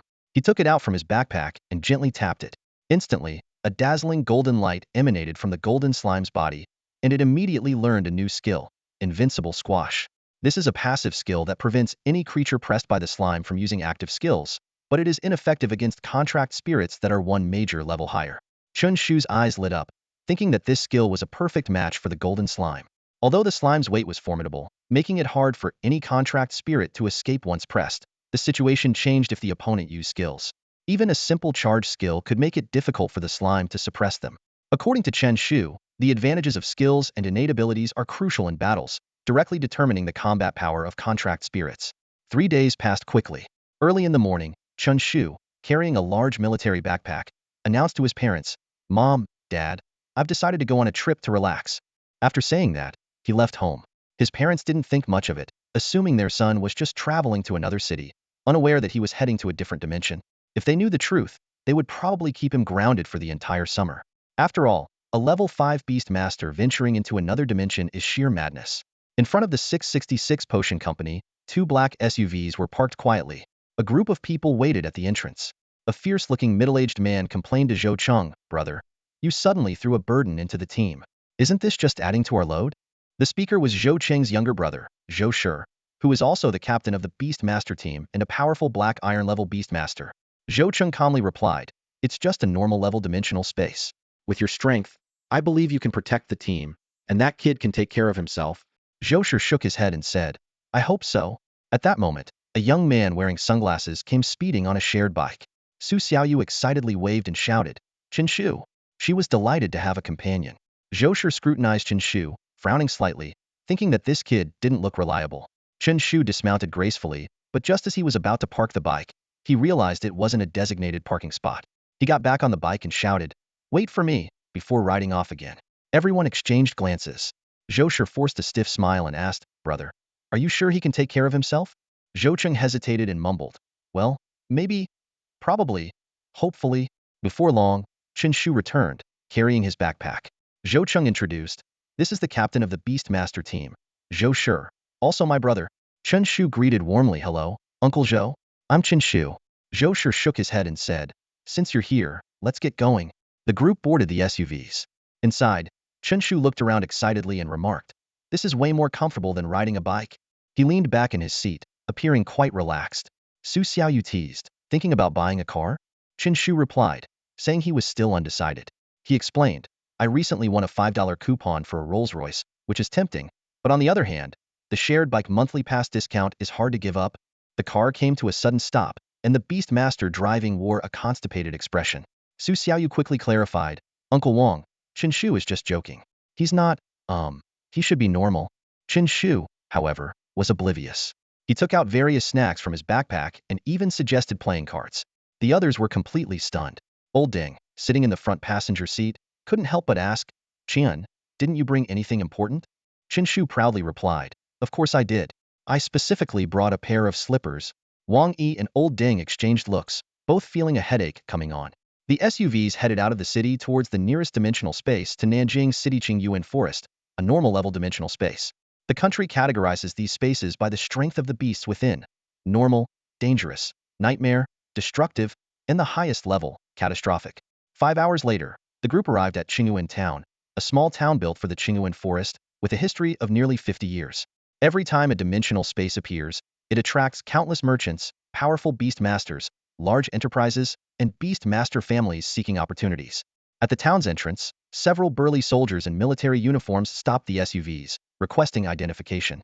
Zhou Shi and the others presented their IDs for scanning. Finally, the group was allowed to enter Qingyuan town, but the vehicles had to be parked outside the town.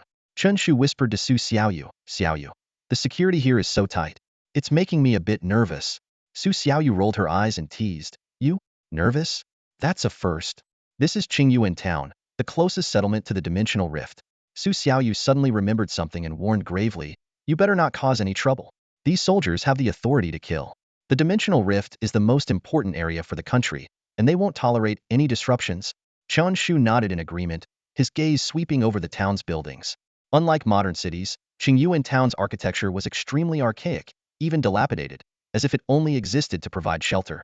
The streets were lined with shops, which, though unremarkable, represented the country's top powers. Even the 666 Elixir Company had spent a fortune but failed to secure a single storefront here. The distribution of resources from the rift was strictly regulated. The government had first dibs, followed by the town shops, and only a trickle reached the market. While many beast-taming teams had struck it rich in the rift, the true control over resources remained with those top-tier forces. Let's stay at a hotel tonight and head to Qingyuan Forest in the morning. Leader Zhou Shi decided decisively. The group found a small hotel. Though the facilities were basic, it was bustling with people. Most of the patrons looked travel-worn, quite different from city dwellers. Zhou Shi asked, "Xiao Chun, are you okay sharing a room with someone?" Sharing a room? Chen Shu was momentarily stunned, but then nodded. No problem at all. They checked in and settled their luggage. Despite it being only 3 in the afternoon, the group was starving from the long drive, except for Chen Shu, who had been snacking the whole way. They headed to a nearby restaurant. Zhou Shi ordered heartily, "Boss, we'll have braised ice hare, steamed spirit tail fish, and crispy fried four-winged locust." "Huh, what are these things?" Chen Shu was baffled, exclaiming, "Are these dishes made from fierce beasts?" Old Deng explained, "Of course. The town is close to Qingyuan Forest, so fierce beast ingredients aren't that expensive. It's a local specialty. The most valuable resources in the rift are medicinal herbs, minerals, and special parts of fierce beasts. The meat of fierce beasts is generally not that pricey and is usually sold to restaurants by small-time beast-taming teams." As they were talking, a group of men in black burst into the restaurant, led by a fierce-looking man. "Well, if it isn't the famous beast tamer Zhou Shi," he sneered. It was clear there was bad blood between the two beast-taming teams. In the rift, laws were lax, and beast tamers could freely use the power of their contracted spirits, often leading to conflicts over resources. Zhou Shi remained calm, swirling his teacup with a mocking smile. "Weasel, didn't get enough last time? Still not convinced? That mutated ice hare really boosted my beast's power." At this, Huang Wei glared furiously, and his men were equally enraged. The atmosphere grew tense. Zhou Shi taunted, "What, want to fight? Come on, baby. Don't hold back. You bastard." A young man couldn't hold back anymore and started to charge forward. "Xiao Su, stand down," Huang Wei barked. Despite their anger, they dared not cause trouble in Qingyuan town. The soldiers here had the authority to execute lawbreakers on the spot, and even the strongest beast tamers wouldn't dare challenge the military. Huang Wei shot Zhou Shi a venomous look and led his men to a table. Just then, options appeared before Chen Shu. Option 1. Summon the golden slime and start a fight. Reward, promotion to Iron Tier Beast Tamer. Bonus, an international flight ticket. Option 2. Quietly keep eating. Reward, increase the contracted spirits food intake by 5. Option 3. Show Huang Wei and his men who's boss. Reward, increase the slime's defense by 10. Chen Shu was startled and instinctively wanted to choose the first option. Jumping from a level 5 beast tamer to Iron Tier was a qualitative leap.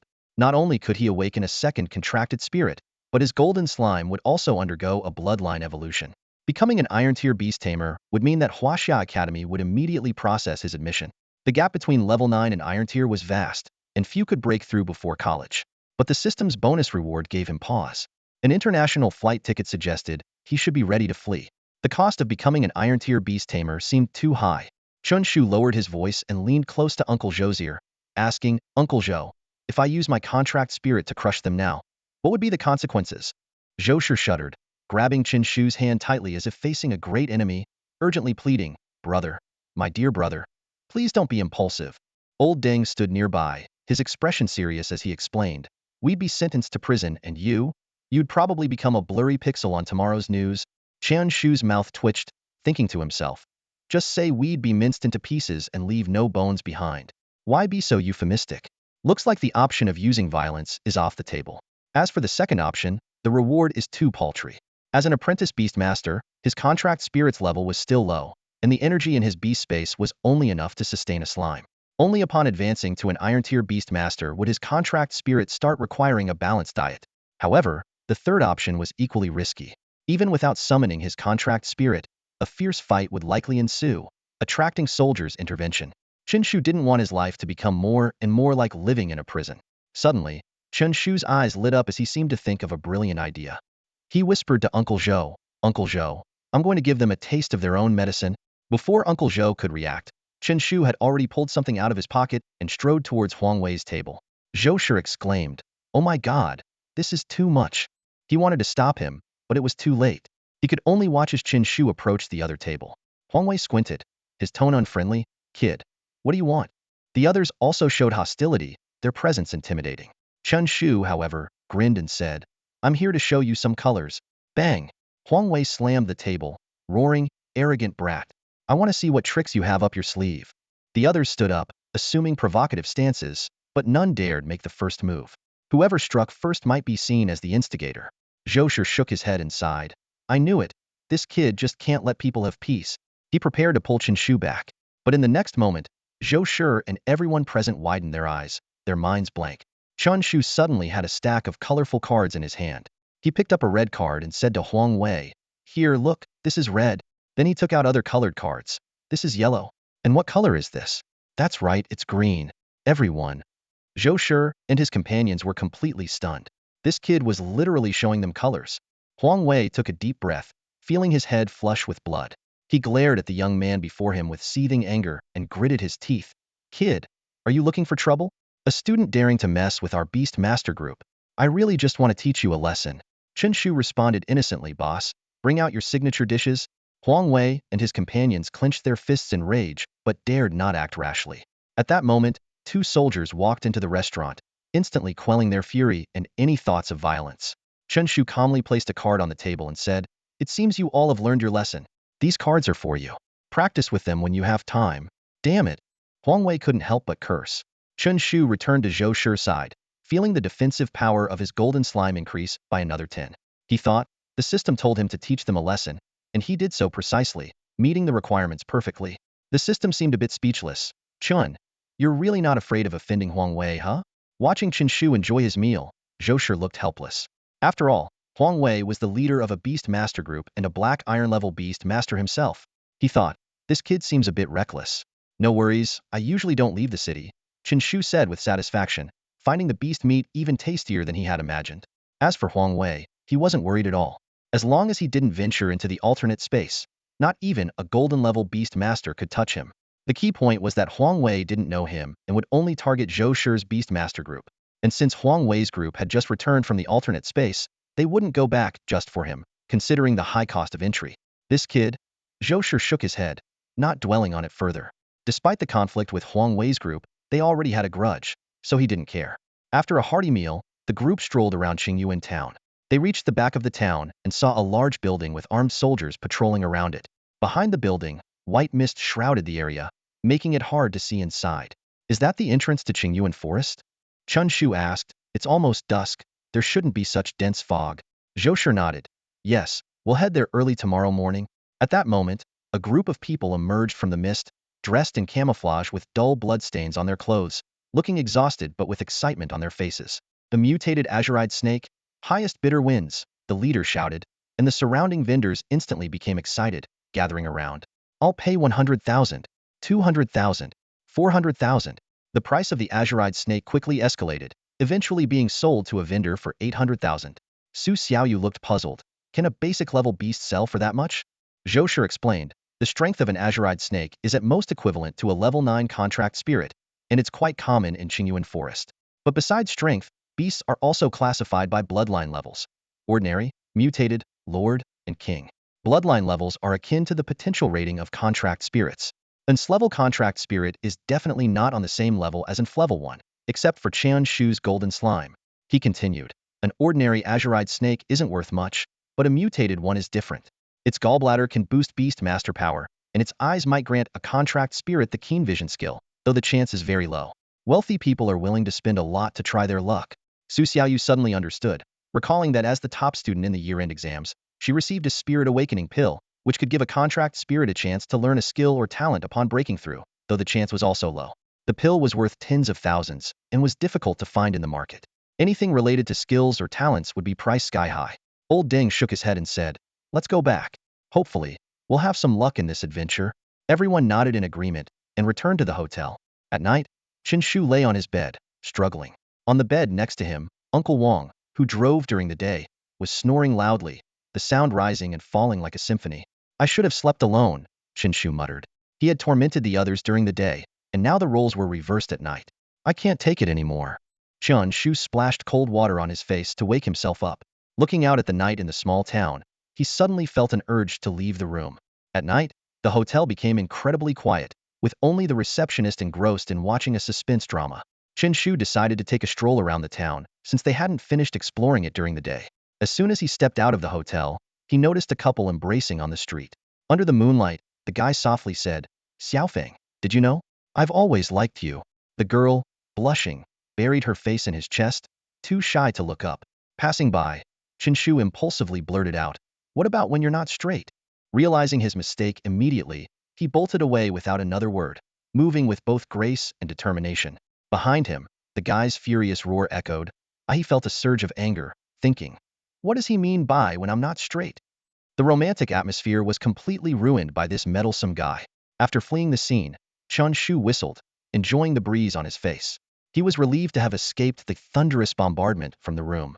Even at night, the town streets were still bustling with people. Chen Shu wandered aimlessly and eventually found himself in front of a grand building. This nine-story structure stood out starkly against the surrounding low-rise houses, catching his attention. Upon closer inspection, he realized it was the Beast Tamer Association, a place offering various services for beast tamers, including information trading, interdimensional maps, beast compendiums, and a mission hall. A staff member approached with a smile and said warmly, "Sir, how can I assist you today?" Without thinking, Chen Shu replied, "You're happy too soon." The staff member almost stumbled, forcing a stiff smile. "Sir, you have quite the sense of humor." Internally, he thought, "Looks like I've encountered a tough customer." Regaining his composure, he asked, "Is there anything specific you need?" "The Beast Tamer Association is at your service." "Not really, just browsing." Chen Shu shook his head, indicating he wanted to look around alone. The staff member wisely stepped away. At night, the Beast Tamer Association was sparsely populated. Chen Shu reached the mission hall on the third floor, where a massive screen hung from the ceiling, displaying a variety of mission information. Chen Shu stood in the mission hall of the Beast Tamer Association, his eyes scanning the myriad of mission bulletins on the wall. His gaze settled on a sheet that read, "Collect blue blaze grass. Standard difficulty, 10 pounds of fresh blue blaze grass. Collection period not to exceed 10 days, he muttered, furrowing his brows. Blue blaze grass is a common plant in the Qingyuan forest, serving as the staple diet for certain contract spirits and, when consumed regularly, slightly enhancing both wood and fire attributes within the body. However, it must be fresh, or the fire attribute would dissipate significantly and lose its efficacy." Chen Shu continued to browse other tasks. The dangerous mission, Hunt the Ironback Bear, caught his attention. The employer sought a black iron-level beast tamer to help hunt a mutated ironback bear, with preference given to those with experience in alternate dimensions. Next were tasks like Capture the Blue-Eyed Snake, Retrieve Lost Underwear, and Hunt the Ice Hair Lord. Chen Shu couldn't help but scoff. Who would post a mission just to find underwear? Is it made of pure gold? Now the whole world knows someone lost their underwear in Qingyuan Forest. Just then, two options suddenly appeared before Chen Shu. Option 1. Accept any standard mission. Reward: Moderate Beast Tamer Power. Option 2. Accept the mission to hunt the Ice Hair Lord. Reward: Skill Gigantification 1, additional title Lord Slayer, which increases contract spirits damage to Lord-level beasts by 5. Chen Shu was stunned. Sending a level 5 beast tamer to hunt a Lord-level beast? Even though the Ice Hair had an average bloodline, maxing out at Lord level, it was still beyond his capability. However, the reward of Gigantification 1 was too tempting. It's the core skill for his slime. He turned to the staff member and asked, "What happens if I fail the mission?" The staff member explained, "Standard missions require a deposit, which is forfeited upon failure. But the Ice Hair Lord mission is issued by the military, so no deposit is required. You only get the reward if you succeed." Chen Shu's eyes lit up. "Are there any other free missions?" "I'll take them all." The staff members shook their head helplessly. "Sorry, this is the only free mission available at the moment." Chen Shu felt a twinge of disappointment, but still accepted the mission to hunt the Ice Hair Lord. After receiving the mission details, his slime's gigantification skill immediately leveled up. The mission details indicated that the Ice Hair Lord had recently been harassing the Jinling army base in Qingyuan Forest and needed to be hunted down. The mission was extremely difficult, requiring at least a black iron beast tamer to handle. The Ice Hair Lord was elusive and could command its entire species. Being surrounded could lead to total annihilation. The only clue was that this creature had a severe cleanliness obsession, so its habitat might be in a clean and comfortable environment. After quickly browsing through the mission information, Chen Shu realized that completing this task was almost impossible for him. Not only would finding the target require immense luck, but even if he did find it, he wouldn't be able to handle it with his current strength. He put away the mission details, already beginning to strategize his next move. A single Ice Rabbit Lord requires a black iron-level Beastmaster to handle. How could a Lord act alone? That's just nonsense. If you get surrounded by a group of ice rabbits, you're really done for. Chen Shu shook his head, Completely abandoning the idea of completing the mission, he wandered aimlessly through the streets of Qingyun town until nightfall. Feeling increasingly sleepy, he yawned and decided to head back to the hotel for some rest. As he pushed open the hotel door, Chen Shu was surprised to see the receptionist still glued to the TV screen. "Hey, you're still watching that show?" Chen Shu asked curiously. The receptionist didn't even look up, just nodded slightly. Chen Shu glanced at the screen and suddenly had a flash of insight. "No need to watch anymore. The killer is that guy." Before the words were fully out of his mouth, he dashed towards the stairs, disappearing in an instant. The receptionist was stunned, unable to react for a moment. A few seconds later, she sprang to her feet and yelled, "Damn it! Spoilers!" Chen Shu hid in his room, listening to the angry shouts from downstairs, grinning with satisfaction. He lay comfortably on his bed and quickly drifted off to sleep. However, the peace didn't last long. A thunderous snoring from the next room erupted, as if a lightning beast was roaring wildly. Chen Shu tossed and turned, unable to sleep. Suddenly, he had an idea. He grabbed Old Deng's smelly sock and sneaked into the next room, placing the sock on Old Deng's nose. Mm. Old Deng frowned, and his snoring gradually subsided. Chen Shu was amazed at the sock's miraculous effect and finally could sleep peacefully. He returned to his room and soon fell into a deep sleep. The next morning, a loud shout shattered the calm. "What the heck? Who put a sock on my nose?" Old Deng woke up with a start. Chen Shu rubbed his eyes, pretending to be confused. "Brother Deng, what's wrong?" Although he hadn't slept long, the thought of the upcoming Qingyuan forest adventure filled him with excitement. Old Deng glared at Chen Shu, questioning him. "Was it you, kid? I had nightmares all night, dreaming I was sealed in a jar of kimchi and stinky tofu. The sour stench." Chen Shu chuckled to himself, surprised at Old Deng's bizarre dream. He feigned innocence and explained, "I don't know. I just heard you talking in your sleep last night, saying you were hungry and wanted stinky tofu, and then it seemed like you grabbed something yourself." Old Deng looked bewildered, muttering to himself, "Could it really be me? When did I become this weird?" Bang! Just as the two were chatting, there was a knock on the door. Zhou Shi's voice came through the door. "Get up, time to go." Chen Shu and his companion quickly gathered their things and left the room. Chen Shu was carrying a large military backpack, dressed in a black t-shirt and blue jeans, with a sunny smile on his face. Yet, beneath this cheerful exterior, who could have guessed he was so extraordinary? The receptionist gave them a resentful look, clearly still upset about last night. Others also eyed Chen Shu suspiciously, as if they had misunderstood something. Zhou Shi warned, "Xiaoyu, stay away from him in the future." Chen Shu scratched his head, looking puzzled. "I just gave some spoilers. Is that really a reason to be so wary of me?" The group left the hotel and had a quick breakfast before heading to the back of the town. As soon as they arrived at the building in the rear, they were stopped by soldiers. Zhou Shi skillfully presented his ID, which the soldier scanned through a device. An electronic voice announced, "Zhou Shi, Black Iron 1-star Beastmaster, leader of the 666 Beast Corps." Chen Shu couldn't help but laugh. Hearing 666 Beast Corps pronounced by the electronic voice was just too funny. Zhou Shi's mouth twitched, but he pulled out his bank card to pay for everyone's entrance fees. Passing through the building, they arrived at a foggy area behind it. This was the entrance to Qingyuan Forest. Soldiers patrolled the mist, creating a solemn atmosphere. Eventually, Chen Shu saw a faint white glow in the fog, as if it came from another dimension. The group stepped into the mist. Soft sunlight filtered through, and a breeze carried the scent of flowers, invigorating their spirits. Chen Shu looked around curiously and asked, "Is this a farmstay?" In front of them were neatly arranged wooden cabins, and the ground was covered with soft, grassy soil, resembling a small village. In the sky, several meter-long birds patrolled back and forth, their fierce eyes scanning the ground. On the ground, soldiers in uniforms moved about, accompanied by powerful contracted spirits, alert to potential dangers. Chen Shu's attention was drawn to this spirit guard armband on the soldiers' right arms. Zhou Shi explained, "These are the spirit guard troops responsible for defending against threats from other dimensions. Remember not to act recklessly here. Breaking the rules will have serious consequences." As they left the small village, they encountered numerous contracted spirits along the way, and even saw spirit guard soldiers resting inside the wooden cabins. Despite the seemingly ordinary surroundings, the area was filled with many beast masters, including those of black iron rank. There were no obvious fortifications, yet the place exuded a sense of security. Chen Shu asked curiously, "Uncle Zhou, why don't they have Gatling guns glowing blue?"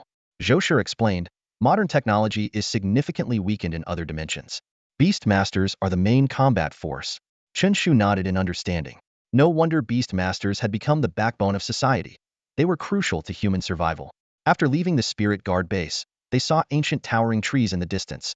reaching tens of meters high. Only giant stumps remained around them, clearly cleared by the spirit guard. The group became vigilant, summoning their contracted spirits. Zhou Shi summoned a formidable black wolf with sharp fangs and an imposing presence. Others also showcased their abilities. A black crow flew up to scout, a giant lizard-like ironback beast, a beautiful blue-tailed butterfly, and a low-flying firebird. Although Qingyuan Forest was considered a standard-level dimension, it was still fraught with danger. Even an ordinary ice rabbit could be deadly. Experienced beast masters always summoned their contracted spirits in advance to ensure safety. Seeing everyone so prepared, Chen Shu felt a bit tense, but still nonchalantly pulled out a bag of chips. Zhou Shi turned back, exasperated. Stop eating, summon your contracted spirit. You're way too relaxed. This is not the time for snacks. Chen Shu spoke up, Uncle Zhou. My contracted spirit has a flaw. Old Deng waved dismissively. As long as it works, don't worry about the flaws. Oh. Chen Shu nodded in response. Just as he finished speaking, a golden light coalesced in the air and transformed into a slime about a meter tall. This peculiar creature had its eyes closed and mouth slightly open, occasionally letting a glistening liquid dribble from its corners. Quick, wake it up, Zhou Shi urged. With a thought, Chen Shu roused the slime, which slowly opened its eyes, looking dazed. It glanced around in confusion, letting out a soft, glug sound, seemingly unsure if there were any threats nearby. Let's go, Zhou Shi reassured them. The spirit suppression troops have already cleared the area. There won't be any fierce beasts. With that, he took the lead, guiding the team towards the Qingyuan forest. However, it wasn't long before Zhou Shi noticed the slime's fatal flaw. It was incredibly slow. Although it managed to keep up with the group at first, it soon started to lag, frequently stopping and even dozing off. Zhou Shi sighed in exasperation. Qin, is this really your contracted spirit? Never mind, just put it away. Obediently, Chen Shu retracted the slime into his beast space. Old Ding, rubbing his forehead, turned to Xiaoyu and said, Xiaoyu, have your firebird protect you too. Leave the rest of the fighting to us. With the slime gone, the team's pace returned to normal. Despite being in the forest, they walked along a well-trodden main path. The Qingyuan forest had been around for 50 years, and countless beast-taming teams had left their mark, naturally forming this trail. As they advanced, the trees grew dense, and dappled sunlight filtered through the leaves, creating a play of light and shadow on the ground. The sounds of insects and the fresh air made it feel like they were walking through a living, breathing painting. Zhou Shi remained vigilant, scanning the surroundings while briefing his teammates on their mission. Our team has two main objectives: capturing 3 live blue-eyed snakes for a laboratory in Nanjing City and collecting Tier 2 iron core fruits. The snakes are needed for live experiments, and the iron core fruits are for our company to try making black iron-grade defense potions. He paused before continuing. Additionally, we should gather any rare materials we find and hunt any mutated beasts we come across. The group walked along the main road for 2 hours, and the surroundings remained peaceful, with no signs of danger. At Zhou Shi's command, the team veered off onto an unknown path away from the main road. The overgrown environment made everyone more vigilant, their eyes constantly scanning the surroundings. Chen Shu and Su Xiaoyu were in the middle of the group. Chen Shu had his hands clasped behind his head, but his eyes kept darting around. Suddenly, he noticed something unusual in the trees above. Uncle Zhou, that branch is moving, Chen Shu exclaimed. Zhou Shi, experienced and quick to react, shouted, a moving branch? Be careful. Before he finished speaking, the branch transformed into a nearly 2-meter-long snake, baring its fangs and lunging at Chen Shu. The stench was overwhelming, and Chen Shu's eyes widened as his heart raced. In that critical moment, a thunderous crash echoed as a 6-meter-long behemoth appeared out of nowhere, pinning the deadly snake down. Everyone saw it was a giant, snoring slime. The snake, trapped under the nearly ton-heavy slime, struggled but couldn't move. Still unwilling to give up, its head shot out, aiming for Chen Shu's leg. Chen Shu nimbly jumped back, just out of reach. Can't get me, can't get me, Chen Shu teased as he hopped around, taunting the snake. The others couldn't help but shake their heads in exasperation at his antics. Eventually, the humiliated snake let out a desperate hiss and died. Zhou Shi sighed, and the black wolf beside him swallowed the snake whole. The group continued on for another hour. Su Xiaoyu looked tired and was about to rest on the flame bird. Chen Shu suddenly approached, feigning concern. Xiaoyu, let me carry your backpack. Su Xiaoyu politely declined, but Chen Shu took the backpack anyway and sat on the flame bird. The flame bird glanced at him with a look of resignation. You got into the special training class? Su Xiaoyu asked, surprised. Of course, I got in without even trying, Chen Shu replied smugly, patting the flame bird's back.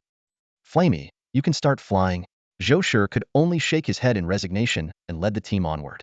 Suddenly, Chen Shu's sharp eyes noticed 3 power flowers swaying in the wind a few hundred meters ahead. Zhou Shi immediately became alert and sent the ironback beast to investigate. As the ironback beast approached the power flowers, 9 ice hares leaped out from the bushes, launching giant ice balls to trap the ironback beast. Zhou Shi decisively ordered the black wolf to attack. The black wolf, a black iron level split claw wolf, charged at the ice hares like lightning. Its claws gleamed with a dark light, instantly tearing 2 ice hares to pieces, blood splattering everywhere.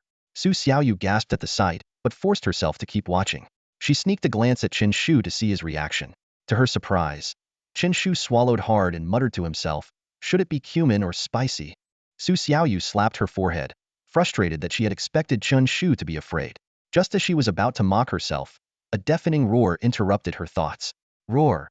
The claw wolf displayed its incredible power once again, instantly killing 3 ice rabbits. The remaining 5 panicked and tried to flee. At that moment, a ghostly light emanated from the claw wolf, and its speed surged dramatically. Clearly, this was another of its combat skills. Rip! Rip! The sound of claws tearing through fur echoed as the remaining 5 ice rabbits quickly met their demise. The claw wolf's eyes glowed with bloodlust as it opened its jaws, ready to devour its prey in one bite. Big black dog! Leave the rabbits alone! Chen Shu suddenly stood up and shouted, startling the claw wolf. Before it could react, Chen Shu had already leaped off the flame bird, holding a urea bag. Under the claw wolf's resentful gaze, Chen Shu efficiently packed the ice rabbit corpses into the bag. The claw wolf felt bitter, thinking to itself, "Who is this guy?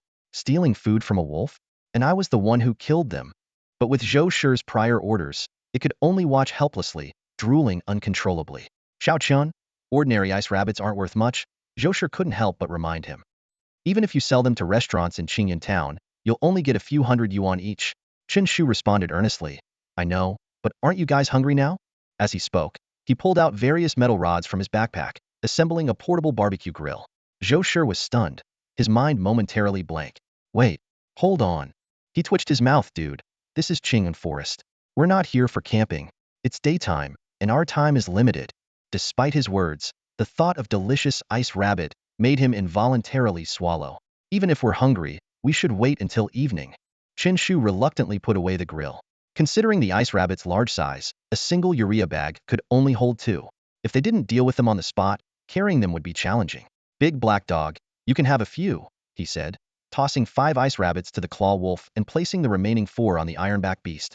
While everyone was tempted by the smell, they didn't stop Chen Shu. With the claw wolf handling combat, the others didn't play a major role. Their primary purpose was to build teamwork for future encounters with stronger beasts. The claw wolf devoured the ice rabbits contentedly, staying vigilant of its surroundings. Zhou Shi approached a power flower, ready to pick it, but Chen Shu rushed over with a delicate silver shovel. "Let me do it," Chen Shu explained. "The textbook says it's best to use silver tools to pick power flowers. Otherwise, their medicinal properties might be lost." Zhou Shi was momentarily surprised, then laughed. "You've got some good knowledge of materials science." Chen Shu carefully dug up the power flower, proudly saying, "Of course. Do you know the value of a 396 cultural score?" "You? 396? Give me a break. I know the top scores rarely exceed 380 because the final questions are nearly impossible," Zhou Shi scoffed. "Believe it or not," Chen Shu retorted, expertly extracting 3 power flowers and placing them in his backpack. Zhou Shi was dumbfounded. "You're pretty skilled at this, aren't you?" Chen Shu explained. "I know how to store them properly. Let me hold on to them for now." Zhou Shi shook his head and turned to the group. "Let's rest here for a while." He pulled out a small blue bottle and sprayed it around, quickly dispersing the blood scent in the air with a strange aroma. "Uncle Zhou, your air freshener is amazing. It's a must-have for robbing and killing," Chen Shu exclaimed, eyes wide with admiration. Zhou Shi remained silent, thinking, "You're the air freshener here." After a brief rest to regain their energy, the group set off again half an hour later. However, after advancing only about a kilometer, the black crows above suddenly let out terrified, shrill cries. "Boss, bad news. There's a swarm of steel-toothed rats ahead." A beast master turned pale, his eyes filled with fear. Zhou Shi's expression changed drastically, and he shouted, "Take to the air."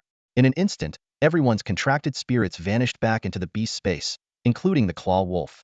A gray eagle with a black iron aura appeared, clearly Zhou Shi's second contracted spirit. "Xiaoyu, make the flame bird fly as high as it can," Zhou Shi instructed, while guiding the team onto the gray eagle's back. The gray eagle flapped its wings, struggling with the weight of 6 people, but eventually managed to ascend. Su Xiaoyu also commanded the flame bird, which glowed with red light and soared to the treetops, using its wing flap skill to temporarily boost its flying ability. Boom, boom, boom. Almost simultaneously, the ground began to tremble, leaves falling, and an impending sense of danger filled the air. Squeak, squeak, squeak. Sharp screeches echoed, like invisible electric currents spreading and making their skin crawl. The tremors grew more intense, as if a giant beast was trampling the earth. Chen Shu, clutching two ice rabbits tightly, peered through the falling leaves. His eyes widened in shock. This is crazy. Giant groundhogs. Suddenly, a wave of enormous, sandy brown rats, each about 3 decimeters long, surged forward. They crashed into the giant trees with a thunderous roar, causing the ground to shake violently. In the sunlight, their sharp incisors gleamed with a metallic shine. In front of the rat swarm, 2 middle-aged men were fleeing in panic, despair etched in their eyes. Su Xiaoyu glanced sympathetically at her uncle, Zhou Shi, who shook his head coldly and signaled for silence. Chen Shu, silent and clutching the last 2 ice hairs, followed closely behind. Out of nowhere, one of the middle-aged men slowed down for a split second and was instantly devoured by the steel-toothed rats, turning into a pool of blood. The other man climbed a tree and sighed in relief, only to see the rats start gnawing at the trunk furiously. The tree shook as gnawing sounds filled the air. Xiaoyu, get away! Zhou Shi shouted, seeing the tree might fall on the firebird. With a crash, the tree toppled, narrowly missing the firebird. Someone? Help me! The man in the tree cried out in desperation, but there was no response. He roared in anger, if I'm going down, I'm taking you with me. Suddenly, a Qingluo bug shot towards Zhou Shi, who dodged it just in time. The man fell into the swarm and was instantly devoured, leaving behind only a golden fruit. A giant steel-toothed rat grabbed the fruit and let out a defiant hiss. A lord-level steel-toothed rat. Zhou Shi exclaimed but didn't make any sudden moves. Moments later, the leader of the rat swarm let out a roar, and the rats quickly dispersed. Once the black crows confirmed the area was safe, the 8 of them landed. Su Xiaoyu asked about what had just happened, and Zhou Shi explained sternly, you saw it yourself. He wanted to take us down with him. Lao Deng added, this is a lawless land. You have to learn to be an observer. Chen Shu clenched his fists but only lamented, my 2 ice hairs were eaten. Zhou Shi shook his head helplessly, reminding him not to give random nicknames to fierce beasts. To avoid encountering the rat swarm again, the group changed direction. As night fell, stars dotted the sky. The Qingyuan forest was as beautiful as a fairyland, but the occasional roars of fierce beasts echoed through the trees. By the campfire, Chen Shu set up a makeshift grill, and 2 giant ice hairs sizzled over the flames. The aroma spread, and everyone eagerly dug in. Feeling a bit regretful, Chen Shu murmured, too bad there's no sauce or wine. In an alternate dimension, survival is the top priority. Everyone relies solely on compressed food to stay alive. Who would think to bring spices and a barbecue grill? However, the members of the 666 Beast Taming Squad are currently enjoying an unexpected feast. 2 giant ice hairs have been quickly devoured, leaving even Su Xiaoyu patting his stomach in satisfaction. After dinner, the team organized a night watch schedule. Chen Shu and Su Xiaoyu weren't exempted. This was the perfect opportunity for them to get acquainted with the survival rules of this alternate dimension.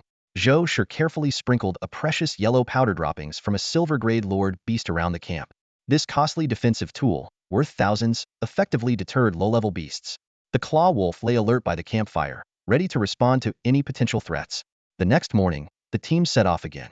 Chen Shu, carrying his backpack, eagerly mounted the flame bird, causing the proud mount to let out a displeased screech. As they ventured deeper into the Qingyuan forest, encounters with fierce beasts became more frequent. The claw wolf showcased its prowess, eliminating each incoming threat. The team successfully captured 3 green-eyed snakes, carefully sealing them in specially made pouches and stowing them in their backpacks. The group pressed on, hoping to find the precious second-grade iron core fruit. However, by the 6th day, they had yet to reach their goal. Nevertheless, they had collected medicinal herbs worth over 200,000 huaxia currency, almost offsetting the entry fee of 30,000 per person. Uncle Zhou, over there, Chen Shu suddenly spoke, pointing to an eye-catching, spirit suppression banner on a giant tree in the Distancia supply point in the alternate dimension. Zhou Shi glanced at it and decided to bypass it. We don't need supplies right now. Let's move forward, he said. Everyone understood that there would be no herbs or beasts around the supply point, so they changed direction and continued their exploration. The next day, when the team arrived at a fork in the road, Chen Shu's expression suddenly froze. Before his eyes, the familiar selection interface appeared once again. Option 1, 2, and 3 lead in different directions, each with its own rewards. This is clearly a satellite map. Captain, Which way should we go? A beast tamer looked around hesitantly. Zhou Shi was about to make a decision when Chen Shu interrupted him. Uncle Zhou, hold on. Let me perform a divination.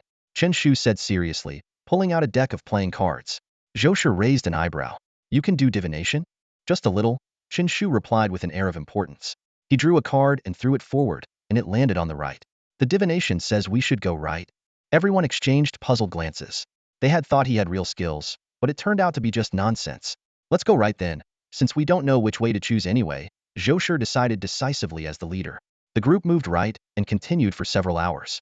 Boss, I feel like we took the wrong path. There are hardly any fierce beasts around here. Someone voiced their concern. Indeed, they hadn't encountered any beasts, which was unusual and ominous. Suddenly, a dark shadow flashed by, and a red light flickered. The group was caught off guard. Even the split-claw wolf was a step too slow. Watch out! Lao Deng! Zhou Shi shouted, eyes wide with fear. A wild boar with terrifying blood-red tusks charged towards Lao Deng. If it hit him, the consequences would be dire. Just as the red tusks were about to pierce Lao Deng, a yellow figure descended from the sky. Ever heard of the falling from the sky technique? Chen Shu reacted quickly, faster than anyone else. A golden slime, still asleep, landed directly on the back of the blood-tusked boar. Oink!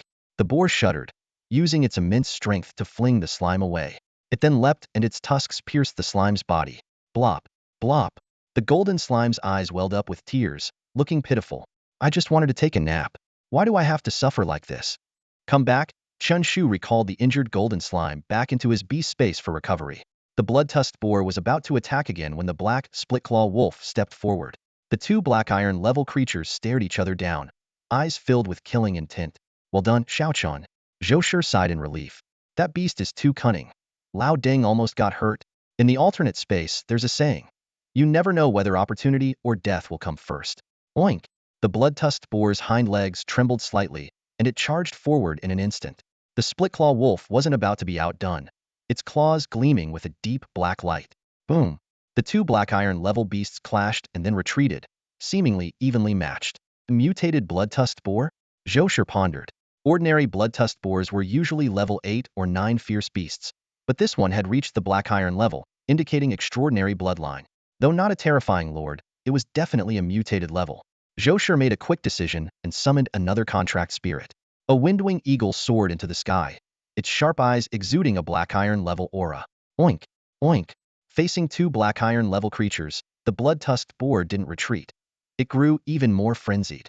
Its eyes turned blood-red, and its ferocity surged its innate skill berserk. The split-claw wolf wasn't backing down, its body glowing with a dark light, its speed suddenly increasing. The beasts clashed again, the impact deafening. The boar's tusks pierced the wolf's head, blood gushing out. But it too was wounded by the claws, suffering serious injuries. This was a life-or-death battle. Both black iron-level creatures were high attack, low defense types, making the fight brutal, deciding both the winner and the loser. The split-claw wolf began to tire, while the blood-tusked boar seemed to grow stronger with pain. If the fight continued, the wolf would surely lose. But don't forget, there was still a windwing eagle in the sky, watching intently. Seizing the moment when the beasts were entangled, the windwing eagle screeched and struck with its talons. An invisible wind blade slashed through, gravely injuring the blood-tusked boar. This was the windwing eagle's innate skill, wind blade.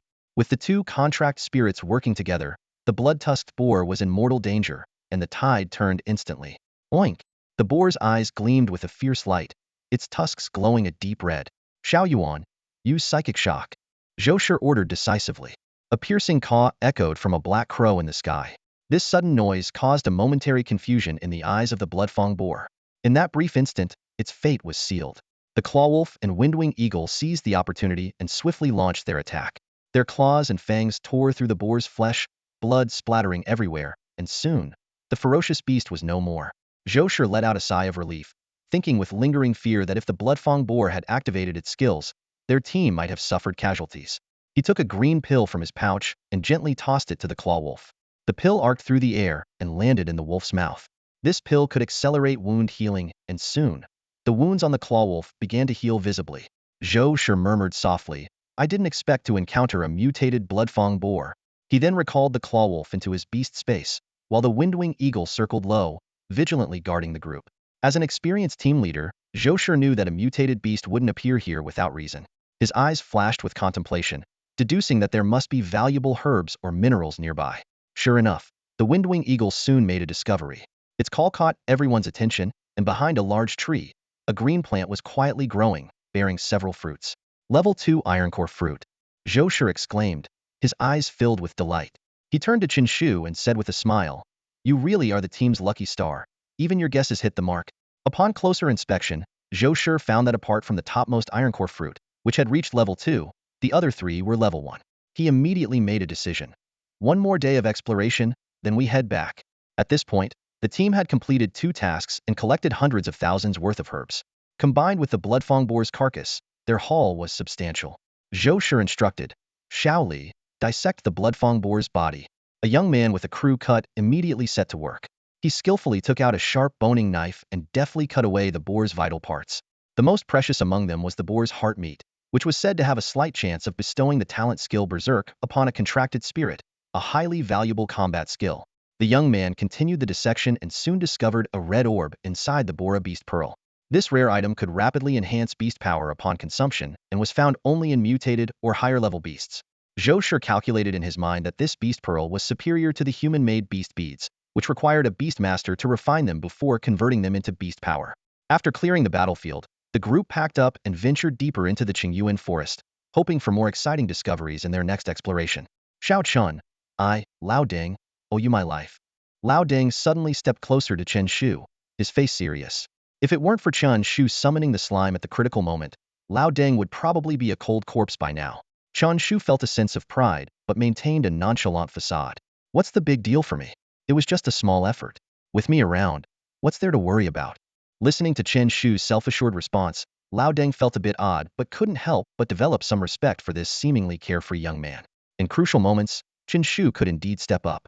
Just then, a soft cry echoed from the sky. Everyone looked up to see a windwing eagle circling above.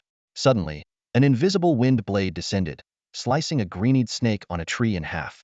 This display of power left everyone gasping in awe at the windwing eagle's skill. With the windwing eagle's protection, the journey continued smoothly. Although they didn't collect any herbs from the alternate dimension, everyone was relieved. Chen Shu suggested they camp for the night and head back early the next morning. He warned, the Qingyuan forest may offer great riches, but staying too long means encountering some truly terrifying creatures. As night fell, Chen Shu, feeling a bit peckish, pulled out some bloodfang boar meat from his backpack and set up a grill. His attention was drawn to a large beehive hanging from a nearby tree. Zhou Shi sent the windwing eagle to scout, confirming that it was just ordinary bees inside. The group then worked together to retrieve the hive. "Tonight, we're in for a treat," Chen Shu announced excitedly. "Let's make honey-glazed boar meat." Soon, the enticing aroma filled the air, making everyone's mouth water. The 20-plus pounds of boar meat were quickly devoured, leaving everyone craving more. Lao Deng couldn't help but joke, "Xiao Chun, you should go to the Beast Chef University. You'd be better off than being a beast tamer." Chen Shu quickly waved it off. "Come on, you're underestimating a future legendary beast tamer. Besides, my buddy Zhang Dali is the real chef. He even won the Nanjing Chef's competition." After chatting for a while, everyone retired to their tents, leaving Chen Shu and Lao Deng to keep watch. In the quiet of the night, Chen Shu lay by the campfire, gazing at the starry sky. Lao Deng suddenly spoke, "Xiao Chun, you're only 17, right? What? Jealous of my youth?" Chen Shu replied lazily, chewing on a blade of grass. Lao Deng chuckled and pulled out his phone, showing a photo. "She's about the same age as you." Chen Shu glanced at the photo and immediately sat up. "Lao Deng, you're paying me back with a grudge." The photo showed a little girl with a red scarf, holding an award from the Northern Elementary School in Nanjing. Lao Deng quickly explained, "She's starting middle school soon. You're in your 3rd year of high school, and she's in her 1st year. You're at the same school, aren't you?" As they chatted, 2 options suddenly appeared before Chen Shu. 1. Roll 5 meters to the right to avoid the attack, increasing contract spirit speed by 5. 2. Trust in your Iron Head skill to block the Earthquake Bear's attack, increasing beast taming level by 1. Chen Shu reacted instantly, kicking Lao Deng several meters away and rolling himself. A massive bear paw landed exactly where Chen Shu had been. "Help! The black bear spirit is here to steal the cassock," Chen Shu shouted at the top of his lungs. The others rushed out, and the windwing eagle's wind blade severely wounded the earthquake bear. However, the danger wasn't over. More earthquake bears appeared around them. The group quickly summoned their contract spirits, ready for battle. Suddenly, Chen Shu thought of something and licked his lips, saying, "Maybe it's because we ate their honey." Everyone quickly grasped Zhou Shi's words. But before they had time to think further, the earthquake bears around them roared and charged. The wind-wing eagle swiftly attacked, its razor-sharp claws sending a cutting wind blade that severely injured one of the bears. However, this only fueled the rage of the remaining bears. As the wind-wing eagle's wind blade skill went into cooldown and couldn't be used repeatedly, the other earthquake bears quickly closed the distance. At this critical moment, the iron-backed beast let out an earth-shattering roar, charging like a moving wall into one of the bears. Its tough defenses easily withstood the bear's attack. Meanwhile, the flamebird's piercing cry cut through the sky, its claws glowing with an eerie red light as it dived toward another earthquake bear. Using its aerial advantage, the flamebird successfully delayed the bear's advance. Other contracted beasts also displayed their abilities, unable to completely defeat the earthquake bears, but at least holding them at bay for the time being. Everyone knew that as soon as the wind-wing eagle's skill cooled down, victory would be within reach. Chen Shu's slime couldn't join the fight due to previous injuries, but the wind-wing eagle showed no fear. It let out a sharp cry and dived like lightning at one of the bears. Its claws gleamed coldly, tearing the bear's back in an instant. Even without its wind blade, the wind-wing eagle's power far exceeded that of ordinary beasts. Seeing the situation turn unfavorable, the earthquake bears suddenly changed their tactics. All 7 bears simultaneously struck the ground with their paws, unleashing their innate skill, Earth Wave. The seemingly calm ground began to shake violently, making it difficult for everyone to maintain their footing. One quick-witted earthquake bear seized the moment when the ironback beast was unsteady and charged directly at the group, aiming straight for Zhou Shi. Clearly, these beasts understood the vulnerability of the beastmasters themselves. Foolish beast, Zhou Shi snorted, leaning forward slightly to keep his balance on the shaking ground. Just as the bear's massive paw was about to strike him, a shadow darted out like lightning. It was the injured claw wolf. Despite its injuries, it demonstrated overwhelming strength, its glowing claws instantly tearing through the bear's skull, blood splattering everywhere. Xiaoyu, watch out! Zhou Shi suddenly shouted, seeing another earthquake bear silently approaching Su Xiaoyu. Although the flamebird was only a level 7 contracted beast, it's a grade potential rating, and the bear's fear of fire made Su Xiaoyu their prime target. However, just as the bear was about to strike, a yellow blob suddenly fell from the sky, crashing heavily onto the bear. Goo! The golden slime opened its round eyes and instantly activated its violent sit smash. Crush that beast! Chen Shu shouted. The bear, not fast enough, was pinned down by the slime. But in the next moment, the bear's eyes gleamed with ferocity, and with its immense strength, it began to lift the slime. The coffin, cough. The black bear's spirit can't hold it down. Chen Shu quickly recalled the slime into the beast space to prevent further injury.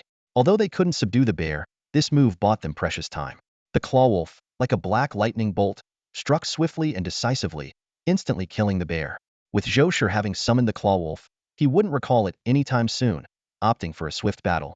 With the 2 black iron-level contracted beasts working together, the remaining earthquake bears were quickly and decisively wiped out. Chen Shu watched with a hint of envy in his eyes. The power of a black iron-level beastmaster was truly awe-inspiring. After the battle, everyone quickly cleaned up the battlefield to avoid attracting more beasts with the scent of blood. The earthquake bears, being of ordinary level, weren't very valuable. Only their paws could be sold to local restaurants, but since they were inconvenient to carry, the contracted beasts devoured them on the spot.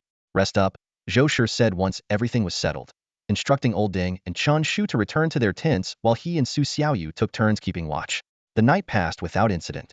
This sudden battle made Chen Shu acutely aware of the dangers in the alternate space. We start the return journey today, Zhou Shi announced. They had reaped a good harvest, especially with the kill of a mutated bloodfang boar. They were deep in Qingyuan forest and expected the return trip to take several days. Naturally, they wouldn't retrace their steps but would take a different route, hoping for more gains. Fortunately, they encountered no beast attacks along the way, and even the wind-wing eagle seemed a bit bored. Suddenly, Zhou Shi signaled for everyone to stop. Chen Shu looked closely and saw another beastmaster team. The wind-wing eagle in the sky watched the other team's contracted beasts warily, exuding a strong black iron-level aura. The opposing team's leader was a refined young man, about 30 years old. He glanced at the wind-wing eagle calmly and nodded slightly at Zhou Shi. Both teams maintained a safe distance, passing each other without any interaction. The atmosphere was unusually tense. Only after the other team had gone did everyone breathe a sigh of relief. Zhou Shi solemnly said, if you encounter other beastmaster teams in the alternate space, the best course of action is to ignore them. Neither make them your enemies nor get too close. Zhou Shi spoke to Chen Shu and Lao Ding, who were riding on the flame bird. On the 3rd day, he recalled the windwing lark to the beast space and summoned the claw wolf. This wolf was his first contracted spirit, and naturally, It had the highest level of obedience due to their long time together. High obedience not only enhances combat synergy but also shortens command execution time. In critical moments, a difference of 1 or 2 seconds could mean the difference between life and death. The Black Raven was scouting from the sky, while the Claw Wolf handled ground combat. Although they encountered small groups of fierce beasts along the way, they were easily dealt with. As their journey through Qingyuan Forest neared its end, Chen Shu couldn't help but reflect on how much he had learned in just over 10 days. The only regret he had was that his contracted spirit's limited strength made it difficult to play a leading role, leaving him feeling somewhat detached from the action. As night fell, the group set up camp as usual. Zhou Shi gave instructions, Chen Shu, Lao Ding, you two take the night watch. With that, he and the other team members retreated to their tents. Feeling bored, Chen Shu lay beside the campfire, gazing at the starry sky. Lao Ding seemed hesitant to speak, but Chen Shu interrupted him, don't say it. You sound like you're trying to sell me your daughter. He then asked, Lao Ding, has your beast team ever hunted a lord-level creature? Lao Ding scoffed, are you kidding? Even the weakest lord is at least iron tier. You'd need at least 3 iron tier beastmasters to have a chance. In our team, only Zhou Shi is iron tier. The rest are at most level 9. Are they really that strong? Chen Shu asked, puzzled. Lao Ding explained. Remember that rat swarm we encountered? If we had fought Hedon, the sharp teeth of 100 steel-toothed rats would have torn the Claw Wolf apart. No matter how strong an iron tier is, they can't withstand sheer numbers. Chen Shu pondered. So 3 iron tier beastmasters can hunt a lord? Of course not. Lao Ding shook his head. If we had that kind of strength, we'd be venturing into dangerous otherworlds instead of wasting time here. While lord-level beasts are valuable, the chances of encountering one are too low. It's more profitable to make multiple trips to other worlds. Chen Shu realized why hunting a lord-level creature seemed simple in theory but was nearly impossible in practice. Those capable of it wouldn't bother, and those who would bother aren't capable, making it a paradox. All this talk is making me need to pee. I'm going to relieve myself, Chen Shu said, yawning as he walked towards a nearby bush. Just as he was about to go, 2 options appeared before him. Option 1. Relieve yourself on the spot and earn the title Friend of Nature, which makes the urge to pee stronger when near bushes. Option 2. Climb a tree to relieve yourself and receive a bonus skill for your contracted spirit. Chen Shu stared blankly at the sudden appearance of options, thinking, what kind of nonsense is this? Even going to the bathroom can trigger options? He glanced at the first option, which offered a reward that increased the urge to urinate, and he immediately scoffed. Surveying his surroundings, he decisively chose a large tree. The golden slime's invulnerability skill caught Chen Shu's attention. Although it could only resist control effects from creatures of the same level, upgrading it would surely be beneficial. He swiftly climbed up a branch and, under the moonlight, began to relieve himself. As a sense of relief washed over him, the invulnerability skill leveled up, extending its duration. A slight smile appeared on Chen Shu's face, but just as he was about to climb down, he suddenly noticed 2 eerie blue lights flickering in the darkness. His pupils contracted as an ice ball rapidly approached. Adrenaline surged, and with heightened clarity, Chen Shu tilted his head to avoid it, nearly falling in the process. The golden slime appeared just in time, cushioning his fall. The tree crashed down, revealing a giant black rabbit several meters tall, its blue eyes filled with murderous intent. Great, I've run into a boss. Chen Shu's exclamation shattered the night silence, alerting the distant 666 beast taming squad. What's happening? The team members sprang to attention, the word boss striking like a bolt of lightning. The split claw wolf rushed over, but hesitated to attack, its eyes filled with caution and fear. Chen Shu scrambled towards the campfire, cursing his bad luck. Zhou Shi cursed and immediately initiated the escape plan. The ice wild rabbit boss still had water droplets on its head, emanating a foul smell clearly Chen Shu's handiwork. In the distance, rustling sounds suggested a large gathering of creatures. Run. It's summoning the ice wild rabbit horde, Zhou Shi said gravely, summoning his wind-winged eagle. The team quickly divided into 3 groups. 4 members boarded the eagle. Zhou Shi and Lao Ding rode the split claw wolf, while Chen Shu and Su Xiaoyu mounted the firebird, all fleeing in the same direction. Zhou Shi sternly warned, don't get hit by the ice balls, or you're dead for sure. The ice wild rabbit's innate ice ball skill not only slowed targets but could continuously control them to death. With a thunderous roar, hundreds of ice wild rabbits gathered behind their boss, their momentum rivaling a steel-tooth rat swarm. In an instant, countless ice balls whizzed through the air like cannonballs. Xiaoyu, fly higher, Chen Shu urgently reminded. The firebird screeched, flapping its wings to narrowly avoid the ice ball barrage. Everyone else was also desperately fleeing. The ice wild rabbit horde pursued relentlessly like a swarm of locusts, crushing green-eyed snakes, steel-tooth rats, and other nocturnal predators in their path. The night was utterly shattered, the blue eyes of the ice wild rabbits flickering like ghostly flames. As they fled, Chen Shu asked, Chun, what exactly did you do? That boss seems to have a personal vendetta against you. Chen Shu stammered. I accidentally peed on that big rabbit's head. Stunned silence followed. Chen Shu sighed in exasperation. You really are something else. After a relentless 2-hour chase, the ice rabbit lord showed no signs of giving up, though only a few dozen ice rabbits remained in its wake. The lord, being a black iron-level creature, had far greater endurance than the ordinary ice rabbits, which had long fallen behind. The firebird, too, was exhausted, its tongue lolling out and wings heavy with fatigue, as if it could drop from the sky at any moment. Chen Shu patted the firebird's back encouragingly. Hang in there, little firebird. He had discarded all unnecessary burdens to lighten his mount's load. Another half-hour passed, and only the ice rabbit lord continued the pursuit. Chen Shu couldn't help but grumble. I just peed on you. Is this really necessary? Such a clean freak. He sighed, realizing that even in a different dimension, one must heed nature's call with caution. The mission details resurfaced in his mind. Lord-level ice rabbits are obsessively clean and have high standards for their habitat. For such a neat freak, Chen Shu's act was akin to a soul-crushing torment, not easily forgiven. The firebird was at its limit, on the verge of collapsing from exhaustion. Chen Shu suddenly had a wild idea and asked, Xiaoyu, do you think we need to roast firebird meat? Su Xiaoyu was furious, grabbing Chen Shu by the collar and shouting, how can you joke at a time like this? Okay, my bad, Chen Shu quickly apologized. I was just trying to lighten the mood. He turned to the front and shouted, Uncle Zhou, let's turn and fight. Only the ice rabbit lord is left. He had noticed the opportunity half an hour ago. The other ice rabbits had already fallen behind, making this the perfect chance. Experienced Chen Shu immediately understood, instructing, Xiao Yuan, scout the surroundings. A black crow soared into the sky, utilizing its night vision to scan the area. Moments later, Xiao Yuan excitedly reported, Captain, all clear. Since its formation, the beast tamer squad had only hunted 3 mutant-level beasts and had never challenged a lord-level one. Now, a golden opportunity was at hand, with the ice rabbit's greatest advantage neutralized. Attack! Chen Shu commanded decisively. The windwing eagle abruptly turned, launching a sharp wind blade. Though the ice rabbit lord had lost its sanity, its instincts remained sharp. It spat an ice ball that collided with the wind blade, both dissipating simultaneously. The clawwolf seized the moment, sprinting forward with its claws glowing, activating its rending claw skill. The ice rabbit lord couldn't dodge in time and was slashed open, blood gushing out and further enraging it. A blue ice arrow shot from the ice rabbit lord's mouth, its speed too fast for Chen Shu to react. Just as the clawwolf was about to suffer a heavy blow, a golden slime appeared, precisely landing on the ice arrow. The arrow lost its power under the Nerdhausen pound weight. It's in a rigid state. Attack now? Chen Shu's expression was tense, a stark contrast to his usual playful demeanor. With Chen Shu's approval, the clawwolf glowed and charged at the ice rabbit lord with increased speed.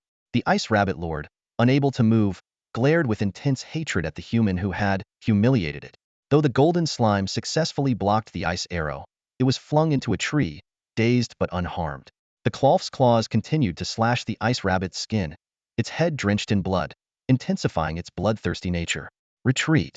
Chen Shu quickly called out, predicting the ice rabbit's imminent recovery. Chen Shu understood, and the clawwolf immediately withdrew. The ice rabbit lord panted heavily, weakened by significant blood loss. But Chen Shu and the others saw hope.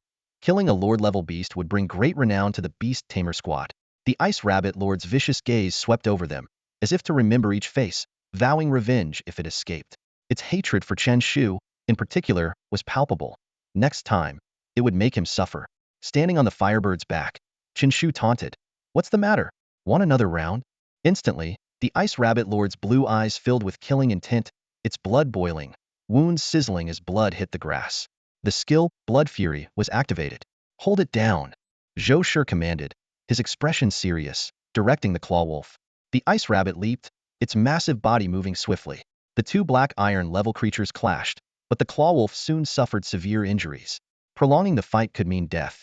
Everyone attack! Chen Shu ordered, and the team descended, summoning their contracted spirits. Windwing Eagle, Firebird, Ironback Beast, Bluetail Butterfly. Though only basic level, their skills and talents were still valuable. This was why they were so precious. The battlefield stalemated. Once the ice rabbit lord's skill duration ended, the tide would turn. Good job, Chen. Chen Shu smiled, surprised that Chen Shu's act had solved a long-standing problem for beast tamers. If they could dirty the ice rabbits, it would force them to leave their group. The ice rabbit's eyes flickered with weakness, its body drenched in blood, clearly gravely injured. Stay vigilant. Chen Shu's expression was stern. This is no time for jokes. We're dealing with a lord here. The skills of the ice rabbit lord were never officially disclosed, clearly lacking precise information. Even if some beast tamers had hunted it before, they wouldn't share this intel for free, as human nature is inherently selfish. Zhou Shi nodded slightly, intensely observing the battlefield. Controlling two contracted spirits consumed a significant amount of his mental energy. At that moment, the ice rabbit lord suddenly sprang forward with all its might, leaping several meters high and instantly pinning the claw wolf to the ground. Just as the other contracted spirits were about to come to its aid, Chen Shu shouted, "Don't go over. The temperature is dropping." A bone-chilling cold swept over them, causing everyone to react instantly. They quickly ordered their contracted spirits to retreat from the battlefield and backed away several dozen meters themselves. Clearly, the Ice Rabbit Lord was preparing to unleash some powerful move. The Claw Wolf, isolated and unable to free itself, let out an angry howl. The Ice Rabbit Lord's eyes gleamed with murderous intent. Once it dealt with the Claw Wolf, the other contracted spirits would pose no threat. If the Windwing Eagle in the sky were captured, it would be killed instantly, making it unable to serve as a main force. Zhou Shi clenched his fists, facing a tough decision. Should he recall the Claw Wolf or let it endure the Ice Rabbit Lord's ultimate move? Recalling it would mean a delay before it could be summoned again, by which time everyone might already be dead. However, the Claw Wolf was not a defensive type and might not withstand the attack anyway. Unexpectedly, Zhou Shi turned to Chen Shu and asked, "Xiao Chun, what do you think?" As an experienced beast tamer leader, he chose to trust a student who had just entered this alternate space. The others remained silent, also looking at Chen Shu with trusting eyes. Despite his contracted spirits not being strong, Chen Shu's judgment was exceptionally accurate. Chen Shu's expression was grave as he stared at the battlefield and said in a deep voice, "Make the Claw Wolf break free. If it fails, recall it immediately." Zhou Shi nodded in agreement. The Claw Wolf slashed with its claws, relentlessly tearing at the ice rabbit's belly. As the temperature continued to drop, the Claw Wolf finally broke free. However, the ice rabbit's lips curled into a chilling smile. The temperature plummeted to an extreme, rendering the Claw Wolf's body rigid, unable to escape the skill's range. Zhou Shi clenched his fists, preparing to recall the Claw Wolf while considering an escape plan. At this critical moment, Chen Shu suddenly said, "Leave it to me." Zhou Shi hesitated but ultimately chose to trust him. If they tried to withstand the attack, the Claw Wolf would likely die on the spot. Contracted spirits are vital to beast tamers. Losing one would significantly weaken Zhou Shi's strength. Even as a silver-level beast tamer, his power would be reduced by a third. This kind of permanent weakening is something no beast tamer can accept. The Ice Rabbit Lord's eyes glinted with increased murderous intent as the surrounding temperature continued to drop, nearing a critical point. Suddenly, the golden slime reappeared. The Ice Rabbit Lord exclaimed excitedly, "It's you again. Perfect. Buy one get one free." Clearly, it recognized the slime as Chen Shu's contracted spirit, harboring deep hatred. To everyone's confusion, the slime didn't charge at the ice rabbit, but instead collided directly with the Claw Wolf. The six-meturtle slime was larger than the Claw Wolf, making it the heavyweight of the battlefield. The LV3 collision skill took effect, and with the Claw Wolf unprepared, it was instantly knocked away. Although injured, it managed to escape the Ice Rabbit Lord's skill range. This scene enraged the Ice Rabbit Lord. "My meticulously planned ultimate move, thwarted?" The slime blinked its big eyes innocently, looking adorably dumbfounded. "Die!" The ice rabbit roared furiously. However, the next moment, the golden slime vanished, forcibly recalled to the beast taming space. Beast tamers can forcibly recall their contracted spirits, effectively granting them an invincible skill if used wisely. Boom, boom, boom. Under the moonlight, ice crystals blossomed like exquisite snow lotuses, filled with deadly menace. The temperature within a terrifying range of several dozen meters plummeted to the extreme. Everyone shivered involuntarily. As the ice crystals dispersed, the Ice Rabbit Lord's ultimate move had failed. "Attack!" Zhou Shi shouted excitedly. The contracted spirits surged forward, led by the Claw Wolf, and successfully killed the Ice Rabbit Lord on the spot. A Lord-level beast had fallen. "We did it. We really did it." Old Wang couldn't contain his excitement, shaking Chen Shu's shoulders. "Chunpai, did you see that? Did you see that? It's just a few dozen meters away from me." "I'm not blind," Chen Shu said, exasperated, his tone filled with impatience. The surrounding teammates exchanged bewildered glances, clearly taken aback by his reaction. Chen Shu thought to himself, is there really a need to make such a fuss? You guys act like you've never seen anything like this before. Zhou Shi, however, remained much calmer. He scanned the area cautiously and said, "Quick, gather the spoils and let's get out of here as soon as possible." He knew all too well that encountering other fierce beasts or a beast-taming squad could spell trouble. After all, a lord-level beast was worth at least several million, enough to tempt anyone into taking risks. "Shaoli, dismember the body," Zhou Shi ordered. The massive ice rabbit lord's body was about 4 meters long, making it impossible to carry whole. Besides, with about 3 days' journey back to the base, the flesh would be rotting by then. Shaoli, wielding a specially crafted dissection knife, began to skillfully carve up the beast. The blade sliced through the Ice Rabbit King's body as if it were tofu. "Remember, make sure to preserve the beast pearl and the blue eyes," Zhou Shi reminded. The beast pearl can significantly enhance beast taming abilities, and the blue eyes have a chance of granting a contracted spirit the ice ball talent. This chance is much higher than with a mutated beast, though still not guaranteed. The rest of the team quickly finished processing the battlefield and decisively retreated. Chen Shu took the opportunity to secretly stash a small piece of the rabbit's head, planning to hand it over to the Beast Tamer Association to complete a mission later. As the group left, the surroundings once again fell into the quiet of the night. They found a hollow tree to spend the night in. Zhou Shi turned to Chen Shu, curiosity gleaming in his eyes. "Xiao Chun, how did you predict the trajectory of the ice arrow?" Chen Shu sighed and replied nonchalantly, "I just felt like I could handle it, so I did." He thought to himself, "Isn't this what they call talent?" For a moment, everyone fell silent. Although no one objected, they all realized that Chen Shu's extraordinary predictive abilities and his composure under pressure far exceeded those of anyone present. Finally, Zhou Shi broke the silence, saying softly, "You really are something else." The others nodded in agreement. Chen Shu raised an eyebrow, wondering, "Are they complimenting me or insulting me?" Old Deng suddenly spoke up, "Captain, we've made quite a haul this time, haven't we?" His eyes sparkled with excitement, and his tone was filled with barely concealed joy.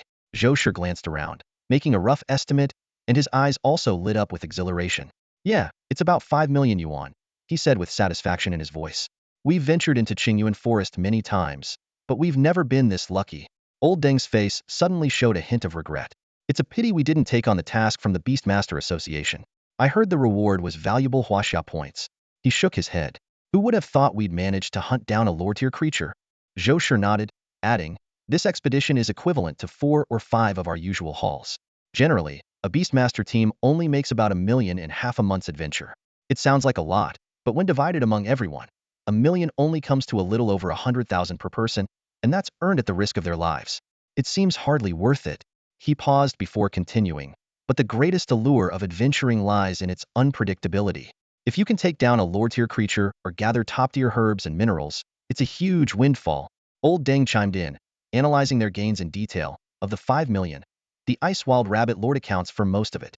Just its pair of blue eyes is worth 2 million. This is because the Ice Ball skill isn't very versatile, only suitable for water-type contracted spirits. If it were a skill like Berserk, its value would be much higher." As they walked and talked, the night passed quickly. Early the next morning, they set off for the Jinling army base without stopping. 3 days later, when they finally saw the outline of a small village in the distance, they all breathed a collective sigh of relief. Passing through the spatial tunnel, they safely returned to Blue Star, and a long-lost sense of familiarity washed over them. Although the air quality wasn't as fresh as in Qingyuan Forest, at least they didn't have to be constantly on edge.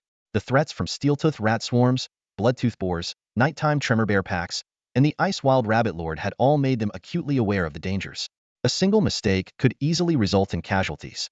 Zhou Shi looked around solemnly and said, "I'll transfer this haul to everyone's accounts. Xiao Chun, you get a share too." As a high-ranking member of the 666 Potion Company, he naturally had better channels to handle the spoils. Chen Shu had originally wanted to see the exotic space, and technically the loot had nothing to do with him, but his contributions this time were significant enough for him to be treated as part of the team. "No need, Uncle Zhou, no need to be so formal," Chen Shu said with a smile, waving his hand. "Besides, I've already packed the collected herbs in my bag. You guys can split the money." Everyone was speechless at this. Old Deng quickly checked his backpack and found only a lonely second-grade iron core fruit left. Zhou Shi struggled for a moment before saying, "You sure move fast." Chen Shu was secretly pleased. The herbs were worth about 300,000. Though not as lucrative as cash, they were more valuable to him since he didn't have an alchemist license and couldn't buy herbs from official stores. Zhou Shi then announced, "We'll rest up tonight and head back to Nanjiang City in the morning." To celebrate, they decided to have a small gathering at a local tavern. However, Chen Shu quietly slipped away to the Beastmaster Association. When he produced a rabbit head emitting a tantalizing aroma, the staff at the task hall stared wide-eyed. their mouths agape. What's wrong? Did you think I was joking? Hurry up and process the task, Chen Shu said nonchalantly, tearing off a piece of rabbit meat and chewing leisurely. The staff member asked incredulously, is this really the head of the Ice Wild Rabbit Lord? Soon, a soldier in uniform with Zhengling printed on his shoulder walked over.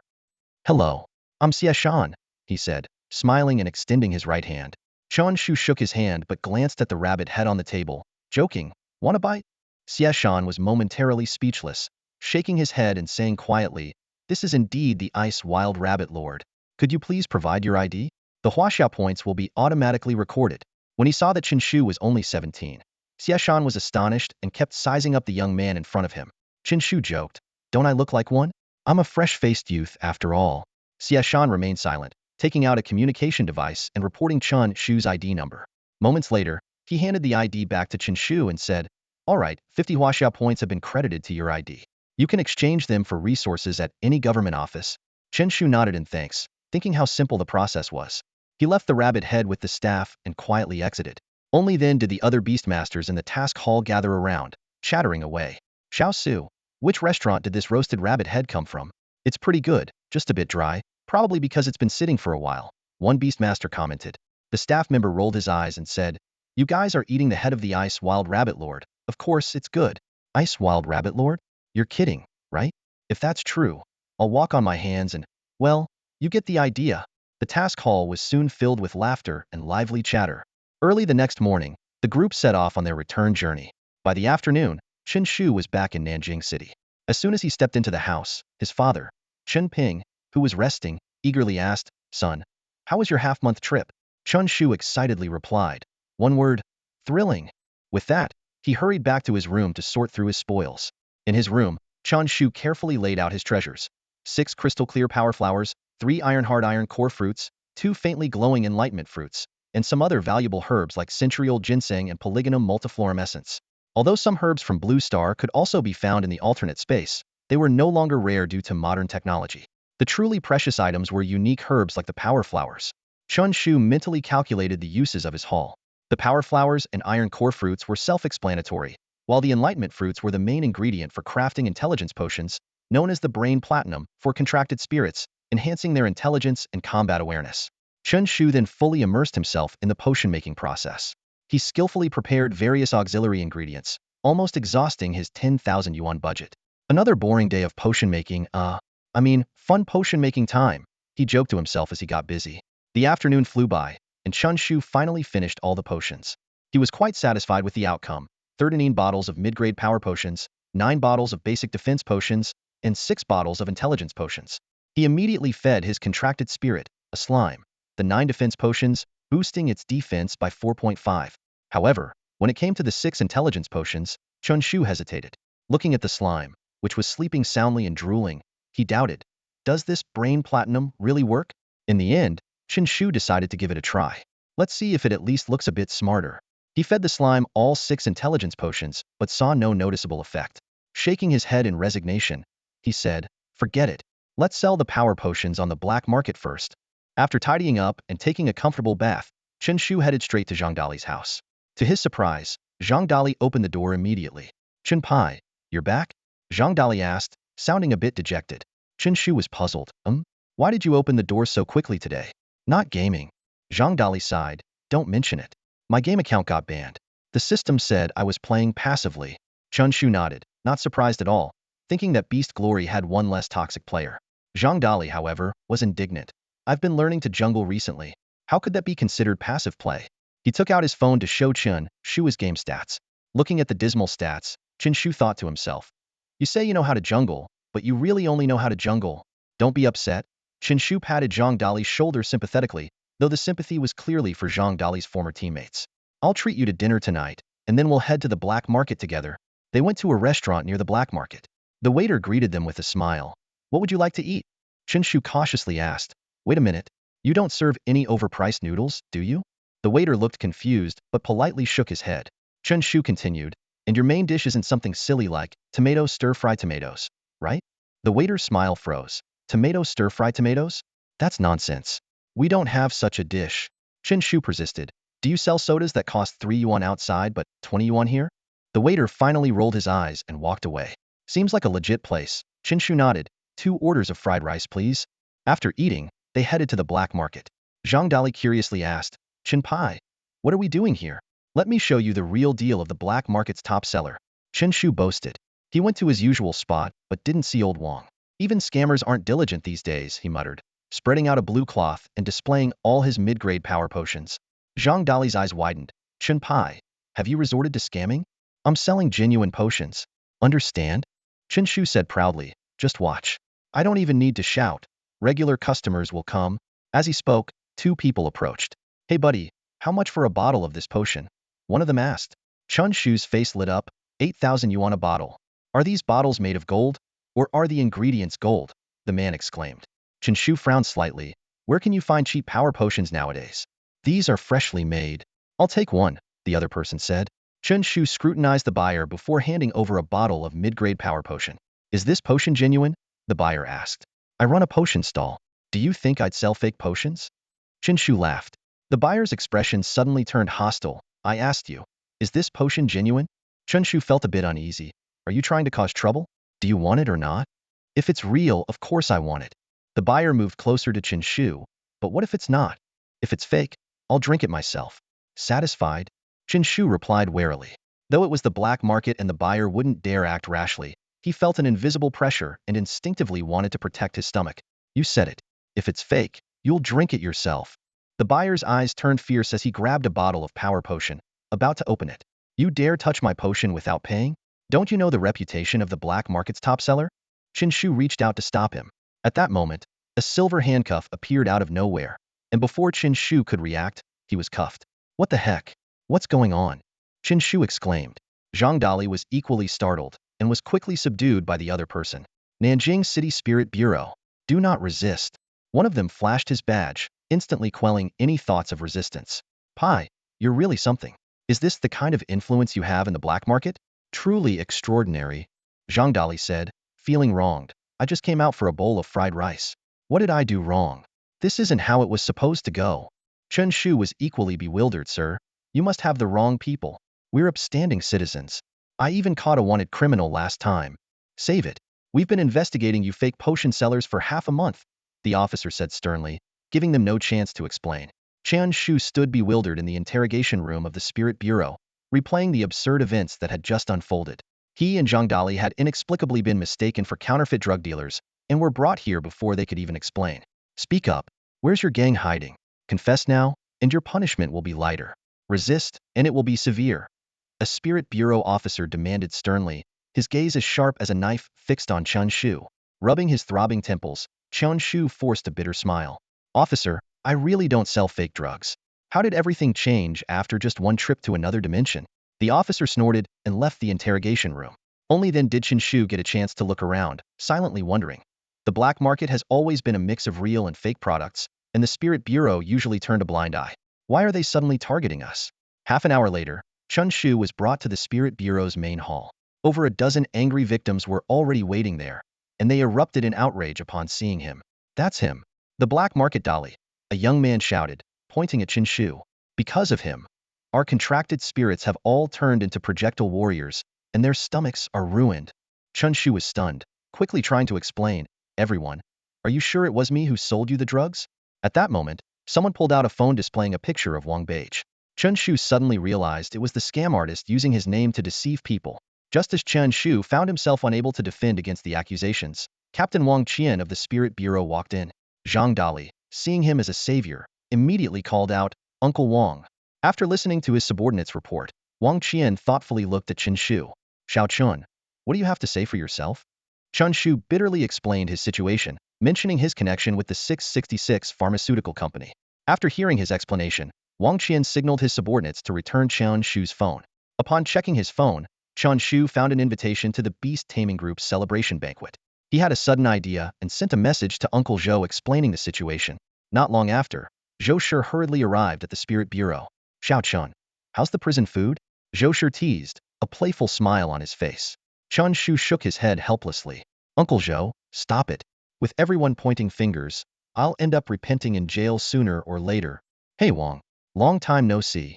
Zhou Shi looked at Wang Qian, clearly recognizing an old friend. Wang Qian got straight to the point. Old Zhou, is the strength potion he's selling on the black market from your company? Zhou Shi nodded and explained, Xiao Chun is indeed a summer intern at our company, working as an assistant pharmacist. He knows a bit about potion making himself. I'll show you the relevant contracts tomorrow. Zhou Shi seemed relaxed, clearly unaware that Chen Shu had made $1 million in just 10 days. If he knew, he probably wouldn't sleep a wink. Wang Qian nodded. All right then, no problem. Since it's confirmed that Chen Shu isn't connected to that fake medicine dealer, and his potions are genuine with a traceable source, there's no need to detain him. Despite knowing everyone present, he remained professional. You're all victims here. Any other opinions? The hall is under surveillance. Just as the leading young man was about to speak, his phone rang. Hello? What? My contract spirit has diarrhea again? The toilet exploded? He looked alarmed and quickly put away his phone. If he's not an accomplice, then forget it. Captain Wang, please catch the real fraudster soon. With that, the group hurriedly left the Spirit Control Bureau. Outside the bureau, Zhang Dali and Chen Shu took a deep breath of free air, spreading their arms as if embracing a bright future. Seeing their exaggerated actions, Zhou Shi couldn't help but tease, are you two nuts? Chen Shu sighed, Uncle Zhou, you don't get it. We're not like you. We're law-abiding citizens, not regulars at the Spirit Control Bureau. Zhou Shi's forehead wrinkled. That makes it sound like I'm a seasoned criminal. So, getting you out is a crime now? He changed the topic. By the way, the Beast Control Squad is having a dinner gathering. You two want to join? Chen Shu and Zhang Dali exchanged a glance and politely declined the invitation. They got into a taxi to head home. In the car, Zhang Dali asked curiously, Chen Pai, were you framed? A flash of determination crossed Chen Shu's eyes. Of course. I was just looking for something to do over the summer. I must catch that fake medicine dealer. He'll regret messing with me. Zhang Dali expressed his support but quickly explained that his parents were on vacation when Chen Shu asked to borrow his father. Suddenly, he remembered a friend and proudly said, I have a friend known as the savior of the helpless, the secret agent of Nanjiang, Dongdangjiao. He can solve anything, and he's super efficient. Chen Shu raised an eyebrow. Besides me, you have such a high-profile friend? What does he do exactly? At Shangfei Road. He slaughters pigs, Zhang Dali answered quietly. Chen Shu gave Zhang Dali a strange look, making him uncomfortable. When they arrived at the neighborhood, Zhang Dali covered Chen Shu's eyes, not wanting to face that gaze any longer. He promised to introduce Chen Shu to the elite of Nanjiang City the next day, and then hurried home. Back at home, Chen Shu lay on his bed, reflecting on the absurd day. Just as he was about to fall asleep, his phone rang. Opening the Nanjiang Second High School QQ group, Chen Shu saw Zhang Yi boasting about his contract spirit learning a new skill. Others in the group congratulated him, but Chen Shu quietly sent a message. Congrats, Class Rep Zhang 4 combat skills. Zhang Yi's excitement vanished instantly, replying, haha, thanks. Chen Shu continued to provoke. Everyone should learn from Class Rep Zhang about to join the senior year special training class. Any study tips to share? Academic score 396 inch. Someone in the group noticed Zhang Yi's avatar had gone gray and asked if he had logged off. Chen Shu lay in bed, humming a tune smugly. Meanwhile, Zhang Yi sat with clenched fists, trembling with anger, muttering, it's fake. It must be fake. His proud achievement seemed worthless in Chen Shu's eyes. This time, Zhang Yi was truly broken. At the crack of dawn the next day, Zhang Dali stood in front of Chen Shu's house, pounding on the door and yelling, Chen Pai, time to get up. Inside, Chen Shu rubbed his sleepy eyes and reluctantly got out of bed. He muttered, seriously, why is he here so early? Who gets up this early during a holiday? Despite his grumbling, he got up and quickly got ready. Entering the living room, Chen Shu saw Zhang Dali having breakfast with his parents. He yawned and asked, didn't you stay up late last night? Why are you here so early? Zhang Dali swallowed his food and replied, are you kidding? If I came any later, your breakfast would be cold. Chen Shu sighed, picked up a youtiao, and dipped it in soy milk. So you woke up early just to mooch breakfast? What do you want? To meet some important people. Remember last night's conversation? Zhang Dali reminded him. Chen Shu's father, Chen Ping, curiously asked, Dali, what important people? A butcher, Chen Shu said, shaking his head, thinking Zhang Dali must be out of his mind. After breakfast, Zhang Dali insisted on dragging Chen Shu out. Half an hour later, they arrived at the intersection of Shafei Road. Chen Shu couldn't help but ask, Dali, have you been brainwashed? How can a butcher track down a fake drug dealer? Zhang Dali retorted, when have I ever lied to you? Ever heard the saying, if you haven't met Xie Sunan, you can't call yourself a hero? Just as he finished speaking, something flew towards them. Chen Shu quickly grabbed it with his right hand. It was a pig's trotter, still glistening with a few hairs. You've heard of me, Xie Sunan? Even you little guys know my name, said a shirtless man wearing a brown apron. He held a sharp butcher's knife, and his thick beard made him look enigmatic. Zhang Dali ran over excitedly, Brother Xie. It's me, Dolly. Chen Shu looked up and saw the butcher's stall with a sign that read, Sia's pork. Xie Sunan glanced at Zhang Dali and said, "Oh? You're the one who asked me to investigate your background last time, right?" Chen Shu gave Zhang Dali an odd look, thinking, investigate his background? Does he really think he's not his parents' child? Zhang Dali enthusiastically said, "Brother Xie, it's me. I can't believe you remember me." Xie Sunan calmly replied, "How could I forget? Even a pair of underwear or a piece of toilet paper has its uses." Zhang Dali felt something was off but didn't dwell on it. He continued, "Brother Xie, today my friend needs your help." Xie Sunan turned to Chen Shu and asked, "Kid, do you also think you're not your parents' child?"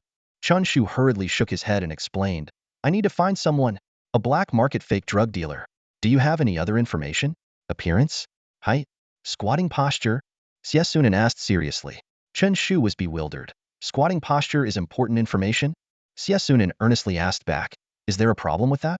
Chen Shu shook his head, "Dude, when I make this face, it means you have a problem, not me, okay?" Despite feeling dubious, he decided to take a chance since Zhang Dali had recommended him. Chen Shu took out a photo of Wang Beige and explained, "Can you help me find this person? He used to scam people by selling mud, and now he's dealing fake drugs." Xie Sunan was shocked. Seriously? He made money selling mud? The world is truly full of fools. Chen Shu agreed, "Yeah, who in their right mind buys mud? To play with it at home? It's like a playground for idiots." As they bantered, Zhang Dali's face twitched. He finally interrupted, "Guys, focus. We have important business here." Xie Sunan snapped back to reality. "Right? Important business. Since you have other information, it should be doable. Come back in 3 days." As Chen Shu was about to leave, Zhang Dali whispered, "Hey, you haven't paid him yet?" "Pay? I didn't buy any pork." Chen Shu was puzzled. "Payment for the job," Zhang Dali clarified. Chen Shu's eyes widened. "It's not free. 5,000 yuan. No bargaining." Xie Sunan stated. Chen Shu was speechless. "Are you kidding? Wang Beige isn't worth 5,000 yuan." Just as Chen Shu was about to turn and leave, a familiar set of options appeared before his eyes. Option 1. Accept Xie Sunan's help and receive a large amount of beast taming power as a reward. Option 2. Seek help from someone else and receive a premium strength elixir as a reward. Option 3. Solve it alone and receive a mid-grade beast taming orb as a reward. Chen Shu immediately turned back and decisively said, "No problem. Deal." Both men were stunned by Chen Shu's sudden change of attitude. 3 days later, cash on delivery.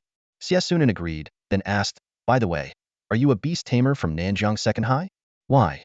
Does Brother Xie's son also study there?" Chen Shu asked curiously. Xie Sunan's face twitched as he stroked his beard. "Do I look that old?" Chen Shu and Zhang Dali both nodded in unison. "You definitely do."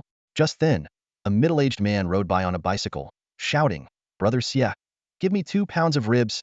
Xie Sunan looked at the man's bald head and sighed. "Sir, could you please stop calling me that? I'm not that old." As customers began to gather at the pork stall, Chen Shu and Zhang Dali said their goodbyes and left Xiafei Road. Chen Shu frowned as he looked at Zhang Dali, still harboring doubts. "Dali, is this really reliable? A butcher solving what the Spirit Control Bureau can't?" Zhang Dali, however, was full of confidence. "Reliable? Absolutely. He's just doing this part-time during the summer. It's like the saying, a great master hides in plain sight, even at a butcher's stall." Chen Shu didn't have high hopes and thought to himself that he might as well spend the 50,000 yuan for a large amount of beast power. Suddenly, an idea struck him. "Right. Let's head to the Beastmaster Association. Wang Qian from the Spirit Control Bureau should be there posting a mission right now." "Sure. I have nothing else to do." Zhang Dali agreed with a nod. The two walked to the nearby Beastmaster Association. On the way, Zhang Dali mentioned, "Chen Pai, I'm planning to go to Kyoto in August." "Why Kyoto? For a trip?" Chen Shu asked, puzzled. "I'm going to take the entrance exam for Kyoto Culinary University." Chen Shu was taken aback. "University? You? Yeah, why not? The university is fine, and you're fine. But putting the two together is a big problem," Chen Shu teased. Zhang Dali sighed. "Are you mocking me, or really mocking me?" Chen Shu explained, "You're only a sophomore. Why take an entrance exam now? Even if you pass, they can't accept you yet." Chen Shu then briefly explained the situation of domestic Beastmaster universities, emphasizing the uniqueness of the culinary university. Zhang Dali was confident. "I'm taking the early admission exam. If I pass, I can start ahead of time." Chen Shu was surprised. "Wow, so I'll be the only one left in Nanjing?" Zhang Dali reassured him. "You'll join me in a year anyway. You'll be heading to Kyoto Pharmaceutical University."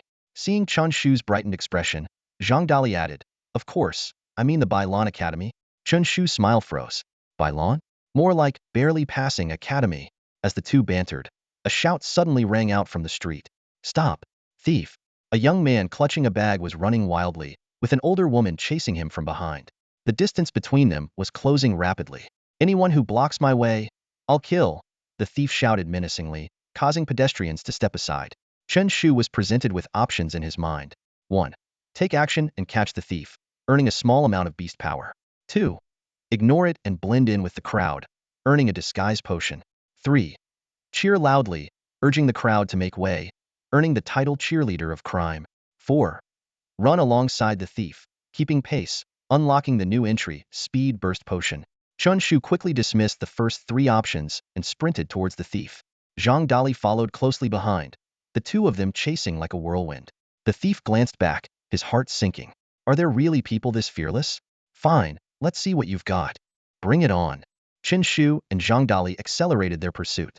As they closed in, bystanders began to cheer. The thief lamented internally, why am I so unlucky today? Chen Shu sprinted forward, running parallel to the thief. The thief gritted his teeth. Take the bag, just stop chasing me. Unexpectedly, Chen Shu didn't grab the bag but continued running alongside the thief. Zhang Dali caught up, initially confused but quickly understanding Chen Shu's plan. Thus, the 3 of them staged a bizarre parallel run on the street. Onlookers, the older woman, and even the thief himself were bewildered. Finally, the thief couldn't hold back. Either catch me or let me go. What are you doing? Am I your running buddy? Can you show a little respect? Li Hua felt his head buzzing, unable to comprehend the scene before him with his limited mental capacity. Yet, driven by instinct, he kept running. The 3 figures darted down the street, looking like 3 young fitness enthusiasts. Before long, Li Hua, gasping for breath, said, Guys, I'm sorry, I really know I was wrong. His voice was filled with exhaustion and pleading, clearly out of energy. However, Chen Shu and Zhang Dali remained expressionless, like relentless running machines, showing no intention of slowing down. Their running figures became a unique sight on the street. As they ran further, the passers-by could no longer tell that Li Hua was a thief and started talking among themselves. Are they chasing the sun? I envy the energy of today's youth, a middle-aged woman remarked. Yeah, unlike my lazy son who's still sleeping, another man chimed in. Keep it up, keep it up. Some bystanders even started clapping, cheering them on. The situation took a turn for the absurd, and Li Hua, on the verge of tears, pleaded between gasps, Please, guys, let me go. I can't take it anymore. I'm going to collapse. At this point, he'd rather be detained than keep running. Chen Shu, meanwhile, was thinking about when the system would reward him. Hearing the thief's words, he was displeased. No reward yet, and you want to quit? Chen Shu grabbed Li Hua's right hand, and Zhang Dali followed suit with the left. If we can't run to death, we'll run till we drop, Chen Shu muttered. The 2 of them dragged Li Hua along. The morning sun cast a glow on the 3 of them, making them look almost holy, as if they were young people chasing dreams. But the reality was far from it. After half an hour of frantic running, Li Hua's face was pale, his eyes barely open, occasionally twitching, looking like he might faint at any moment. Just then, Chen Shu heard the system prompt. New item unlocked. Speed boost potion. Chen Shu sighed in relief. Even with his and Zhang Dali's stamina, they felt the strain of dragging someone for so long. As soon as they let go, Li Hua collapsed to the ground, gasping for air, feeling a sense of liberation. Chen Shu said, Dali, I'll watch him. Go get 3 bottles of water. Li Hua weakly asked, Why are you doing this to me? I'll change, I promise. Chen Shu squatted down, looking directly into Li Hua's eyes. Stop talking. Answer one question, and we'll let you go. Li Hua perked up, thinking he might have a chance to escape. A question? Where does the road lead? Chen Shu suddenly asked. Li Hua was baffled. Are you serious? What kind of question is that? You don't know? Chen Shu clenched his fist, narrowing his eyes. Ever seen a fist this big? Li Hua swallowed, attempting to answer. The road is under our feet? Pow! Chen Shu punched Li Hua in the left eye. You actually sang it? Do you think I'm here for a duet? Chen Shu fumed. I'm really sorry. Li Hua's eyes welled up with tears, already tormented enough by Chen Shu. Good. You seem to realize your mistake, even shedding tears of regret. Chen Shu nodded, then asked, At the intersection ahead, what's the first building on the left? Li Hua's eyes darted around, familiar with the area. He answered reluctantly, The Nanjing City Police Station? Correct. You know what to do then? Chen Shu said meaningfully. Li Hua nodded, realizing he couldn't escape. If he didn't answer, he'd get beaten. If he did, he'd go straight to the police. With your physique, why be a thief? Go home and train properly. Got it? Chen Shu lectured. Just then, Zhang Dali returned with 3 bottles of Lu Shifu mineral water, handing one to Li Hua. What's your name? Chen Shu asked. Li Hua. Chen Shu patted his shoulder. When you get out, write letters to foreign friends. Why be a thief? Get a real job. Huh, write to foreign friends? Li Hua was utterly confused, not understanding their words anymore. Let's go. Chen Shu and Zhang Dali watched with satisfaction as Li Hua walked into the police station. By the way, he's a thief. Check the surveillance at Shangfei Road. Chen Shu told the duty officer at the entrance to prevent any tricks. With their mission accomplished, the two walked away. 10 minutes later, Chen Shu and Zhang Dali arrived at the Beast Tamer Association of Nanjing City. Chen Shu, familiar with the place, headed straight to the task hall and looked at the task list. Task: tutor a Suntobe senior high school student. Difficulty: none. Description: my son is about to enter his senior year, and we'd like a Beast Tamer University student to tutor him. Requirements: current or graduated students from a top Beast Tamer university. Task: sparring partner at the Beast Tamer Dojo.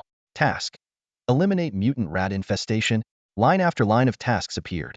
Chen Shu found it fascinating. This was his first time at the Nanjing City Beast Tamer Association. The tasks here were quite different from those in Qingyuan Town, mostly lacking difficulty ratings and being more social in nature.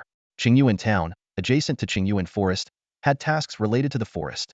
In the city, there were fewer monster hunting tasks, like eliminating mutant rats, which were of normal danger. After the beasts invaded Blue Star, they naturally interbred with local animals, leaving behind bloodlines and resulting in mutant creatures. However, these creatures were not considered true beasts, and trainee beast tamers could handle them. Chen Shu quickly found the counterfeit drug dealer task. Task: investigate counterfeit drug dealer. Difficulty: none. Description: recently, a counterfeit drug dealer has appeared in the black market, involving over 10 million yuan. We hope to apprehend them soon. Note: this task is issued by the Bureau of Spirit Affairs. No deposit required. Reward: 100,000 yuan. Difficulty: the dealer hasn't been seen in days, is highly elusive, and hard to track. Tips: 1. Photo of an accomplice at JPG. 2. The dealer is confirmed to still be in Nanjing City. Chen Shu examined the task carefully and accepted it decisively. The reward was 100,000 yuan, while Xie only charged 50,000 yuan. If there was solid information, Chen Shu would earn 50,000 yuan effortlessly. Middlemen don't make a profit, but I do. Chen Shu thought to himself with a smile. After seeing Li Hua off, Chen Shu and Zhang Dali headed to a hot pot restaurant. The bubbling broth filled the air with steam as they cooked meat and chatted, thoroughly enjoying themselves. Dali, I need to go to the Yusho Resource Bureau in Nanjing City this afternoon. Are you coming? Chen Shu asked, chewing on a tender piece of tripe. He had 50 huaxia points left to redeem and was anxious to spend them. Zhang Dali shook his head. I can't. I have a culinary training class this afternoon. All right, good luck with your exam. You'll be cooking for my slime in the future, Chen Shu joked. Half an hour later, they were full and satisfied. Suddenly, the atmosphere grew tense, as if an invisible cloud of smoke had settled over them. Zhang Dali broke the silence first. Chen Pai, it's time to pay the bill. Chen Shu pretended to pull out his phone. Hello? Yes, it's me. What's up? I'll be there right away. Zhang Dali looked exasperated. Chen Pai. Shu. Chen Shu made a gesture for silence. I'm on the phone, talking about $1 million deal. Chen Pai. Zhang Dali's forehead was lined with frustration. Chen Shu waved his hand dismissively. Mr. Liu, have the contract ready. I'll sign it as soon as I get there. He started to get up. Chen Pai. Zhang Dali slammed the table. Your phone is upside down. If you're going to act, at least make it believable. Do you think I'm an idiot? Chen Shu's expression froze, and he gave an awkward laugh. I wondered why there was no sound. You're not planning to run off, are you? Zhang Dali eyed him suspiciously. Do you think I'm that kind of person? Chen Shu glared and quickly settled the bill. After parting ways at the hot pot restaurant, Chen Shu arrived at the Yusho Resource Bureau in the eastern part of the city an hour later. The shabby building made him skeptical. It seemed too unprofessional for a government office. Inside the lobby, an old man in a vest was dozing on a wicker chair, fanning himself. Sir. Chen Shu crouched down and called softly. The old man didn't respond. Sir. Chen Shu raised his voice. Still no reaction. Chen Shu sighed and muttered, fire. The old man woke up instantly, looking around in a panic. Are you trying to fool me? He pointed his fan at Chen Shu. This is a government office. You can't just barge in. Watch out, or the Spirit Bureau will catch you. I'm here to use my points. Why would they catch me? Chen Shu explained. Sir, I'm here to redeem my huaxia points. Redeem what? Huaxia points. Huaxia what? Points. What points? Never mind. Sir, you can go back to resting. All right. The old man lay back down. Chen Shu, exasperated, headed straight to the counter where a young woman was working. Hello, I'm here to use my Huaxiao points. Please show your ID. The staff member looked at him in surprise, her eyes widening as she saw his ID. A student with Huaxiao points? Here's the redemption manual. Chen Shu eagerly opened the green booklet. It listed all sorts of items he could redeem. Beast pearls, potions, materials, and more. But since he was just an intern beast master, there were no items above the black iron level. After some thought, Chen Shu decided to exchange for medicinal herbs. I want 5 level 1 gigantifying fruits and 7 level 1 iron core fruits. The staff member smiled. That will be 48 points in total. Although these herbs might not be worth 96,000 in the market, with the current scarcity, Chen Shu valued efficiency. Soon, the staff member brought the herbs. Chen Shu pulled out a blue fertilizer bag from his backpack.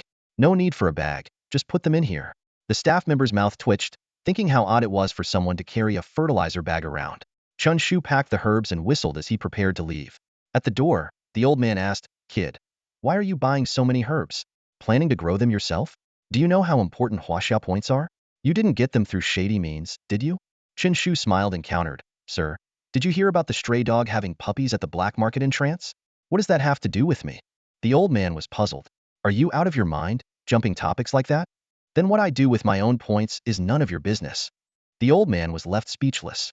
The old man was left speechless by Chen Shu's words, watching helplessly as he walked away, leaving a dashing figure behind. Shaking his head, he muttered, interesting, and went back to sleep. After leaving, Chen Shu headed straight to the herbal medicine shop and bought all the remaining ingredients.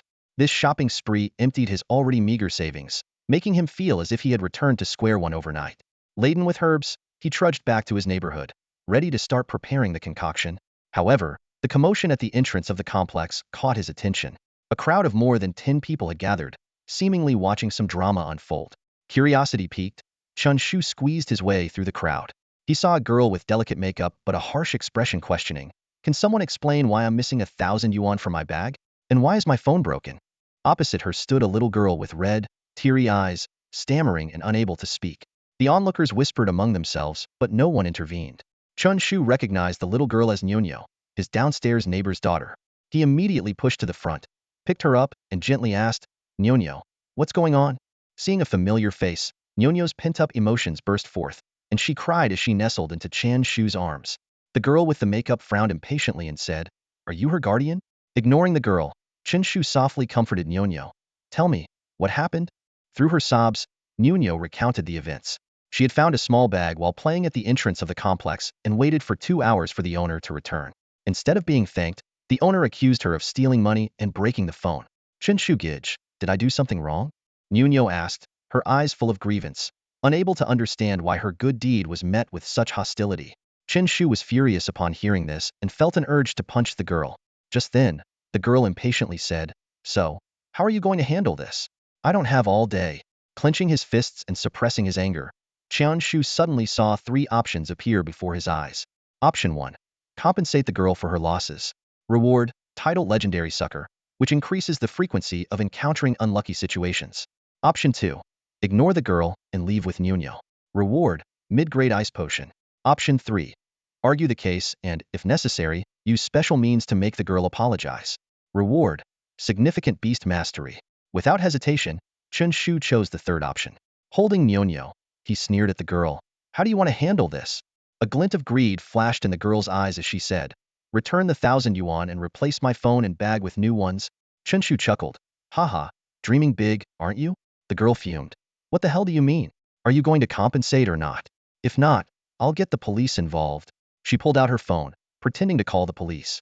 Chen Shu looked at her disdainfully. You said your bag had 1,000 yuan and a good phone. Since this bag has nothing inside, it clearly isn't yours. What am I supposed to compensate for? The crowd nodded in agreement with Chen Shu. Seizing the moment, Chen Shu snatched the bag from the girl's hand. Your bag? Hand it over. The girl was stunned by the sudden move, but quickly became furious. Are you kidding me? If the bag isn't mine, is it yours? Chen Shu waved the bag. How can you prove it? The contents don't match. There's my ID inside. My name is Hao Meili. You can check, she shrieked. Chen Shu took out the ID, scrutinized it, and then mocked. Are you serious? This ID looks like it belongs to your mom. The photo and the person don't match at all. Hao Meili's face turned red and white, knowing she was being ridiculed. Look at the name, she said through gritted teeth. What does a name prove? You could be named Hao Meili. He could be named Hao Meili. I could cough. Well, I wouldn't be named that. Chen Shu said calmly, suddenly having an idea. How about this? Answer one question correctly, and I'll admit the bag is yours. What question? Chen Shu held the ID between his hands, covering it and extending it flat. Which side is the front? Hao Meili was fuming. What kind of question is that? How does it prove my identity? Seeing her hesitation, Chen Shu shrugged and started to leave. Wait, Hao Meili bit her lip and guessed. The top side is the front. Chen Shu nodded, flipping his hands to reveal the back of the ID. You're messing with me, aren't you? Hao Meili's eyes widened as she realized she had been tricked. With this approach, isn't the answer entirely up to the other person? Chen Shu nodded earnestly, a sly glint in his eyes. Smart, you figured it out. The surrounding people burst into laughter. When it came to driving people crazy, Chen Shu was an expert. In Nanjing City, his knack for irritating others was unparalleled. Hao Meili gritted her teeth and said, You're a grown man bullying a little girl like me. Do you think that's fun? Chen Shu waved his hand nonchalantly, looking modest. Auntie, let's not exaggerate. I'm just a student. Then, his tone sharpened. But when you make things difficult for others, you're not so weak yourself. What exactly do you want? Hao Meili was taken aback by Chen Shu's persistence.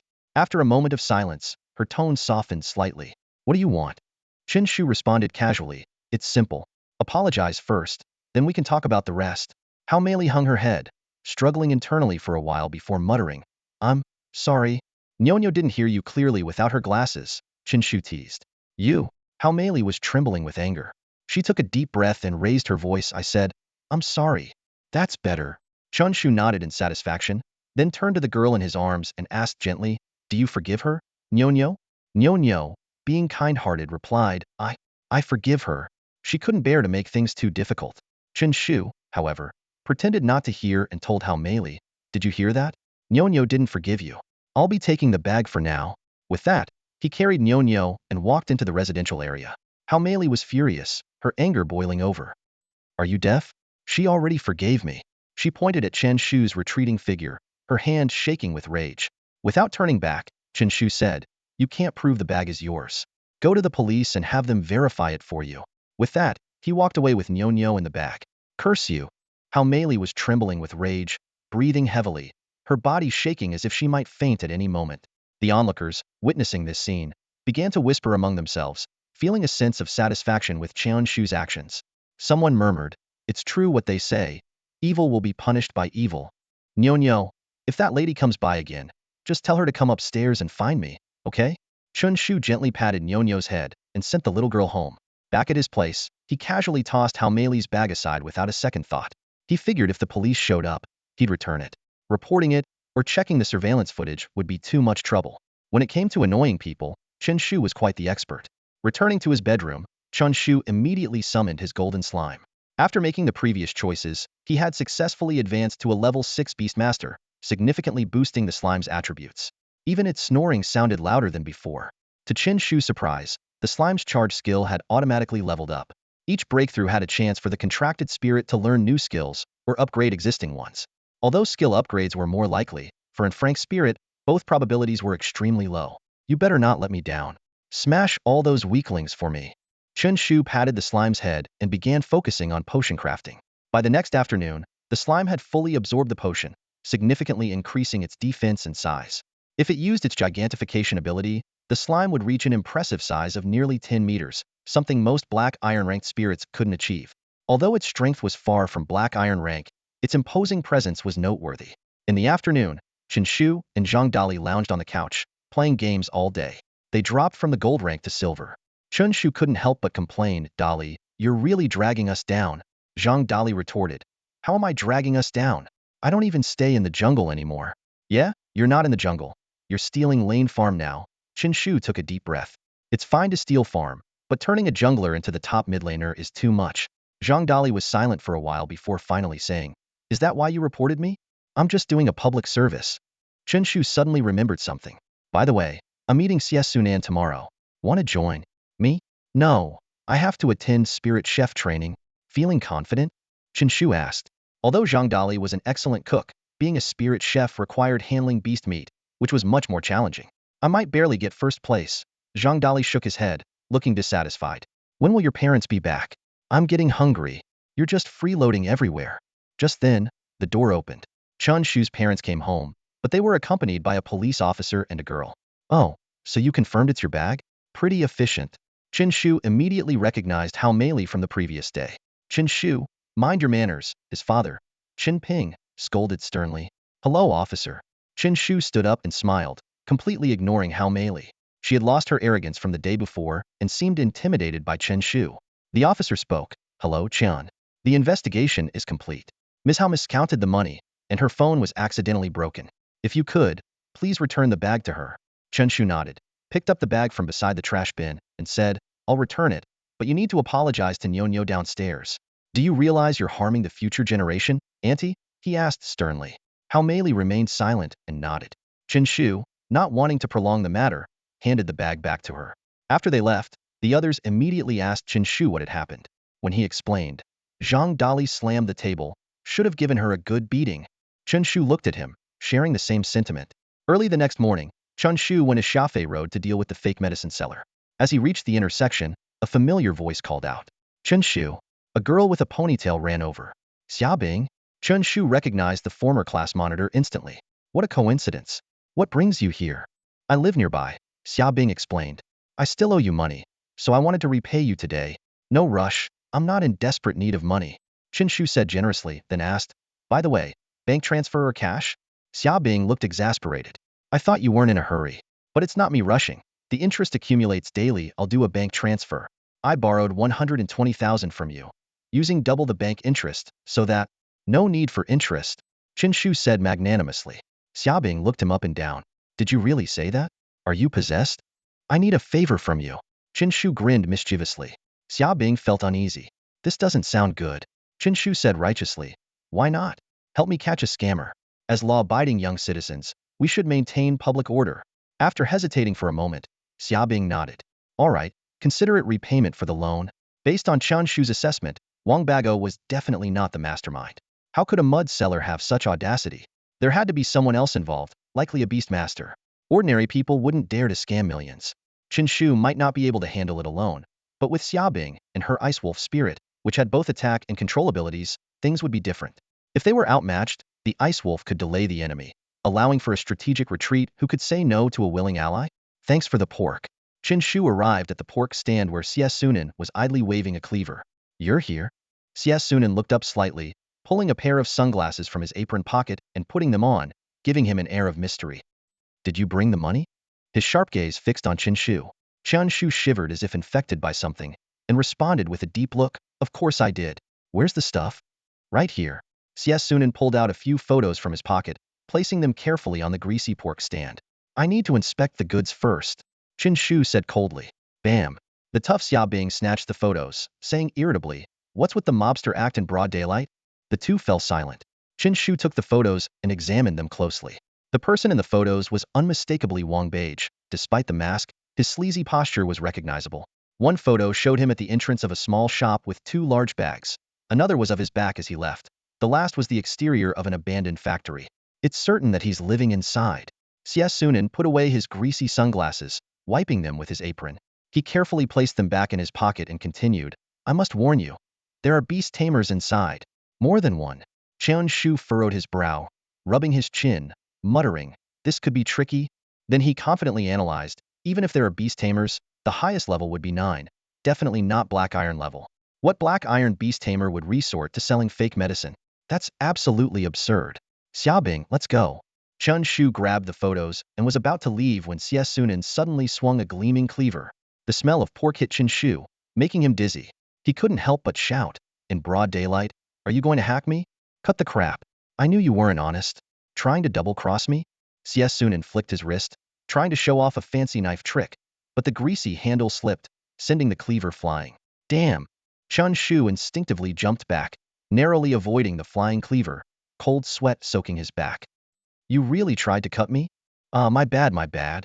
Xie Sunan looked embarrassed, clearly not expecting this mishap. Chen Shu snorted. One mistake and that's it? I almost died. Where's my compensation for mental distress? Dude, the cleaver flew low. It couldn't have been life-threatening, Xie Sunan explained helplessly. You knew it flew low?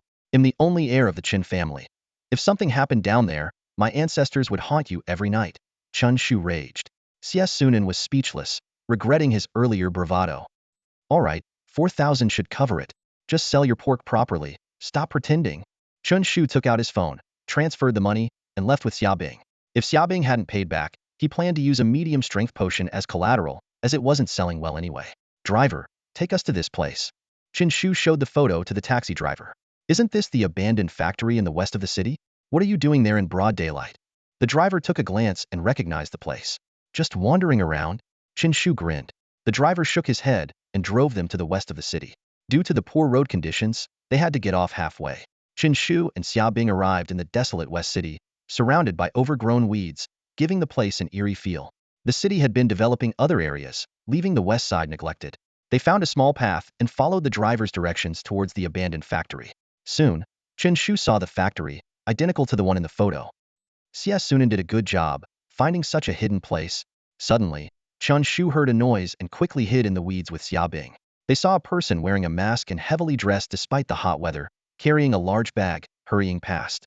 Wang Beige. Chen Shu squinted, instantly recognizing the target. Xiaobing excitedly asked, Chen Shu, what now? Her sense of justice made her eager, feeling like she was in a movie. Stay quiet, let the professional handle this. Chen Shu dropped his backpack and pulled out a fertilizer bag. Huh, why does this bag look familiar? Xiaobing whispered in confusion. Chen Shu ignored her, silently approaching the target. His movements were agile, not making a sound. Xiaobing couldn't help but admire him. See, this is what you call professional.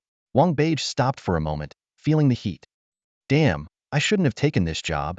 He regretted, thinking it was just a small scam, but the huge amount of money involved had overwhelmed him. As Wang Beige sighed and prepared to move on, he suddenly felt the sky darken. Crap, I'm being ambushed. He reacted quickly, but was knocked out instantly. Chen Shu dragged the unconscious Wang Beige into the weeds and started undressing him. Xiaobing watched in shock. Chen Shu, do you have to be so creepy? Xiaobing covered her eyes, but couldn't help peeking through her fingers. What's wrong with you? Chen Shu was puzzled, then realized. Come on, your thoughts are messed up. He's a guy. Xiaobing nodded seriously. Exactly, that's the problem. Give me a break. Chen Shu rolled his eyes and explained. Sis, I'm just disguising myself as him to infiltrate and check things out. What are you thinking? Oh, okay. Xiaobing nodded, but still looked doubtful. Knowing Chen Shu's usual antics, anything seemed possible. Chen Shu ignored her and quickly finished his disguise, putting on a new mask and heading towards the factory. Wait for my signal. What's the signal? Xiaobing hurriedly asked. Hallelujah. Chen Shu tried hard to mimic Wang Beige's sleazy demeanor, but he sighed inwardly, lamenting that his natural grace made it challenging to appear disreputable. Carrying 2 large bags of household items, he walked naturally into the abandoned factory. The factory was desolate, with only a few rusty, dilapidated machines standing alone. In a corner, Chen Shu spotted several people squatting together, whispering. He thought to himself, are they having a group meeting in the restroom? And slowly approached them. Suddenly, Chen Shu Froza was staring at 4 men who looked exactly like street vagrants. Their disheveled appearance suggested they had been in the factory for a long time. A weathered-looking middle-aged man glanced up at Chen Shu and said, Old Wang, you're back? Perfect timing, everyone is discussing the next step. Join us. Chen Shu nodded and squatted down. A young man with a buzz cut frowned and said, Brother One, we've alerted the town's spirit bureau this time. It's going to be tough. Tough or not, we have to do it. The middle-aged man snorted, lighting a cigarette. Remember the days we risked our lives in the alternate space for just 10 or 20,000? Now we're talking about 1,000,000. A chubby man chimed in, yeah, 1,000,000. How many times can we risk it for that? Plus, without our leader, we can't enter the alternate space anymore. Just thinking about that Lord-level azure-eyed serpent gives me the chills. Listening quietly, Chen Shu realized the 4 before him were once members of a beast-taming group. After their leader died, they became unemployed. Training contract spirits required significant funds, and without access to the alternate space to earn money, they were forced into desperate measures. The middle-aged man pondered for a moment and said, we can't leave the city now. I'm planning to hide out in the countryside. The victims were in the city, making the countryside relatively safer. Plus, their appearances hadn't been exposed, so even the town spirit bureau would have difficulty catching them if they hid well. The chubby man suddenly looked at Chen Shu and asked, what about him? Among the 5 of them, only old Wang's face was exposed, making him a wanted man known to everyone. Taking him along would only be a burden. 4 pairs of sharp eyes turned to Chen Shu. He felt a chill in his heart. Are you kidding me, officers? I just disguised myself and now I'm caught in this mess? The young man with the buzz cut rubbed his chin and suggested, How about we just get rid of him? As beast tamers, taking a regular person's life was child's play for them. Three options suddenly appeared before Chen Shu. 1. Shout loudly, "Big brother, please don't kill me." Reward: small amount of beast taming power. 2. Say in a deep voice, "You want to kill me? You can try." Face the wind. Reward: slime power 3. 3. Pretend to be terrified to elicit sympathy. Reward: skill violent sit kill 1. Chen Shu weighed his options and chose the third one. Compared to attributes, skills were clearly more valuable. "Kuan, you might have scared him silly," the chubby man joked, looking at Chen Shu's dazed expression. The middle-aged man said, "Enough talk, let's do it. We'll head to the countryside this afternoon." "Xiao Xiao, you're up?" A frail young man nodded and was about to act when Chen Shu suddenly screamed, "Wait, you can't kill me." "Look, you even changed his voice," the buzz-cut youth sneered. "Give us a reason not to kill you. People need to have some value." Chen Shu put on a terrified face and stammered, Because killing is impolite." The four burst into laughter, like a pack of wolves surrounding a rabbit. "Xiao Xiao, show him how impolite you can be." The frail young man stood up, a sinister gleam in his eyes and a cold smile on his lips. Chen Shu trembled as he stood up, staggering towards the factory exit, perfectly portraying fear. "Old Wang, don't run." The young man crossed his arms, like a cat toying with a mouse. As Chen Shu reached the door, he tripped and fell. "Afraid of this big beetle?" The young man summoned his contract spirit, a half-meter-long black beetle. Its sharp mandibles and vibrating wings exuded a menacing aura. "Blackie, you can have a feast today." The young man patted the beetle's back with a grin. System prompt. Reward obtained, violent sit kill 1. Skill damage increased. Chen Shu lay on the ground, appearing panicked but inwardly calm. A mere level 5 beast tamer dared to show off in front of him? "Your beetle is indeed large," Chen Shu said, "but mine is bigger." Before the young man could react, a massive shadow enveloped him. "What is that?" He instinctively looked up, only to see a large, round, yellow butt. It was the last thing he saw. Boom. The golden slime, nearly 10 meters tall, landed heavily. The young man was instantly crushed into a pulp, his black beetle meeting the same fate. "What's going on?" The remaining three felt the tremor and looked up to see a gigantic slime leaping into the air. Violent sit kill activated. "Oh my god, what is that?" The three scrambled away, narrowly avoiding the slime's attack. Chen Shu sighed in regret, wishing he could have taken out one more.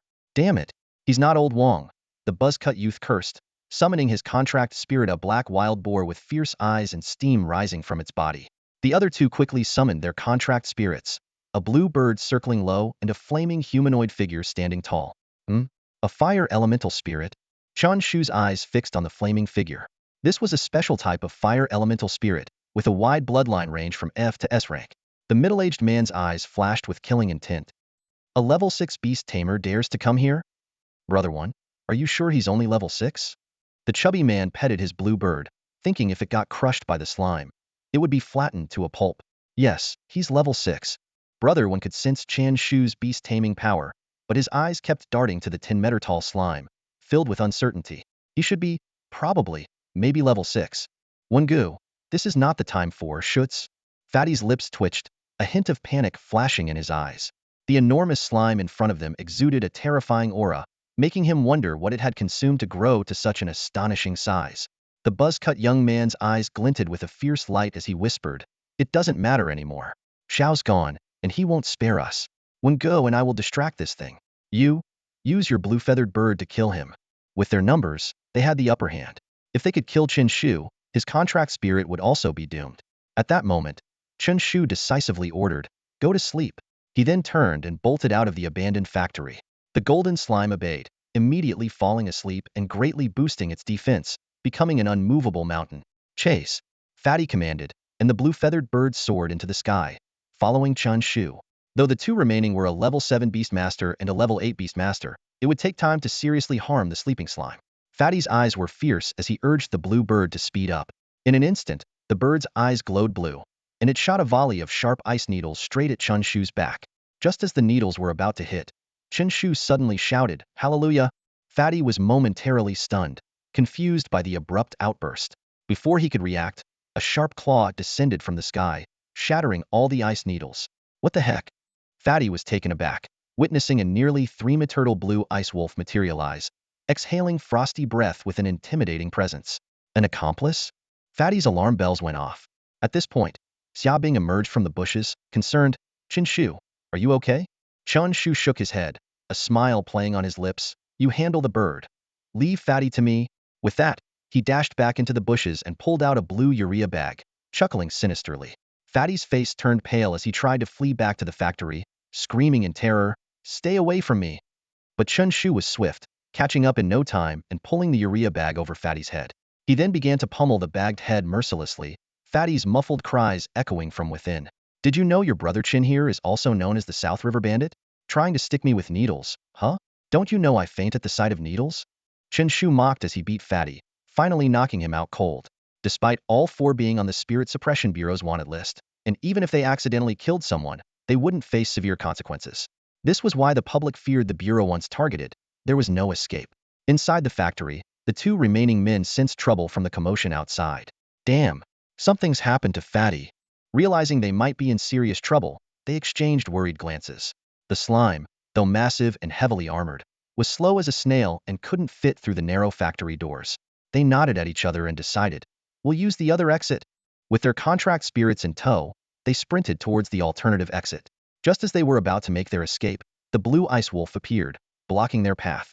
A chilling aura enveloped them, causing them to shiver, and even their contract spirits slowed down. This was the ice wolf's innate skill, Frost Domain, which slowed enemies in its range.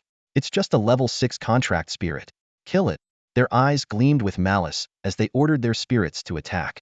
The three contract spirits clashed instantly. Despite the ice wolf's potential B rating, it was only level 6 and struggled to hold its own against two opponents. Soon, the ice wolf was in dire straits. Chen Shu, Xiaobing, sweating and fully focused on controlling the ice wolf, was growing desperate. Just hold them off for a bit. Chen Shu arrived in time, commanding the golden slime to use its charge skill. Xiaobing nodded slightly. The ice wolf's eyes flashed blue, and a large magic circle appeared beneath it, releasing a burst of icy energy. The black wild boar and fire elemental spirit were suddenly immobilized, unable to move significantly unless they used displacement skills. Boom! The golden slime, using its charge skill, broke through the wall and leaped out. Due to its immense size, it had to rely on brute force to exit the factory. It landed with a violent crash, using its body slam skill. The two criminals looked up in horror, seeing the slime glowing in the sunlight, resembling a divine, giant blob. Boom! The massive slime landed, crushing the two contract spirits beneath it. The two men, unfazed, exchanged glances, preparing to unleash their skills to pierce the slime. The black wild boar's eyes gleamed with a violent light, snorting as if ready to unleash a powerful attack. A minute passed, still snorting. 5 minutes passed, still snorting. The area fell silent, except for the continuous snorting of the black wild boar. Chen Shu crossed his arms, a mischievous grin on his face. Aren't you embarrassed by this? The buzz-cut young man realized the issue and turned to his companion. One goo, the skills aren't working. The middle-aged man's fire elemental spirit also struggled to release its skills, its flames dimming. The slime felt like it was sitting on a warm cushion. The slime's invincible body slam skill could seal the skills of contract spirits below black iron level, provided they were sat upon. This not only silenced the two contract spirits, but also left the criminals in awkward silence. Xiaobing, leave the rest to me. Watch how I beat these two. Chen Shu laughed, cracking his knuckles as he approached. Kid, you want to die? The buzz-cut young man suddenly pulled out a shiny knife, his eyes filled with malice. Chen Shu shivered, quickly turning back to Xiaobing. I think I'm a bit tired today. Let the ice wolf handle it. He muttered, damn. Using weapons is just unfair. Xiaobing's lips twitched, helplessly saying, you really know when to back down. Go, ice wolf. The power of a contracted spirit is far beyond what a human body can withstand. Forget a small knife, even a gun wouldn't do. You'd need a missile to stand a chance. Moments later, Chen Shu pulled out his phone and quickly dialed Wang Qian from the Spirit Control Bureau. Uncle Wang, come to the west side of the city. I've captured the black market scammer. His voice carried a hint of excitement. Before long, a group arrived at the abandoned factory in the west of the city. Wang Qian immediately recognized Wang Beige from the black market, along with 3 unconscious accomplices. One of them, a chubby guy, had a swollen face covered in bruises, clearly having been beaten up. Chen Shu crossed his arms, looking smug. Of course, anyone who tarnishes my reputation won't be spared. Wang Qian nodded in approval. Not bad at all. He was impressed that Chen Shu had caught the scammer in just a few days. Chen Shu pulled Wang Qian aside and whispered, Uncle Wang, one of the scammers was beaten so badly that he's unrecognizable. Wang Qian waved his hand dismissively. No problem. as long as we can confirm he's an accomplice. These people are likely spending the rest of their lives behind bars anyway. He thought to himself that anyone wanted by the Spirit Control Bureau must be extremely dangerous. Chen Shu's eyes lit up as he rubbed his hands together. Uncle Wang, considering my significant contribution, shouldn't the Spirit Control Bureau reward me? Wang Qian thought for a moment and said, by the way, there's a mission at the Beastmaster Association with a reward of 100,000 yuan. I'll make sure you get it. Chen Shu immediately shook his head and put on a righteous front. Are you implying I catch criminals just for the money? Wang Qian gave him a strange look. Oh, then what's your motive? Are you a true justice warrior? Chen Shu grinned. Partly for justice, but also to clear my name. You have a reputation? Wang Qian asked, eyeing Chen Shu incredulously. Chen Shu spread his hands, clearly emotional. Of course. Who doesn't know me as the top guy in the black market? These criminals ruined my reputation. How am I supposed to sell my products now? Wang Qian asked. So what do you want? Chen Shu's eyes twinkled as he smiled. It's simple. Just sign a statement as the captain of the Spirit Control Bureau to clear my name. Wang Qian thought for a moment and nodded. Chen Shu quickly added, great, and don't forget, I want every cent of that 100,000 yuan reward. Wang Qian shook his head helplessly. You really don't let anything slip by, do you? The Spirit Control Bureau took Wang Beige and the other 3 criminals away. Chen Shu and Xia Bing returned to the city. Thank you so much for your help, Commissioner Xia, Chen Shu said sincerely. Xia Bing shook her head. Consider it repaying a favor. Without your help, I might not have gotten into the special training class. Chen Shu patted his chest and said boldly, no problem. We're still classmates in senior year. If you need anything, just come to me. Classmates? You got into the special training class too? Xia Bing's eyes widened in disbelief. Chen Shu replied matter-of-factly, isn't the special training class for top students? It's only natural for me to be in it. Xia Bing forced a smile, thinking, natural, my foot. We all studied hard for 2 years to get into the special training class, and this guy made it in just a month after becoming a Beastmaster? There must be some inside story. Ignoring Xia Bing's expression, Chen Shu suddenly said, by the way, Sta, the essay you gave me last time needs some revisions. When you have time, could you look at it? Essay? What essay? Xia Bing looked puzzled. The 2,000-word essay praising me. I feel it lacks genuine emotion. You focused too much on my looks and didn't delve into my inner qualities. Chen Shu shook his head. Where did she go? He looked up to see that Xia Bing had already disappeared. Chen Shu nodded to himself. She must have gone home to reflect on my inner qualities. Stretching, he decided to head to the Beastmaster Association to complete his mission. Upon arrival, he ran into a familiar face, the butcher, Xie Sunan. This time, Xie Sunan wasn't wearing his apron or holding a cleaver. Instead, he was dressed casually, looking much younger, like he was in his 40s. Xie the butcher, Chen Shu exclaimed. Oh, it's you. Xie Sunan turned around and also recognized Chen Shu. Chen Shu asked, what? Expanding your pork business to the Beastmaster Association? I'm here to check out the missions, all right? Xie Sunan crossed his arms, his bushy beard standing out. You're a Beastmaster? Any problem with that? As a Beastmaster, is it unreasonable for me to sell pork? Not at all.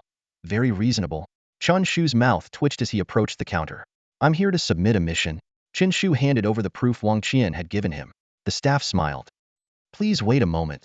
Soon, the verification was complete. Sir, your mission to investigate the fake medicine seller is complete.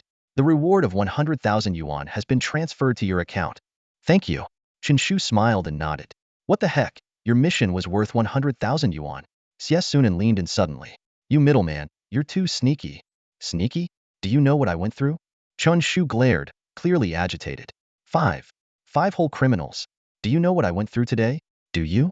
The Beastmasters in the hall turned to look. Xie Sunan's mouth twitched. Dude, can you tone down the drama? The reward is only 100,000 yuan, and you charge me 40,000 for information. Chen Shu crossed his arms. At least give me back 10,000. Come on, without my information, you wouldn't have caught anyone. Only I, Xie Sunan, could have found out. Xie Sunan smirked, clearly not intending to return the information fee. Chen Shu thought for a moment and decided not to push further.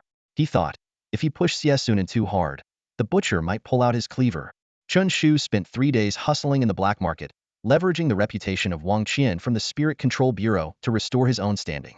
He successfully sold 13 bottles of mid-grade strength elixirs. Now, with 400,000 huaxia coins in hand, he lay at home contemplating his plan to enhance his power.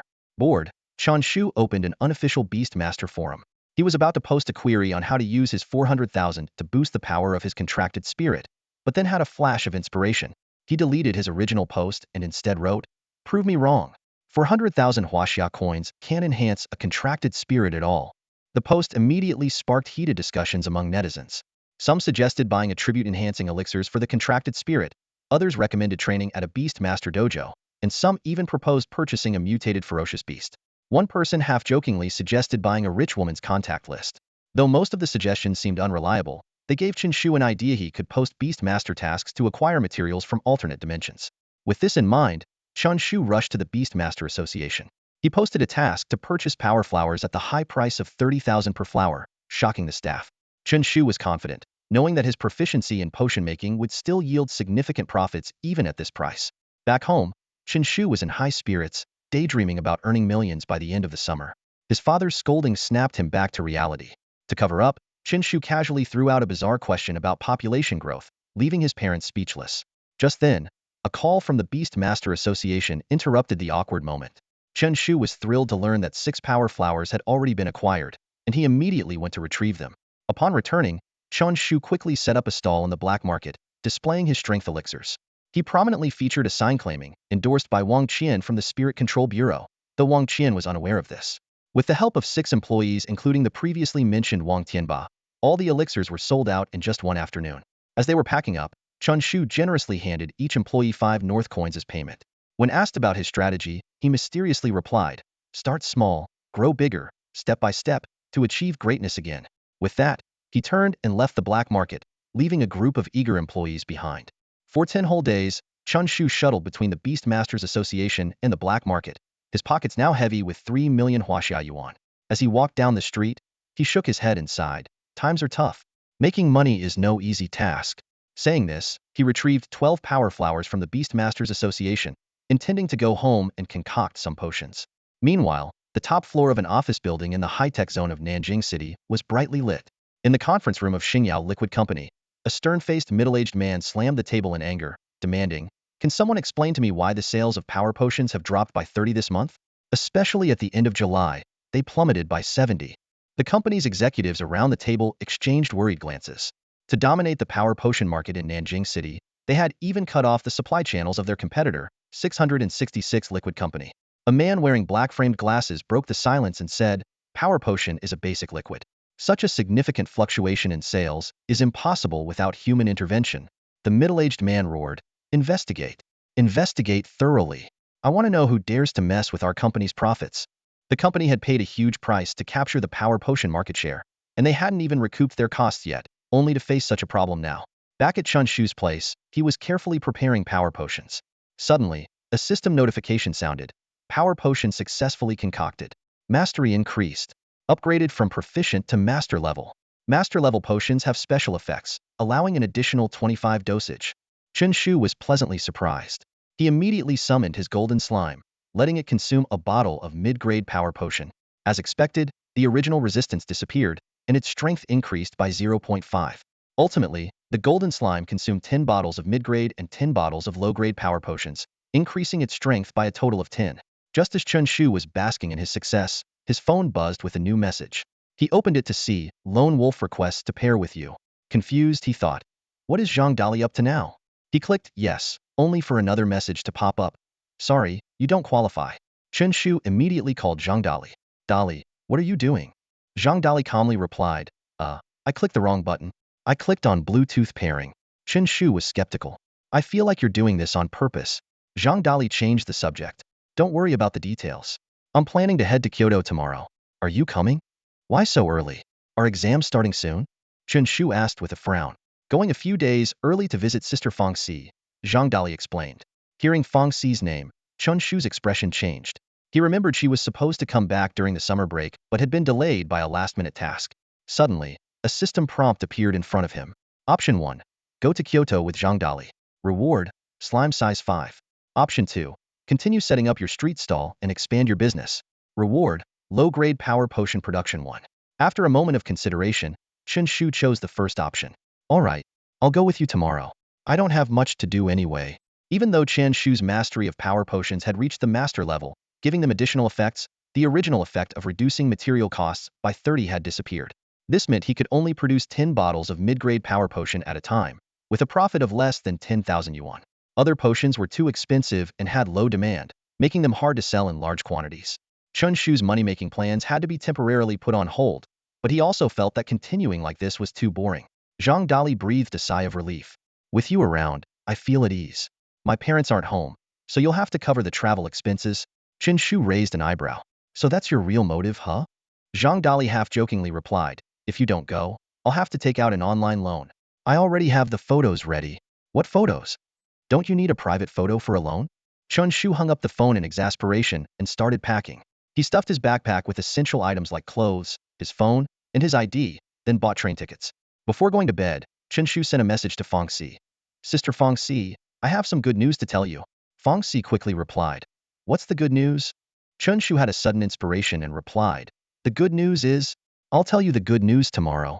After sending the message, Chen Shu instinctively felt a chill and quickly turned off his phone. In her dorm room, Fong Si gritted her teeth, likely finding it hard to sleep tonight. She muttered to herself, I've seen people keep others in suspense, but never this blatantly. The next morning, Chen Shu said a simple goodbye to his parents and set off with Zhang Dali. Both carrying their bags, they got into a taxi. Driver, to Nanjing City Railway Station. Chen Shu said to the driver. Zhang Dali asked curiously, Chen Pai, why didn't you book a flight? Chen Shu replied seriously, are you silly? You can see the scenery from the train. He then sighed, pretending to be profound. People today are too restless. Life moves too fast. We've lost ourselves. We need to learn to slow down. Zhang Dali rolled his eyes. Speak plainly. Chen Shu finally admitted. Plane tickets are expensive. Zhang Dali looked exasperated. If it's expensive, just say so. Why act like a life coach? The two of them quickly boarded the train bound for Kyoto. With an 8-hour journey ahead, they would arrive at their destination by evening. As the train slowly started moving, the cabin filled with the soft hum of passengers' conversations. Around noon, Zhang Dali rubbed his growling stomach and turned to Chen Pai, asking, Hey, Chen Pai, did you bring any food? Chen Shu frowned and retorted, No, you're the chef, aren't you? Didn't you bring any? Chen Shu's eyes widened at Zhang Dali's response. He reached into Zhang Dali's bulging backpack, only to find it stuffed with pots and pans.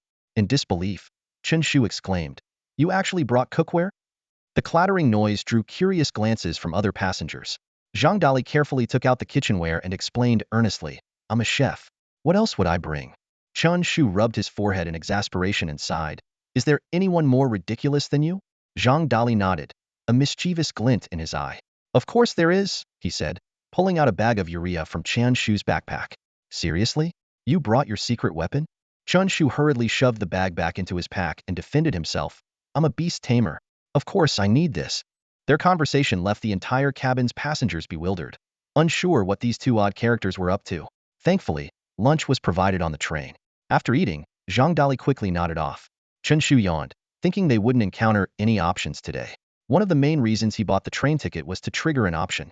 With none in sight, he too began to doze off. The train continued its journey, the scenery outside whizzing by.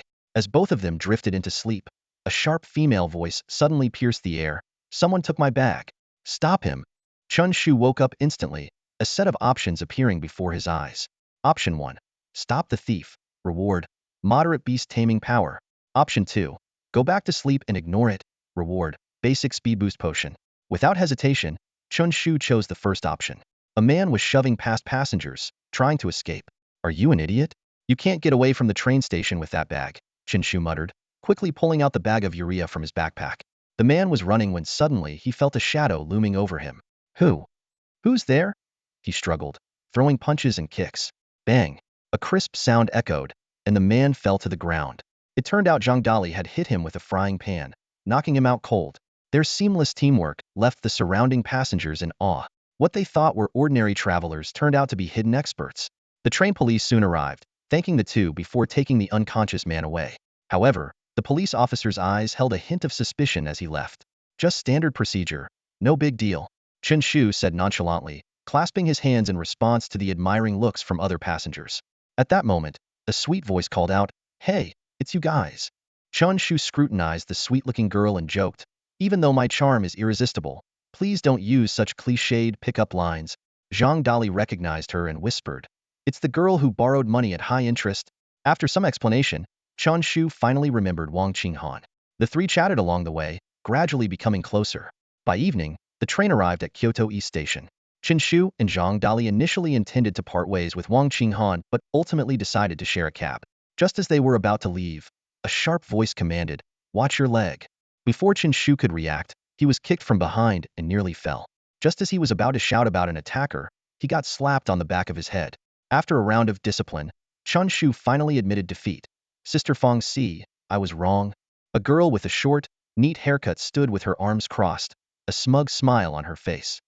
"Little brother, do you realize your mistake now? You were pretty bold online, weren't you?" "Sister Fong, Chen Pai has become so arrogant that even I can't stand it anymore." Zhang Dali sneaked up behind Fong Si and said obsequiously. Just as he finished speaking, Chen Shu stood up straight and pointed angrily at Zhang Dali. "You traitor! It must be you who ratted us out, otherwise how could Fong Si have found us so easily?" Fong Si chuckled. "All right, dinner's on me." Despite having just beaten up Chen Shu, she hadn't used her full strength, clearly showing restraint. Given her enhanced physique, Chen Shu wouldn't have stood a chance against a full-force blow. The three of them playfully got into a black sedan. This seemingly ordinary car drew envious and respectful glances from passers-by. All because the license plate read Huaxia Academy 332. In the capital, just the name Huaxia Academy was enough to set someone apart, its prestige far surpassing that of Tsinghua University in Chen Shu's original world. No wonder, since beast tamers had become crucial for survival on Blue Star. Inside the car, Chen Shu couldn't help but notice the reverent looks from pedestrians. Even in a city filled with powerful, wealthy, and influential people, the status of Huaxia Academy was still prominent. Fong Si, who was driving, asked, "Chen Pai, I heard you became a beast tamer and got into the special training class at Nanjiang No. 2 High School?" Chen Shu sighed. "I couldn't hide my talent any longer." "Cut the crap." Fong Si rolled her eyes. "Let's see you get into Huaxia Academy." "I'm definitely getting into Huaxia Academy," Chen Shu said confidently. "If this status is so impressive in the capital, imagine how much more so back in Nanjing City." "Hey Dali, why have you been grinning like an idiot the whole way? Lost your mind?" Chen Shu turned to Zhang Dali in the back seat. Zhang Dali, lost in his own happy thoughts, replied, "I'm just thinking about how I'll be going to university in the capital soon, with Sister Fong looking out for me. I'll be unstoppable. A man should strive to be strong. Don't be so useless." Chen Shu scolded, then quickly turned to Fong Si with a fawning smile. "Sister Fong, I'll be counting on you when I get into Huaxia Academy next year." Fong Si's mouth twitched. "You two really haven't changed a bit." Just as Chen Shu was about to call his family to let them know he was safe, his phone suddenly died.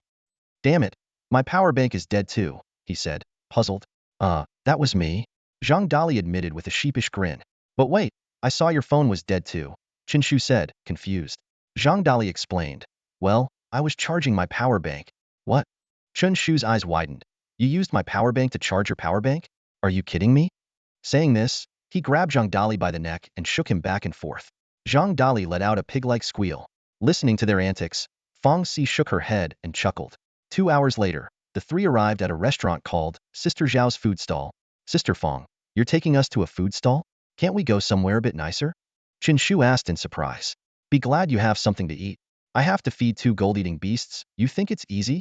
Fong Si said, parking the car by the roadside. "Xiao Si, you're here." The stall owner recognized Fong Si at a glance, clearly indicating she was a regular. "Sister Xiao, bring out all your signature dishes," Fong Si said grandly, and the three of them sat down at a table outside.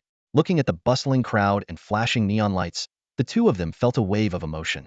Compared to the capital, Nanjing City was indeed a small, insignificant place. As they looked at the grilled fish, clams, and lobsters on the table, the three of them rubbed their hands together and began to dig in, their actions and expressions remarkably similar. "Sister Fong, I take back what I said earlier. The food here is top-notch," Zhang Dali said, his mouth greasy and eating with great enthusiasm. "Of course, I wouldn't trick you guys," Fong Si replied, also eating ravenously without a trace of refinement. Chen Shu suddenly asked, "Sister Fong, didn't you take on a mission in the other space?" Fong Si licked her lips. "I just got back 2 days ago. Killed a 3-star black iron beast." 3-star black iron? Chen Shu's eyes widened. "You make it sound so easy, like it's no big deal." He recalled the ice rabbit lore that almost wiped out Zhou Shi's beast taming team, which was only a 1-star black iron. How powerful would a 3-star black iron lord be? Above black iron, there were only 1-star, 2-star, and 3-star levels before reaching silver 1-star. Zhang Dali asked, "Sister Fong, tell us about the capital?" Fong Si nodded and began to share her 2 years of experiences in the capital, especially about the beast tamers. The three chatted and laughed, occasionally bursting into laughter at Fong Si's thrilling stories. Just then, a piercing voice suddenly rang out. Isn't this the famous Fong Si? First time seeing you eat with Min, and two at that. How unusual. Not far away, 6 people walked over, arms around each other's shoulders. The guy in the middle was handsome, his eyes glazed with drunkenness. As soon as he spoke, the other 5, although clearly intoxicated, instinctively shuddered and quickly covered his mouth. Sister Fong, it's a misunderstanding. Our leader is drunk? Why be afraid of her? None of her beast-taming team members are here. The guy sneered, pushing away the hand covering his mouth, full of disdain.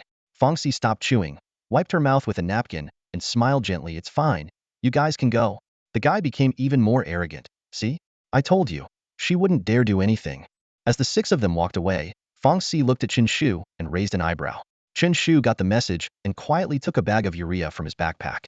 Fong Si took the bag calmly, then suddenly sprang forward, reaching the 6 in a flash. Her movements were so professional that even Chen Shu was impressed. The guy in the middle was still bragging when he was suddenly enveloped in darkness. The bag of urea covered his head completely. Bang, bang, bang. Fong Si's fists rained down on Bai Yuan with precision and ferocity. The surrounding onlookers winced at the bone-chilling sound, gasping in shock. Bai Yuan's 5 companions finally snapped out of their drunken stupor and glared at Fong Si. What? Want to help him? Fong Si sneered, displaying a ferocious grin, completely unfazed by the 5 men. She seemed like an enraged lioness, exuding an intimidating aura that made everyone around shiver. Though the 5 clenched their fists, none dared to step forward. Fong Si, are you courting death? Bai Yuan's voice dripped with venom, clearly not expecting Fong Si's audacity. Suddenly, the space above Bai Yuan's head ripped open, revealing the menacing head of a snake, bringing with it a chilling air. This partial summoning technique was a basic skill that first-year students at Huaxia Academy had to master. Fong Si let out a cold laugh as the space above her head also tore apart, revealing a massive dragon head. Its red scales gleamed under the neon lights, flames coiling around it. This was Fong Si's S-class contract spirit, the Crimson Flame Dragon. Having evolved through its bloodline, it had shed the title of pseudo-dragon, and while it hadn't reached S-class, its power far surpassed ordinary S-class spirits. With a mighty roar, the Crimson Flame Dragon bit down on Bai Yuan's snake. The 2 powerful contract spirits clashed fiercely in the air, but the battle's aftermath was perfectly contained within a 5-meter radius, not affecting the pedestrians on the street. This adhered to the first rule of Huaxia Academy: students could summon their contract spirits in the city, but must not harm the innocent. Before long, Bai Yuan's mystic crystal snake found itself at a disadvantage, overwhelmed by the Crimson Flame Dragon. Bai Yuan himself was beaten beyond recognition by Fong Si, his once handsome face now swollen like a pig's head. The mystic crystal snake, unable to hold on, retreated back into its summoning space. Fong Si also retracted her Crimson Flame Dragon and kicked Bai Yuan, sending him flying several meters. The scene was both comical and pitiful. Get lost. You bunch of losers. Fong Si clapped her hands, her domineering presence drawing the stares of passers-by. The remaining 5 didn't dare meet her gaze and hurriedly dragged Bai Yuan away in a pathetic retreat. That's Fong Si for you. Fierce and wild. Chen Shu and Zhang Dali continued eating their meal nonchalantly, not lifting a finger to help. They knew Fong Si never lost a fight. Zhang Dali swallowed a mouthful and asked, Fong Si, is he a classmate of yours? Yeah, probably never liked me, and now emboldened by alcohol, he dared to provoke me. Fong Si nodded, continuing to enjoy her food, not giving the incident a second thought. An hour later, the 3 were full and satisfied. Despite her tall and slender frame, Fong Si's appetite matched that of the 2 boys. Shaojia, the bill please. Chen Shu called out. Since they'd booked a hotel nearby and had traveled all day by train, they decided to rest. They planned for Fong Si to show them around Huaxia Academy the next morning. Back at the hotel, Chen Shu fell asleep instantly. Meanwhile, in the medical room of Huaxia Academy, Bai Yuan groaned in pain. Now sober, the pain was even more intense. The school doctor applied medicinal wine to Bai Yuan's swollen face and asked, Who hit you this hard? It's really excessive. One of Bai Yuan's companions replied, Who else but Fong Si? Oh, in that case, it's nothing, the doctor realized. It seems Fong Si was in a good mood today. Hitting this lightly? The 5 exchanged helpless looks, speechless. Bai Yuan, on the verge of tears, muttered, Weren't you just saying someone hit me too hard? He turned to his companions angrily. Lu Zi, why didn't you guys help me? Damn it. Thinking 6 of them together could handle it, he felt deeply betrayed, ending up facing Fong Si alone.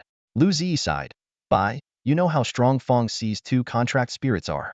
We didn't stand a chance. Another companion, Wang Qi, suddenly spoke seriously. I think it's a 3070 chance. Bai Yuan's eyes lit up. See, Wang Qi has more confidence than you all. You bunch of cowards. Wang Qi quickly clarified, I meant 30 for us to last 3 minutes, and 70 for Fong Xi's spirits to get a little hungry. Get lost. Bai Yuan roared, only to hurt himself, crying out in pain.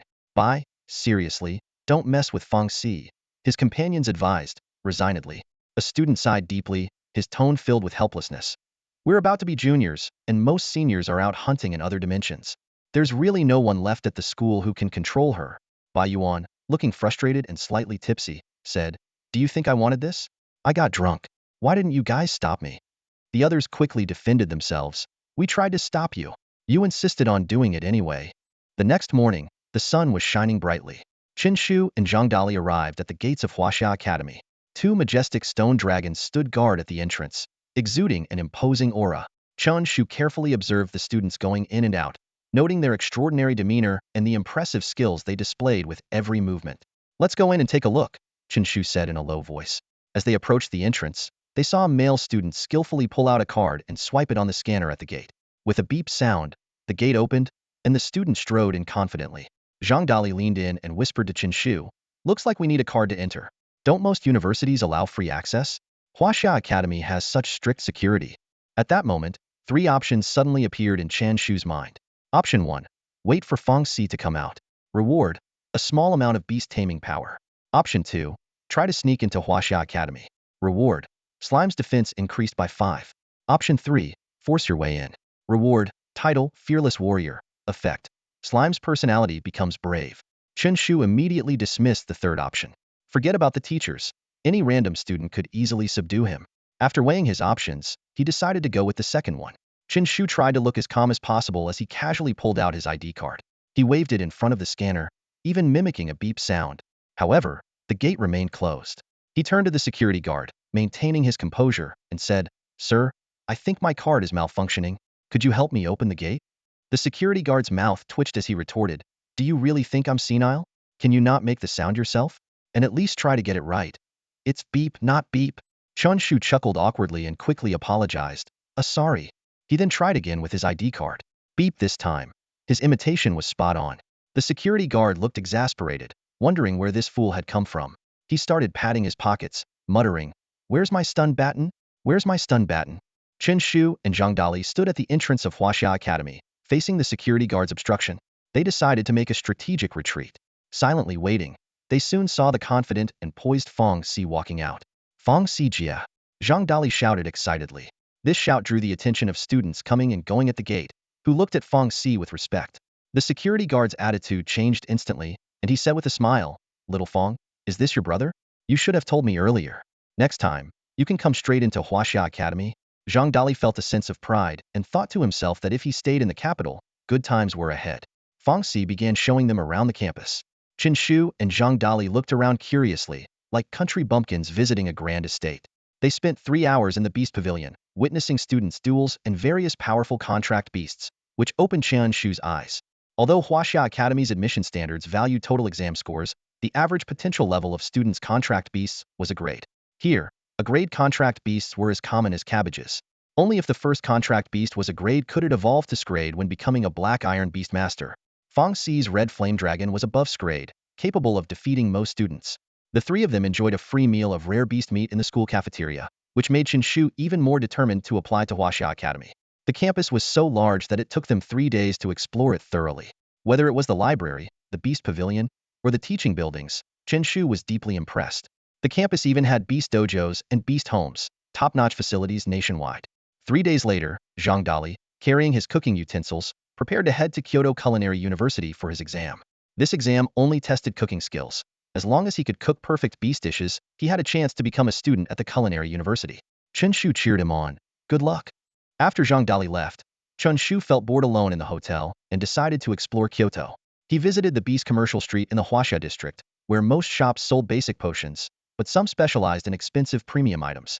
Chen Shu walked into a shop called Old Ghost's General Store and immediately noticed beast pearls on the counter. He asked the owner about the price of basic beast pearls and was told they cost 150,000. He exclaimed, Wow, that's expensive. The owner, a skinny old man, was engrossed in examining a bone fragment with a magnifying glass. Chen Shu then inquired about the price of black iron beast pearls, and the old man humorously replied, For wows, Chen Shu continued browsing the store's other materials and saw a beating heart in a glass container labeled Heart of a Lord-level Gale Eagle, Talent Skill, Wind Breath. He guessed the price would be astronomical. The owner, slightly annoyed, said, "Young man, if you're not buying, don't loiter in front of this old man, all right?" Just as Chen Shu was about to speak, three options suddenly appeared before him. Option 1. Leave the shop, reward, Superior Flame Potion. Option 2. Buy the Gale Eagle's Heart, reward, Skill Book, Rebound Force. Option 3. Tell the owner that the bone fragment he's studying is just a wild boar bone, reward, Moderate Beast Power. Chen Shu was momentarily torn. Although the second option was the best, the price was simply too high. Chen Shu stood in front of the counter, his eyes scanning the array of goods. He had only 3 million huaxia currency to his name and was calculating whether it would be enough to buy what he desired. The rewards for the first and third options seemed too ordinary to him, making him hesitate. The shopkeeper noticed Chen Shu's hesitation, frowning with a look of impatience. "Are you buying or not?" he urged. Chen Shu's eyes flickered with a cunning smile. "Of course, I'm buying," he said, pretending to be generous. "I need to do some thorough research." He began pointing at the items on the counter, putting on an air of wealth. This one, and this one. The old man's eyes showed a hint of surprise as he looked Chen Shu up and down, wondering if he had encountered a young heir. Chen Shu continued pointing, "And all the herbs on this row, and all the beast taming pearls on the other row." The shopkeeper's face lit up with excitement, as if he had just landed a major deal. However, Chen Shu suddenly changed his tone. "Everything I pointed at just now, I don't want any of it." The old man stood up abruptly, gritting his teeth. "Can you just roll out of here in one piece?" he snapped.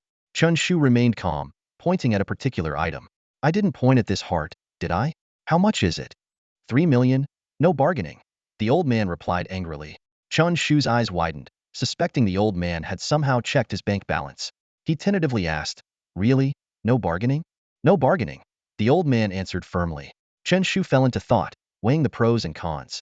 3 million for a guaranteed skill, even if he couldn't grasp the Windhawk's talent. At least he would have the rebound force as a backup. "Deal," Chen Shu said decisively, completing the transaction without hesitation. In his mind, earning money was all about nurturing his contracted spirit. 3 million for a guaranteed skill was an opportunity no one would pass up. The old man was momentarily stunned, unable to believe it. Only after seeing the successful transfer notification did he snap out of it, immediately putting on a friendly smile. "Young man, you have a keen eye. I knew from the moment I saw you that you were extraordinary." Chen Shu's mouth twitched, unable to resist commenting, "Are you a face-changing performer from Sichuan opera?" He looked down at the heart in his hand, feeling a surge of anticipation. What kind of return would this investment bring? Chen Shu stood in the store, summoning a golden slime. What was once a small toy that could fit in his arms had now grown to be almost as tall as him, with a massive body. Without hesitation, Chen Shu opened the container, and the heart inside was instantly devoured by the golden slime. The shop owner was dumbfounded and exclaimed, "You fed the heart to a slime? That's such a waste." He couldn't believe what he was seeing. This young man seemed to be squandering his wealth, feeding a $3 million heart to an F-grade slime. Although the golden slime couldn't understand human speech, it could sense the disdain in the old man's eyes. It pouted and glared angrily, almost ready to charge forward. Chen Shu noticed this and gently squeezed the slime, calming it down. All right. Soon, the heart was fully digested by the slime. It let out a satisfied burp, hic, and a sudden gust of wind swept through, causing the surrounding counters to rattle. The shop owner widened his eyes in shock. "You." He hadn't expected the slime to actually grasp the power of wind. Suddenly, he felt a chill on his scalp and screamed, "Oh no, my hair." Chen Shu couldn't help but laugh at the now-bald shop owner. "No wonder your hair looked so thick." Despite his professional training to maintain composure, he couldn't hold back his laughter this time. "You brat. Get out, get out." The old man hurriedly turned to search for his wig. As Chen Shu was leaving, he reminded, "By the way, that bone fragment you're studying is just a wild boar bone. Not worth anything." With that, he left quietly, hiding his accomplishments. The shop owner was stunned, momentarily forgetting about his wig. He quickly took out his equipment to compare the data. To his horror, he discovered that the bone was indeed from a wild boar. He realized that he had spent 500,000 on a wild boar bone, while the heart of the windstorm bird was acquired for 2.5 million. This deal not only cost him money but also his wig. The shop owner leaned on the counter, feeling a chill on his head and a deeper chill in his heart, wanting nothing more than to wallow in despair. Chen Shu left the shop with a cheerful smile. Although he had spent 3 million, the slime had learned 2 new skills, Wind Breath and Rebound Force. Wind Breath allows it to unleash powerful gusts, with its damage depending on the slime's wind attribute. Rebound force is a passive skill that causes the slime to transmit a shockwave back to the attacker when hit, with its power depending on the slime's defense. Chen Shu thought, rebound force is a perfect fit, truly worthy of being a system reward. Although wind breath seems weak, as the slime has no inherent wind attribute, he knew that there are no useless skills, only beastmasters who fail to use them properly. The day quickly passed, and Chen Shu found himself wandering the bustling city, feeling the vibrant atmosphere. In the evening, his phone suddenly rang. "Hello, Dolly. Are your exams over? How did it go?" Chen Shu asked. "Chenpai, I need help. I'm being surrounded." Before he could respond, the call was cut off amidst a commotion. Chen Shu immediately became alert, put away the slime, and hailed a taxi. "Driver, to Jingdu Culinary University. Hurry, it's urgent." The taxi driver was puzzled. "Oh? You're in quite a hurry, aren't you?" But he stepped on the gas, speeding off. If it was that urgent, he figured he better get there quickly. In less than an hour, Chen Shu arrived at the university gate. He quickly spotted Zhang Dali being surrounded by a group of people. Using his solid build, Chen Shu pushed his way through the crowd to Zhang Dali's side. "Dali, what's going on?" Chen Shu asked. Before Zhang Dali could answer, a chubby guy interrupted. "So this is your one arrow through the clouds, thousands of troops come to meet back up?" Chen Shu glanced at the group, unimpressed. "Cut the crap, who are you guys?" The chubby guy looked like a pampered young master, and Chen Shu figured he could take on 10 of him. But the 4 burly men standing beside the chubby guy were clearly trained fighters, strong enough to intimidate ordinary people, though not a match for a black iron-level beastmaster. The chubby guy explained with a sneer, "Your friend here was too arrogant, claiming he'd beat me up during the exam." At this point, Zhu Debai was fuming. As a member of the Zhu family in Jingdu, he had never been so humiliated by an outsider. What made it worse was that he failed to get into the culinary university, while his opponent did. The sheer disparity fueled his rage, and today he was determined to teach this country bumpkin a lesson. Chen Shu raised an eyebrow. "So what happened?" "I beat him up," Zhang Dali said proudly. "I ranked 5th, and he ranked 50th. Zhang Dali was clearly upset and didn't back down. "Who told you to mock me first? As a chef, is it too much to bring my own special wok?" Chen Shu nodded. "Exactly. You said you'd beat him up, and you did. Keeping your word is a good quality, isn't it?" The chubby guy fumed. "Cut the nonsense. 2 choices. Fight my bodyguards or fight my contract beast." Chen Shu suddenly asked, "Why didn't you call Fong Si for help in this situation?" He figured the opponent was likely a local from Jingdu, and having Fong Si handle it would be the best option.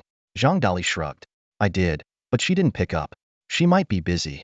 "So, what's it going to be?" Zhu Debai urged. Just then, Chen Shu saw options appear before him. Option 1. Accept Zhu Debai's challenge and win. Reward, Golden Slime's Allurement Resistance 10. Option 2. Run away and refuse to fight. Reward, moderate amount of Beastmaster power. Option 3. Take out Zhu Debai while his bodyguards are unprepared. Reward, Golden Slime's Speed 5. Chen Shu pondered for a moment, weighing the pros and cons, and decided to go with the first option. Full elemental resistance was undoubtedly the more attractive choice. He squinted his eyes and tentatively asked, "What's your strength?" Zhu Debai sneered and answered proudly, "Not much, just an 8th level beast tamer." This response sent a chill through Chen Shu's heart. The opponent was around their age but was already an 8th level beast tamer, far surpassing Su Xiaoyu, the top student at Nanjiang Second High. This starkly highlighted the significant gap between Kyoto and Nanjiang City. Chen Shu took a deep breath and decided to face the challenge head-on. "All right, I'll fight you," he declared, secretly calculating that this would be a good opportunity to test the strength of his slime. Although Zhu Debai was an 8th level beast tamer, Chen Shu speculated that his contracted spirit's potential rating wouldn't be too high. Otherwise, he wouldn't be applying to Spirit Chef University. It was likely that Zhu Debai's level was boosted by resources. Zhu Debai cautiously asked his bodyguard again if he had checked the opponent's identity. The bodyguard nodded, confirming that the opponent was from a small southern town. Both Zhu Debai and the bodyguard thought to themselves, "These people really hit the jackpot today." Chen Shu whispered to Zhang Dali, "Dali, if I lose, look at my eyes and run. Don't look back." As a 6th level beast tamer, the odds of winning against someone 2 levels higher were slim. It all depended on the strength of the opponent's contracted spirit. The group arrived at the Beast Taming Hall of Spirit Chef University. Zhu Debai summoned his contracted spirit, a large white pig with wings. The comical sight made Chen Shu and Zhang Dali burst into laughter, finding it even more amusing than the slime. The flying pig flapped its wings, panting heavily as it rose to 5 meters in the air. Chen Shu stifled his laughter, trying to compliment the rare flying contracted spirit, but couldn't help laughing again. Zhu Debai was furious, gritting his teeth. "You'll regret this soon enough." Chen Shu clutched his stomach, laughing so hard he could barely stand. I'm already feeling a bit uncomfortable. Give me a second. Despite his high school knowledge, he had no recollection of such a flying pig and speculated that it might be a newly mutated contracted spirit. 10 minutes later, Chen Shu finally composed himself and summoned his golden slime. Zhu Debai sneered. Your contracted spirit isn't impressive either. Despite the flying pig's potential rating being only E, the golden slime's rating was F, which made him feel a bit better. The two contracted spirits faced off but didn't immediately fight, instead staring at each other like two decorative pets. Chen Shu provocatively beckoned. Come on over. Zhu Debai snorted and immediately ordered an attack. The flying pig puffed up its cheeks and instantly shot an invisible air bullet. The slime was hit and rolled several meters, its eyes wide with displeasure. Unfortunately, it couldn't fly and could only glare. The flying pig continued to fire air bullets. Though not very powerful, the short cooldown allowed it to bombard the slime continuously. Zhu Debai was smug. Looks like you're going to lose. Chen Shu frowned, realizing he needed to try something new. Suddenly, the golden slime gathered all its strength and sprang up. Zhu Debai was prepared. I saw that coming. The flying pig flapped its wings, ready to dodge. At that moment, the slime's body suddenly expanded sixfold, turning into a giant round ball. The massive shadow loomed over the flying pig, which squealed in terror. Zhu Debai cursed, damn, that's sneaky. He quickly commanded the flying pig to use its survival skill. The pig's eyes flashed white, and its body shrank rapidly, with only its wings remaining the same size. Though smaller, its speed greatly increased, allowing it to escape the slime's attack range. With a thud, the enormous slime hit the ground, shaking the entire beast taming hall. The flying pig soon returned to its normal size, struggling to fly up to 10 meters. The situation reset. Zhu Debai smirked, already planning how to beat the two guys up. Zhang Dali signaled to Chen Shu, ready to run at any moment. Chen Shu gestured to stay calm. Finally, the slime's powerful sitting skill cooled down. Following Chen Shu's command, the slime turned its back to the flying pig and used the newly learned wind breath skill. A gust of wind roared out, but it had no effect on the flying pig. Zhu Debai was puzzled. Even the wind is off target? The next moment, the slime used its charge skill, again with its back to the flying pig, followed by the powerful sitting skill, launching its massive body into the air. Zhu Debai was stunned, witnessing the most unbelievable sight of flying slime. The flying pig trembled in the air, squealing in fear, creating a lifelong traumatic memory. Chen Shu hummed softly, flying freely over your grave. He hadn't expected that three seemingly unrelated skills could combine to produce such an astonishing effect. Collision provides propulsion, violent impacts give it the ability to stay airborne, and wind breath controls direction. Chen Shu calculated in his mind.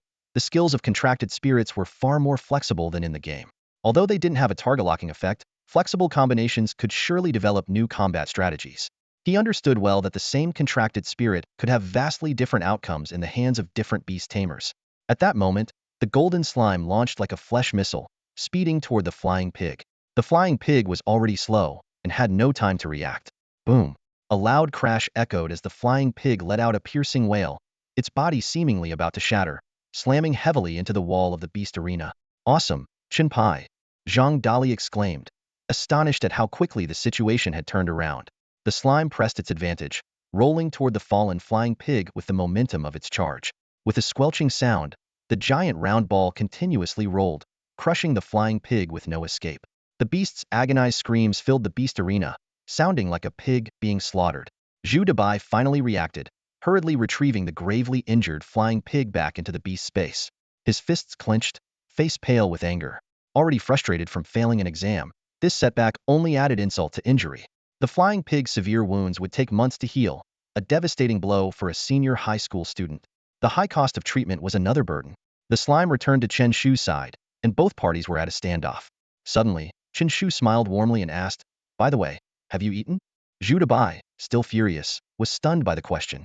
Before he could react, Chen Shu suddenly lunged forward and shouted, if you haven't, then eat this slap. Stop. Damn it, you've gone too far. For bodyguards, seeing this, were enraged and moved to intervene. But the golden slime quickly rolled over, knocking all four to the ground and severely injuring them. Ordinary people stood no chance against a contracted spirit. Smack! Chen Shu slapped Zhu Debai hard, sending him flying. I'm taking the system reward and giving you the lesson you deserve. That's proper etiquette. Zhang Dali also rushed forward, delivering a slap to Zhu Debai. Take this Buddha's palm. He had been holding back a lot of anger, having been punched several times by the bodyguards earlier, and his back still ached. He wasn't about to let it slide. This beating lifted Zhang Dali's spirits, making his pain seem to lessen. That felt great. He exhaled deeply. Next time, be more discerning. Don't mess with people you shouldn't. The two left with harsh words, clapping their hands as they prepared to leave. Just as they opened the door, a middle-aged man in a black t-shirt appeared outside. Zhang Dali's pupils contracted, but he remained calm on the surface.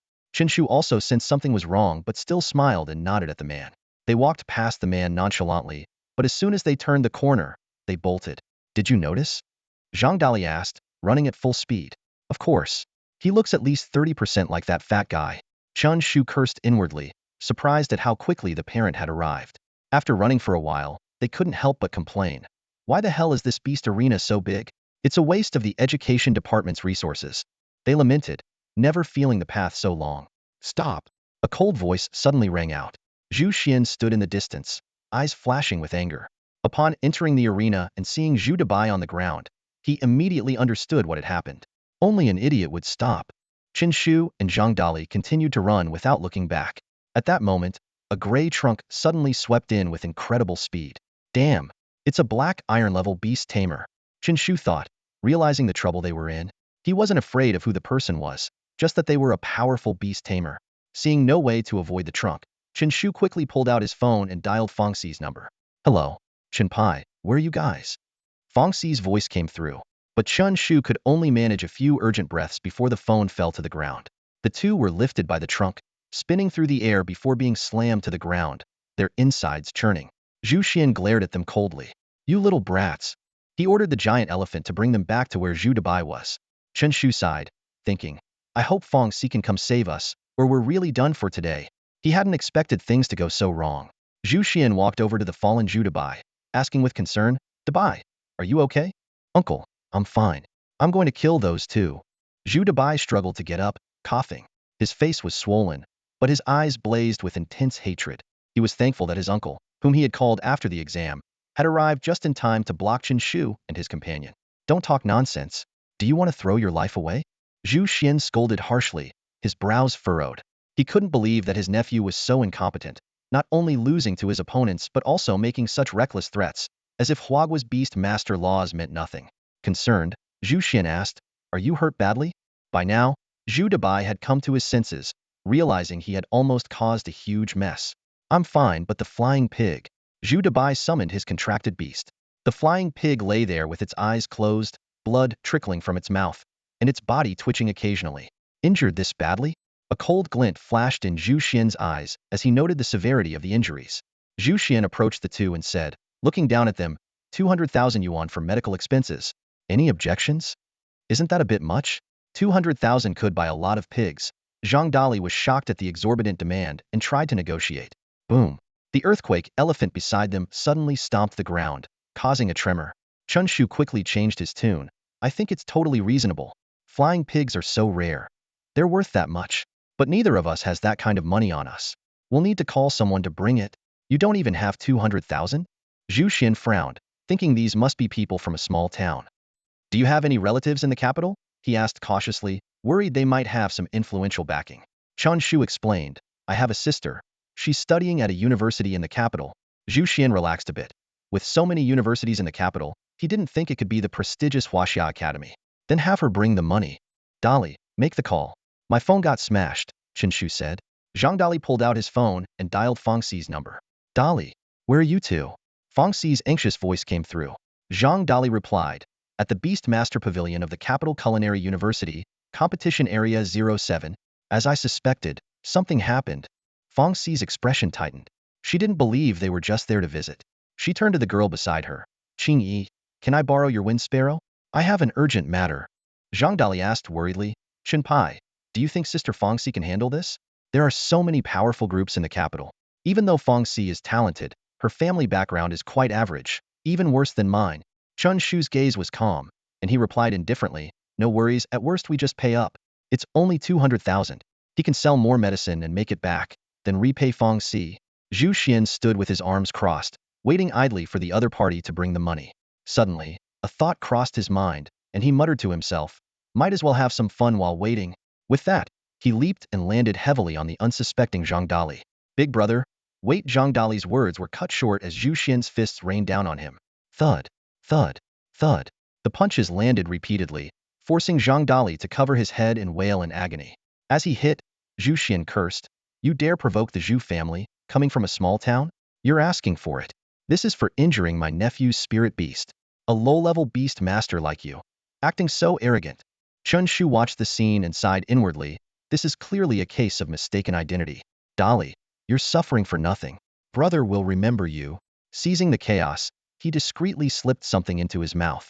Meanwhile, Zhu Dabai remained silent, plotting his revenge on these two. Suddenly, Zhu Xian stopped. Zhang Dali finally managed to speak, gritting his teeth. "You idiot! Are you blind? I'm not a beast master." "Wrong guy." Zhu Xian was taken aback, then quickly shifted his target, landing heavily on Chen Shu. Chen Shu immediately covered his head, but after just one punch, he spewed a mouthful of blood. A shocking sight that even startled Zhu Xian. "What the hell? What's going on?" Zhu Xian jumped up, staring at Chen Shu in panic, fearing he might die on the spot. Chen Shu, looking weak, stammered, "I hurt. Fei Tian Xiao Fei Zhu, am guilty. Big brother, hit me again." He spewed another mouthful of blood as he spoke. "My God, I didn't even hit that hard." Zhu Xian stepped back in horror, eyes wide with disbelief.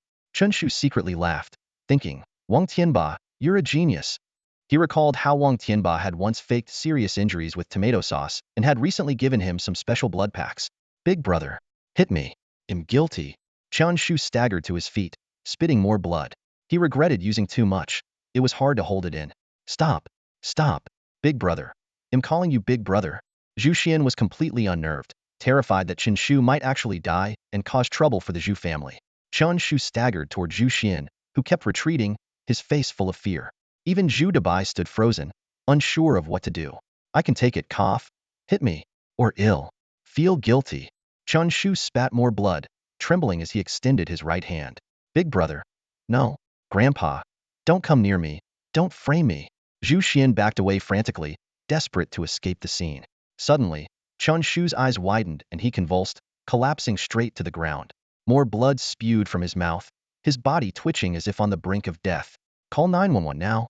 Zhu Xian shouted at Zhu Dabai in panic, rushing to check on Chen Shu. He knew that if the Spirit Bureau investigated, this punch would be damning evidence. At that moment, Fang Si arrived at the capital Spirit Culinary University on her swift-winged sparrow. Her arrival caused quite a stir among the crowd below, as only the wealthy or powerful had flight privileges in the capital.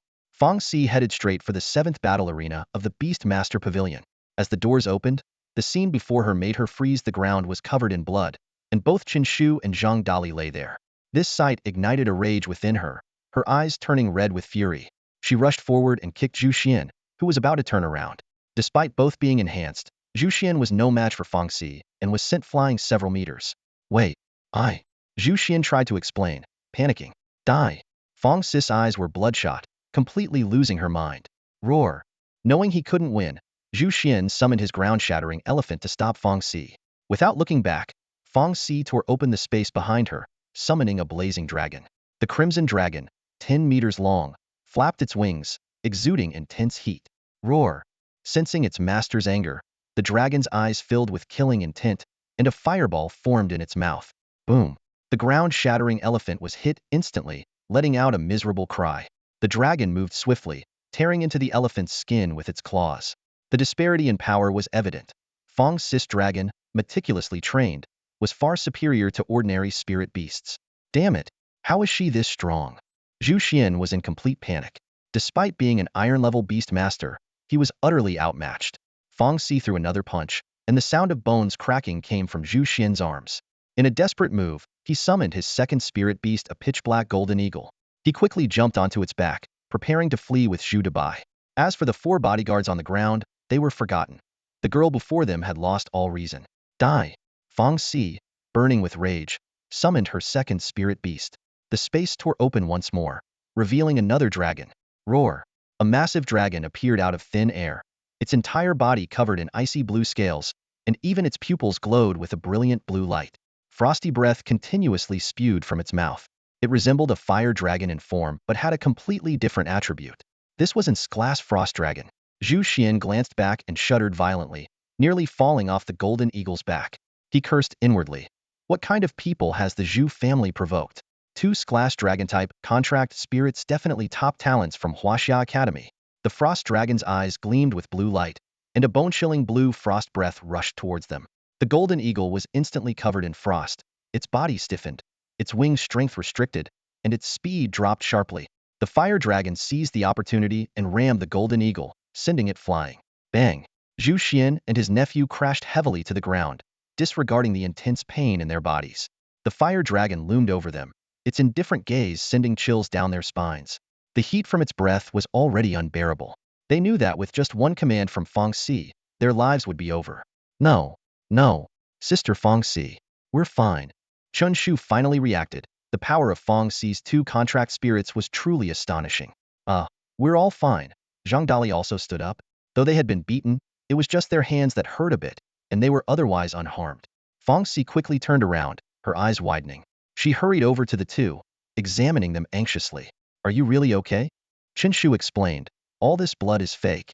Feng Si's nose twitched, immediately noticing something was off. With so much blood, the scent was surprisingly faint. She took a deep breath, her eyes misting slightly, and suddenly shouted, "You two idiots scared me to death. You know that?" Bang! Chen Shu and Zhang Dali each received a punch, followed by a kick that sent them flying. We're sorry. We really know we're wrong. The two scrambled away, heads covered, but their eyes sparkled with gratitude. Being cared for really felt nice. All right, I'll deal with you two later. Feng Si turned and wiped her teary eyes, resuming her usual domineering demeanor. Big brother, big sister, we're about to be roasted. Zhu Dabai and his uncle felt like they were about to dehydrate from the heat. The Fire Dragon kept a close watch on them, occasionally spitting out flames. Feng Si finally turned back, signaling the Fire Dragon to step back a bit. She knew that if anything had happened to Chen Shu and Zhang Dali, Zhu Xian and his nephew would be dead, and she herself wouldn't escape legal consequences, even as a genius of Huaxia Academy. Sister Feng Si. Zhang Dali began to recount what had happened. A few minutes later, Feng Si crossed her arms and said coldly, "You want my brother to compensate you 200,000 Huaxia coins?" No, we were wrong.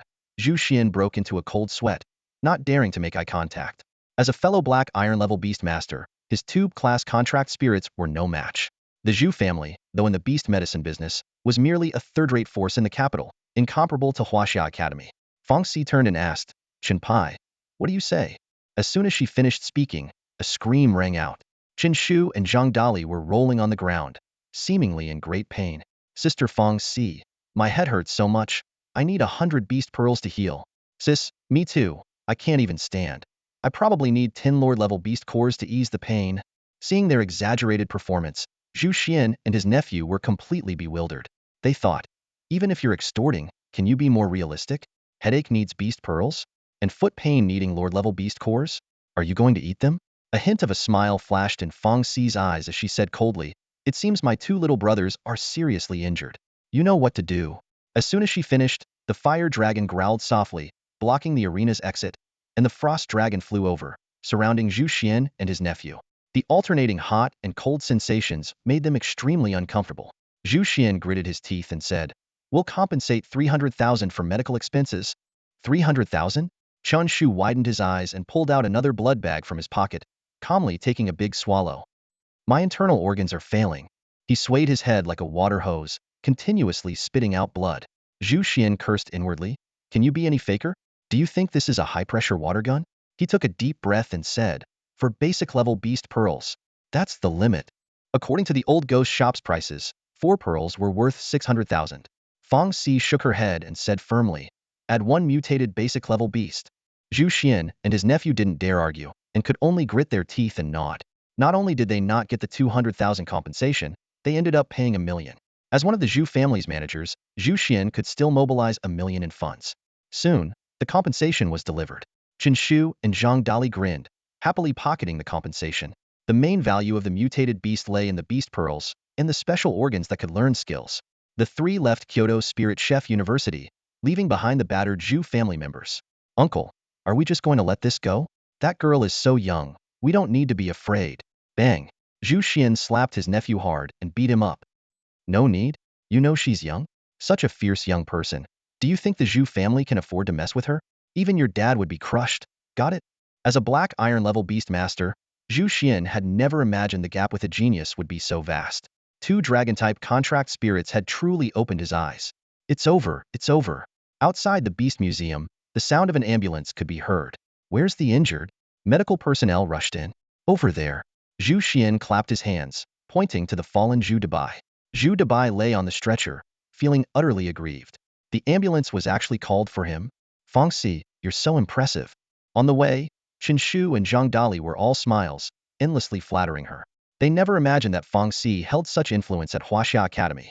This wasn't just any ordinary university. It was clearly a top-tier power in the capital. Cut it out. Feng Si's face turned cold, still holding a grudge over Chen Shu's previous act of playing dead. Sister Feng Si, I was genuinely trying to avoid danger. Chen Shu quickly explained, gesticulating wildly as he described the situation. That guy's fist was as big as a pot. I'm so frail that one punch would have killed me on the spot. Zhang Dali chimed in at the perfect moment. Well, that would be convenient. Sister Feng Si and I could have a feast then. Chen Shu shoved Zhang Dali away. You're just eyeing my feast, aren't you? Feng Si nodded expressionlessly, but a hint of a smile appeared in her eyes. Seeing this, Chen Shu continued to embellish the comical scene. Sister Feng Si, you should have seen it. I was spitting blood while approaching the guy, and he was so scared his legs turned to jelly. I bet his heart skipped a beat when I collapsed. Get lost. You're spraying spit all over my face. Feng Si punched Chen Shu away, finally breaking into a smile, indicating she no longer held a grudge. Laughing and joking, the three of them arrived at a hot pot restaurant to celebrate. After several rounds of drinks and dishes, Chen Shu raised his glass to Zhang Dali. Dali, I knew I wasn't wrong about you. I always thought you were a diamond in the rough. Congratulations, future culinary god of Huaxia. Feng Si also raised her glass. That's my little brother for you. Even without being a beast master, you got into a top university through independent exams. Work hard in college. Unlike Chen Shu, you're young, talented, and ambitious. Your future is bright. Chen Shu, feeling increasingly uneasy, interrupted. Sister Feng Si, hold on. What do you mean I'm different? I'm young and talented too. I feel like you're dissing me, sis. Zhang Dali quickly mediated. It's all right, Chen Shu. Sister Feng Si is right. Maybe she just didn't phrase it well. Don't take it to heart. Bullshit. Chen Shu laughed and cursed, but he didn't mind at all. The three of them raised their glasses again, their faces beaming with joy. On August 5th, 980 of the Revival era, Zhang Dali successfully got into Jingdu Culinary University. As night fell, the three of them took a taxi back to the entrance of Huaxia Academy. Chen Shu pulled out a beast pearl and a pair of beast claws from his backpack, handing them to Feng Si. Sister Feng Si, these are for you. You'll find them useful. Feng Si hesitated briefly before taking the beast claws. I'll take the claws, but keep the 5 beast pearls for yourself. How can you be my little brother with such weak strength? As soon as she finished speaking, a spatial rift suddenly opened above Feng Si, and the head of a flame dragon emerged, swallowing the beast claws in one gulp. However, it didn't gain any new skills. Sister Feng Si, your dragon is so cool, Chen Shu and Zhang Dali said enviously. Having 2 dragons as contract spirits was like hitting the jackpot in life. Chen Shu excitedly asked, can you take us for a ride? Feng Si shook her head. What are you thinking? It can only fly at low altitudes. One flight around the city and all the greenery would be set ablaze. Then let us touch it. The two of them eagerly approached the flame dragon, reaching out to stroke its head. So warm. Yeah, you wouldn't need heating in winter. Just hang this dragon on the ceiling, and the whole room would be warm. Definitely, and with that ice dragon, you wouldn't fear the summer heat either. The two of them seemed mesmerized, continuously stroking the flame dragon's head. Feng Si's mouth twitched. Get lost. The flame dragon roared angrily and returned to the beast space. By the way, Chen Shu, help me queue at Huaxia Hospital's beast department tomorrow, Feng Si suddenly said. What's up? Are you sick? Chen Shu asked, puzzled. Are you dumb? I said the beast department. The ice dragon has a minor issue. Got it. Over and out. Chen Shu saluted, looking serious. Back at the hotel, Chen Shu couldn't wait to swallow all 5 beast pearls at once. Instantly, he felt his beast power surge, bringing him one step closer to becoming a level 7 beast master. The next morning, Chen Shu headed to Huaxia Hospital alone. The hospital was right next to Huaxia Academy and was the top medical facility in the country. Meanwhile, Feng Si took Zhang Dali to Jingdu Pedestrian Street to buy him a complete set of culinary tools as a celebration for getting into university. As a culinary master, his knives and pots were specialized for cooking and handling fierce beast meat, far different from ordinary kitchenware. To punish Chen Shu for his playing dead act the previous day, Feng Si made him queue alone at the hospital, making the future legendary beast master do this. Such humiliation. Such disgrace. Chen Shu lamented dramatically, reluctantly joining the long line in front of the beast department. Each attending physician sees a fixed number of patients a day, and Chen Shu managed to get the last slot. He stood at the end of the long line at the hospital, clutching a boxed lunch, ready for a whole day of waiting. To pass the time, Chen Shu took out his phone and started watching game streams. Suddenly, a private message popped up from a profile picture of a seductive woman. "Hey there, need some services? Check my profile." Chen Shu raised an eyebrow, curiosity piqued, and clicked on the profile. It listed a messaging app contact. He quickly added the account. "Hey there, need some services?" "Anything you want," came the instant reply. "Anything?" Chen Shu asked. "Of course, and at a great price." Chen Shu's eyes lit up. "Perfect, I'm at Huaxia Hospital and need someone to stand in line for me. Come quickly." Half an hour passed with no response. Puzzled, Chen Shu sent a question mark, only to see a red exclamation mark next to his message had been blocked. "Can't even handle such a simple task, and you call this anything? Scam." Chen Shu muttered angrily and continued to wait in line. Another half hour went by, and the line had moved less than a meter. Suddenly, there was a commotion up ahead. A doctor in a white coat appeared, looking apologetic. "Sorry everyone, please be patient. I have an urgent matter to attend to." With that, he hurried out of the consultation room, leaving a group of bewildered patients behind. Chen Shu sighed deeply. Just as he was feeling hopeless, 3 options suddenly appeared before him. Option 1. Wait patiently for the doctor to return. Reward, 5 stamina for contract spirit. Option 2. Take the opportunity to cut in line. Reward, moderate beast taming power. Option 3. Pretend to be a doctor and send everyone ahead of him away. Reward, 1 level in violent subjugation. Chen Shu found himself in a dilemma, muttering, "System, you're really making this tough." The next moment, a sly glint appeared in his eyes. He swiftly walked over to the white coat hanging outside the consultation room, reached for it, and his eyes filled with excitement. Dr. Chen is about to start his shift. As Chen Shu donned his white coat, his expression immediately turned solemn and serious. He swaggered into the consultation room and unceremoniously took the doctor's seat. "Dr. Wang had an urgent matter to attend to, so I'll be filling in for now. You can call me Dr. Chen," Chen Shu announced with a straight face, completely unfazed by the fact that he was impersonating a doctor at Huaxia Hospital. The first woman in line noticed something was off.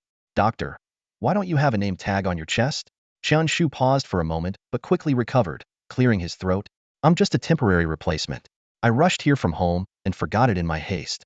"All right, let's talk about your, contract spirit's condition." The woman nodded and summoned a small, jade-like white rabbit. "Doctor, my contract spirit has been running a fever and seems a bit restless lately."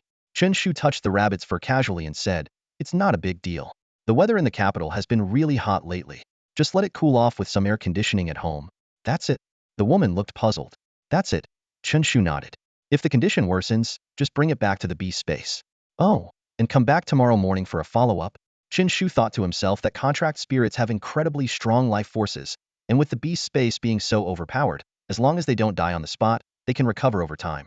The main role of a beast doctor is just to shorten the recovery time. Delaying a day wouldn't cause any harm. Patients continued to come in one after another. Chen Shu spouted nonsense to each one, but somehow managed to make them believe him. He reminded everyone to come back the next day for a follow-up, knowing his job was just to send them away. If there were any emergencies, they would be in the emergency room instead. As time passed, the line grew shorter. A man came in and said, "Doctor, my contract spirit has been losing its appetite recently." Chen Shu's eyes lit up as he pretended to be profound. "I have good news and bad news. Which one do you want to hear first?" "The good news," the man said nervously. "I've decided to name this condition after your contract spirit," Chen Shu said, maintaining a serious tone. The man was dumbfounded, thinking, "How is that good news?" The last patient, a student, came in with a complaint about his contract spirit having diarrhea. Chen Shu played the good news, bad news game again. He took out his phone and called Feng Xi, asking her to bring some items over. Shortly after, Feng Xi and Zhang Dali arrived at the hospital. Seeing Chen Shu in a white coat, Feng Xi was about to speak but was stopped by Chen Shu. He took a megaphone from Zhang Dali and played a recording to the last patient. "Good news. Good news. Everything in our store is on clearance. Everything is half price." The student was left speechless and eventually left in frustration. Chen Shu took off his white coat and explained to the stunned Feng Xi and Zhang Dali, "Don't worry, I know what I'm doing. I told everyone to come back tomorrow for a follow-up. With the beast space, nothing can go wrong." Just then, a real doctor walked into the consultation room, surprised. "Huh, where are the patients?" Chen Shu nonchalantly replied, "Gone, like chickens." "Are patients today really that impatient?" The doctor shook his head, not paying much attention. Little did he know, tomorrow would bring a flood of returning patients. Fong Si summoned the head of her frost dragon, causing the room temperature to drop. The doctor's eyes widened in amazement at the sight of the dragon-type contract spirit. After all, beast masters with dragon-type spirits were rare, even at Huaxia Hospital. My frost dragon has recently become weak, operating at only 80 of its usual strength. Fong Si looked worried as she described the condition to the doctor, adding that the frost dragon couldn't swallow or absorb food and potions. The doctor focused intently, took out a bunch of precise instruments, and carefully examined the dragon's various health indicators. Preliminary judgment is that it ingested some substance from another dimension, the doctor said with a slight frown, writing out a test order. Go to the hematology department to check its blood composition. Fong Si nodded, took the order, and retracted the frost dragon.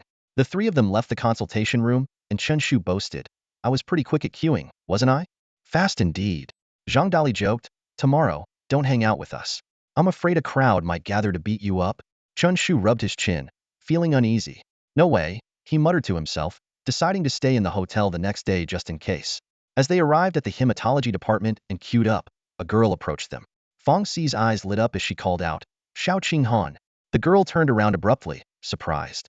It's you. Fong Si Jie? You guys. Wang Qinghan looked astonished. Fong Si raised an eyebrow at the three of them. You know each other? Chen Shu grinned. Of course we know her. It's Lone King, Qinghan. Wang Qinghan's smile froze. I'm Wang Qinghan, you're the Lone King. We met on a train. Zhang Dali curiously observed Fong Si and Wang Qinghan. How do you two know each other? Fong Si explained. We used to play together when we were kids, but then Qinghan moved away. Chen Shu's eyes widened. Fong Si Jia, didn't you grow up playing with us? Fong Si pouted. Back then, you two were still peeing in the mud. I found it quite disgusting. Wang Qinghan covered her mouth and laughed softly. What a coincidence. Fong Si asked with concern. Xiao Qinghan, why are you at Huaxia Hospital? Is there something wrong with your contracted spirit? Wang Qinghan sighed. I took out a high interest loan and joined the underground spirit battle arena in Nanjing City to repay it. Although I won a lot of money, my contracted spirit was seriously injured. Chen Shu and Zhang Dali exchanged glances, surprised that Wang Qinghan had indeed repaid the loan. Fong Si reassured her, Huaxia Hospital has top-notch technology. It won't affect your studies. You're going to be a senior in high school soon, right? Wang Qinghan nodded. Yes, I'll be in my final year after the summer break. Fong Si's tone was gentle. Hang in there and get into a good school. That will ease the pressure. If you need anything, just reach out to me. You have my number. Wang Qinghan said, I'm fine for now. I have money, and Nanjing's second high school gave me a substantial transfer fee. Chen Shu suddenly interjected. Nanjing's second high school? Transfer fee? Wang Qinghan explained, yes, I was originally at Nanjing First High School, but Nanjing's second high school paid me to transfer to their special training class. Chen Shu was stunned. Wait a minute. Are you saying the school leadership paid you to attend their special training class? Wang Qinghan nodded. Yes, I heard they recruited other students too. Chen Shu frowned. What kind of talent do you have that they would pay you? Maybe it's because my beast mastery talent is excellent, and my contracted spirit is a rank, Wang Qinghan said. Chen Shu realized the significance and sighed inwardly.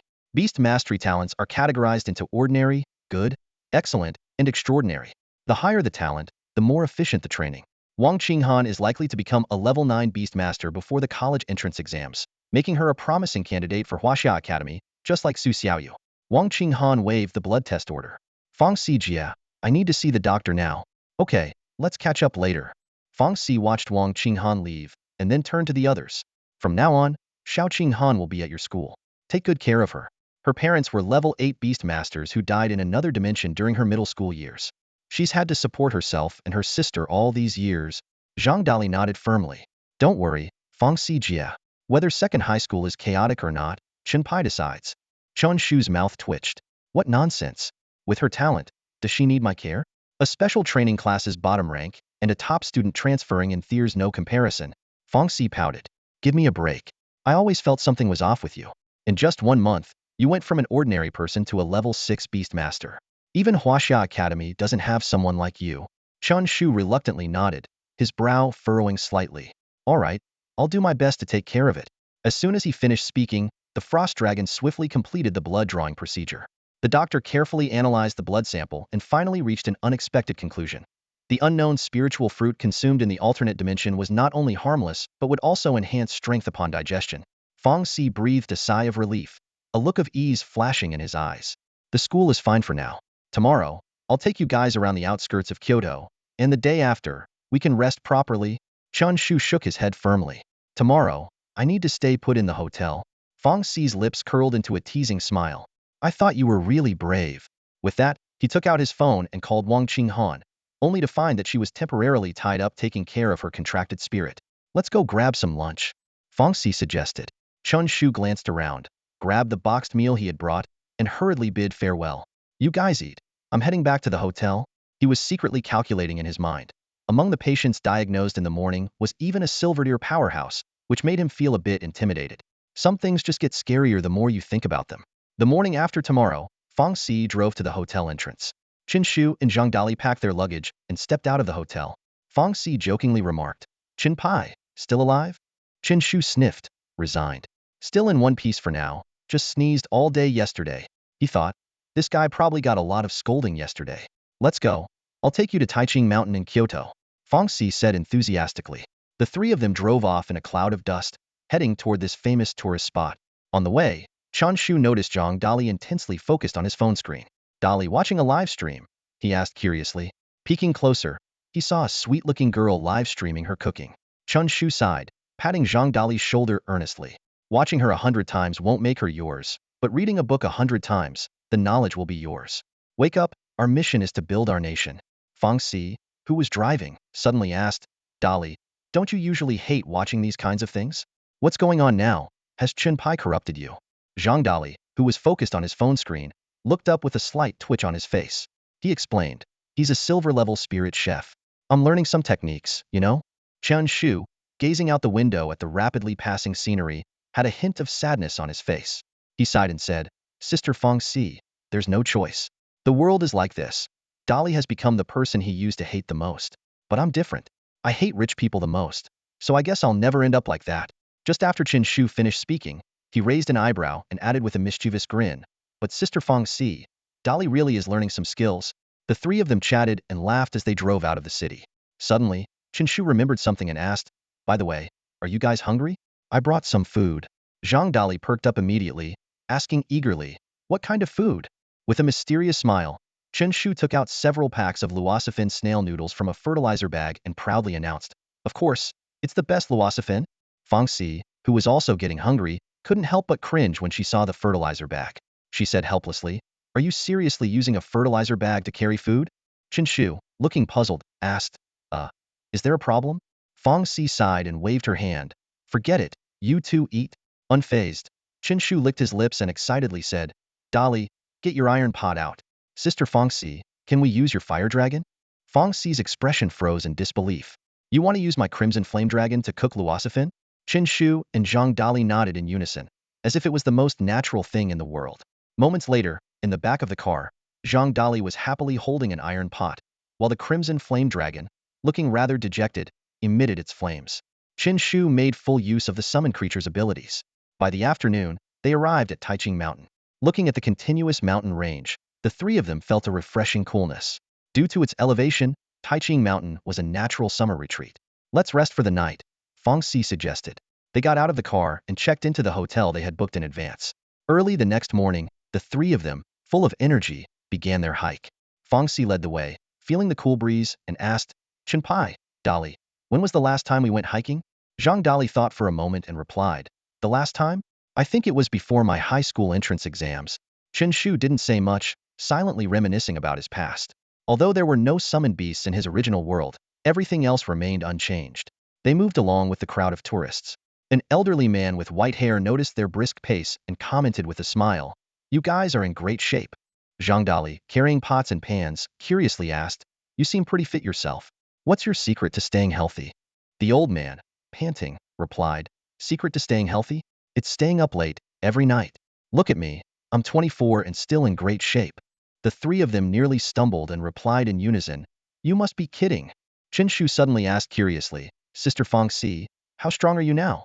Fang Xi thought for a moment and replied, I could probably take on 100 young men like that. Zhang Dali quickly interjected, we should respect the elderly and care for the young. Their hiking pace was quick. Although Chen Shu and Zhang Dali hadn't undergone any enhancements, their physical fitness was far superior to average people. As they climbed higher, the temperature dropped noticeably. They veered off the main tourist path and headed towards an undeveloped area. With Fang Xi's abilities, even a common-level otherworldly space posed no threat. let alone a tourist spot. Along the way, they took many beautiful photos, which lifted their spirits. As night fell, they had ventured deep into the mountains, with no one else around.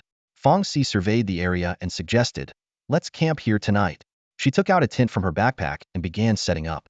Even with their physical prowess, it would take at least 3 to 4 days to traverse Taiching Mountain. Roar! Fong Si summoned her frost dragon. Although it wasn't at full strength due to special circumstances, it was more than enough to deter ordinary wild animals. The frost dragon restrained its icy aura and stood guard like a loyal sentinel. They set up a campfire. Although fires were prohibited in the restricted area, the presence of the frost dragon alleviated concerns about starting a forest fire. Zhang Dali set up an iron pot and took out various vegetables and meats, preparing to make hot pot in the mountains. "Dali, your cooking skills are really impressive," Chen Shu said, savoring a piece of beef. Fong Si also enjoyed the meal, frequently praising Zhang Dali's culinary talents. Chen Shu, eating while talking, said, "Honestly, this feels like we're in an otherworldly space." He pointed to a shadow on a nearby tree and continued, "If we were in an otherworldly space, I definitely think that's a fierce beast. Don't you think it looks like one?" Fong Si and Zhang Dali shook their heads, focusing on their meal. However, the shadow suddenly moved, revealing a giant flying insect, flapping its wings as it approached. In the firelight, Chen Shu's expression froze.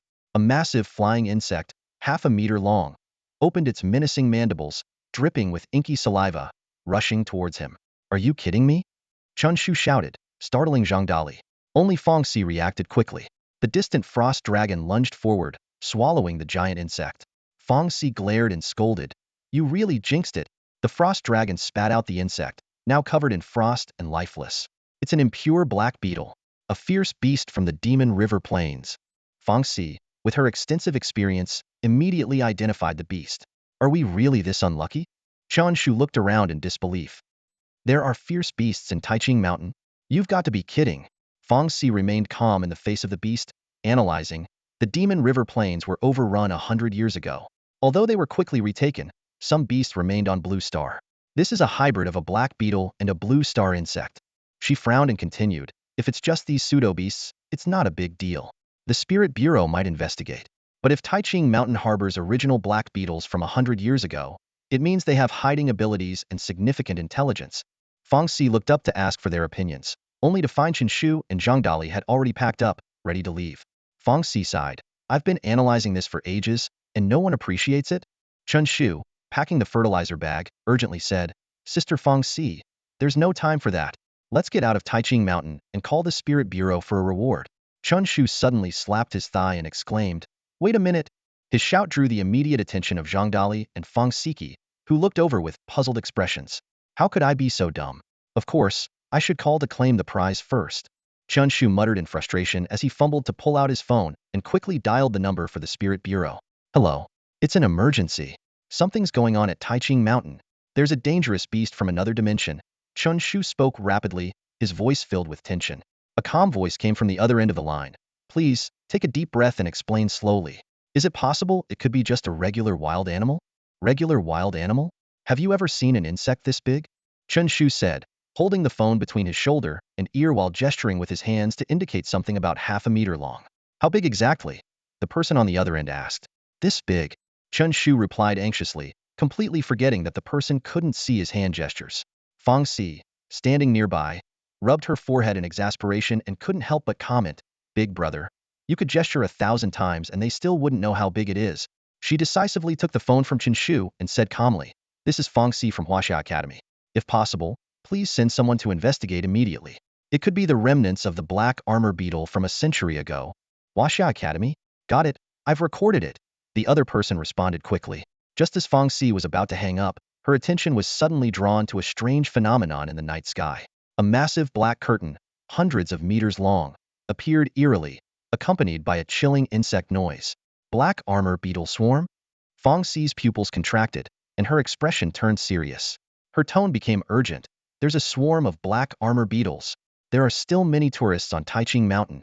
Notify the Dragon Guard immediately." She then decisively hung up the phone. Looking up, Fong Si saw that Chen Shu and Zhang Dali had already started running away with their pots and pans clattering noisily. "Sister Fong Si, run!" Chen Shu shouted, waving back at her as he ran. Fong Si shook her head resolutely and said, "No, there are hotels on Taiching Mountain, which means there are definitely tourists. I have to go." She thought to herself, as a prodigy of Huaxia Academy, enjoying various resources comes with responsibilities. At the very least, I need to assess the strength of the black armor beetles. If they're too strong, I can retreat later. At that moment, three options suddenly appeared before Chen Shu. Option 1. Confront the black armor beetle swarm. Note: the black armor beetle lord is a black iron 3-star creature. Reward: Beastmaster level up. Option 2. Run away quickly to ensure your own safety. Reward: Title, Graceful Escape Artist. Effect: increases charm by 1 when running away. Option 3. Start a live stream on the spot to report to viewers in real time. Reward: Invisibility Potion. Chen Shu turned to Fong Si and asked, Sister Fong Si, can you handle a black iron 3-star lord creature? Fong Si's eyes widened in surprise. You can detect its strength? From this distance, most people wouldn't even notice the swarm of black armor beetles. After a brief contemplation, she replied, if it's a black iron 3-star, I can hold it off for a long time. As a black iron 2-star beastmaster with 2 dragon-type contract spirits, she was confident in her ability to contend with the lord creature. Great, then we won't run. Let's take it down. Chen Shu clenched his fists, his eyes filled with determination. Zhang Dali, puzzled, touched Chen Shu's forehead. What's up with you? Possessed by someone? Chen Shu patted Zhang Dali's shoulder and said passionately, you don't get it. There are tourists on Taiching Mountain. As beastmasters, it's our duty and mission to protect ordinary people. Don't you have any sense of responsibility as a young person of the new era? Zhang Dali's mouth twitched. Can you at least put down your bag first? And weren't you the one running the fastest just now? Let's go. Fong Si took the lead, rushing towards the direction of the black armor beetle swarm. Chen Shu and Zhang Dali quickly dropped their pots and pans and followed closely behind. At the forefront of the swarm, a particularly striking black armor beetle stood out. Its mandibles were fierce, and its eyes glowed with an eerie green light, exuding a powerful aura. This was the black armor beetle lord. Originally a lord creature from the Demon River Plain, it had invaded Blue Star a century ago but was severely beaten by the Beastmaster army of Huaxia, leaving its swarm decimated. As an intelligent lord creature, it chose to flee and hide in Taiching Mountain. However, it ended up hiding for decades, missing the optimal time to return. Initially, powerful beastmasters frequently patrolled Taiching Mountain, making it live in constant fear.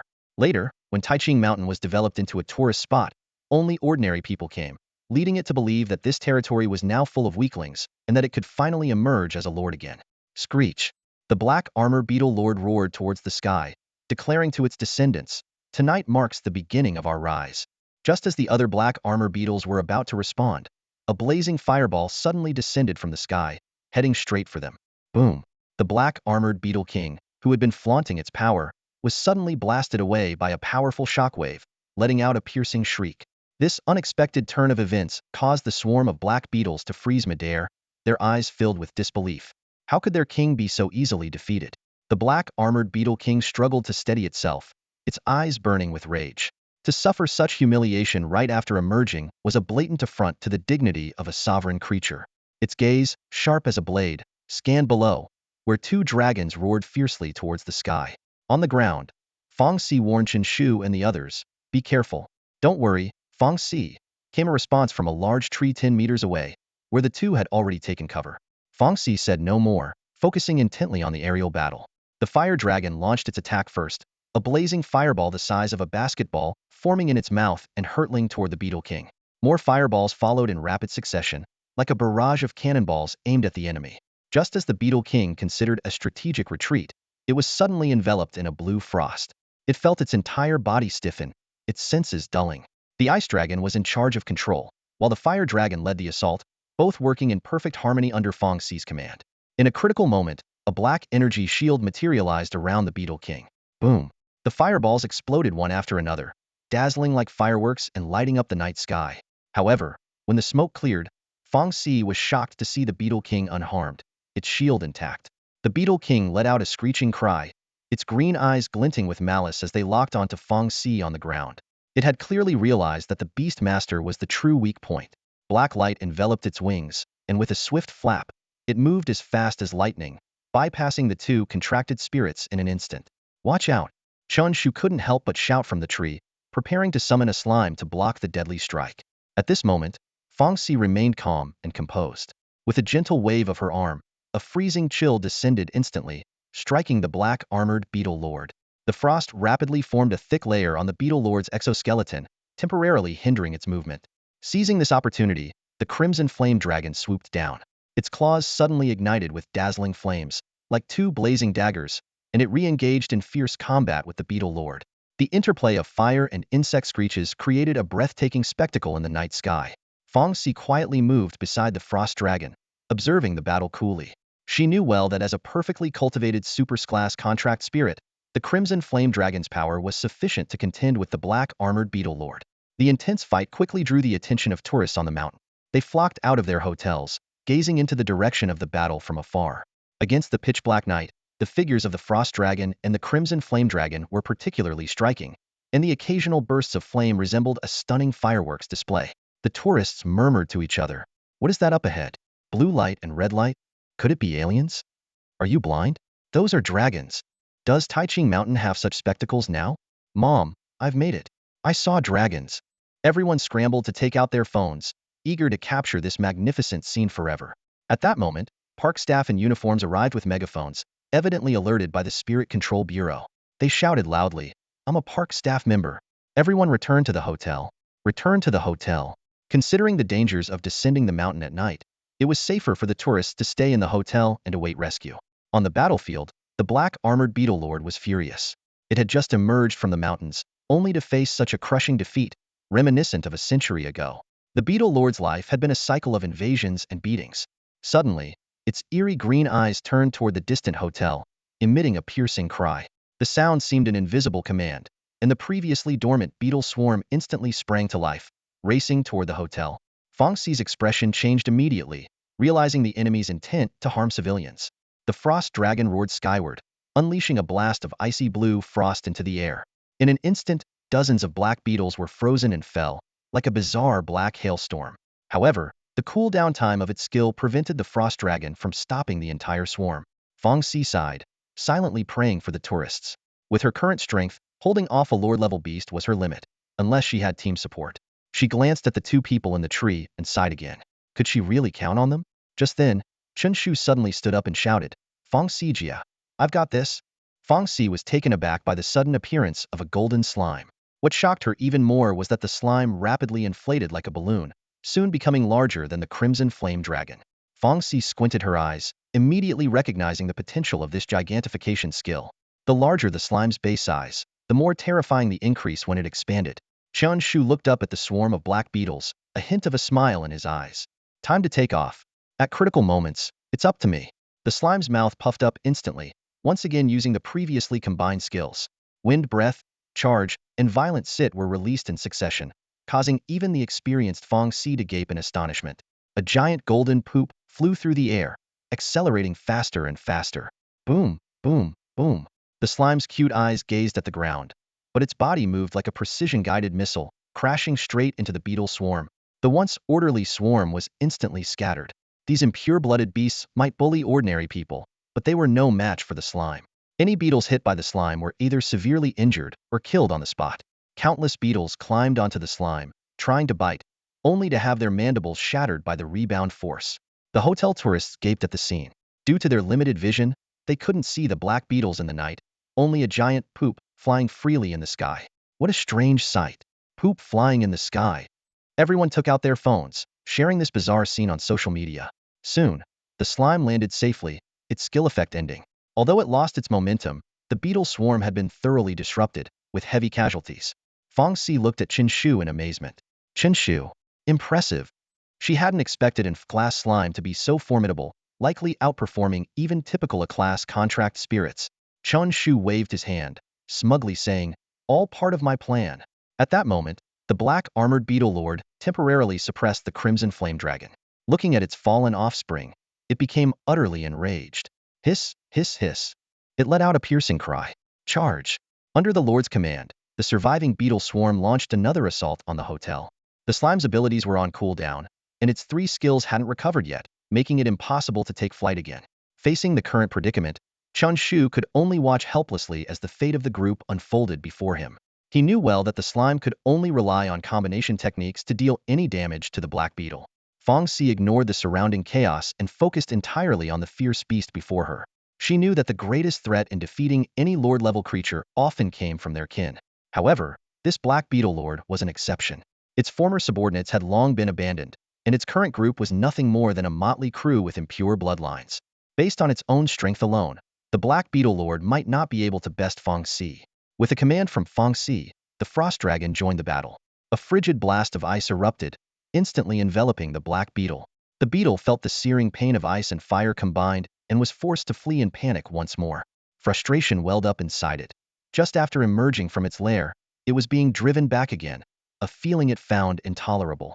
However, the two contracted spirits had no intention of letting it off so easily. The flame dragon's claws, wrapped in blazing fire, relentlessly tore at the Black Beetle Lord's shell. As soon as the black shield dissipated, the flame dragon could easily break through its defenses. In no time, the Black Beetle was gravely wounded. Though the two dragons had sustained some injuries as well, it was clear that if the battle dragged on, the Black Beetle would be the first to fall. Suddenly, a piercing sizzle sound filled the air. The Black Beetle's expression changed drastically, rage evident in its eyes. It spread its wings wide, black light enveloping the area, and its ghostly green eyes grew colder. In an instant, its presence became terrifyingly menacing. Feng Si furrowed her brows and signaled the dragons to hold their attacks. From the beetle's appearance, it seemed ready to fight to the death. At that moment, Chen Shu's shout echoed from afar. "Stop it quickly!" Feng Si was taken aback, watching as the black beetle, which had appeared ready for a desperate fight, suddenly flapped its wings and turned to flee. Realization dawned on her that she had fallen for its trick. The beetle had acted so convincingly that it seemed prepared for a mutual destruction. Turning to Chen Shu, Feng Si couldn't help but wonder, how did this guy get so experienced? Feng Si, hurry up and chase it. Chen Shu's urgent voice shattered the silence of the night. He didn't offer any further explanation, only signaling with his eyes toward the unusual behavior of the black beetle ahead. Though the beetle's gaze was fierce, its frequent glances around revealed it was searching for an escape route. Compared to Chen Shu, a master of escape, the beetle's attempts were clumsy at best. Feng Si nodded slightly and immediately commanded her flame dragon to take the lead in the pursuit, while she and her frost dragon followed closely behind. As a bronze-level beastmaster, she understood the importance of always keeping a contracted spirit by her side in case of emergencies. Chen Shu swiftly climbed a tall tree, peering in the direction of the hotel. He expected to see a swarm of black beetles wreaking havoc, but instead saw a massive shadow circling in the sky, faintly showing a human figure. Are the Spirit Suppression Bureau people here? Chen Shu sighed in relief, realizing the black beetle swarm's sacrifice wasn't in vain. At this moment, Feng Si was in full pursuit. Despite the Black Beetle Lord's incredible speed, the flame marks left by the flame dragon allowed her to keep track of the target from a distance. Tonight, she was determined to take down a Lord-level beast single-handedly. As time ticked by, Feng Si's expression suddenly tightened. Ahead, her flame dragon had stopped, looking around in confusion. The marks had disappeared. Feng Si furrowed her brows, quickly analyzing two possibilities. Either the black beetle had the ability to erase the marks, or it was dead. Given the conspicuous nature of the flame marks, the first possibility was unlikely. That left only the second. Is it dead? Feng Si scanned the darkness ahead, thinking to herself, who dares to steal my prey?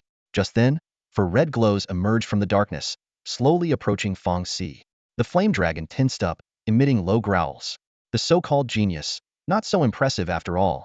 A young man in a trench coat with a refined smile walked forward.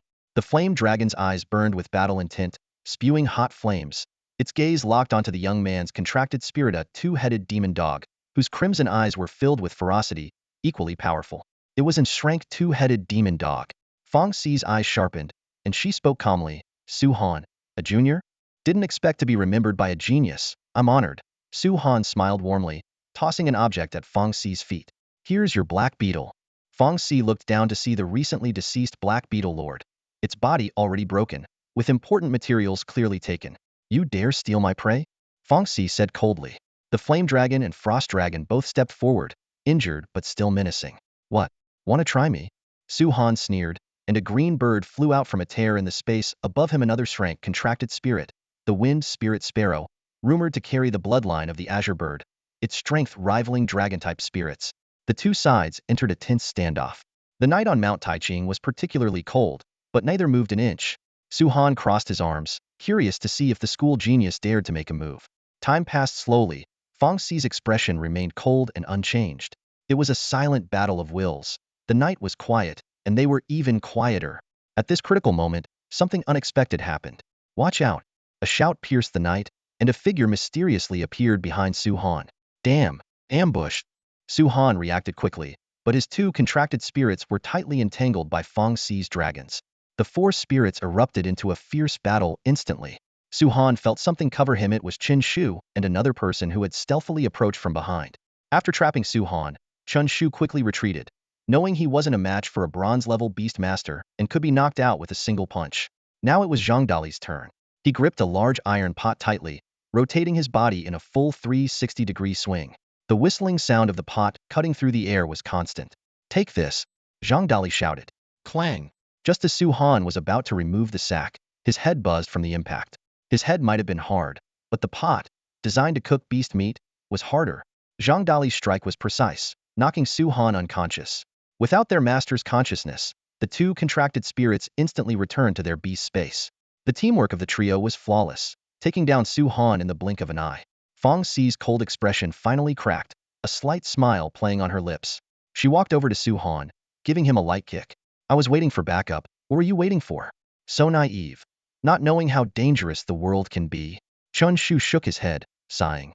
Do you really have the strength to compete with us? The three quickly searched Su Han's backpack for the Black Beetle Lord's materials.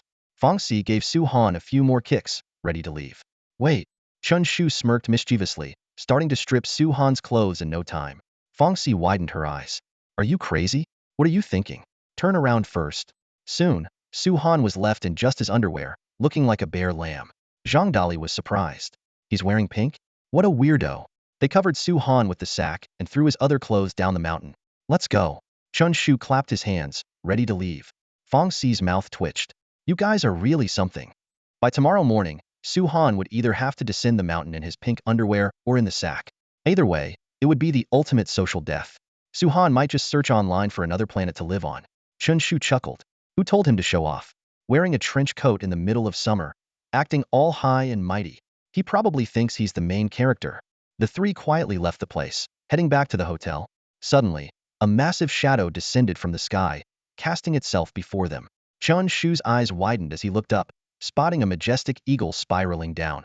Atop the eagle sat a man in a black robe, with a prominent golden armband on his right shoulder that read Yulong.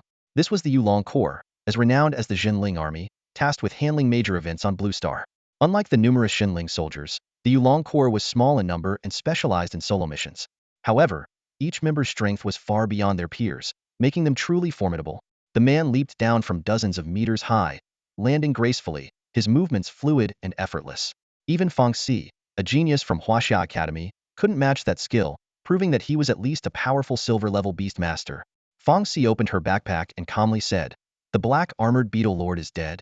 The Yulong warrior muttered. The younger generation is truly impressive. His gaze fell on the beetle's corpse, and he asked, according to the intel, there should be another student from Huaxia Academy in Taiching Mountain?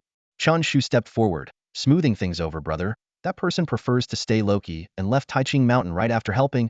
Without further thought, the Yulong warrior mounted his eagle and departed Taiching Mountain. With the beetle lord's death, the crisis was naturally resolved. The three returned to the hotel for a night's rest. The nights in Taiching Mountain were particularly cold, and Su Han shivered occasionally despite his strengthened body being wrapped in a sleeping bag.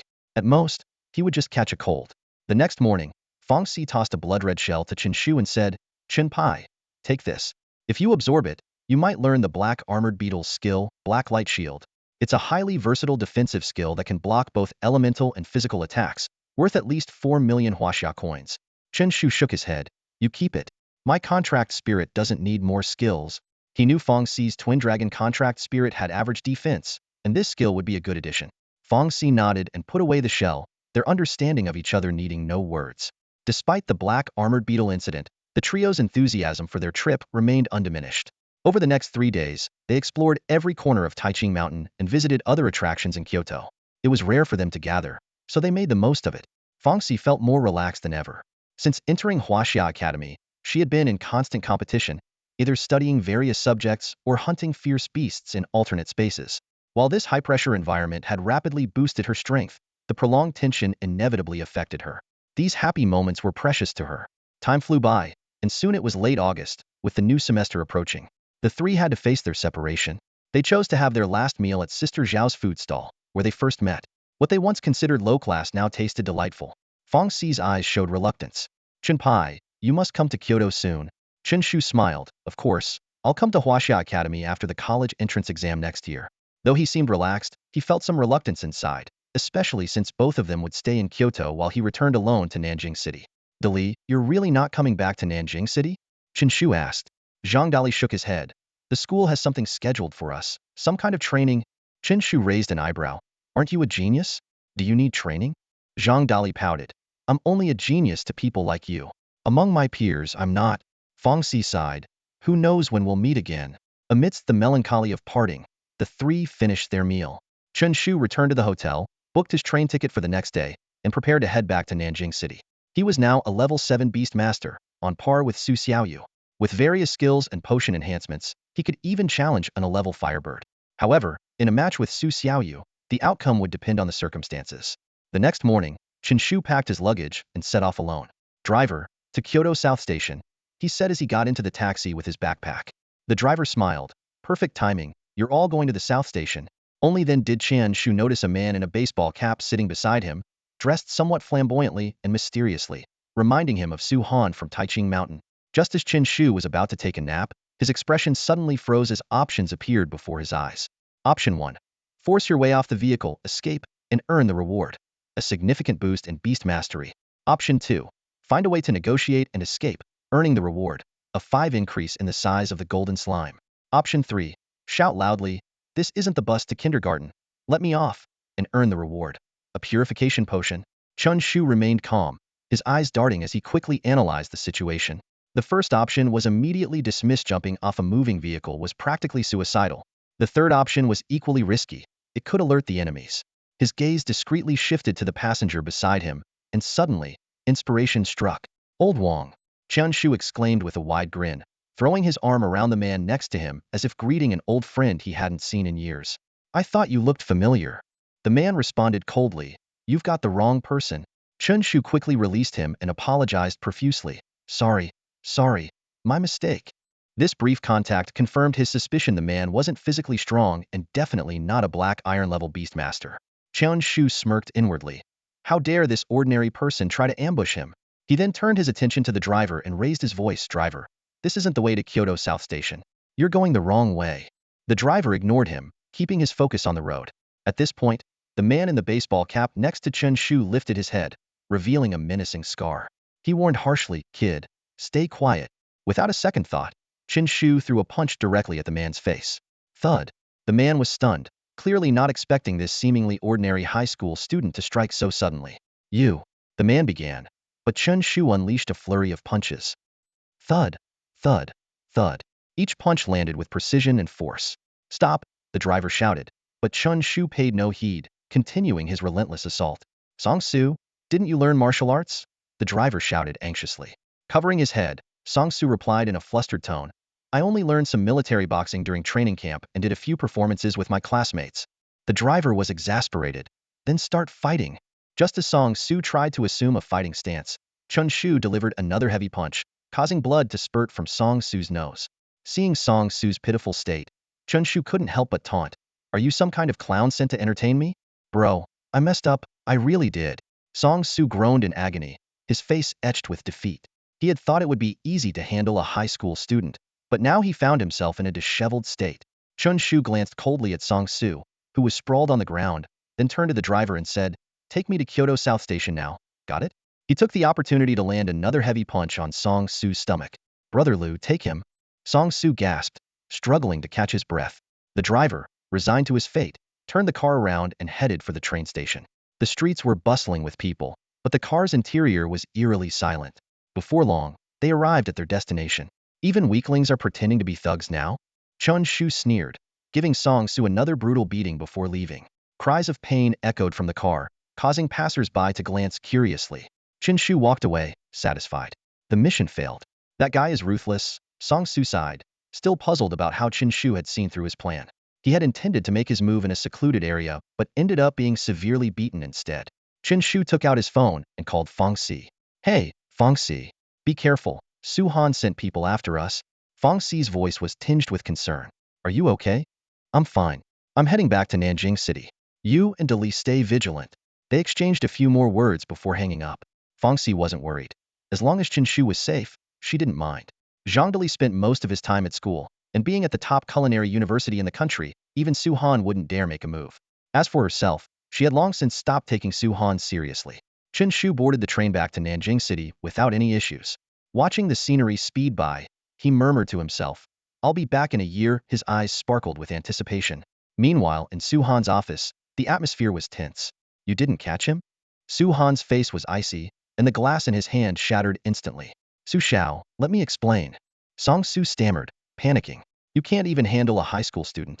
What good are you? Go clean the company bathrooms for 6 months. Su Han ordered coldly. Song Su left the room, dejected and frustrated. I'm a college student, and now I have to clean toilets? Su Han sighed. He had planned to capture Chen Shu, strip him, and throw him onto the streets with a urea bag. But Song Su, who claimed to be a martial arts expert, had failed miserably. Recalling his ordeal on Taiching Mountain, Su Han felt a surge of anger. He had woken up freezing, wearing nothing but pink underwear and a urea bag. As a genius from one of the top schools in China, he didn't follow Chen Shu's plan to descend the mountain in his underwear or with the bag. Instead, he had put the urea bag over his head and ran down as fast as he could. Though the experience was humiliating, at least no one saw his face. However, a hot topic emerged online. Urea man spotted on Taiching Mountain wearing pink underwear.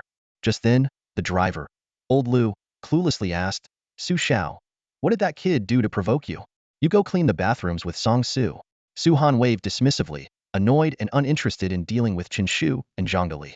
His real rival was Fong Si. Once he became a silver-level beast master, he would surely have his revenge. A day later, Chen Shu finally returned to the familiar sights of Nanjing City. Standing in front of the train station, he felt a wave of relief wash over him. I'm back. Nanjing's notorious bandit is here again. Chen Shu shouted suddenly, drawing curious looks from the people around him. Just as he was about to hail a cab, a few police officers stopped him. Police? Chen Shu was bewildered. Come on, officer. I just got back from Kyoto. The officer sternly asked, Are you the notorious bandit of Nanjing? Chen Shu couldn't help but laugh, explaining, I was just joking, officer. I'm a student at Nanjing No. 2 High School. Here's my ID. After verifying his identity, the police let him go. Chen Shu breathed a sigh of relief and flagged down a taxi to head home. Thinking about the upcoming school term, he felt a bit down. The start of school meant losing his free time. As the taxi drove on, the driver suddenly stopped. Hey, buddy, mind if I pick someone up? It's on the way. Chen Shu nodded, not paying much attention. The car stopped, and he glanced at the boy about to get in. The boy wore glasses, looked scholarly, and had pale skin. He smiled shyly when he noticed Chen Shu's gaze. At first glance, he seemed like just a quiet student. But Chen Shu's attention was quickly drawn to the building behind the Boy Nanjing Psychiatric Hospital. What alarmed him even more was the boy holding a set of blue and white striped clothes, clearly a patient's uniform. Instinctively, Chen Shu shifted closer to the door, even considering moving to the front seat. These days, the tough fear the reckless fear the desperate, and the desperate fear the insane. In this food chain, the mentally ill undoubtedly occupy the top, while Chen Shu could barely hold on at the bottom. In the train car, Chen Shu warily observed the boy next to him. The boy seemed to notice and gave a gentle smile. I work at a mental hospital, doing research, he said. Oh, Chen Shu breathed a sigh of relief, thinking he was overthinking things. After all, how could patients freely leave the hospital? He looked at the boy and smiled. You look about my age. I didn't expect you'd be doing research already. What do you study? I'm the subject of the research. This sentence hit Chen Shu like a sledgehammer, shattering his sense of relief. He jumped up, his voice rising in panic. Driver, I need to get off. But the boy was quicker, grabbing Chen Shu's sleeve. No, I'm a student, just working part-time during the summer. Part-time? Part-time as a mental patient? Chen Shu's eyes widened in disbelief. The job market is really diverse these days. He tried to shake off the boy's hand, his face full of anxiety. Although his thinking was a bit unconventional, he considered himself normal and naturally feared real mental patients. Dude, I'm really a student, just making some extra cash, the boy insisted, holding onto Chen Shu tightly and shouting to the driver, Driver, well, the door's shut. No one's getting off today. You really are crazy, Chen Shu muttered, shaking his head. I'm just afraid you'll run off, the boy explained. If you don't pay, the driver will charge me. Despite his scholarly and frail appearance, the boy had an unexpectedly strong grip. In the cramped train car, they struggled, with Chen Shu unable to break free. The driver, worried about Chen Shu skipping out on the fare, didn't stop the train. Half an hour later, Chen Shu sighed in resignation. I've reached my stop. Can I get off now? Only then did the driver stop the train. Chen Shu hurriedly paid the fare, ready to escape from this nightmare of a ride. Hey, My name is Su Xingxing. Let's stay in touch. We might meet again, the boy persisted. No way, I never want to see you again in my life, Chen Shu retorted, opening the door and sprinting into the neighborhood as if something terrifying were chasing him. That day, Chen Shu experienced a series of bizarre events. First, he encountered two jokers sent by Su Han, then he was questioned by the police, and on his way home, he met a boy claiming to be a subject of mental hospital research. He just wanted to get home quickly and leave this absurd day behind. Mom, Dad, I'm home, Chen Shu called out as he pushed open the door. In the living room, his parents were enjoying dinner at the dining table. His father, Chen Ping, stood up at the sound and glanced towards the door, half-jokingly asking, "No one chasing you, right?" Chen Shu shook his head helplessly. "Dad, what are you thinking? I'm not a fugitive." He took off his jacket and suddenly remembered something. "Although, I did run into someone acting crazy today." Chen Ping raised an eyebrow. "Your roommate?" Chen Shu chuckled awkwardly. "Haha, looks like you're in a good mood today." Chen Ping sighed in relief and patted his son's shoulder. Chen Shu walked over to the dining table, served himself a big bowl of porridge, and said while eating, "Coming home always lifts my spirits." His mother, with concern in her voice, said, "We thought you might be upset about Dolly." Chen Shu looked puzzled. "Dolly? He got into Jingdu Culinary University. Why would I be upset?" Chen Ping sighed. "It's precisely because he got in. You three grew up together, but both Fang Si and Zhang Dali are so accomplished, and you're struggling. It's natural to feel a bit unbalanced." He patted Chen Shu's shoulder again and comforted him. "Even if we're not the best, at least we have a good attitude. A good attitude means a longer life, and whoever laughs last, laughs best." "Haha, Dad, you sure know how to comfort people." Chen Shu shook his head but then straightened up and said, "Besides, I'm just biding my time. Once I put in the effort, they'll both rely on me." Chen Ping, seeing his son's confident look, shook his head. "Oh dear, good attitude. But seems like you've lost your mind." Chen Shu focused on his dinner, saying no more. The next morning, Chen Shu planned to stay in and adjust his mood, but his plan was interrupted by a phone call. The screen showed an unknown number with a striking note, marked as scam by 9999 people. Chen Shu's mouth twitched. This scammer was persistent, not even changing the number. He answered the call, but before he could speak, the person on the other end said, "Hey, old classmate, I've missed you." Chen Shu couldn't help but tease. "Really? You know who I am? Calling me old classmate without recognizing my voice? Some friend you are." "It's me, old Zhao." There was a brief silence before the caller continued. "You haven't changed a bit, still love to joke around." Chen Shu played along. "Haha, just messing with you. Of course, I remember you, old Zhao."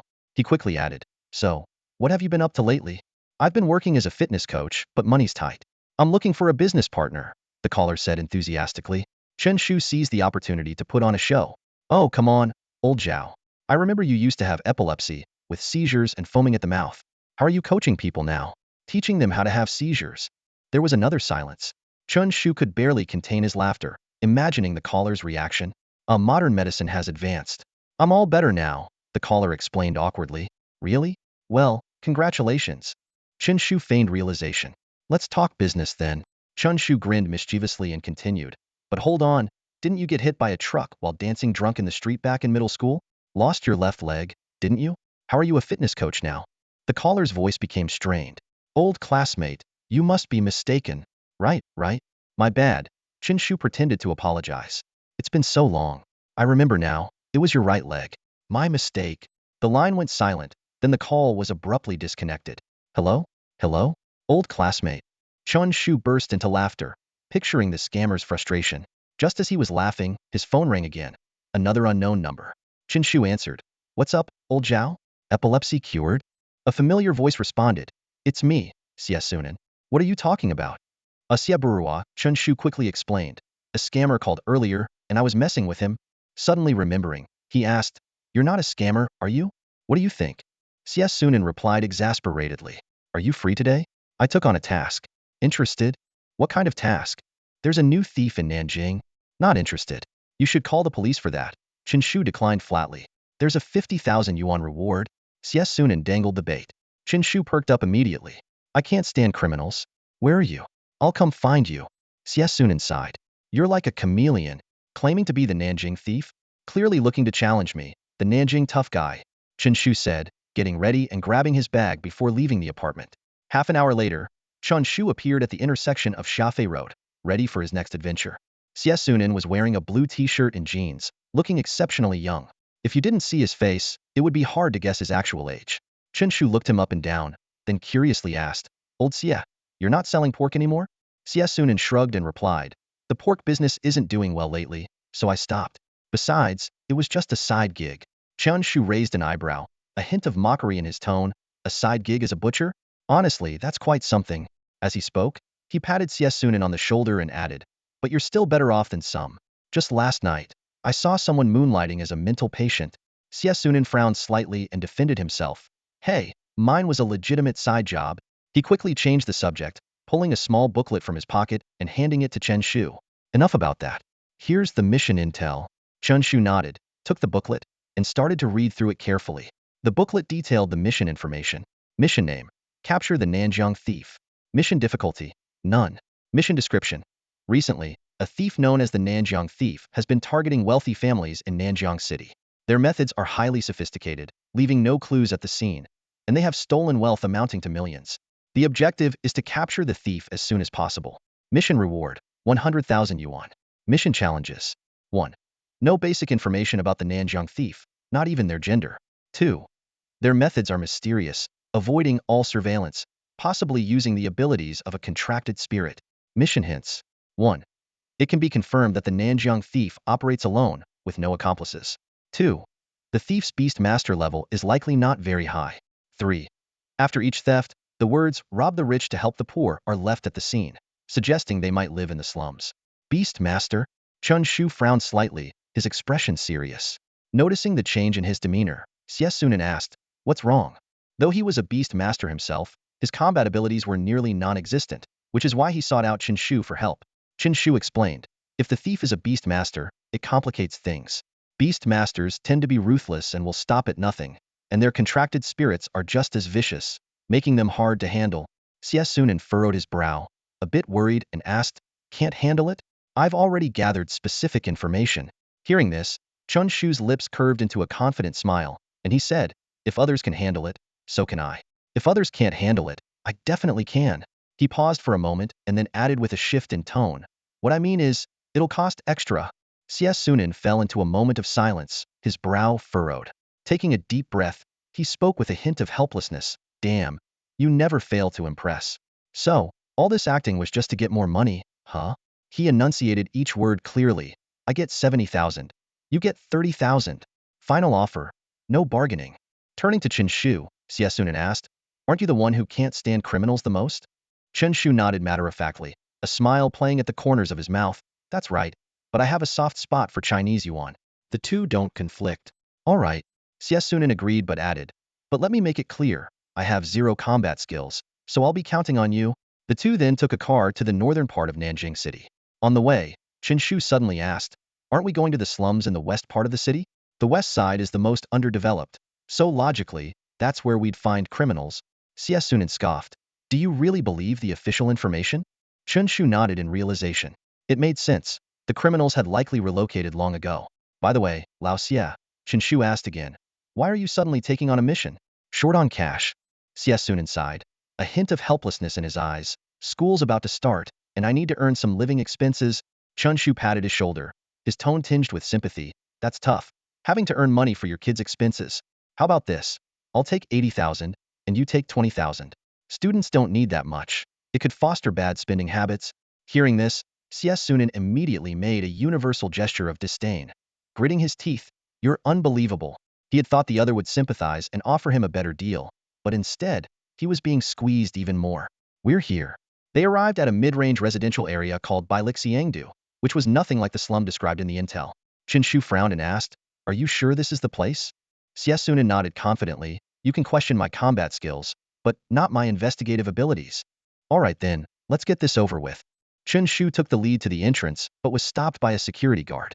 Unfazed, he explained, I live in Building 2, Unit 1, but I forgot my access card. The guard sneered. You trying to pull a fast one? There's no Building 1 here. Chen Shu's face twitched in disbelief. What kind of place doesn't have a Building 1? The guard replied smugly. This complex only has buildings 2 through 9, just to prevent people like you. Feeling outsmarted, Chen Shu and Xie Sunan were stuck at the gate, unable to make the first move. Xie Sunan impatiently asked, what now? If we can't catch him, you're paying for the cab. Chen Shu waved him off, about to speak when he suddenly spotted a familiar figure. Well, look who's here. He called out loudly, "Hey, buddy." A scholarly-looking young man turned around, smiling shyly. "Hey there, Su Xingxing." He extended a friendly hand. "Bringing your dad out for a walk this early? It's good for preventing dementia." Chen Shu and Xie Sunan were dumbfounded, unable to believe they'd been insulted in one sentence. Xie Sunan, looking annoyed, said, "Are you not just mentally off but also blind?" Chen Shu forced a smile and asked, "Su Xingxing, right? Do you live here?" "My relatives do," Su Xingxing replied. Chen Shu and Xie Sunan exchanged a knowing look and chuckled. 10 minutes later, the three successfully entered the complex. Su Xingxing curiously asked, "Are you guys really here to catch a criminal?" "Of course, it's in our nature to fight evil," Chen Shu said righteously, then turned to Xie Sunan. "Lao Xie, where exactly is the guy? Follow me." The three sneaked to Unit 403 of Building 3. Xie Sunan whispered, "This is it. You get him to open the door." Chen Shu nodded and knocked twice. A familiar voice came from inside. "Who's there?" Chen Shu raised an eyebrow and replied, "Hello, I'm from the property management, here to check the water meter." Seconds ticked by with no response. Chen Shu loudly asked, "Is anyone there? If there's no one, say something." Silence persisted. "Looks like we'll have to break in." Su Xingxing stepped forward seriously. "Stand back, everyone." He charged at the door with his shoulder. Bang! Su Xingxing bounced off the door, grimacing in pain. "Ouch, why does it hurt so much? Aren't doors supposed to break like this on TV?" Chen Shu's face twitched. "You're really something. This is a security door." "Step aside," Chen Shu said, summoning a golden slime. Due to the narrow hallway, it couldn't use its enlargement skill, but its nearly 2-meter size was enough to break down the door. The slime's eyes widened, its face contorting as if it were constipated, and suddenly it unleashed a tremendous force. Boom! It charged directly at the security door, shattering the sturdy barrier into pieces that flew several meters away. "Hurry up, that noise must have alerted others," Chen Shu said nervously, preparing to start searching. But Xie Sunan was quicker, releasing her contracted spirit. "Let me handle it," she declared. A chubby caterpillar appeared out of thin air. Surprisingly, it had a pair of transparent wings. Chen Shu's eyes widened, clearly unfamiliar with such a peculiar creature. The caterpillar's wings gently fluttered, as if dispersing an invisible energy around them. Moments later, Xie Sunan shook her head. "No one's here," she said, having instantly grasped the situation inside the room. Chen Shu was astonished. "You can detect people in the house?" "Yes," Xie Sunan replied curtly. "Then why didn't you do that earlier?" "We smashed the door for nothing," Chen Shu said, somewhat annoyed. Xie Sunan shrugged. "You were the ones in such a hurry." Chen Shu sighed. "So, what now?" He hadn't expected their target to escape so quickly, which explained why the police had struggled to catch them. "Don't worry, they won't get far," Xie Sunan said confidently. She then commanded her contracted spirit to use another skill. The caterpillar's eyes glowed green, the light seemingly alive as it floated through the air and eventually out the window. "Follow the light," she instructed. As the trio prepared to head downstairs, Su Xingxing suddenly spoke up. "Let's take my bird." Chen Shu and Xie Sunan turned to him with puzzled expressions. Su Xingxing quickly clarified. "I mean this." He summoned his contracted spirit, a giant bird covered in blue feathers, its eyes brimming with lightning. Chen Shu was amazed. An A-class thunderbird. Are geniuses so common now that even the mentally unstable have A-class spirits? He raised an eyebrow, suddenly feeling his slime was less special. The three quickly climbed onto the thunderbird and flew out the window. Residents of the neighborhood looked up in astonishment as the giant bird soared overhead. Although summoning contracted spirits was generally prohibited in the city, pursuing a criminal clearly warranted an exception. Each of their contracted spirits had unique strengths. One excelled in reconnaissance, another in flight, and the last in combat. This perfect combination gave them a significant advantage in their pursuit. At the entrance of the residential complex, a man wearing only shorts and running in a panic caught everyone's attention. He was none other than the notorious thief of Nanjing, Zhao Yuan. Zhao Yuan's heart pounded like a drum, and sweat trickled down his bare skin. He never expected that Chen Shu, the person he had scammed 2 hours earlier, would come after him. Chen Shu's voice was unforgettable, and it made Zhao Yuan grit his teeth in hatred. Reflecting on the earlier phone call, Zhao Yuan was filled with regret. As a seasoned scammer, he had never encountered such a tricky situation. Chen Shu not only claimed he had epilepsy, but also insisted he was an amputee. The most infuriating part was that Zhao Yuan couldn't refute these ridiculous accusations. "Damn it!" Zhao Yuan cursed under his breath. "How did I run into such a jinx?" At this moment, Zhao Yuan couldn't care less about the strange looks from passers-by. He just wanted to leave this troublesome place as soon as possible. He mistakenly believed that Chen Shu had already called the police. If caught, not only would his identity as a scammer be revealed, but the true face of the Nanjing thief would also be exposed. Desperately trying to flag down a taxi, Zhao Yuan found that his disheveled appearance made drivers avoid him. Some even rolled down their windows to get a better look at the half-naked oddball. What are you staring at? Never seen performance art before? Zhao Yuan yelled angrily at the onlookers. Just then, a dazzling green light appeared, swirling above Zhao Yuan's head. The crowd burst into laughter, and people began taking out their phones to capture the bizarre scene. Wearing only shorts and glowing green. This must be a heavenly sign, someone jeered. Zhao Yuan felt a sudden tightness in his chest. As a beast master, he immediately realized this was a skill from a contracted spirit. While he was on high alert, a thunderbird swooped down from the sky, landing right in front of him. Old Xia, is this your skill? Love is a beam of light? Chen Shu's teasing voice rang out. Looking up, Zhao Yuan saw Chen Shu standing on the thunderbird's back, along with an old man and a young man. Fury filled Zhao Yuan's eyes as he gritted his teeth and demanded, "Is this your doing?" Chen Shu scrutinized Zhao Yuan and suddenly raised an eyebrow. "Hey, why does your voice sound so familiar?" A light bulb went off in his head. "Oh my god, an old classmate. I can't believe it's the scammer from this morning." Zhao Yuan clenched his fists, seething with anger. The green light above his head shone even brighter, making him look like an enraged warrior. Without hesitation, Chen Shu shouted, "Su Xingxing, attack!" Su Xingxing looked confused. "Attack? Attack where?" "Use your bird to get him," Chen Shu urged, thinking that Zhao Yuan might be a beast master and needed the rookie to test the waters first. Su Xingxing scratched his head awkwardly. My Thunderbird doesn't have combat abilities." Chen Shu's eyes widened. "What?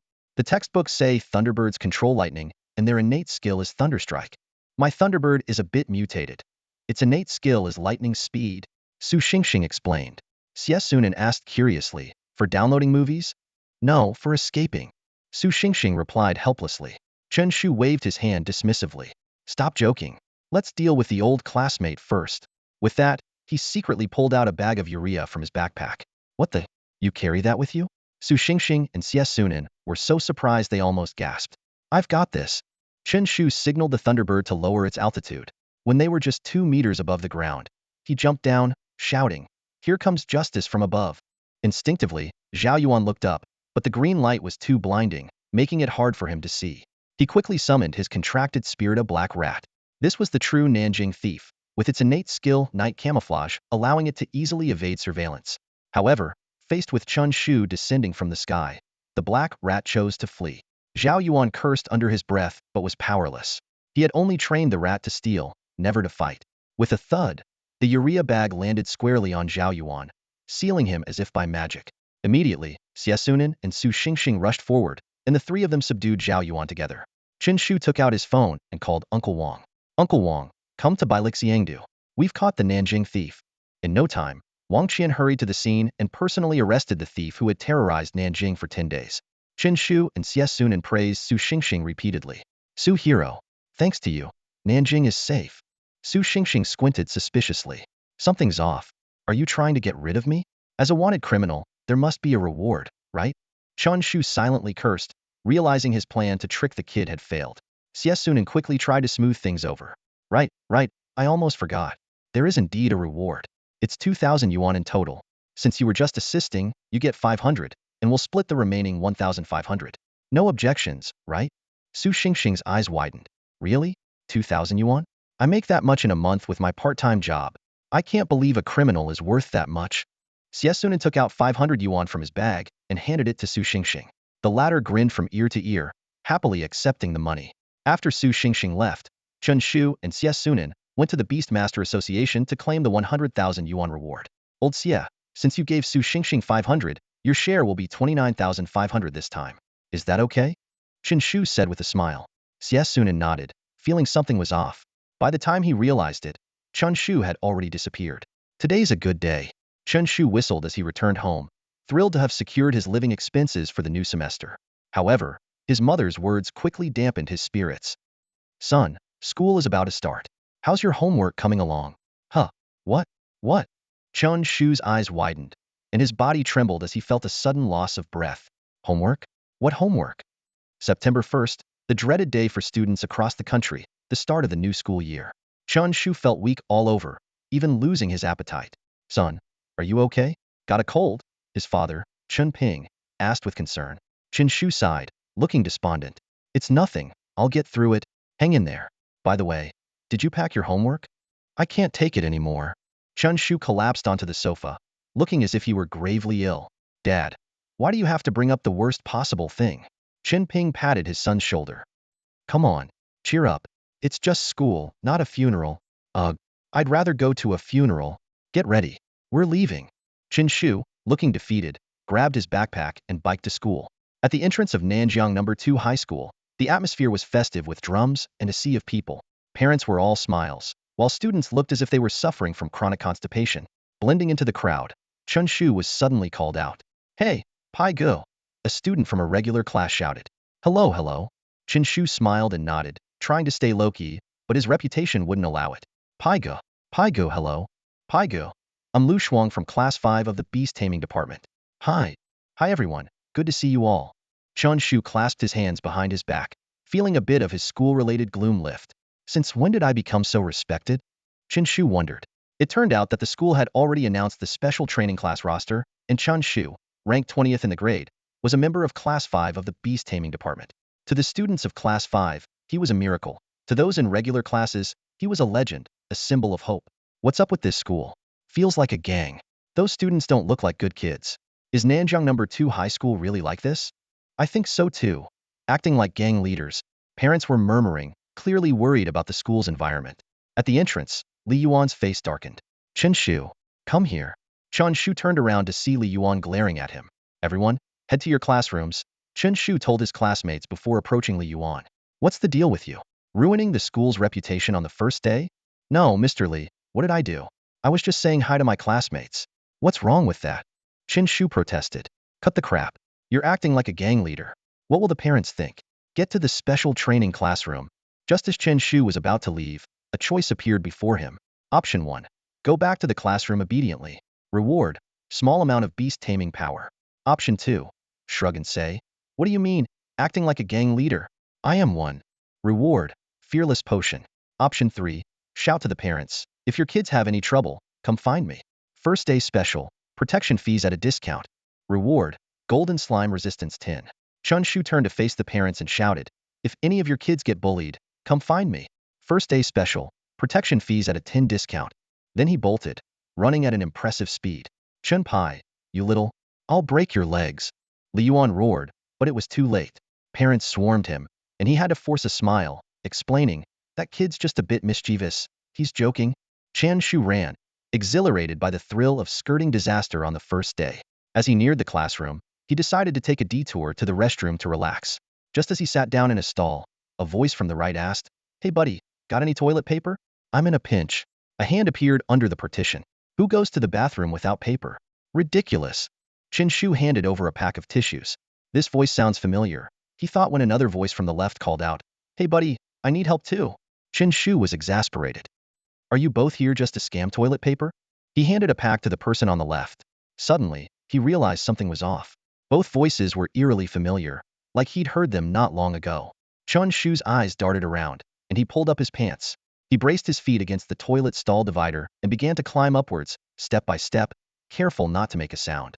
When his head finally rose above the partition, ready to see who was on either side, he suddenly froze, his mind blank. In the other two stalls, the people were also climbing up, mirroring his movements. All three had their hands on the partitions, their eyes meeting in surprise. Chen Shu's eyes widened, and he couldn't help but exclaim, what the heck? Su Xingxing, Xie Sunin's son? Xie Sunin, from the adjacent stall, immediately retorted, what the hell are you talking about? I'm Xie Sunin. Chen Shu, in disbelief, asked, you? Then what happened to your beard? I shaved it off. I've always told you, I don't look that old. Xie Sunin replied impatiently. Su Xingxing interjected, are you here to drop off your son for school? Xie Sunin, now furious, shouted, I don't have a son. I'm only 18. A teenager, got it? Chen Shu turned to Su Xingxing, confused, you're here for school too? Of course. Su Xingxing answered matter-of-factly, what? You think I came to the bathroom just to hang out? Chen Shu frowned, suddenly remembering Wang Qinghan, his eyes widening further. You two are transfer students too? Both nodded in unison. Unbelievable. Chen Shu exclaimed, looking up in exasperation. The school administration must be crazy, spending money on two amateurs. Just then, Chen Shu's gaze inadvertently swept downward, and he was stunned. The bathroom was now filled with people, all staring at the three of them with puzzled expressions. They were a full 3 meters off the ground, as if performing some bizarre acrobatics. Someone muttered softly, "Is this the new way to use the bathroom? We've seen strange things, but never this strange." 3 meters, you pair they launching intercontinental missiles. Chen Shu tried to remain calm, his face unflushed, as he explained, "This is the newest posture recommended by experts for using the bathroom. Supposedly, it helps with constipation. Hasn't anyone else tried it?" Xie Sunan immediately chimed in, looking relaxed. "There's scientific evidence to support it. My constipation is completely cured now. I like this posture." Su Xingxing just smiled shyly, not saying much. After that, the three of them simultaneously jumped back to the ground, casually opening the stall doors and walking out as if nothing had happened. Their composed demeanor left the others speechless, staring in bewilderment as the trio nonchalantly exited. The scene completely shattered the onlookers' understanding, making them wonder if they had missed some new trend. The atmosphere in the bathroom became unusually strange, and everyone fell into deep confusion. Chen Shu stared in disbelief at the person in front of him, scrutinizing him repeatedly. "Are you really Lao Xie?" he blurted out, eyes full of astonishment. Xie Sunan raised an eyebrow, slightly annoyed, and retorted, "Which eye of yours can't see that I'm Xie Sunan?" Chen Shu shook his head with a wry smile. "Even with 3 eyes, I couldn't tell. It's quite unbelievable." Standing nearby, Su Xingxing was also full of amazement. After carefully observing, he said, "Although there's a big difference in age, the sleazy vibe between your eyebrows and that lingering pork smell on you are unmistakable. It's definitely you." Xie Sunan sighed helplessly, too lazy to explain further. "I've just matured a bit. Is that a crime?" The three of them bantered as they walked into the classroom. Due to the formation of the special training class, the senior students were reassigned, and the former beast taming class 1 classroom was now used by the special training class. The classroom was already filled with students, and the three of them pretended to be calm, strolling to the back row as if they were inspecting leaders. Chen Shu looked around and realized he didn't recognize many people, except for Su Xiaoyu, Xiaobing, Wang Qinghan, and his 2 troublemaking friends beside him. As the former class monitor of beast taming class 1, Su Xiaoyu immediately came to Chen Shu's seat to collect homework. "Chen Shu, hand over your homework," she said, extending her hand. Chen Shu shrugged and spread his hands. "I don't have any. I'm from beast taming class 5. The teacher didn't assign any homework." Su Xiaoyu looked at him speechlessly. Then where did Xiaobing's homework come from? Su Xingxing and Xie Sunan couldn't help but chime in. "All right, Chen Shu, stop pretending. We know you've finished it long ago." "Finished? My foot." Chen Shu's mouth twitched as he pointed at the two and asked, "Why don't you collect their homework? We're transfer students." Su Xingxing and Xie Sunan straightened up, looking smug. Chen Shu let out a wail. "Is this the privilege of being a transfer student?" He looked at Su Xiaoyu pitifully. "Xiaoyu, given our relationship, can't you just not report my name? Pretend I've already handed it in." Su Xiaoyu frowned. "You didn't do any homework over the 2-month summer break?" Chen Shu scratched his head. "I remember doing half of it before I went to bed last night. And the other half? When I woke up, I realized the first half was just a dream." Su Xiaoyu was completely speechless, and Chen Shu continued to persuade her. "Xiaoyu, just say you've collected it all and hand it in. The teacher isn't stupid. They can tell. Really, it's no big deal," he added. In the past, when Zhang Dali only collected 3 assignments from the entire class, he just told the teacher he had collected them all.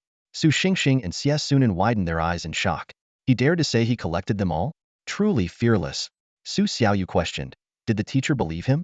Chen Shu replied awkwardly, That was the end of his career as a class representative." At that moment, a tall, thin man wearing short sleeves and black-rimmed glasses walked into the classroom. He looked somewhat stern, and the entire classroom fell silent instantly. "Su Xiaoyu, you can go back. No need to collect Chen Shu's homework," the man said. "I'll be your homeroom teacher for the year. My name is Shen Wushuang." Chen Shu discreetly observed this unfamiliar teacher, thinking that Nanjing No. 2 High School was really taking a gamble this time. A chubby boy with glasses suddenly spoke up. "Teacher, handing in homework is a student's duty. No one should be an exception." Chen Shu squinted, thinking this little fatty was looking for trouble on the first day. Shen Wushuang responded with a smile. "Chen Shu's academic score is 396. If anyone can score above 390, they can skip their academic assignments too. If you're outstanding enough, you get privileges." A student named Sun Ziang protested. "Teacher, does having ability make you special? Can you just ignore school rules?" Shen Wushuang shrugged. "Sorry, but yes, having ability really does make you special." Chen Shu couldn't help but smile to himself, thinking this teacher was quite interesting. Shen Wushuang scanned the class and continued, "Students, from now on, remember that you're part of the special training class. If your grades are good enough, you can ignore the rules. Of course, I'm talking about school rules. If you commit crimes, that's up to the Spirit Bureau to handle. Seeing that no one had anything to say, Shen Wushuang nodded in satisfaction and then began to introduce the new students. You might have noticed that the special training class has more than 20 students. The school has specially recruited outstanding transfer students. He gestured for a few students to step forward and introduce them one by one. Wang Qinghan, within a grade fire elemental spirit. Exceptional talent in beast taming. Wang Qinghan smiled and nodded, looking friendly but somehow distant. Du Long, within a great earth dragon. Exceptional talent in beast taming. Du Long was an ordinary-looking boy with an arrogant look in his eyes. The class was amazed to hear about the dragon-type contract spirit. Xie, his contract spirit is a grade butterfly, skilled in searching. Many snickered at the mention of a grade spirit, clearly looking down on Xie. Suddenly, the sound of metal hitting the floor interrupted the introduction. A butcher's knife fell out of Xie clothes, its blade still stained with dark blood. Many students turned pale, eyes filled with fear. Xie nonchalantly picked up the knife. Sorry, occupational hazard. I accidentally brought it with me. His demeanor instantly turned menacing. The students turned pale, praying that their earlier disdain hadn't been noticed by Xie. Even Shen Wushuang's mouth twitched, not expecting someone to bring a butcher's knife to school. Don't mind that, everyone. Here's the last transfer student, Shen Wushuang continued. Su Xingxing. His contract spirit is a grade mutant thunderbird, with exceptional talent. Su Xingxing looked much more normal, smiling shyly, which made a good impression. Xie nudged him with his elbow, whispering, "Your clothes are messy." "Oh, sorry." Su Xingxing smiled as he adjusted his clothes, accidentally revealing the blue and white striped patient uniform underneath, the kind worn by mental patients. The entire class was shocked, thinking the school must be desperate to recruit someone from a mental hospital. Su Xingxing quickly explained, "Don't worry, I just wore this for a summer job." He smiled, but what had seemed like a shy and gentle smile now looked disturbingly off. The class thought, "Isn't that how mental patients smile?" "Teacher, I want to quit the special training class." A student suddenly stood up and shouted, his voice filled with panic. The classroom erupted into chaos as more students raised their hands, all demanding to leave. "I want to quit too. Knowledge is valuable, but life is priceless. Let me go." Homeroom teacher Shen Wushuang stood at the podium, beads of sweat forming on his forehead. He had mentally prepared for this, but the scene before him still caught him off guard. He realized that his understanding of this class was merely the tip of the iceberg. Just then, Chen Shu, sitting in the back row, noticed 3 options appear before him. Option 1. Stand up and shout as a normal person. I'll be the first to quit. Reward, disguise potion. Option 2. Stay silent and observe the teacher's reaction. Reward, moderate beast control power. Option 3. Stand up and calm the classmates while packing up 2 people's belongings using a urea bag. Reward, wind breath skill 1. Chen Shu sighed softly and pulled a urea bag from his backpack. He stood up and said in a firm, confident voice, "Everyone, don't panic. I can prove that they're just summer job workers, not criminals." All eyes turned to Chen Shu.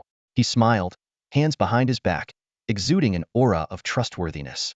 "Come on, pack up your things and don't cause trouble for the class," he said, skillfully packing a butcher knife and a straitjacket into the urea bag. "Why do you carry a urea bag with you?" a student exclaimed. Another student suddenly stood up, pointing at Chen Shu and shouting, "They're in cahoots. I saw them in the restroom this morning, all squatting on the toilet seats. They said some new posture could relieve constipation. I tried it and fell in, and my clothes still aren't dry." The classroom erupted into chaos, with students backing away in fear. Shen Wushuang took a deep breath, realizing this teaching task was far more challenging than he had imagined. He even considered the idea of quitting and running away. "You 3, come with me," Shen Wushuang said sternly. Chen Shu and the other 2 obediently followed Shen Wushuang out of the classroom. In the hallway, Shen Wushuang demanded, "What's going on with you 3? A butcher knife, a straitjacket, and a urea bag. Do you think this is reasonable?" The 3 immediately began to explain. "Teacher, I have a summer job selling pork. Teacher, I work part-time as a patient at a mental hospital. Teacher, I'm a beast master." Shen Wushuang felt a throbbing headache. After half an hour of persuasion, the 3 finally made some promises. Back in the classroom, Shen Wushuang forced a smile and said to the students, "Chen Shu and the others were just trying to liven up the atmosphere. Don't worry about it." He then announced the schedule for the opening ceremony and the afternoon free activities, along with the mandatory boarding rules for the special training class. He also mentioned that there would be a Beast Master competition tomorrow to determine the initial rankings. Afterward, except for Chen Shu and the other 2, the rest of the students went to attend the opening ceremony. The 3 of them went to the school's artificial lake, drinking iced cola and chatting. They got to know each other's backgrounds, Su Xingxing was the top student at Nanjiang 4th High School. Xie Sunan had never attended school because he found the curriculum too basic, and Chen Shu was in the special training class due to his supportive contract spirit. While discussing the competition the next day, Xie Sunan smiled mysteriously and said, "Even if we can't win, we can still mess with them." Su Xingxing nodded in agreement. Finally, when discussing whether to attend the opening ceremony, Chen Shu nonchalantly said, "What's the big deal? With 3 people missing, old Shin won't even notice." However, in reality, even if there were 1,000 students, Shin Wushuang could spot these 3 peculiar individuals in an instant. Some people just have that presence that can throw everything into disarray merely by standing there. In the afternoon, the 3 of them coincidentally ended up in the same dorm room. This was not a coincidence, but rather a deliberate decision by Shin Wushuang, who, based on their behavior today, was concerned about the safety of other students and decided to put these 3 troublemakers together. Chen Shu was lazily lying on his bed, his fingers flying over his phone screen, deeply engrossed in the game glory of Beastmasters. Xie Sunan and Su Xingxing each occupied a bed, looking equally aimless. "Chen Pai, you can play games now?" Xie Sunan suddenly asked. "Aren't you only allowed to play for an hour during the weekends?" Without looking up, Chen Shu replied, "That's a rule for minors. I turned 18 during the summer vacation." Su Xingxing perked up. "Then let's play a match." Xie Sunan raised an eyebrow at Su Xingxing. "Little Su, are you an adult?" "Nope," Su Xingxing grinned. "I use my grandma's ID. I was playing Zhao Yun and dominating at 3 a.m. last night." Chen Shu and Xie Sunan sat up abruptly, staring at Su Xingxing. The news this morning said a 60-year-old got a pinnacle at 3 a.m. "That wasn't you, was it?" Su Xingxing quickly shook his head. Really? I had no idea." "Enough," Chen Shu interrupted. "Let's just play. Add me. What's your ID?" "Grandma Zhaozilong." Chen Shu's mouth twitched as he sized up Su Xingxing, thinking that the ID was a perfect match for him. Just as the 3 were about to start a game, there was a sudden, aggressive knock on the door. "Open up." Chen Shu frowned, annoyed by the door banging. Reluctantly, he got up to open the door, only to find 2 people standing outside. A tall, skinny guy with his arms crossed scoffed, "You're Chen Shu, right?" The other guy, shirtless and muscular, sneered, "Wang Yun, don't scare him. He's the top student in cultural subjects." Chen Shu asked expressionlessly, "What do you want?" The tall guy replied coldly, "Tang Xiao asked me to tell you to stay away from Su Xiaoyu. Got it?" Chen Shu raised an eyebrow. "Tang Xiao? Who's that?" He thought to himself, another cliché love triangle, but he had nothing to do with Su Xiaoyu. Just because she collected my homework this morning? Tang Lai. "Oh." Chen Shu feigned realization, then asked again, "Who?" Wang Yun furrowed his brow and barked, "Second in our year." Chen Shu smiled warmly, "Not my problem." He moved to close the door, but Wang Yun suddenly blocked it with his hand. The 2 exchanged a glance and barged into Chen Shu's room. "You don't seem to get it, do you?" Wang Yun's eyes flashed with malice. Despite being geniuses in the special training class, Beastmasters were used to being competitive and aggressive. "You 2, get out. We need to handle something." Hongming growled at Su Xingxing and Xie Sunan from the bed. The 2 glanced lazily at Chen Shu, who smiled and said, "You guys should step out for a bit. They want to discuss something with me." Reluctantly, Su Xingxing and Xie Sunan left the room. Chen Shu walked over to Xie Sunan's bed, seemingly looking for something. "Kid, you're too arrogant." Hongming reached out to grab Chen Shu's shoulder. Chen Shu suddenly turned around, a butcher knife in his hand, and swung it at Hongming. "Holy crap!" Hongming recoiled in terror, his eyes filled with fear. "You really dare to cut me?" Chen Shu grabbed Hongming with his left hand, pinning him under his arm, and repeatedly tapped his face with the knife, speaking in an unervingly gentle tone. "So, what do you guys want to discuss?" The smell of blood from the knife made Hongming want to vomit. Wang Yun gritted his teeth. "I don't believe you'd actually cut him." Chen Shu smirked and swung the knife towards Hongming's groin. Hongming's heart nearly stopped, his hair standing on end, as he instinctively pulled back, narrowly avoiding the blade. "Wang Yun, are you an idiot? Of course, you don't believe it. You're not the one getting cut." Hongming, now terrified of Chen Shu, vented his anger on Wang Yun. "Dude, we can talk this out." Chen Shu kicked Hongming away and coldly said, "If either of you tries anything, this knife won't discriminate." He held the knife in his left hand and swung his right. Smack. Both received a slap, their heads ringing. "Of all people, you mess with me?" Chen Shu sneered. "Haven't you heard of the infamous bandit of Nanjiang?" Smack. He slapped them again, harder this time. "Bro, we were wrong, really wrong." Hongming's face turned pale, his legs trembling. As an ordinary student, he had never witnessed such a brutal scene. Chen Shu nonchalantly toyed with the butcher knife in his hand, the blade gleaming menacingly in the dim light. His voice was eerily calm. "Now, Both of you face the wall and sing, pleasant goat 100 times. Wang Yun's face was contorted with fear, his voice trembling, bro, I really can't sing it. Before he could finish, the butcher knife in Chen Shu's hand flashed, and Wang Yun's clothes split open. A chill ran down his spine, and cold sweat poured down his back, making it hard to breathe. Chen Shu gave the knife a slight shake, a satisfied glint in his eye. No matter what weapon it was, it seemed to come alive in his hands, his control over it astonishing. Maybe this is what they call talent, he thought. Terrified, the two began to sing. Pleasant goat, beautiful goat, boiling goat. Smack. A loud slap interrupted their singing. Chen Shu coldly said, after beautiful goat comes lazy goat. Disrespecting the goat village bully is disrespecting me. Their eyes filled with tears, regret overwhelming them. They couldn't help but wonder why they had come here seeking thrills. And since when did lazy goat become the village bully? But they dared not ask, only continuing to sing. Pleasant goat, beautiful goat, lazy goat, boiling goat. Smack. Another slap. Bro, we didn't get it wrong, they protested, feeling wronged. Chen Shu sneered, you're off key. At that moment, Chen Shu opened the dormitory door, letting in Xie Sunan and Su Xingxing. The two saw Wang Yun and Hong Ming facing the wall and singing, a flicker of surprise and admiration in their eyes. Although Xie Sunan had sold pork before, she had never seen such ruthless methods. Su Xingxing seemed a bit off, but she was actually quite kind. Even Zhang Dali couldn't match Chen Shu's ruthlessness. In the entire Nanjiang, probably only Feng Si could hold a candle to him. Chen Shu lazily lay on the bed, the butcher knife beside him, playing games with Xie Sunan and Su Xingxing. He had no concern that Wang Yun and Hong Ming would summon their contract spirits unless they no longer wanted to stay in school. Seeing the three lying on the bed, Wang Yun and Hong Ming exchanged a glance and nodded subtly. Suddenly, they turned and dashed for the dormitory door. Just as they were about to grasp the doorknob, Chen Shu's left hand shot out. The butcher knife traced a graceful arc through the air, embedding itself deeply into the wooden door with a thud. Wang Yun and Hong Ming froze, sweat pouring down like rain. Staring at the still quivering knife, they turned back to face the wall, their voices trembling as they continued to sing, pleasant goat, beautiful goat. In the early evening, dorm room 102 for the boys was completely empty. Chen Shu and his roommates had left long ago to gather blankets and other essentials from home. Yet, the dorm echoed with a melodious tune. Happy sheep, beautiful sheep.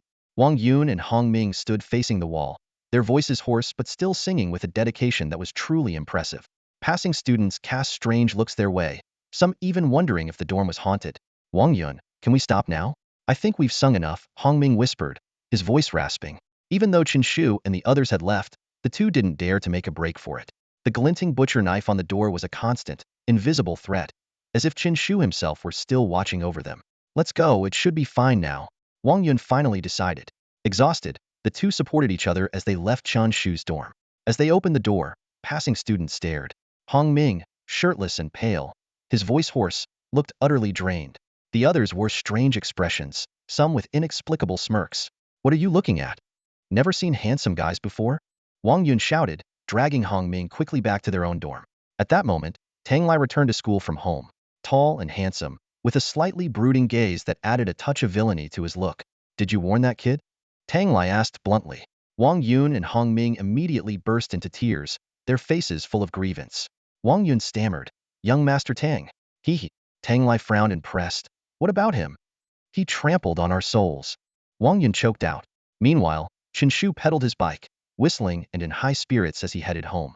I never thought I'd end up in the same class as Xie Sunan and Su Xingxing. Looks like senior year won't be a solo fight. He mused. I should bring more urea bags for self-defense. Just as he was about to enter the dimly lit street, options appeared before him again. Option 1. You're in danger. You decide to take a risk and fight back to show your might. Completion reward. Beastmaster level 1. Option 2. Use your wits to escape. Completion reward. Invisibility potion. Option 3. Stand in the street and shout, I can take on 10. Bring it on. Completion reward. Massive Beastmaster power. Chen Shu's expression froze. Danger again. Huh? Is this street cursed? He recalled his previous encounters, first a robbery, then an ambush by Zhang Nan's henchmen. Is this the infamous street of crime? Hesitation flashed in Chen Shu's eyes. He leaned towards completing the first option, as a level up in Beastmaster skills would instantly make him the top genius in his class, surpassing even Su Xiaoyu. Better assess the situation first. Chen Shu tossed his bike aside and stealthily stepped onto the dim street. The surroundings were eerily quiet, with only the faint glow of street lamps casting an unsettling ambience. Suddenly, A pat-pat sound came from the tree above. Chen Shu raised an eyebrow. People are getting really creative these days. Driven by curiosity and a desire to learn, he silently climbed the tree. Perched on a sturdy branch were two mysterious men. A skinny young man was constantly slapping his exposed skin to fend off summer mosquitoes. Brother Liu, are we really going to catch that student? The skinny young man asked. The bald man nodded confidently. Of course. I've done my homework. This street is his only route home. But Brother Liu, we've been here for half a month. The mosquitoes on this street have gotten noticeably fatter. The bald man stroked his chin, frowning. This doesn't add up. He should be coming this way if he's heading home from school. School? The skinny young man's eyes widened. Brother Liu, isn't it summer vacation? Bookshelf? What bookshelf? I never use one. The bald man looked puzzled. The skinny young man was speechless. Brother Liu, did you even go to school? The bald man's breath caught, but he insisted. Who said that? Your brother Liu is a college graduate. Got it? College? What kind of college? Kindergarten college. Kindergarten? Seriously? Yeah, kindergarten. Give me a break. The young man rubbed his temples and slapped his arm again, bursting a blood-filled mosquito. Brother Liu, this is ridiculous. Why aren't mosquitoes biting you? Because I used Six God before coming out. The young man frowned. What's Six God? Before the bald man could explain, an unfamiliar voice chimed in. It's a brand of mosquito repellent, idiot. See, even others know. The bald man nodded proudly. A moment later, both men realized something was off. Huh. Huh. They turned simultaneously, their eyes locking onto the stranger beside them. The bald man looked bewildered and asked, Who are you? Chen Shu, the infamous bandit of Nanjiang. Before he even finished speaking, Chen Shu lashed out with two lightning-fast kicks. Down you go. Caught off guard, the two men lost their balance and tumbled heavily to the ground. A glint of satisfaction flashed in Chen Shu's eyes as he quickly summoned a golden slime. With its massive form, the slime swelled up like a mountain, ready to crush the fallen men. If this attack landed, they would be doomed.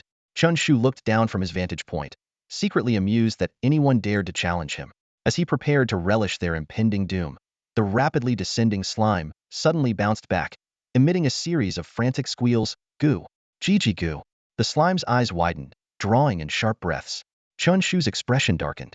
What's going on? He quickly realized he had encountered a formidable opponent and leaped down to the slime's side. There, he noticed a wound at the slime's rear, oozing colorless liquid, clearly a severe injury. Pierced its defense in one strike? Chen Shu's face turned serious. Under the dim streetlight, the two men slowly got up, and beside them stood a fearsome black scorpion. A black-tailed scorpion? Chen Shu was taken aback, thinking to himself, an S-class contracted spirit, and it's specialized in offense. This is a significant threat. What shocked him even more was that the spirit's aura was at level 9. These seemingly dull men were actually level 9 beastmasters. Deploying level 9 beastmasters? Is that necessary? Chen Shu frowned, already contemplating retreat. If it were just a level 9 contracted spirit, his repeatedly enhanced slime might still stand a chance. But the gaunt young man beside them had yet to make a move, suggesting his strength was on par. Feigning calm, Chen Shu spoke up. Let's be reasonable here. I, Chen Shu, am a law-abiding, helpful citizen, a model of the new era. I don't think I've wronged anyone, right? The skinny young man's face flashed with a mix of shock and anger as he shouted, You little punk, that was way too harsh. You went straight for the kill and still dare to call yourself a model youth? Are students today all this ruthless? The bald man sneered, his eyes glinting with malice. You have only yourself to blame for touching something you shouldn't have. Before he finished speaking, a shadow darted toward Chen Shu like lightning. Chen Shu's pupils contracted, and his body instinctively rolled, quickly positioning himself behind the slime. He was startled. Another level 9 contract spirit, a drank shadow leopard? The murderous intent from the two opponents was almost tangible. It was clear they meant to kill Chen Shu. At this critical moment, the slime closed its eyes and fell into a deep sleep right in the middle of the fight. Its ability to fall asleep was truly astonishing. As the slime began snoring, its thick armor effect tripled, and its defense skyrocketed. The shadow leopard's claws struck, but sparks flew upon contact with the slime. The skinny young man's face changed color as he felt the pain transmitted from the shadow leopard. Not only did it fail to injure the slime, but its own claws were damaged and bleeding. The shadow leopard leaped back to the side of the skinny young man. The bald man cursed, useless creature, and commanded the black-tailed scorpion to attack. Black light sting. In an instant, the scorpion's tail glowed with a dark light and struck at the slime like lightning. With a soft hiss, the slime's defense was breached, waking it from its slumber. Though it was furious, it was helpless against the black-tailed scorpion and could only hop around in frustration. Chen Shu, who was hiding behind, stepped forward with anger burning in his eyes and shouted, "You forced me to do this." In a flash, the slime reverted to its normal size, its mouth swelling as if preparing for a powerful attack. A whirlwind arose, scattering leaves everywhere. Though not lethal, it was quite intimidating. The bald man cautioned, "Be careful. This kid is worth 5 million. He's not to be underestimated." The two men stood their ground, curious to see what the slime would do. Chen Shu leaped up and perched on the slime's head, his hands feeling around for a grip. He taunted, "If you have the guts, don't move and wait for your doom. The wrath of Nanjiang's outlaw is something you can't handle." The skinny young man whispered, "Brother Liu, what do we do? This kid looks pretty fierce. Calm down. I refuse to believe in Frank slime can cause any trouble." Chen Shu finally found a grip, clutching the slime's nostrils, hadn't even realized it had nostrils. "Get ready to die, you weaklings." Chen Shu taunted again, commanding the slime to use its combo skill. "Take off." The slime lifted off the ground, instantly switching to flight mode. Damn it, the kid's trying to escape. The bald man finally realized, thinking Chen Shu was preparing a big attack, but he was actually fleeing. The black-tailed scorpion struck again, but it was too late. Son of a, how can a slime fly? The man was furious. He had never expected this. A flying slime was as absurd as a pig climbing a tree. "Smile for the camera," Chen Shu shouted from the air, one hand on the slime's nostrils, the other holding his phone. Cheese. Click. Chen Shu snapped several photos, capturing their faces. Riding the golden slime, he successfully escaped the street, gaining a strategic advantage with its flight capability. "Brother Liu, did I get caught in the photo?" The skinny young man was still posing, even making a peace sign. "You idiot. Pack up and run." Both were wanted by the Spirit Control Bureau, and if Chen Shu reported them, the consequences would be dire. They had never expected to fail despite being two level 9 beast tamers. Chen Shu left the street, breathing a sigh of relief as he saw the bustling crowd. He immediately called, "Uncle Wang, there are assassins." "What? Someone tried to kill you?" "I'm sending you photos. These guys are definitely up to no good." Chen Shu quickly sent the photos to Wang Qian through the messaging app. Soon, Wang Qian called back, "You encountered them? They're wanted by the Spirit Control Bureau. We've been trying to catch them." Chen Shu replied, "Yes, in Nanjiang City, not far from my house. Hurry and check it out. My legs are still shaking. By the way, when will I get the Spirit Control Bureau's compensation? We'll discuss it later. I'm heading out with a team to investigate." Wang Qian hastily hung up, fearing Chen Shu might really press for compensation, which would be a headache for the Bureau. Chen Shu sighed, not expecting his uncle to be so stingy. He hailed a cab, deliberately avoiding that street, and took a roundabout way back home. Laden with various daily necessities, he returned to school after an eventful but safe night. When Chen Shu returned to the dormitory, it was already late. Xie Sunan was standing on the balcony, sharpening a gleaming butcher's knife, her piercing gaze fixed on Chen Shu as he walked through the door. "Chen Shu, why are you back so late?" Xie Sunan's voice had a barely detectable hint of concern. Chen Shu let out a weary sigh. "Don't even ask. I ran into 2 criminals." He quickly tidied up his bed and lay down, sinking into deep thought. In theory, he shouldn't be a target for assassination. Although he had made plenty of enemies, few could afford to pay 5 million for his head. Could it be that he had infringed on someone's interests? Chen Shu closed his eyes, his mind racing. Suddenly, a thought struck him like lightning. Strength serum? Chen Shu's eyes flew open. The only ones whose interests he might have harmed were the companies selling strength serum. He had previously sold a large quantity of highly effective yet low-cost strength serum on the black market, undoubtedly stepping on some toes. In terms of motive and financial capability, only those serum companies fit the bill. Really? They'd pay 5 million to take me out? Chen Shu laughed bitterly. Does that make me more valuable than an Iron Tier Beast Lord? What Chen Shu didn't know was that his rampant sales had left the strength serum market crippled. Xiaxing Pharmaceuticals, a major seller of strength serum, had suffered significant losses. Looks like I'll need to ask Zhou Shi about this. Chen Shu rubbed his chin. Although he wasn't well versed in the serum market of Nanjing City, Zhou Shi, as a senior executive at 666 Pharmaceuticals, would undoubtedly have the answers. At that moment, Xie Sunan and Su Xingxing walked in from the balcony. Chen Shu couldn't help but notice their outfits, causing his mouth to twitch. I mean, can we not wear psychiatric hospital gowns as pajamas? Honestly, it freaks me out, Chen Shu said helplessly. Su Xingxing excitedly ran to Chen Shu, gesticulating wildly. They're insanely comfortable. The material, the fabric, the craftsmanship. Get lost. Xie Sunan put away the butcher's knife and turned to Chen Shu. "Chen Shu, why don't you give it a try? I didn't believe it at first either." "No way. Chen Shu said firmly. I'd rather freeze to death or run around naked than wear something like that. However, just a few minutes later, Chen Shu was wearing the blue and white hospital gown, looking blissful as he drifted off to sleep. Su Xingxing lay on her bed, lowering her voice to mimic Chen Shu's tone. Chen Shu declared, pointing to the bed, I, Chen Shu, would rather suffer the bitter cold and run naked than wear those hospital gowns. She paused, then added. Moments later, Chen Shu said, so comfortable. The dormitory filled with soft laughter, which quickly subsided, leaving only the sound of the young people's even breathing. The next day, the special training class students gathered at the school's beast hall, preparing for the upcoming class beast competition. Shen Wushuang scanned the crowd, quickly noticing 3 missing students. He raised his voice, everyone, quiet down and wait for a moment. Meanwhile, inside dorm 102, silence prevailed.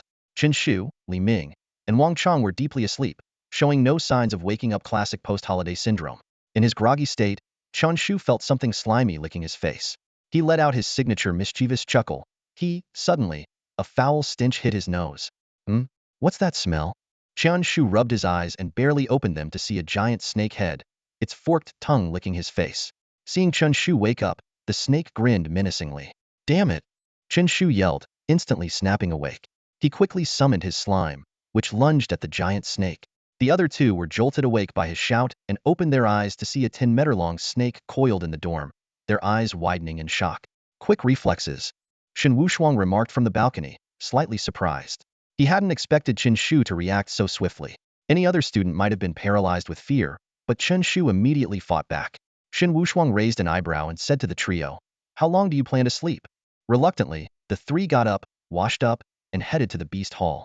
Noticing their matching hospital gowns, Shen Wushuang couldn't help but think this looked nothing like a high school dorm.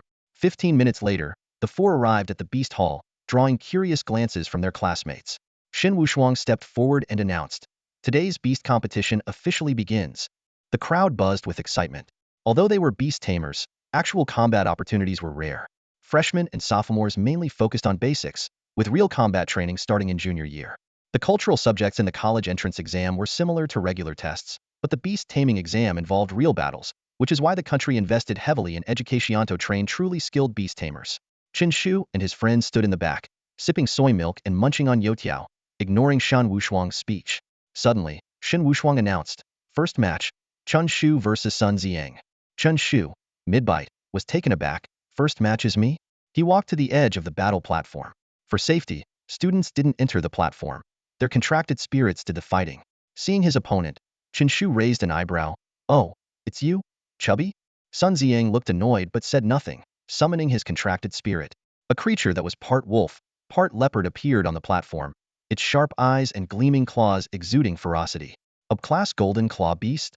The surrounding students whispered, intrigued by the match. Golden Claw Beasts were known for their speed and strong attacks, making them excellent contracted spirits. Sun Ziang's eyes burned with determination. Summon your contracted spirit. Chen Shu glanced nonchalantly, still munching on his youtiao. In a rush to die? He then summoned his golden slime. And class contracted spirit? How did he get into the special training class?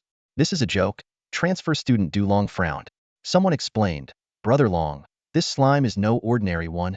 They recounted the slime's impressive performance in the final exams, especially its incredible defense. A levels even contracted spirit? Tang Lai in the audience furrowed his brow, surprised that Chen Shu was a levels even beast tamer. Despite the summer break, there were still few levels even tamers in the class. Sun Ziang became more serious. As a level 6 beast tamer, he was essentially facing a higher level challenge. Someone questioned, why doesn't that slime have eyes? The slime snored loudly, even blowing a big snot bubble. Mocking me, huh? Sun Ziang shouted angrily. Golden Claw Beast, attack! The Golden Claw Beast lunged, its momentum fierce, but the slime continued to sleep, unbothered.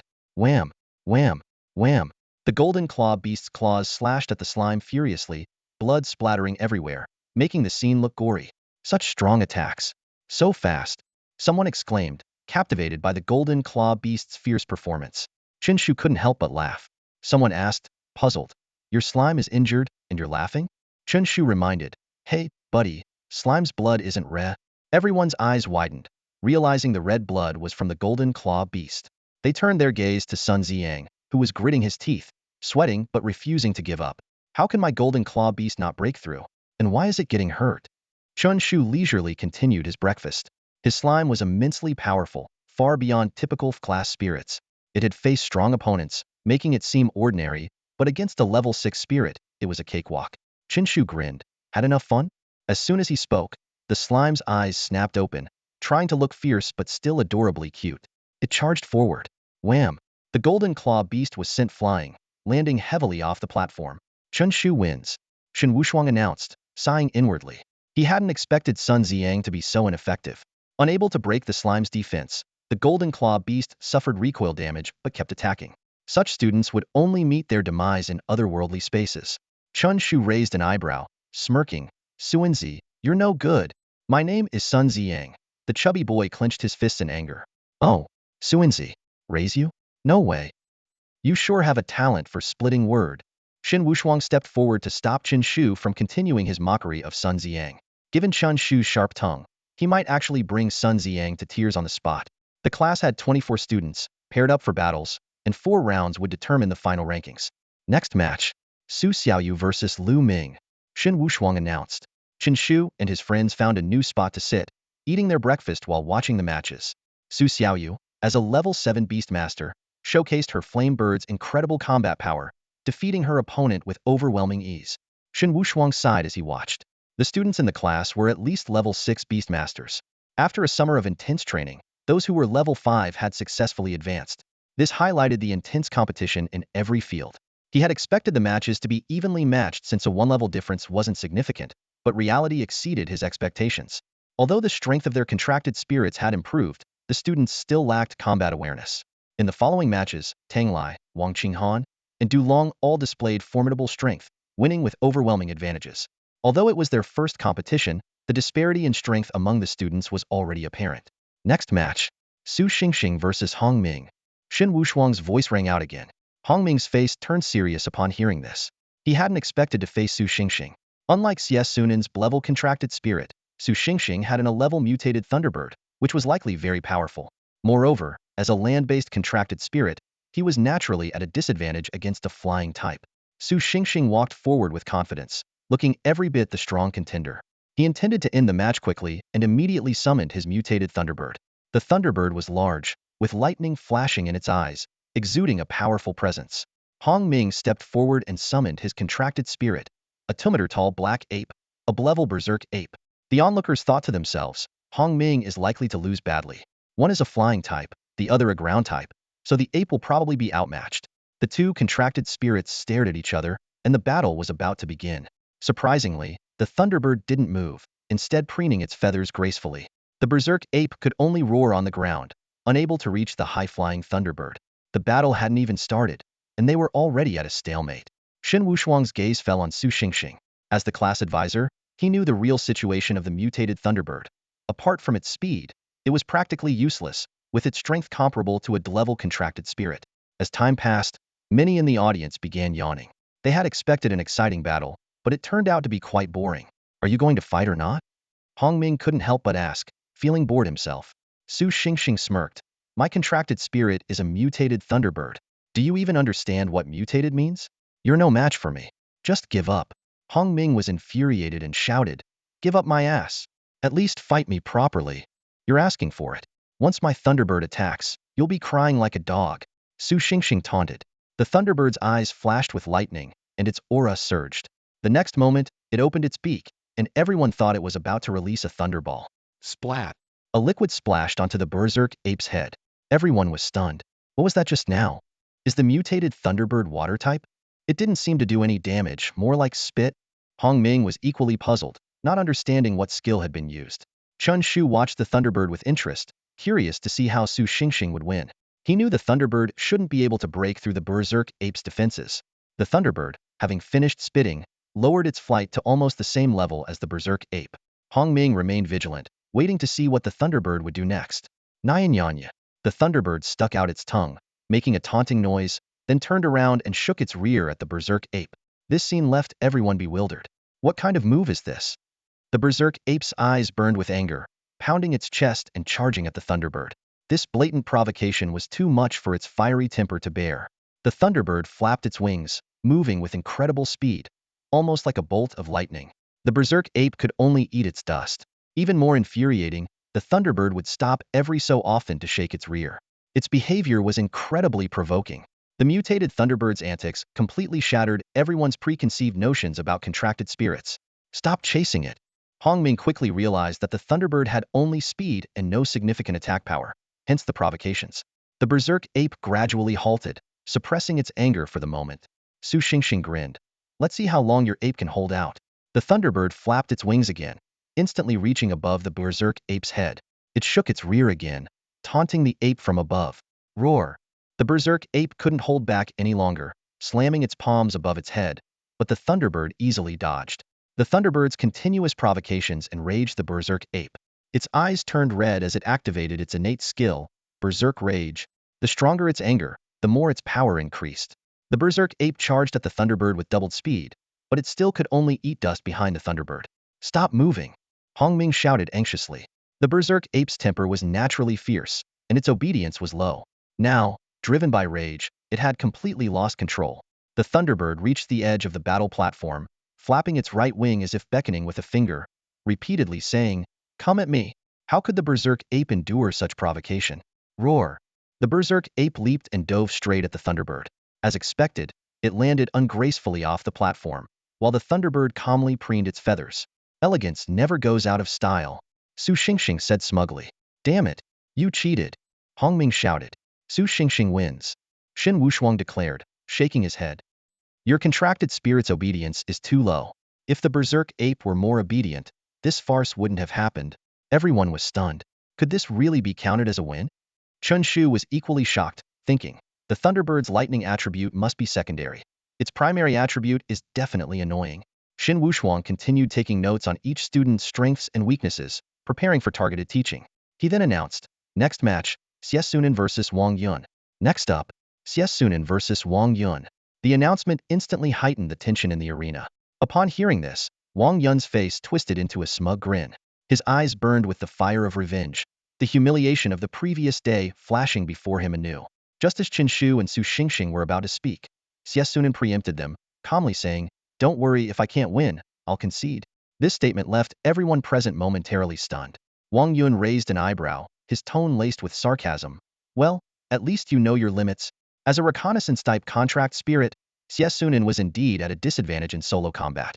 Everyone was well aware of this unfair situation. Eager to settle the score, Wang Yun summoned his contract spirit.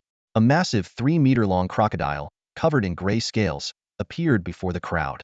Its cold, ruthless eyes and gently swaying giant tail spoke volumes of its power. This was the desert crocodile, a formidable branked creature specializing in land combat. Stop stalling. Where's your contract spirit? Wang Yun demanded, his fists clenched, itching to avenge his past humiliation. Xiesunan let out a light, and a mysterious smile tugged at his lips. Suddenly, a plump caterpillar with mismatched transparent wings appeared out of thin air. Despite its comical appearance, it exuded a unique beauty. Seeing this, Wang Yun scoffed, pathetic. Before he finished speaking, the desert crocodile launched its attack. Its giant tail, like a massive axe, swung viciously at the airborne caterpillar. The caterpillar, clearly slower, was instantly struck. A gruesome wound appeared on its abdomen, blood gushing out.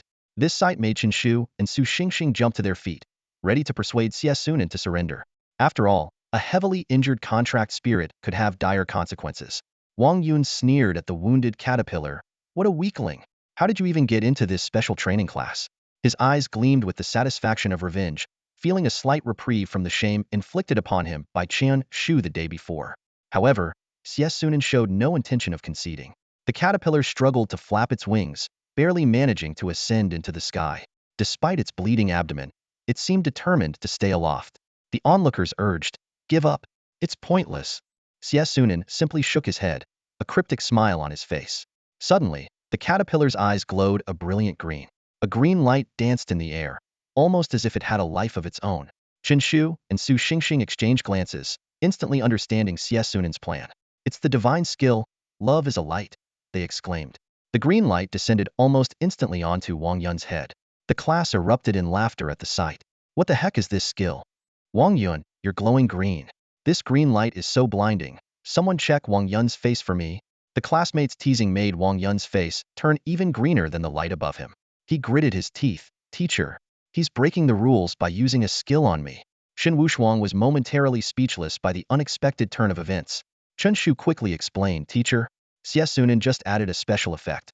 It didn't cause any real harm, so it's not a violation. Special effect, my foot. Shen Wushuang frowned, but reluctantly nodded in agreement with Chen Shu. He thought to himself, perhaps this is also a way to train the student's mental resilience. Wang Yun clenched his fists, seething with rage. Damn it! How is this not real harm? He felt as if his soul had been trampled yesterday and was now suffering a thousandfold humiliation, becoming the laughingstock of the world. Just then, Chen Shu shouted, Go, Qing Di. You can do it. This cheer pushed Wang Yun to the brink of collapse, his body convulsing uncontrollably. Wang Yun, barely holding back his fury, closed his eyes, pretending not to see the green light above his head, and gritted his teeth. Fine. Let's see how long your contract spirit can last. Despite the caterpillar's bleeding abdomen, Xie Sunan remained calm, issuing a new command to it. To everyone's astonishment, the caterpillar spat out a small camera. Its tentacles deftly operated the device, skillfully turning it on. This scene left everyone in shock. Chen Shu was equally stunned, finally realizing who had taken the black market fake medicine photos. A caterpillar that can use a camera? He muttered. With a smug smile, Xie Sunan called out to Wang Yun. Come on, give us a smile. The caterpillar's flash went off. Click, click, capturing several photos. Xie Sunan continued to tease. That's it. Imagine you're a superstar on a stage, watched by millions, and the green light above you is your badge of honor. The classmates burst into laughter once more. Wang Yun felt his spirit on the verge of breaking, unable to endure the torment any longer. I concede. Wang Yun sighed deeply, drained of all energy, but I have one request. Xie Sunan responded with a smile. Don't worry, I won't keep the photos. Wang Yun nodded reluctantly, withdrew his contract spirit, and forfeited the match. Shen Wushuang watched with a sense of sympathy for Wang Yun. He thought, even he might struggle to withstand such mental torment. Though the laughter died down, the way the classmates looked at Xie Sunan had changed. They silently vowed that if they ever saw the caterpillar in the sky, they would immediately surrender. The psychological impact was just too terrifying. Chen Shu couldn't help but praise. Well done, Xie. He hadn't expected Xie Sunan to win in such a manner. Xie Sunan grinned proudly. It's all about skill, can't help it. Shen Wushuang's mouth twitched at this. He had initially thought these three students were just quirky, but now it seemed even their contract spirits were unusual. This special training class was turning out to be far more interesting than he had imagined. The competition was still in full swing. The performance of Chen Shu and his two teammates stood out, while the other contestants' matches seemed dull and unremarkable. Chen Shu, in particular, kept running to the restroom, making 8 trips in just 2 hours. Finally, the first round ended, moving on to the top 12. The host announced loudly, next match, Xie Sunan versus Tang Lai. At this announcement, everyone's eyes turned to the two contestants, trying to glean some insight from their expressions. Someone whispered, could it be that Tang Lai is going to become the second Qing emperor? Wang Yun stood to the side, fists clenched, speaking with a tone full of grievance. Young Master Tang. Don't worry. Tang Lai walked out of the lineup expressionlessly, determined to severely damage Xie Sunan's contract spirit. Xie Sunan taunted. Come on, fight. Don't tell me you're scared. Tang Lai didn't hesitate any longer and immediately summoned his contract spirit, a peculiar bird covered in white feathers, rated as an 11 potential wind beast. This creature was not only incredibly fast but also had an innate skill called windbind, making it as formidable as Su Xiaoyu's flame bird. Xie Sunan was unfazed, stepping forward resolutely. If you want to fight, then fight. Don't blame me if you can't escape the light of love once you've accepted it. Tang Lai's mouth twitched, silently resolving not to let his opponent release any skills. Shen Wushuang looked at Xie Sunan, a hint of approval in his eyes. He thought, as a flying-type contract spirit, the Wind Beast was second only to Su Xingxing's mutated Thunderbird in speed within the special training class. Logically, once the battle began, Xie Sunan's insect butterfly would likely be torn apart instantly, with no chance to use any skills. Prepare to die. Xie Sunan, filled with battle intent, summoned his insect butterfly in an instant. However, surprisingly, the insect butterfly didn't appear on the battle platform but stayed beside Xie Sunan. Tang Lai frowned and asked, what do you mean by this? Are you afraid to get on the platform? Xie Sunan grinned. Who said that? I'm here. The insect butterfly slowly flew onto the platform, its eyes flickering with eerie green light. Die! Tang Lai shouted, his wind beast's wings vibrating, covered in a cyan glow, and its speed suddenly skyrocketed. Aiming for a one-hit kill, Tang Lai used a skill right off the bat. The wind beast's claws opened wide, slashing fiercely at the insect butterfly. But just at the critical moment, The insect butterfly lazily retreated, easily leaving the platform. Sunin proudly shouted, "I'm down again."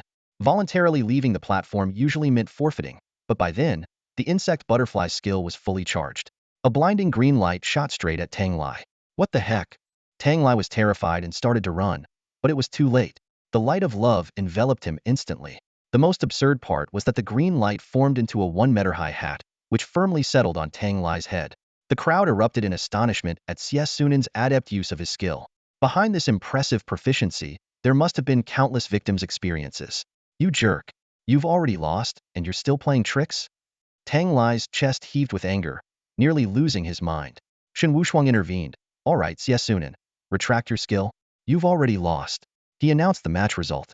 Sunin finally withdrew his skill slowly. Although it didn't last long, it was enough to disgust Tang Lai to the point of nausea. Many people sighed.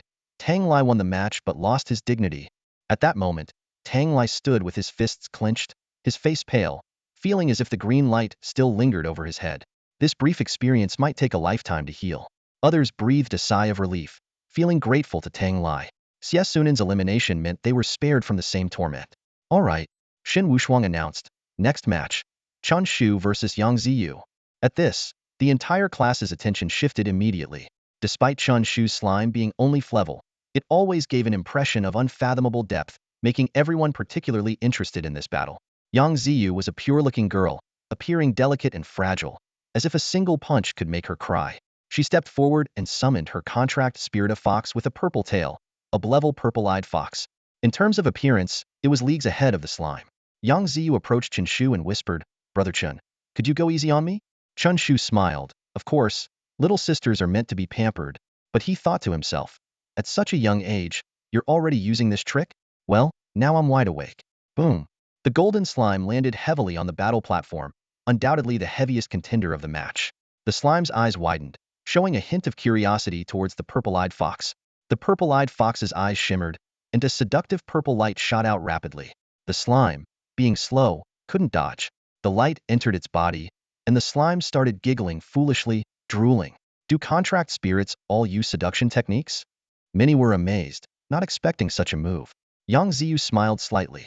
Her contract spirit, though only level, had immense potential and was a control-type spirit. If its evolution level increased, it could even temporarily control lord-level beasts from other dimensions. It was due to this special contract spirit that she got into the special training class. "Brother, you've lost," Yang Ziyu said triumphantly. The slime, seemingly bewitched, began walking off the platform, giggling foolishly and looking incredibly adorable. However, just as it was about to leave the platform, its eyes suddenly became resolute. The charge, skill activated instantly. Caught off guard, the purple-eyed fox was sent flying. This happened so suddenly that no one had time to react. They had all thought the slime was mesmerized, behaving so foolishly, not realizing this was its usual state. With the slime's intelligence level, it didn't even understand what enchantment was. Seizing the moment while the purple-eyed fox was still in midair, the slime jumped, preparing its violent sit skill. No. Yang Ziyu's eyes widened in horror. The slime was so heavy that if it landed, the purple-eyed fox would at least be severely injured. Boom. Chen Shu didn't hesitate. The slime landed instantly. "Can you withstand this 200-pound weight?" I give up." Yang Ziyu's eyes welled up with tears as she saw the miserable state of the purple-tailed fox. The slime happily bounced off the stage, affectionately rubbing against Chen Shu's shoulder. Chen Shu, trying to be kind, softly comforted her. "The deceased didn't get hurt, right?" This remark completely shattered Yang Ziyu's emotional defenses. Unable to hold back any longer, she tearfully questioned, "You lied to me?" Scratching his head, Chen Shu chuckled and explained, "Not at all. I said sisters are meant to be cherished. Isn't your heart aching now?" Haha. This statement caused everyone present to burst into laughter. Those who knew Chen Shu, like Su Xiaoyu, were already accustomed to his antics. This was undeniably Chen Shu's style. Shen Wushuang stepped forward and announced, "All right, the school will cover all treatment costs, so it won't affect your study progress." As students in the special training class, injuries during combat practice were inevitable, and the school naturally provided full support. Free treatment. Many students sighed in relief, surprised by the school's thoughtfulness. At that moment, the slime that had been rubbing against Chen Shu suddenly rolled over and fell heavily to the ground. Its body convulsed violently, and colorless liquid poured from its mouth. Chen Shu immediately shouted, "Teacher, my slime has internal injuries." He dramatically pointed at Yang Ziyu and feigned amazement. Your contracted spirit is truly formidable. I am impressed. This act left everyone dumbfounded. They had seen shameless people before, but never someone so brazen. It was clearly his own fault for almost squashing the opponent, yet he claimed his slime was injured? Shen Wushuang's mouth twitched in exasperation. Can you stop the theatrics? Put away your Oscar-winning slime. Let's start the next match. He didn't want to deal with Chen Shu's nonsense. It was only the second day of teaching, and he already felt this batch of students was difficult to manage. The subsequent matches returned to normal, much to Shen Wushuang's relief, until Su Xingxing took the stage. Because the mutant Thunderbird was in a level contracted spirit, Su Xingxing's opponent was a level contracted spirit. This was to prevent exceptionally talented students from facing each other too early. As for Chen Shu, his level spirit was anything but ordinary. The match reached a stalemate. The mutant Thunderbird and the armored turtle stared each other down. The Thunderbird couldn't break through the turtle's defense, and the turtle couldn't hit the nimble bird. Moreover, the armored turtle, being a defense-type spirit, had weak attack power. The armored turtle was gentle and highly obedient. Despite the Thunderbird's relentless provocations, it remained unfazed. Eventually, the turtle retreated into its shell, as if saying, "Do what you will. I'm not budging." The classmates couldn't help but go crazy. They had never seen such a boring Beastmaster match in over a decade. Let's go. Time for lunch. Chen Shu and his friends decided, preparing to leave for lunch. Su Xingxing also ignored the match, letting the Thunderbird do its thing. As they were about to leave the Beast Arena, Shen Wushuang finally couldn't hold back. All right. Shen Wushuang reluctantly set a new rule. If there's no result within an hour, the winner will be decided based on the Beastmaster's level and the contracted spirit's potential rating. Lu Feng, any objections? The owner of the armored turtle nodded, equally uninterested in continuing the dull match. What should have ended by noon dragged into the afternoon because of Su Xingxing. Come back for the afternoon classes. Go have lunch first. The special training class students dispersed in groups, heading to the cafeteria. Due to dorm assignments, the class had already formed small cliques from the start. Old Xie, got a question for you. Chen Shu suddenly spoke up. What's up? How have you managed to survive until now? Anyone with a bit of temper would have gone after Xie Sunan if they found out they were being cheated on. Xie Sunan replied earnestly, strength, courage, wisdom, none of it matters. The key is running fast. The three friends joked as they arrived at the cafeteria. Although it wasn't officially lunchtime, the special training class had its privileges. Chen Shu, with your slime being so strong, are you aiming for first place? They chatted while eating. Chen Shu proudly said, of course. The world is too arrogant. I can't stay low-key any longer. Are you Chen Shu? Suddenly, Tang Lai approached, arms crossed. Behind him were his lackeys Wang Yun and Hong Ming, and even the new transfer student Du Long. Chen Shu smiled slightly, not even looking up. No need to be so formal. Just call me uncle. Tang Lai was momentarily stunned, but quickly responded coldly. Did you hit my people? They're your people? Chen Shu turned to Wang Yun and Hong Ming, his tone dripping with sarcasm. What's your relationship? It seems a bit unusual to me. Tang Lai took a deep breath, suppressing his anger. I've looked into you. You have talent, rising from an ordinary class to the special training class. As long as you stay away from Su Xiaoyu, I'll let bygones be bygones. Tang Xiao, no need to be polite with him. Du Long sneered. It's just an level contracted spirit. Despite Chen Shu's slime showing remarkable strength, it had only faced level spirits. Du Long, with his level dragon-type spirit, didn't see it as a threat. Chen Shu suddenly stood up, his imposing figure instantly exuding a powerful presence. He sighed and said to Du Long, little dragon, I just want to stick a knife in your butt right now. What? Du Long frowned, not understanding. Of course, to open your eyes. Du Long's anger flared, fists clenched, ready for a confrontation. At this moment, Tang Lai waved his hand, smiling, hope you can keep this attitude in the afternoon match. Chen Shu suddenly saw three options appear before him. Option 1. Calmly say, I'll always be this strong. Reward, moderate Beastmaster power. Option 2. Tell Xie Sunan, old Xie, spread some love. Reward, slime jumping ability 5. Option 3. Incite the ordinary students to beat up Tang Lai. Reward, slime size 5. Chen Shu was momentarily taken aback, a thoughtful glint flashing in his eyes. His initial intention was to have Xie Sunan teach Tang Lai a lesson, but summoning a contract spirit in the cafeteria would break the rules. Reluctantly, he decided to take matters into his own hands. Chen Shu's lips curled into a sly smile, his eyes gleaming with cunning. I don't know about this afternoon, but you're about to lose your swagger.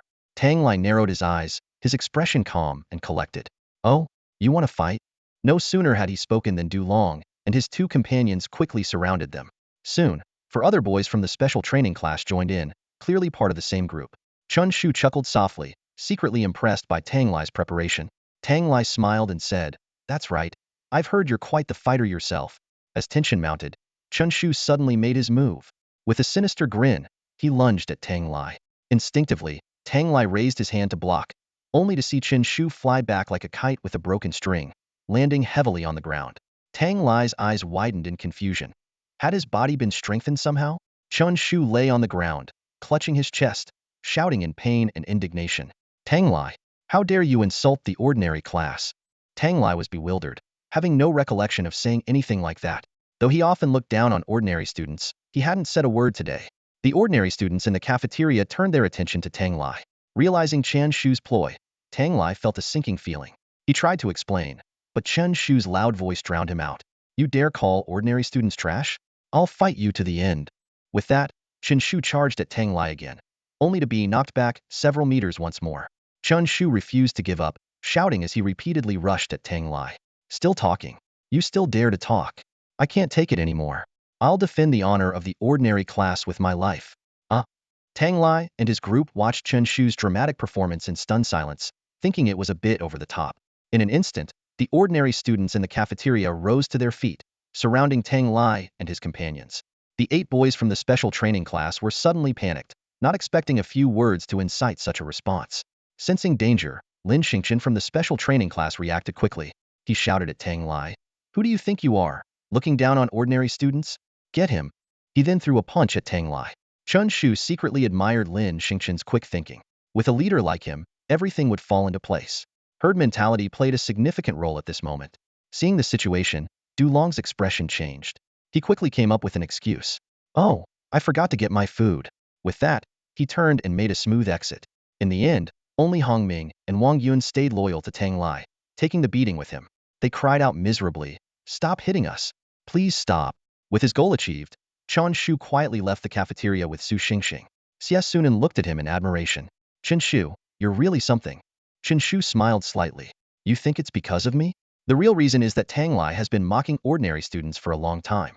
They usually don't dare to fight back, but given the chance, they'll naturally seek revenge. Ordinary students aren't stupid. Many realized I was Actingit was too far-fetched. I'm Chen Shu. After all, would I really sacrifice my own interests for group honor? But whether it's true or not, they didn't care, as long as they got to beat up Tang Lai. Su Xingxing nodded in agreement. That's what they call what goes around comes around. The 3 of them returned to their dormitory and took a relaxing nap. The disturbance in the cafeteria lasted for half an hour, far exceeding Chen Shu's expectations. Everyone was excited to hear that Tang Lai was the one getting beaten, showing just how much animosity he had accumulated. In the afternoon, they arrived at the beast taming hall for class.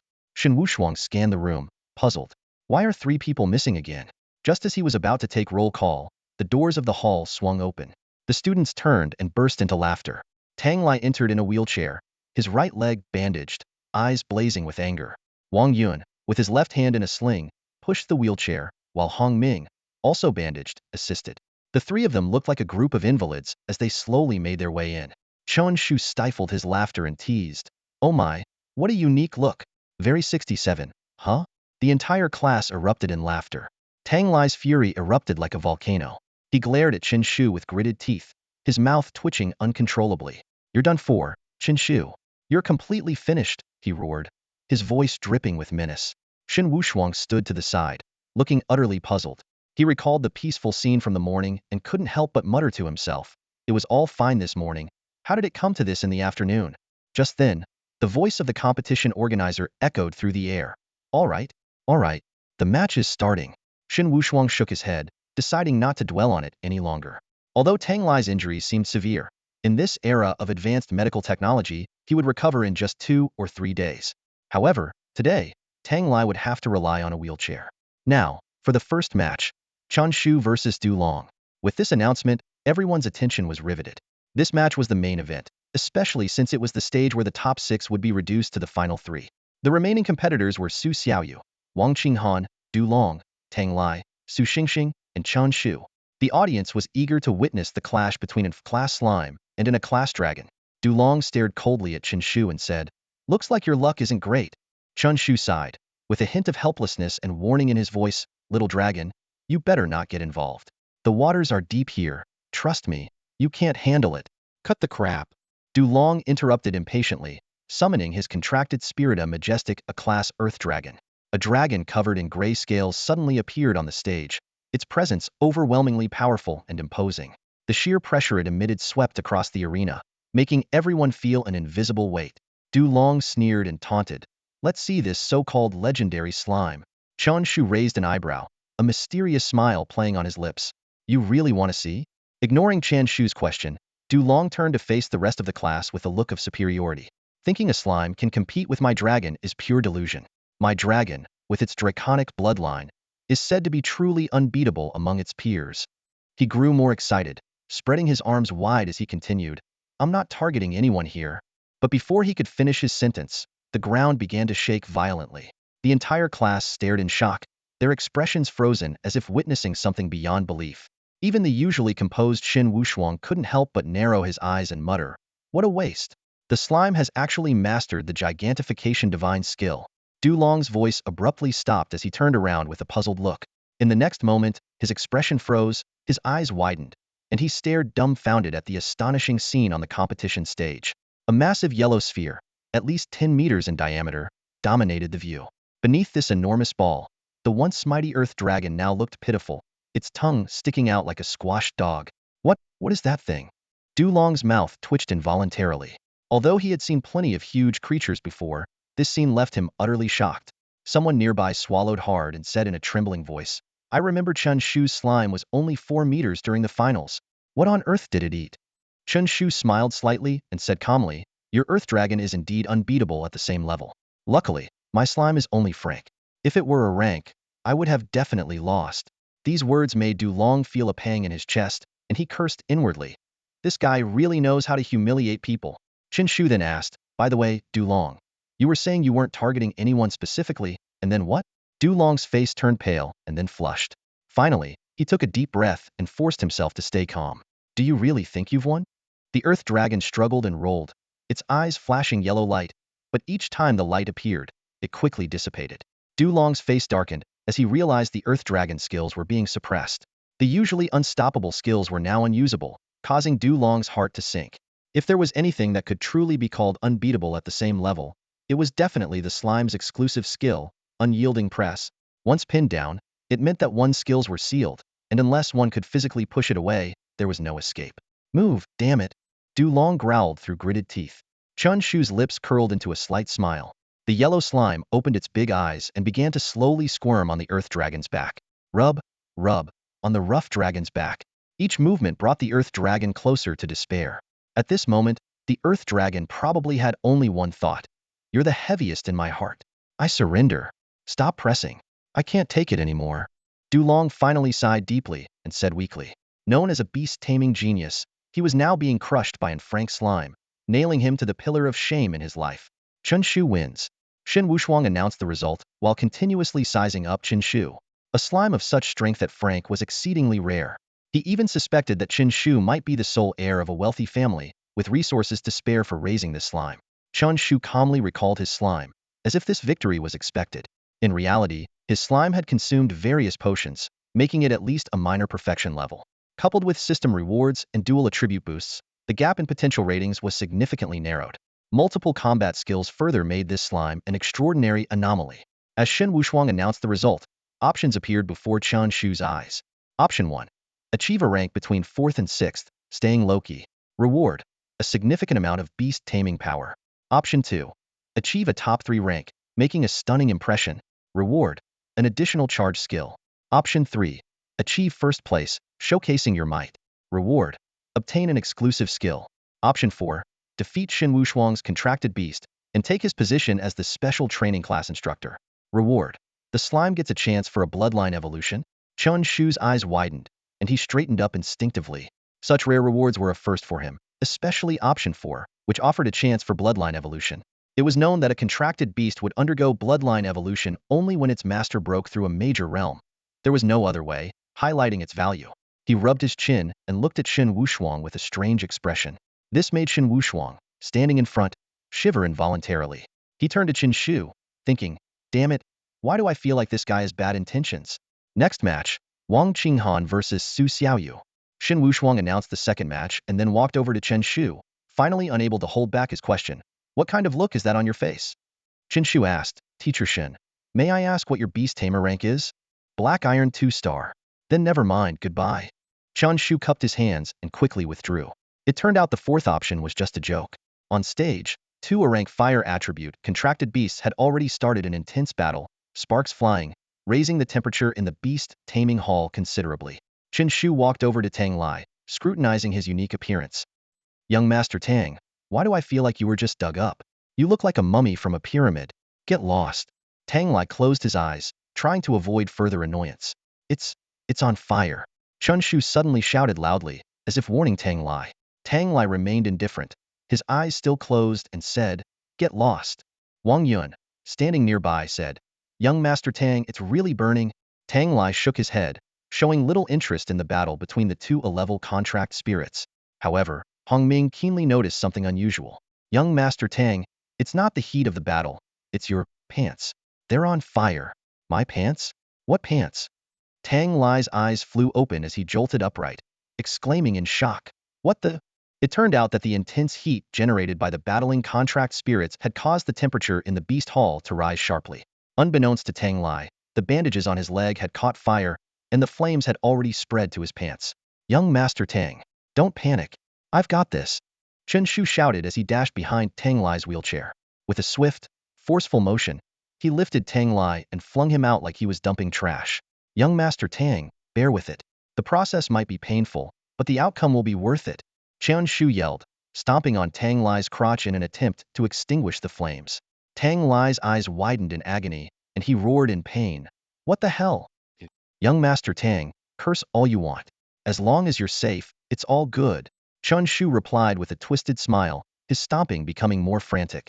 Tang Lai convulsed in pain, veins bulging on his temples, his eyes filled with despair and struggle. Finally, Chen Shu managed to put out the fire. But at that moment, the two contract spirits on stage simultaneously unleashed their skills, causing the temperature to soar once again.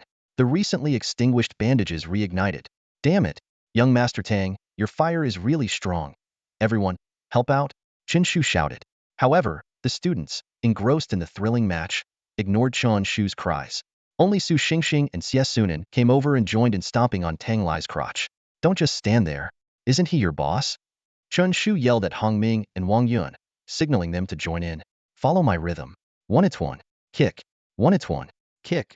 Chen Shu chanted, synchronizing their movements like they were performing a well-rehearsed symphony. Arg. You guys. Tang Lai's face turned pale from the pain, on the verge of passing out. His screams failed to grab the attention of the front row students, but Chen Shu's rhythmic chants reached Shen Wushuang's ears. What on earth are you guys doing? Shen Wushuang walked over, her body trembling slightly when she saw Tang Lai's charred pants. Use water. Hong Ming and Wang Yun snapped out of their daze and rushed to fetch water. Tang Lai weakly extended his right hand, gripping Chen Shu's hand tightly, his eyes burning with intense hatred. Young Master Tang, don't thank me. We're classmates. This is what Chen Shu, should do. Chen Shu sighed, patting Tang Lai's hand while covering his face with a white bandage. Just as Chen Shu was anxiously trying to save Tang Lai, the battle on the stage was nearing its end. Although Wang Qinghan and her opponent both had a level fire attribute contracted spirits, she was still at a slight disadvantage. This was the difference between a wealthy player and an ordinary player. To nurture her younger sister, Wang Qinghan had poured in almost everything she had, even resorting to high-interest loans, showcasing the hardships of their life. Her fire elemental spirit hadn't even been fully fed with flame potions, so naturally, it was no match for her opponent's firebird. As the exciting match concluded, the crowd's attention shifted towards Chen Shu. Tang Lai was wrapped tightly in white bandages, not moving at all, resembling a mummy. Many people exchanged puzzled looks, whispering, What happened? Is he already? Some even joked, Is it time to feast? He'll sit with the kids. Everyone's gaze inevitably fell on Tang Lai's crotch area, which was pitch black, sending chills down their spines. Chen Shu shook his head and sighed, looking mournfully at his friend.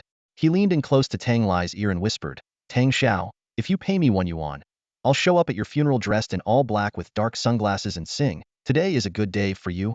At these words, Tang Lai's body jolted upright, as if he had come back from the dead. I'll freaking fight you, he roared, his voice weak but filled with resentment. Unfazed, Chen Shu picked up the remaining bandages and wrapped Tang Lai's head tightly, making him look like a giant rice dumpling. At that moment, two school nurses in white coats hurried over with medical kits. It turned out that Shen Wushuang had called for help just in time, worried that if Chen Shu continued his antics, Tang Lai might suffer long-term injuries. The nurses couldn't help but twitch their lips at the sight of Tang Lai's condition. The injuries were truly excruciating. Chen Shu suggested, Tang Xiao, you should go to the infirmary for some treatment. These injuries won't allow you to continue the match. Hold on. Tang Lai suddenly sat up again, his weak voice filled with stubbornness. I want to continue the match. He pointed to an empty corner, shouting, Chen Shu, you're done for. You're really done for. Everyone burst into laughter because Tang Lai, his vision blocked by the bandages, had no idea where Chen Shu was. Wang Yun awkwardly corrected his direction. Tang Xiao, you pointed the wrong way. Seeing this, Shen Wushuang decided to let the match continue after some consideration. Next round, Tang Lai versus Su Xingxing. Tang Lai unwrapped the bandages from his head, his eyes fiercely fixed on Su Xingxing. The actions of Chen Shu and his friends were something he would never forget. This grudge was irreconcilable. I'll deal with you first, he gritted his teeth, being helped onto a wheelchair. However, a careless move pulled at his injury, causing him to wince in pain. The classmates couldn't help but chuckle at this scene. The once top student had been tormented into such a miserable state by Chen Shu, which was indeed lamentable. Su Xingxing summoned her contracted spirit, a mutated thunderbird, elegant and majestic, leisurely preening its feathers. Tang Lai's wind beast also appeared, sensing its master's anger and becoming particularly ferocious. The wind beast screeched continuously, provoking the thunderbird. The thunderbird disdainfully spat out a blob of saliva, which the wind beast narrowly avoided. Then, the thunderbird started shaking its rear, as if to say, this is how you provoke. The wind beast was enraged, its wings glowing with a green light, its speed suddenly increasing as it lunged at the thunderbird. Su Xingxing, however, remained confident. You want to compete with my bird in speed? The thunderbird flapped its wings, instantly widening the distance. Tang Lai sneered. How long do you think you can delay? The wind beast didn't blindly chase, but let out a clear cry. A flash of green light streaked through the air, seemingly teleporting into the thunderbird. It was its innate skill, wind bind, which specifically countered fast opponents. The thunderbird's speed significantly decreased, now slower than the wind beast. Yet, Su Xingxing remained calm. Even if I lose, I'll humiliate you. The thunderbird's eyes sparkled with lightning, its speed surging again, seemingly counteracting the wind bind effect. But this was temporary. Once the skill's duration ended, it would slow down again. The thunderbird's sharp eyes locked onto a vulnerable spot on the wind beast. It flapped its wings, initiating an attack on the wind beast. Courting death, Tang Lai roared. The wind beast's claws opened, infused with wind attribute power, clearly preparing a deadly strike. The two contracted spirits rapidly closed in on each other in the air, and a fierce battle was imminent. 3 skills in total. No wonder it's in a class spirit beast. The Gale Beast's claws are razor-sharp, capable of penetrating any defense with a single strike. However, the mutant Thunderbird moves with lightning speed, constantly circling the Gale Beast, its eyes gleaming with malicious intent. You little thing, you can hide well, huh? Finally found you.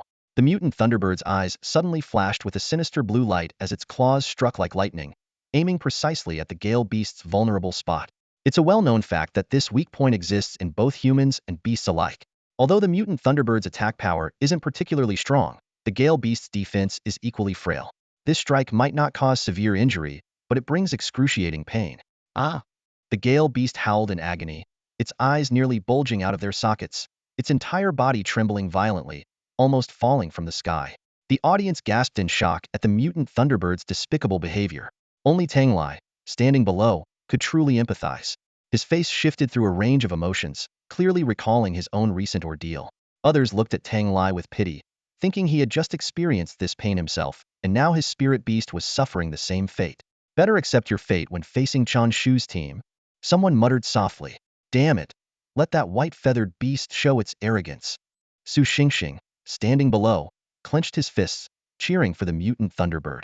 Using its incredible speed, the mutant Thunderbird continued to target the Gale Beast's weak points, as if trampling on its dignity. The pitiful cries echoed through the beast arena, causing even the 2 attending school doctors to wince, wondering if this was still a beast master competition. Alright, I'll let you off for now. Seeing that the skill's duration was nearing its end, Su Xingxing uttered a harsh remark before withdrawing his spirit beast. Tang Lai felt a heavy pain in his chest, making it hard to breathe, his body convulsing involuntarily as if having a seizure. In the first match of the special training class, if there was one significant change, It was that the light had faded from the eyes of both Tang Lai and his gale beast. Tang Lai wins. Shen Wushuang announced the result, sighing softly as he patted Tang Lai on the shoulder to console him. Meanwhile, Su Xingxing was ecstatic, waving his arms and boasting about his heroic posture to everyone around. A smug smile plastered on his face. The scene was as if the roles of the victor and the loser had been completely reversed. Shen Wushuang continued, "Now, I'll announce the top three: Chen Shu, Su Xiaoyu, and Tang Lai. As the competition nears its end, you three will draw lots to decide the final matchups." Under the urging of Wang Yun and others, Tang Lai stepped forward to Shen Wushuang and drew a paper slip. Eagerly, he opened it and grinned widely. "It's blank. I've got a blank slip." Chen Shu scoffed. "What are you yelling about? This is what by means." He showed a slip with the characters 4 by written on it. Tang Lai's face fell as he realized that a blank slip meant he had to compete. Su Xiaoyu versus Tang Lai. Shen Wushuang announced. The two old rivals met again. Tang Lai, feigning emotion, said, "Xiaoyu, to defeat Chen Shu, I must eliminate you first. Forgive me."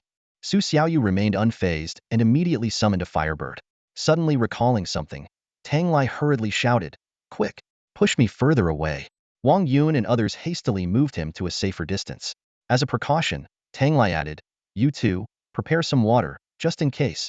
Chen Shu, watching from the sidelines, said to Su Xiaoyu, "Go all out. Hopefully, you'll both end up injured. Leave the rest to me." Su Xiaoyu responded dryly, "Your motives are too obvious. Why don't you just ask for the championship directly?" The battle between the firebird and the wind beast erupted instantly, with the two A-level spirit beasts clashing fiercely. However, the audience seemed more interested in discussing the unique skills of the top three rather than the fight itself. After 10 minutes of intense combat, Tang Lai narrowly emerged victorious. Shen Wushuang announced a short break to allow Tang Lai and the wind beast to receive treatment. Under the watchful eyes of the crowd, Tang Lai underwent a grueling healing process. An hour later, Tang Lai shakily stood up, his eyes filled with determination. "Teacher Shen, let's begin," he shouted, ready to challenge Chen Shu. As the final showdown was about to start, Chen Shu suddenly pointed at Tang Lai and exclaimed, "Tang Xiao, your pants are on fire again." Instinctively, Tang Lai looked down. At that moment, a giant slime descended from above, aiming to crush the wind beast. Fortunately, the wind beast reacted swiftly, narrowly avoiding the attack. Tang Lai wiped the sweat from his forehead, grateful for the wind beast's vigilance. Next, the wind beast flew above the slime, provocatively shaking its rear. Tang Lai boasted, "Today, my wind beast will not only poop on your head, but also borrow paper from you." Feigning anger, Chen Shu shouted, "Tang Lai, you shameless rogue. Using such despicable tactics, you are a disgrace to Nanjiang's second high." At that moment, the entire beast arena fell into an unprecedented silence. Everyone realized that the true master of dirty tricks was likely Chen Shu himself. Chen Shu's face was filled with righteous indignation as he shouted at the slime, "Don't look at its rear. Even if you lose, lose with dignity." The slime's round body quickly rolled forward, pressing its face against the ground. Tang Lai, feeling a rush of pride, boasted smugly, "Just because you can't fly, what can you do about it?" As the slime's mouth puffed up, Tang Lai grew even more arrogant, not wanting to end the fight early, but rather to further humiliate Chen Shu. Suddenly, a gust of wind swept across the platform. Most people didn't notice, but Shen Wushuang paused, a hint of an expectant smile playing on his lips as he watched the platform intently. Wang Yun and Hong Ming echoed Tang Lai's laughter, trying to provoke Chen Shu. They taunted, "Tang Xiao, let's keep our distance. If it explodes, it'll be a mess. That round thing thinks it can fly like a balloon." Just as the three were reveling in their mockery, a loud crash resounded. Bang! A fierce collision erupted on the platform. Tang Lai turned sharply, mumbling in shock, My bird flew?" The wind beast was spewing blood, its eyes nearly popping out from the impact. Beside it, a colossal yellow sphere was soaring through the air at high speed. Tang Lai shook his head in disbelief, thinking he was hallucinating. But Wang Yun and Hong Ming whispered, "Tang Xiao, it's not a hallucination. It really happened. The slime actually took off." Tang Lai, unable to accept the reality, shouted angrily, "You cheated." Chen Shu crossed his arms and sneered, "Trying to dump on the slime? ID shove your guts out first." Shen Wushuang decisively announced, "Enough." Chen Shu wins. As a seasoned Black Iron Beastmaster, he instantly recognized the battle's outcome. He silently admired, talent, unmatched talent. However, just as Shen Wushuang was about to conclude the match, Chen Shu leaned in and whispered, "Teacher, wait, don't announce the result yet. Let's discuss something." Shen Wushuang frowned, sensing something amiss. Hmm? What is it? Chen Shu took a deep breath, his heart pounding as he prepared himself for what he was about to say. He tried to stay calm and began, "First of all, I'm here to discuss this peacefully, with no ill intentions. I swear." "You go first." Before he could finish, Chen Shu quickly added, "It's just that. Could you let my slime have a go at your contracted spirit? Don't worry. I'll be careful." His voice carried a hint of nervousness and anticipation. Shin Wushuang's expression instantly turned neutral, his eyebrows slightly raised as he responded, Is that all?" Seeing this, Chen Shu cautiously continued, "And also, could you step down and give the younger generation a chance? I want to be the head teacher of the special training class." As soon as he said this, he immediately raised his hands in a defensive posture, bracing for a possible backlash. However, the expected punishment did not come. Chen Shu slowly lowered his hands, only to see Shin Wushuang's expressionless face, with a barely noticeable hint of a smile at the corners of his mouth. "Let's start with your first request." As soon as Shen Wushuang finished speaking, a menacing giant serpent suddenly appeared on the sparring platform, its presence far more intimidating than any of the students' contracted spirits. Before the slime could react, it was swiftly ensnared by the serpent. Its previously impenetrable defense crumbled instantly under the serpent's power. Seeing this, Chen Shu's mouth twitched, and he had no choice but to recall the slime back into his beast space. Inwardly, he grumbled, "What kind of teacher is this? All I asked was for your contracted spirit to take a beating and for you to step down voluntarily. Is that too much to ask?" Shin Wushuang seemed to read Chen Shu's mind and smiled faintly, asking, "Do you still want me to resign?" Chen Shu panicked and chuckled awkwardly, "Teacher, I was just joking, just joking." "All right." Shin Wushuang stepped onto the sparring platform and withdrew the giant serpent. "Today's matches are over. The top three are Chen Shu, Tang Lai, and Su Xiaoyu. I'll determine the rest of the rankings based on your performance." Shin Wushuang's expression turned serious as his gaze swept across the students. "Although the top three have been decided, the rest of the rankings need to be determined since you all lost and haven't fought each other. Honestly, I have one word for your performance today: pathetic. Worse than a mess in the kitchen." He continued, "Most of your fights were like children's play. Tang Lai, your performance was idiotic. You had a natural advantage, but let Chen Shu overturn it easily. Reflect on that. Su Xiaoyu, when your Firebird was using Fireball, you could have paused and looked for an opportunity to launch it, but you just wasted the skill by firing it all at once." Finally, Shin Wushuang's gaze landed on Chen Shu. He paused and said, "Chen Shu, your slime is just too ugly." Chen Shu scratched his head awkwardly and asked meekly, "Should I leave now?" Shin Wushuang's sharp critiques were like a surgeon's scalpel, dissecting each person's combat flaws with precision. Apart from Chen Shu and a few others who barely met his standards, the rest were simply disappointing in his eyes. Despite his harsh and biting words, the students took them to heart, fearing they might miss any chance to improve. "All right, that's it for today. Tonight, you're free to review your academic subjects," Shin Wushuang announced. Unlike other classes, the special training class focused primarily on beast control, with academic subjects only reviewed independently in the evenings. As the training ended, everyone left the beast control hall. Chen Shu, Xie Sunan, and Su Xingxing walked together, arms around each other's shoulders, grinning with satisfaction.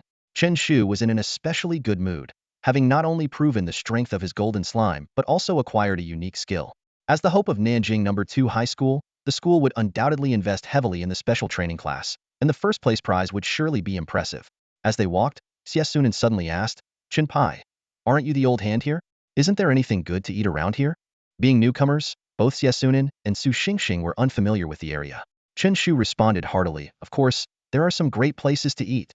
Wait a bit, I'll treat you." With that, he hurriedly ran towards the restroom. Xie Sunan and Su Xingxing exchanged puzzled looks, waiting in confusion. After a while, Xie Sunan couldn't help but ask, "Xingxing, do you think he's getting us some special delicacies?" Su Xingxing shivered slightly, a hint of fear crossing her face.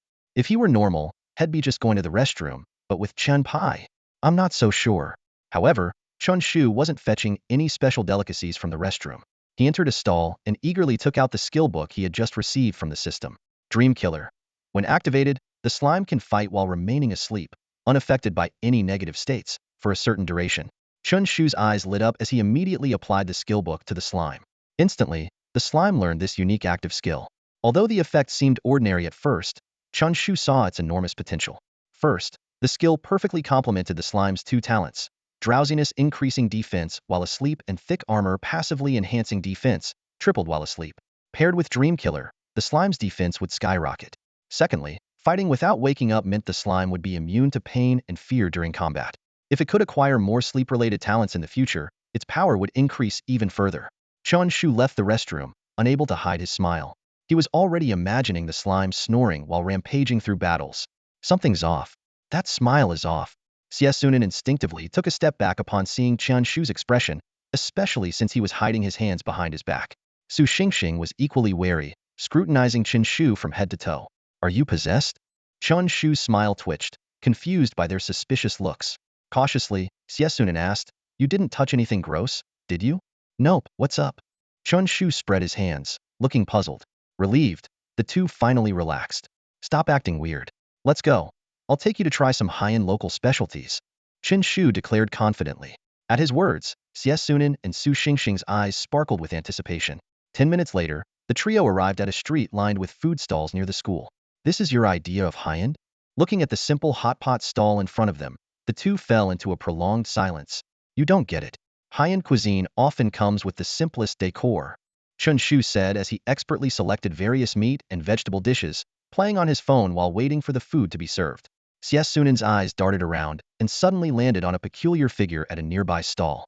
He whispered, hey, look at that guy. In this heat, he's wearing a baseball cap and a pink winter coat. I bet he's either sick or a fugitive. Do you believe me? Su Xingxing shook his head. I don't believe you. Chen Shu chimed in.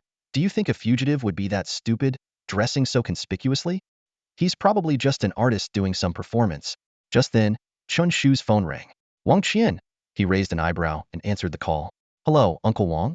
Chen. We caught one of the fugitives you reported yesterday, but the other one is still on the run. Be careful. Chen Shu was surprised. You guys are quick.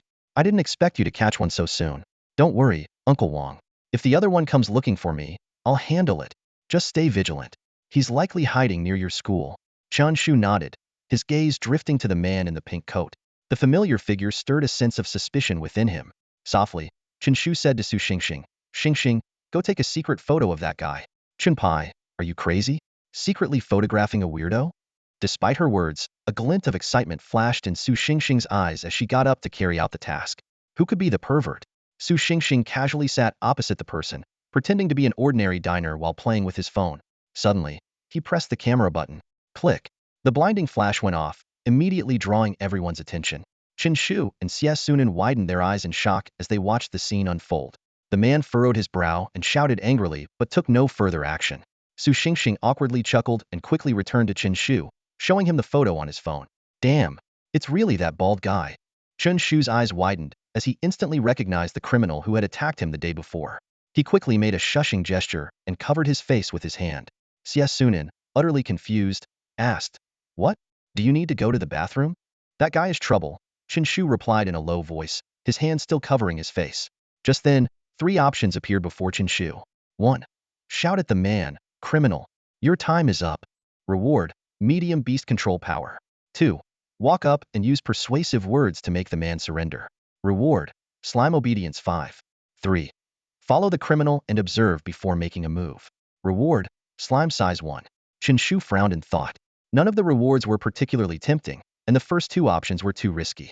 This was a bustling food street, and rash actions could endanger innocent people. Convincing the man to surrender was also a far-fetched idea. It seemed the only viable choice was the third option, to wait and watch. The 3 of them ate in silence, keeping a close eye on the suspicious bald man. Half an hour later, the bald man got up and left the stall, heading out of the street and getting into a black sedan. Chen Shu and the others followed stealthily, hailing a taxi. Driver, follow that car, Chen Shu said urgently. The taxi driver perked up, responding excitedly, no problem. He then floored the gas pedal, and the car surged forward. Slow down, Sunin exclaimed from the back seat, swaying with the sudden acceleration. Are you trying to fly this thing? 10 minutes later, the black sedan stopped ahead. The trio hurriedly paid and got out of the taxi. The driver muttered to himself, just one traffic light away, and they got me all fired up. Be careful. That's the murderer I ran into yesterday, Chen Shu whispered to his companions as the 3 of them cautiously followed their target.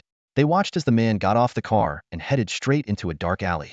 Chen Shu, Sunin, and Su Xingxing exchanged meaningful glances, a hint of a wicked smile playing on their lips. Baldlu, an assassin with a degree in daycare, stepped into the alley. Suddenly, he heard footsteps behind him. He took off his hat, revealing his signature bald head, and turned around, a look of surprise flashing across his face. Chen Shu crossed his arms and chuckled. Well, if it isn't Brother Liu. Haven't seen you in a few days, and your bald head's even shinier. Bald Liu immediately recognized Chen Shu. If it weren't for his failed assassination attempt on Chen Shu, he wouldn't be a wanted man now. Although the Jinling Bureau had him on their most wanted list, no one knew he was hiding in Nanjing City. Currently, the Jinling Bureau was scouring the city for him. Bald Liu eyed the three of them and smirked. Come to meet your end, kid? Chen Shu frowned, feeling uneasy. What do you mean, caught a few of us? Just as he was about to speak, three options appeared before him. 1. Run away immediately to save your life. Reward, massive beast taming power. 2. Shout loudly, help, Yammeat. Reward, slime power 10. 3. Annihilate the entire criminal gang. Reward, slime all attributes 20.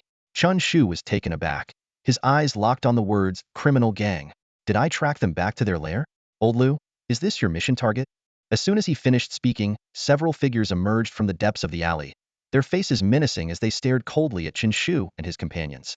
Chen Shu's heart sank, and he quickly glanced at Su Xingxing. Su Xingxing swiftly summoned a mutated thunderbird, and the three of them agilely leaped onto its back. Think you can escape? One of the men sneered. Suddenly, the ground shook violently, and two earth hands emerged from the concrete, gripping the thunderbird's claws tightly. Not far away, an earth-colored humanoid creature appeared. Its body glowing with skill energite was an earth elemental spirit.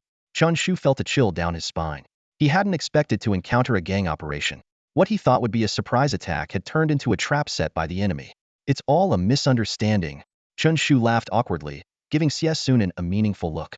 In an instant, a green light appeared, hovering above Bald Liu's head, transforming into a large green hat.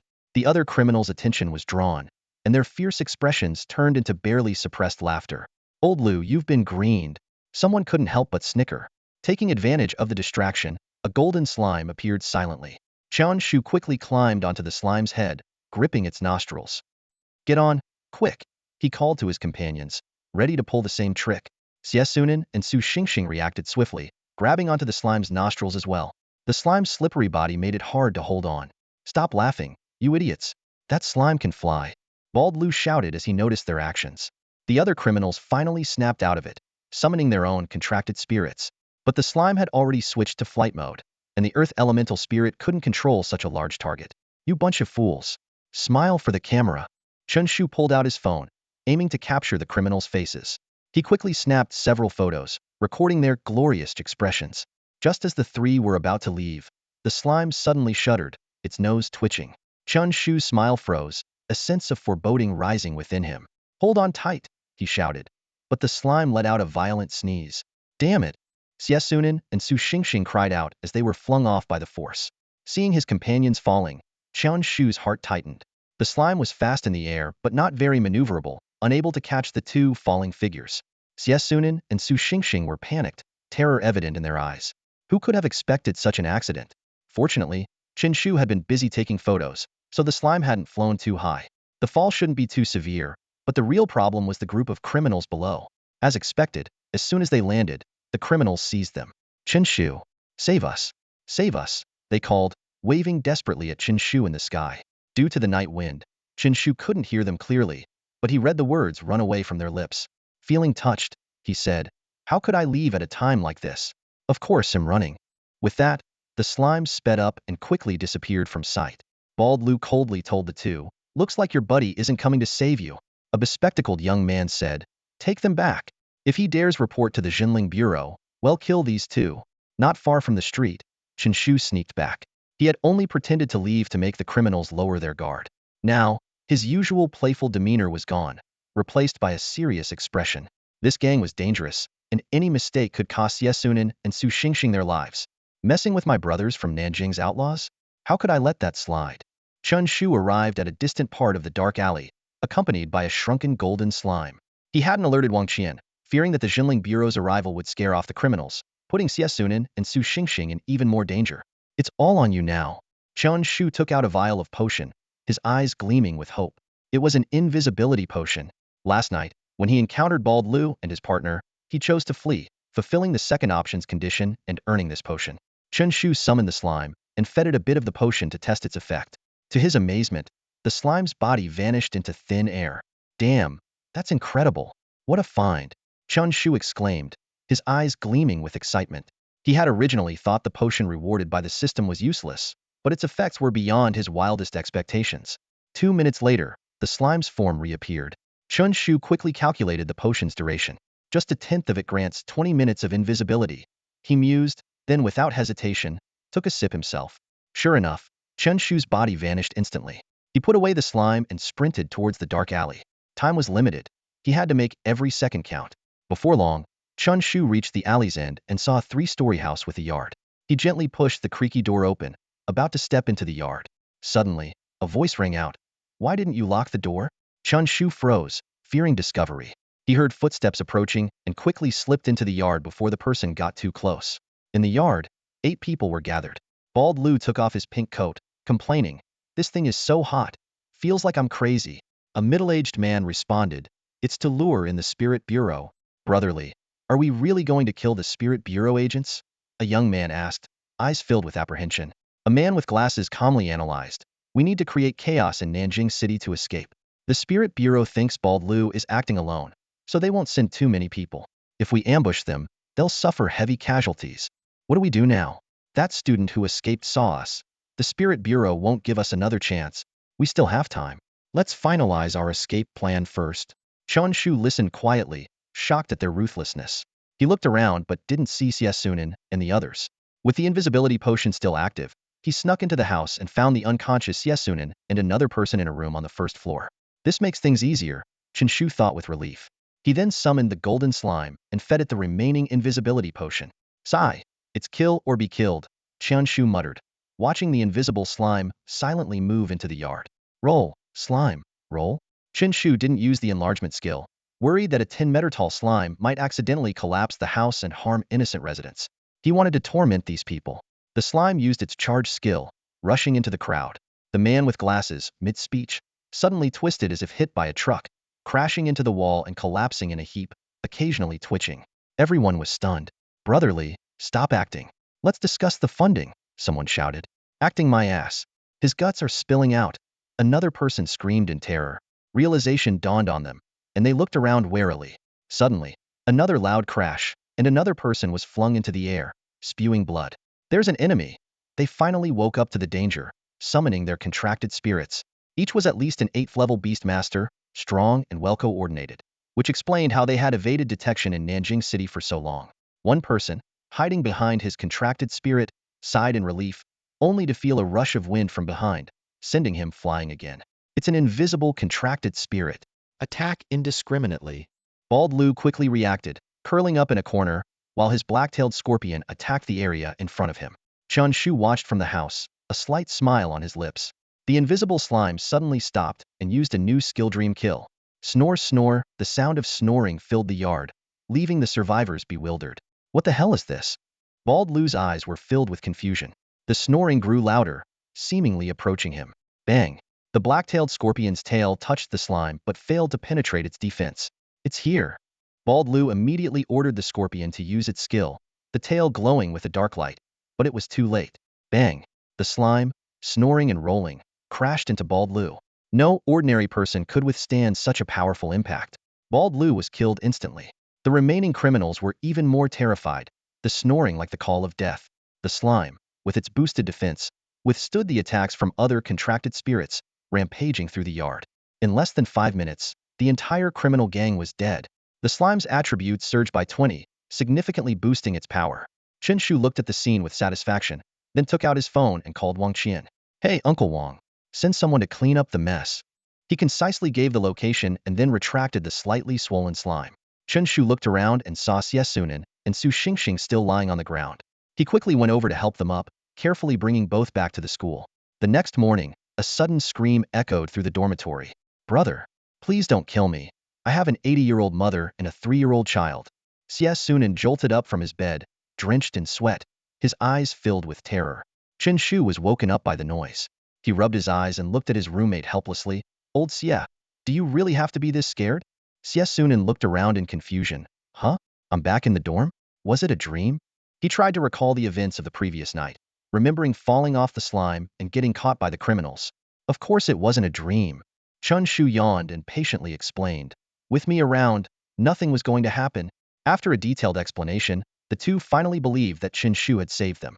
Chen Shu picked up his phone and saw over a dozen missed calls. He immediately called Wang Qian back. Hey, Uncle Wang.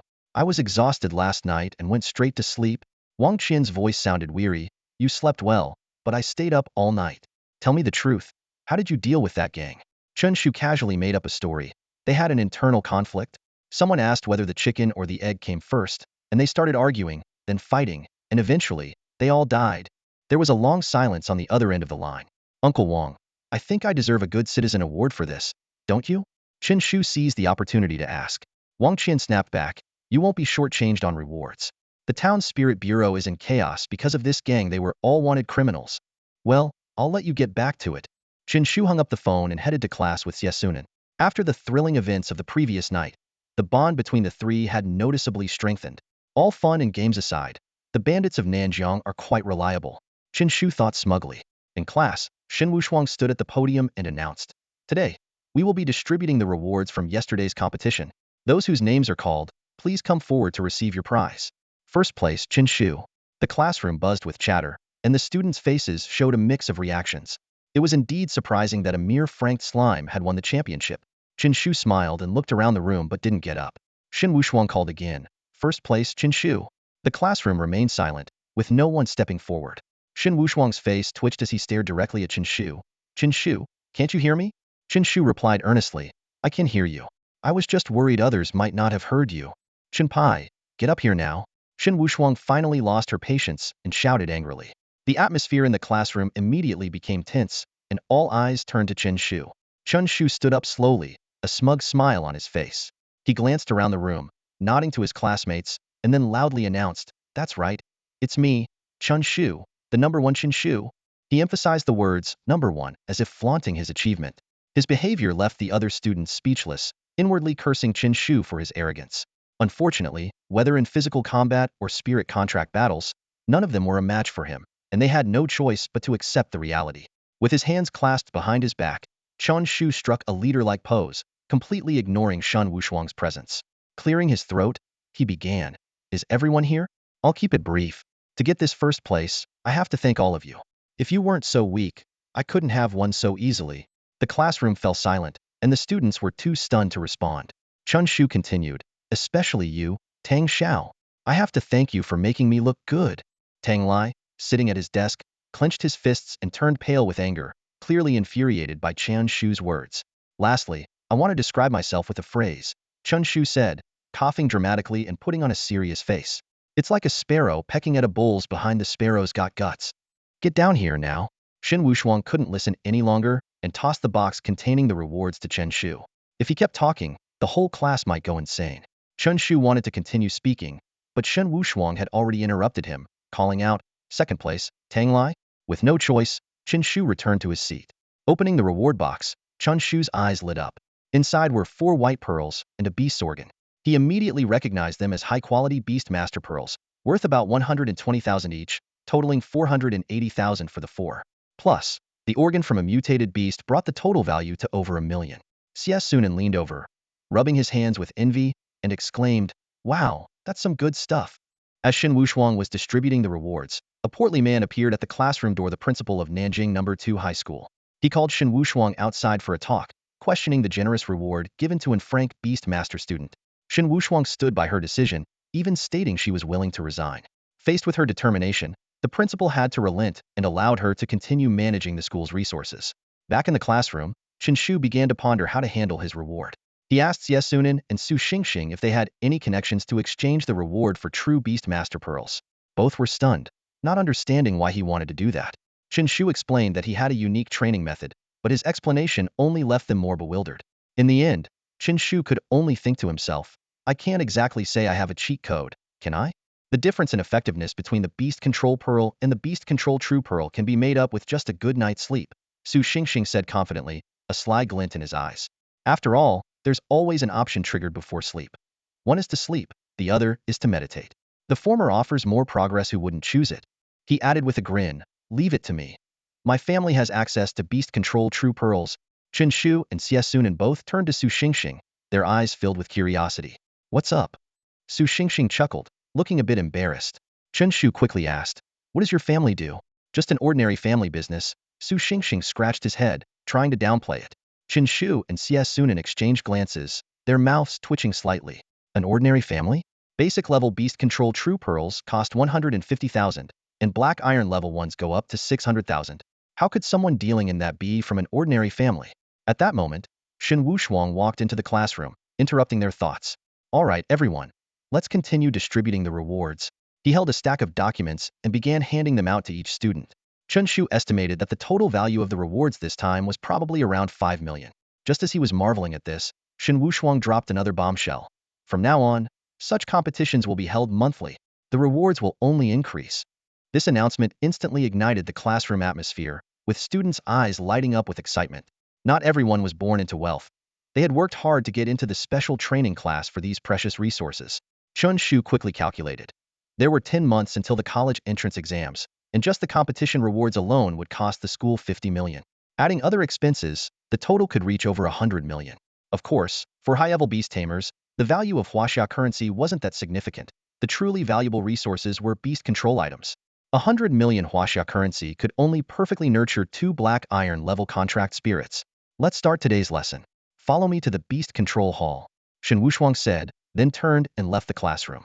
10 minutes later, the special training class students filed into the beast control hall. Shen Wushuang stood in the center, his gaze sweeping over the group. In the first month, you need to learn how to flexibly use skills. As he finished speaking, Shen Wushuang summoned his contract spirit. A massive snake, over 10 meters long, appeared out of thin air. Its scales were strikingly black and white, and its eyes were fierce. It was the a-level black and white python. Its innate skill, scale conversion, is quite extraordinary, Shen Wushuang explained. It can change the color of its scales. Black scales have high resistance to physical attacks, while white scales are highly resistant to elemental attacks. Although it appears to be a combat-type contract spirit, it's actually more defense-oriented, essentially a tank. Shen Wushuang gently stroked the snake's head and continued. One of my black and white python skills, constrict, can control enemies and has some armor-breaking effects. Chen Shu, summon your slime. Chen Shu's mouth twitched, thinking. So, my slime is going to be the teaching aid.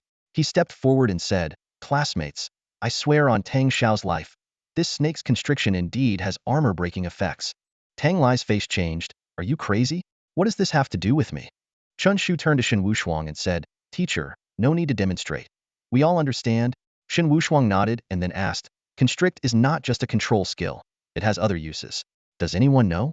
His gaze swept across the students, who instinctively lowered their heads. Another common rule in school. At that moment, 3 options appeared before Chen Shu. Option 1. As a student, you also lower your head. Reward, a small amount of beast control power. Option 2. With your innate superiority, naturally, you should look up at the ceiling. Reward, high-grade strength potion. Option 3. Facing Shen Wushuang's scrutinizing gaze, you decide to meet it hidden. Reward, berserk potion. After a brief thought, Chen Shu decisively chose the third option. He suddenly lifted his head, his eyes intensely meeting Shen Wushuang's gaze. Having experienced the benefits of the invisibility potion, how could he pass up the berserk potion? It might just turn the tide. Shen Wushuang was contemplating whom to call when he noticed Chen Shu suddenly lift his head, his gaze even more scrutinizing than his own. For a moment, Shen Wushuang felt like he was back in his student days and unconsciously lowered his head. Snapping back to reality, Shen Wushuang's mouth twitched, quickly regaining his teacherly authority. What's with that look? You're making me lose confidence. He pointed at Chen Shu. Chen Shu, you explain? Chen Shu was secretly delighted, having received the berserk potion as a reward. He calmly began. The constrict skill is very fast, not only quickly controlling the enemy, but also serving as a protective skill. Oh, go on? Shen Wushuang nodded, signaling him to continue. Chen Shu elaborated. If the host is in danger, the black and white python can quickly wrap around the host, shielding against incoming attacks. Without the skill's enhancement, the python's own speed wouldn't be sufficient for rapid protection. But with the skill, its speed surges. For example, a slime's jumping ability is usually weak, but with the aid of a forceful launch, it can jump dozens of meters. Shen Wushuang was about to speak, but Chen Shu continued. The third function is to quickly coil up, reducing its size to dodge attacks. Of course, the application of any skill isn't rigid. It depends on the specific environment. Shen Wushuang scrutinized Chen Shu and asked, where did you learn this? Have you studied the constrict skill before? Nope, just using my brain. Chen Shu shrugged innocently.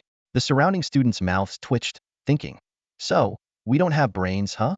Shen Wushuang nodded in agreement, Chen Shu is right. Any skill's application isn't fixed. An offensive skill can be a protective skill or a control skill, depending on how it's used. He paused and added, Su Xiaoyu, summon your contract spirit. A flaming bird appeared, radiating intense heat. Tang Lai instinctively took half a step back, clearly traumatized. Chen Shu crossed his arms and teased, Tang Xiao, are you serious with that half step back? Seeing the two about to argue again, Shen Wushuang quickly intervened. All right, Chen Shu, you explain the flexibility of skills to the class, starting with Su Xiaoyu. Chen Shu was speechless. Teacher Shun, I'm just a student, right? Are you making me do all the work? There are over 20 students in the class. How long will this take? From now on, you're the class monitor of the special training class. Shen Wushuang announced. No way. Not interested at all. Before the other students could react, Chen Shu was the first to refuse. 2 top-grade beast control pearls every month. Shen Wushuang offered a tempting bait. Chen Shu immediately changed his tune. Serving my classmates is my duty. Anyone who tries to take this from me, I'll fight them for it. Who could turn down being a class monitor with a monthly salary of over 200,000 yuan? Chen Shu rubbed his hands together and cast a suggestive glance at Shen Wushuang. Shen Wushuang looked helpless and pulled out 2 exquisite beast control pearls from his pocket, handing them to Chen Shu. Rest assured, everyone, I'll do my best, Chen Shu said confidently as he accepted the pearls. Just then, Wang Yun suddenly spoke up. Teacher, isn't that a bit biased? Shen Wushuang calmly replied, everything depends on strength. If you surpass him, the class monitor position is yours. He then turned to Chen Shu. Start the lesson. Chen Shu looked puzzled. Lesson? What lesson? Shen Wushuang's face twitched with a hint of annoyance. Are you trying to back out on the spot? Teacher, I think that requires a different price. Chen Shu tried to negotiate. Forget it. Give me back the pearls. Shen Wushuang made a motion to snatch the beast control pearls back. I'll teach. I'll teach. Chen Shu quickly agreed, tightly clutching the pearls. He hurried over to Xiaoyu and pointed at her flamebird. Xiaoyu, your flamebird's fireball technique can be used more flexibly. Try holding it in its mouth to form a larger fireball, or releasing it from other positions, like. Before he could finish, Chen Shu reached out to fiddle with the flamebird's feathers, curious if it could release fireballs from its backside. The flamebird instantly became furious, flapping its wings and soaring high into the sky, screeching loudly. Are you out of your mind? Su Xiaoyu said, exasperated. Do you think fireballs come out of its butt? Unexpectedly, Shen Wushuang's eyes lit up. Xiaoyu, give it a try. If it works, it would be quite a surprise. As long as it helps you win, it doesn't matter where the fireball comes from. Next, Chen Shu approached Tang Lai and scrutinized his wind beast. Although Tang Lai was reluctant to accept guidance, he complied due to the teacher's order. After a moment of thought, Chen Shu casually said, it's hopeless. You might as well start over. Are you kidding me? An rank contract spirit, and you tell me to start over? Tang Lai cursed inwardly. Chen Shu continued to critique other students' contract spirits, aiming to inspire independent thinking. However, ideas and practice often diverged. The class had at least rank contract spirits, full of potential but generally disobedient. Only Chen Shu's slime perfectly executed his commands not because it was smart, but because it was too dumb to do anything else. By the end of the day, the whole class was practicing controlling their contract spirits, a mandatory course for trainee beast tamers. Let's go grab some food. Chen Shu called out to his friends as they left the beast control hall. Wait, I need to pick something up at the school gate, Su Xingxing suddenly said. Chen Shu and Xie Su Nan were surprised to see a black sports car parked at the gate, attracting the attention of passers-by. An elderly man in a tailcoat stepped out, holding a small box. Young master, here are the beast control pearls you requested. Su Xingxing took the box and dashed back to the campus. Wow, a real-life young master. Chen Shu's eyes widened in shock as he watched Su Xingxing. Xie Su Nan teased, Xingxing, do you have stomach problems? Insomnia? A cleanliness obsession? Is your real last name Gu? Huh, what are you talking about? Su Xingxing was baffled. Chen Shu joined in the fun. Xingxing, do you say humph? Come out on your own when you're constipated? You both are seriously crazy. Su Xingxing was speechless. Outside the school gate, the elderly man watched Su Xingxing's retreating figure and sighed softly. It's been a while since I've seen the young master this happy. Xingxing, with such a wealthy family, why do you work part-time at a mental hospital? Chen Shu said as he accepted the 7 beast control pearls Su Xingxing handed him, worth a total of 1.05 million yuan, comparable to Shen Wushuang's reward. Chen Pai, what are you saying? We're the ones working part-time. Xingxing is experiencing life, Xie Sunan corrected. The 3 of them chatted and laughed, not distancing themselves because of Su Xingxing's wealth. Chen Shu had a system backing him, making it easy for him to become strong. Xie Sunan had divine skills, making even the wealthiest people wary of her. Back in the dormitory, Chen Shu swallowed all 7 beast control pearls in one go. The pearls melted instantly, tasteless and formless. But his beast control power surged, bringing him closer to becoming an 8th level beast tamer. The higher the level, the harder it was to break through. Su Xiaoyu, despite her wealthy background, had been stuck at the 7th level for months. Su Xingxing was also at the 7th level, unless his family was willing to spend millions on beast control pearls. But with that much money, why not buy a lord-level beast to learn skills instead? While Chen Shu was resting in the dormitory, his phone suddenly rang. "Hello, Uncle Wang? Come to the Spirit Control Bureau tomorrow. There's something I need to discuss with you. Could it be a bonus?" Chen Shu put away his phone, sent a leave request to Xin Wushuang, and went to sleep. Meanwhile, Xie Sunan and Su Xingxing began meditating to enhance their beast control power. The next morning, the special training class gathered again at the beast control hall. Xin Wushuang announced, "In September, your task is to master the flexible use of skills. Next month, I'll take you to an alternate dimension for training. Only by mastering your skills can you ensure your safety." Upon hearing this, everyone was excited and filled with anticipation. Most of the class had never set foot in an alternate dimension, only hearing about it from others. "I hope you all practice diligently during this time." Xin Wushuang continued, "Next month's competition results will be based on your performance in the alternate dimension. The class monitor will oversee this." He looked around but didn't see Chen Shu. Where's Chen Shu?" Xie Sunan replied. "Mr. Shun, Chen Shu took a leave." Xin Wushuang frowned. "Leave? Why wasn't I informed?" "He said he sent you a message yesterday." Xin Wushuang checked his phone and indeed found a message from Chen Shu. "Mr. Shun, I might be sick tomorrow, so I'm taking a day off. Note: this is a notification, not a request." Chen Shu whistled cheerfully as he left the school, thinking to himself, "If I can handle Fangxi online, what's Xin Wushuang to me?" Driver. To the Jinling Bureau. Chen Shu flagged down a taxi. Just as he was about to get in, he was startled by the driver's attire. "Whoa, why are you wearing chainmail?"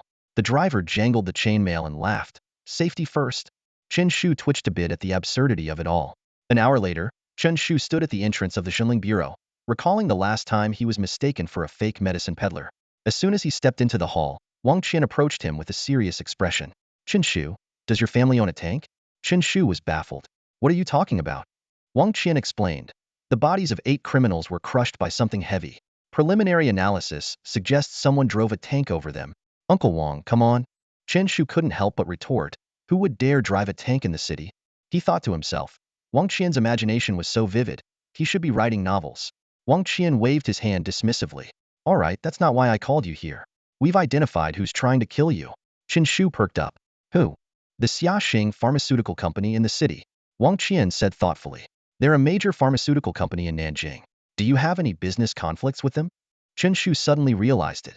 Of course, he was being targeted by the pharmaceutical company. He made up a story. "I just set up a small stall in the black market. Maybe it affected them." Wang Qian was skeptical. "No way. How could a small stall affect them?" Chen Shu stammered. Maybe my stall was a bit big." "Come on. How big could a stall be?" Chen Shu recalled and replied honestly. "I sold over 2,000 bottles of strength elixirs in 10 days. Wang Qian, who was drinking water, choked. "Your stall is a chain store?" Now he understood why Xiaxing Pharmaceutical would want him dead. They had just changed strategies, invested heavily to dominate the strength elixir market in Nanjing, only to be disrupted by a student. Anyone would be furious. Wang Qian said seriously, "We need to gather evidence to arrest the higher-ups at Xiaxing Pharmaceutical. You should lay low for now. No matter how big the company, if they break the law, the Jinling Bureau will handle it. Also, the bounty for the 8 criminals amounts to 50,000 Huaxia yuan." He then instructed someone to transfer the 50,000 to Chen Shu's bank account. Chen Shu's eyes gleamed with greed. "Is that it? Weren't there 8 of them?" Wang Qian sighed. "Not everyone is worth 10,000. 50,000 is already good." Although they were all wanted criminals, only a level 9 beast master has a 10,000 bounty. Chen Shu suddenly leaned in and whispered, "Uncle Wang, does the Jinling Bureau sell tanks? With shells included?" Wang Qian's face twitched. "Get out." Chen Shu left the Jinling Bureau, delighted with his 50,000. He researched Xiaxing Pharmaceutical online and found out their main product was strength elixirs. Now that they were under the Bureau's scrutiny, they wouldn't last long. When that happens, the strength elixir market in Nanjing would be up for grabs, and as the black market's elixir king, he'd take his share. Chen Shu dialed a number. "Hey, brother Tianba, I don't need blood packs. Just gather your men. We've got some big plans." Half an hour later, Chen Shu met Wang Tianba and 5 others at a restaurant. These were the people who helped him run his stall. "Brother Tianba, what have you been up to?" Chen Shu asked. Wang Tianba thought for a moment. "Rectangular object relocation engineer." "Oh? Chen Shu was puzzled. What engineer? Wang Tianba scratched his head. A bricklayer. Chen Shu twitched. Come on. What about the others? Xiao Wang is a regional safety inspector. Xiao Lu is a shared computer financial director. Xiao Zhang studies human epidermal dirt science, and Xiao Deng is a wilderness survival pioneer. Hold on, hold on. Chen Shu rubbed his temples. Speak plainly. Wang Tianba chuckled awkwardly. A security guard, a network administrator, a bathhouse worker, and an unemployed drifter. Chen Shu sighed. Brother, can we be real here? Stop with the fancy titles. Chun, what do you do? They asked curiously. Me? If I put it nicely, I'm a love and peace spreader in Nanjing. Huh, what? They were confused. Chen Shu said calmly, a notorious criminal in Nanjing. Everyone jumped up in shock. Come on, you're a criminal? Chen Shu quickly held Wang Tianba back. No, I'm a good guy. I punish evil. So, you're the worst of the worst? Chen Shu's face twitched as he changed the topic. All right, enough jokes. I have a real job for you. I plan to expand my stall into a store in the black market, specializing in strength elixirs, and I want to hire you as employees. Everyone was interested. A stall was temporary, but a store meant a steady job. As long as there was money, they didn't care if the boss was a notorious criminal. Chen Shu explained his plan. Since it was a pharmacy, they needed a pharmacist and staff. He would be the pharmacist since hiring others was too expensive, and they couldn't match his production. Because he had school, the store would only sell premium strength elixirs. The raw materials would be sourced from the Beastmaster Association. After discussing the details, they went to the black market in the afternoon. Is this shop for rent? Chen Shu eyed a well-located and spacious store. The attendant stood up. Please wait, I need to get the boss. Hey, it's you. Chen Shu recognized the attendant. It was the same person from the store where he first sold his strength elixirs. Back then, his 5,000 elixirs only sold for 3,000, and the attendant had the audacity to display them with a 5,000 tag right in front of him. Chen Shu raised an eyebrow. Your store going out of business? The attendant sighed. Sigh. Xia Xing has been doing crazy promotions, and our strength elixirs aren't selling. Chen Shu grinned. That's really unfortunate. Before long, the boss arrived at the shop. After some haggling, they finally agreed on a rent of 150,000 yuan per month. The black market was bustling with people, practically the second city center of Nanjing, and with all the businesses here related to beast taming, the rent naturally soared. Just 3 months of rent amounted to 450,000 yuan, leaving Chen Shu's balance woefully insufficient. Seeing this, the original shop assistant plastered a fawning smile on his face and hurriedly asked, Boss, are you hiring? Chen Shu casually replied, Sure, doing the same job as before. 400 a month, half salary during the 1-year probation. The assistant's face twitched, and he silently turned to leave, thinking, So you never really valued me, huh? Wang Tianba, noticing this, cautiously asked, Chen Xiao, are you really hiring? Of course not. Chen Shu waved his hand dismissively. This small shop is enough. Then, Chen Shu directed everyone to tidy up the shop and quickly headed to the Beast Tamer Association. He reposted the purchase task for power flowers, still priced at 30,000 yuan each, but limited to 4 per day. After the incident with the Xiangxing company, Chen Shu didn't dare disrupt the market too much. He was worried about attracting the attention of the authorities and potential competitors. For power flowers a day wouldn't cause much of a stir. He planned to sell only 10 bottles of premium power elixir daily, ensuring a balance between profit, time management, and risk avoidance. Chen Shu then took Wang Tianba and others to purchase the ingredients for the elixir, mainly to familiarize them with the process. In the future, Chen Shu would only need to make the elixir once a day to ensure a stable monthly income. After a whole day of work, Wang Tianba and the others finally got the hang of it. Chen Shu announced, Our shop will open in a while, so for now, everyone can take a break. Although Xiangxing Elixir Company hadn't gone bankrupt yet, he needed to lay low for a while. In the evening, Chen Shu returned to school, had a quick dinner in the cafeteria, and went back to his dorm. As soon as he entered, he saw Xie Sunan and Su Xingxing looking at him with strange expressions, as if they had something to say. After a moment, Xie Sunan spoke up, Chen Pai, you acted without permission today. Teacher Shan is a bit upset. Chen Shu nonchalantly replied, What's a little class teacher got to do with the class monitor's matters? Su Xingxing couldn't help but ask, Chen Pai, aren't you afraid at all? Afraid? I'm the notorious bandit of Nanjing. Why would I fear a mere teacher? Chen Shu waved his hand dismissively. Su Xingxing's mouth twitched, showing a hint of fear in his eyes. He whispered, Chen Pai, don't you feel a bit cold on your scalp? Cold?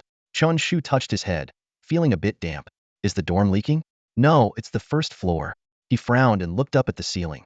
In an instant, a menacing snake head was glaring at him, drool dripping from its mouth, with a wicked smile on its lips. Oh my god!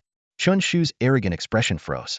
Almost reflexively, he summoned his slime, quickly jumped onto its head and tightly gripped its nostrils. Take off.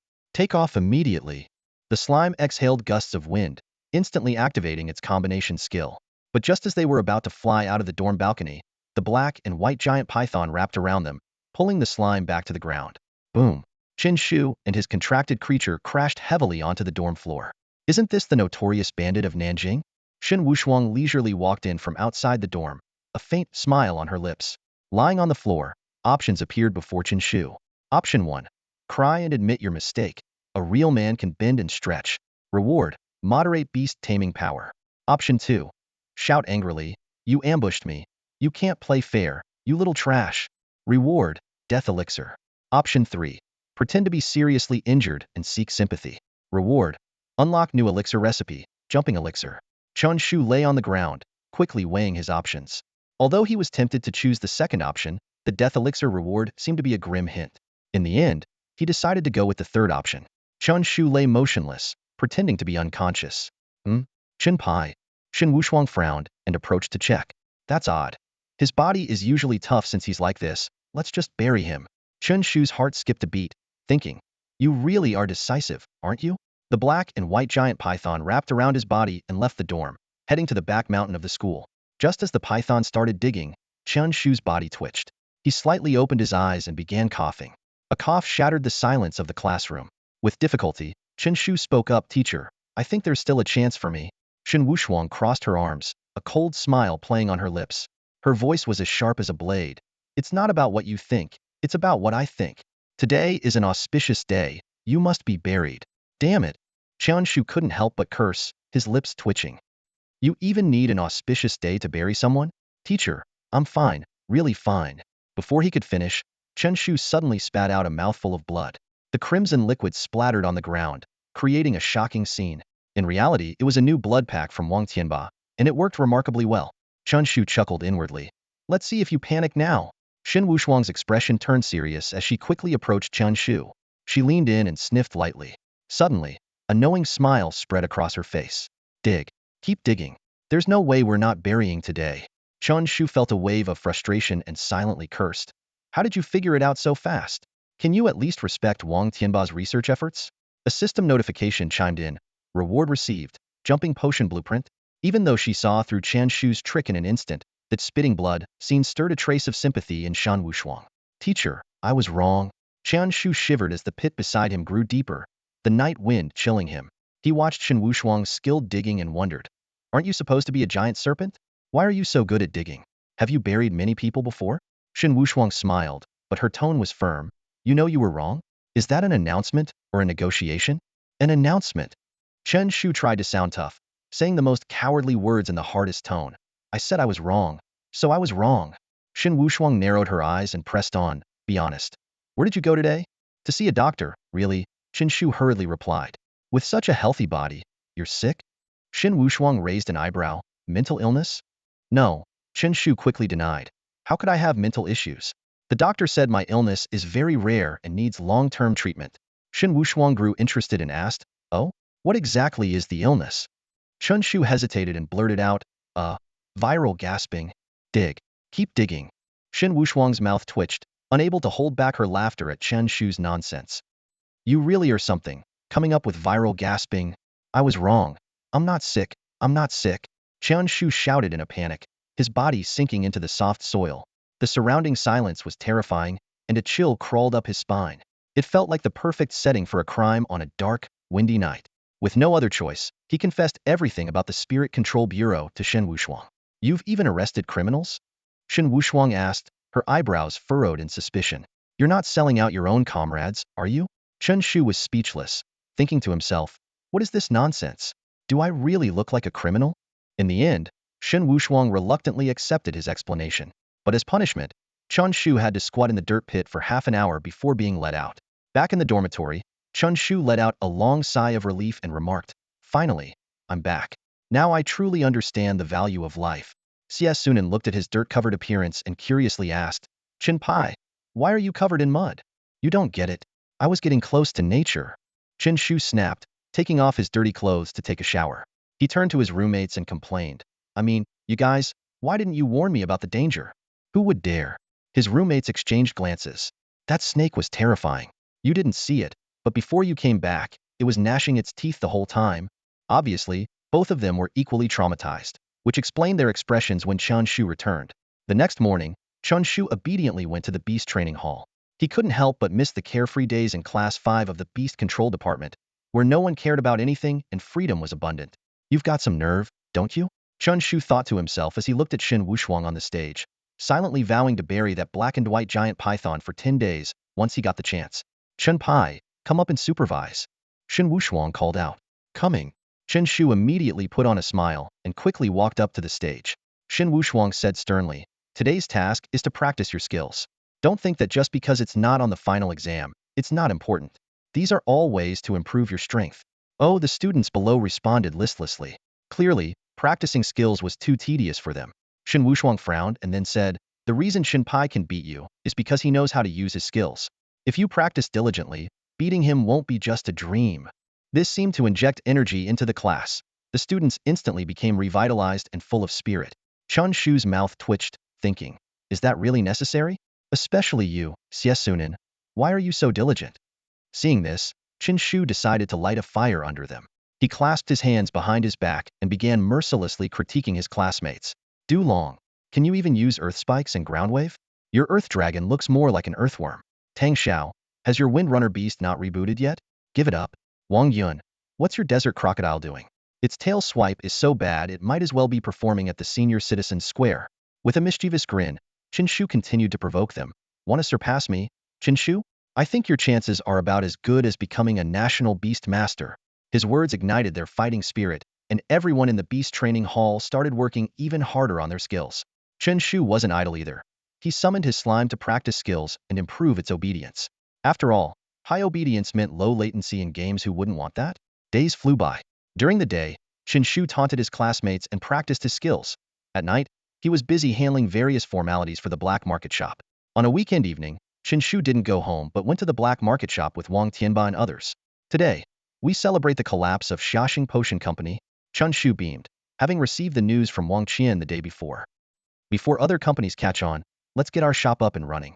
Also, today marks the grand opening of our mighty potion shop. Clap, clap, clap. Wang Tianba and the other 6 clapped, but the applause was somewhat lackluster. Wang Tianba suddenly said, Chen Xiao, I think there's a problem. What problem? To be fair, as a potion shop, we should at least have some potions, right? Only then did everyone realize they were standing in an empty shop with nothing but a shelf, a table, and a few chairs. What's the rush? Chen Shu said calmly, wait a moment. With that, he dashed towards the public restroom in the black market. The 6 of them were left dumbfounded, exchanging bewildered looks, unsure of what to say. After a while, Wang Tianba hesitantly asked, is Chen Xiao going to the restroom or getting supplies? Probably not getting supplies. The others began to doubt as well. Chen Shu reached the familiar stall in the public restroom, recalling the first time he mixed potions there and how someone had taken a video and posted it online. Months had passed, yet the legend of the public restroom pharmacist in Nanjing City still circulated. Chen Shu stood at his makeshift workstation, carefully arranging various ingredients. His eyes rested on 4 precious power flowers, the main ingredients that had nearly depleted his savings. Just yesterday, Chen Shu had lost his wallet. When the police returned it, his heart tightened. Sir, everything except the cash is intact, the officer kindly reminded him. A hint of melancholy flashed across Chen Shu's face, but he dared not reveal the truth. The wallet had been empty to begin with. Everything hinges on this. Chen Shu took a deep breath and entered a focused state of concoction. Creating a top-grade power elixir was no easy task, but after an hour of meticulous work, 10 golden bottles of elixir were finally complete. Elated, Chen Shu carried the box of elixirs back to his shop. As soon as he stepped through the door, Wang Tianba and the others instinctively jumped back, their eyes filled with fear. Chen Xiao, isn't this a bit inappropriate? Wang Tianba stammered. What's inappropriate? Chen Shu asked, puzzled. I have all the necessary permits. Of course, I should sell the elixir. Are you sure that's an elixir, not urine? The others couldn't help but twitch their mouths, considering Chen Shu had just come from a public restroom. Rubbish. This is pure top-grade power elixir. Chen Shu snapped, then carefully placed the 10 bottles on the shop's only shelf. Although the shop appeared somewhat empty, to Chen Shu, this was its unique charm. We'll sell just these 10 bottles each day, create some scarcity. Chen Shu said enthusiastically, as he set the price tags each bottle for only 28,888 yuan, slightly cheaper than the market rate. He calculated this would attract customers without affecting the overall market for power elixirs. Chen Shu quickly did the math. The cost of top-grade power elixirs was about 150,000 yuan, and the selling price nearly 300,000 yuan, yielding over 100,000 yuan in pure profit each day. Just one batch a day could bring in over 3 million yuan a month, equivalent to the value of a lord-level fierce beast. All right, you all go out and shout these slogans. Chen Shu handed a piece of paper with promotional phrases to the 6 men. Chen Xiao, do we really have to shout? Wang Tianba hesitated. Of course, you have to shout. Chen Shu insisted. So, Wang Tianba and the others took their megaphones and started shouting at the shop entrance. Want your pet to be unbeatable? Drink power elixir. 1 bottle clears the mind. 2 bottles, never tired. 3 bottles, live forever. Power elixir, tastes amazing. When I grow up, I want to fight fierce beasts in another dimension, and my master gives me my favorite power elixir.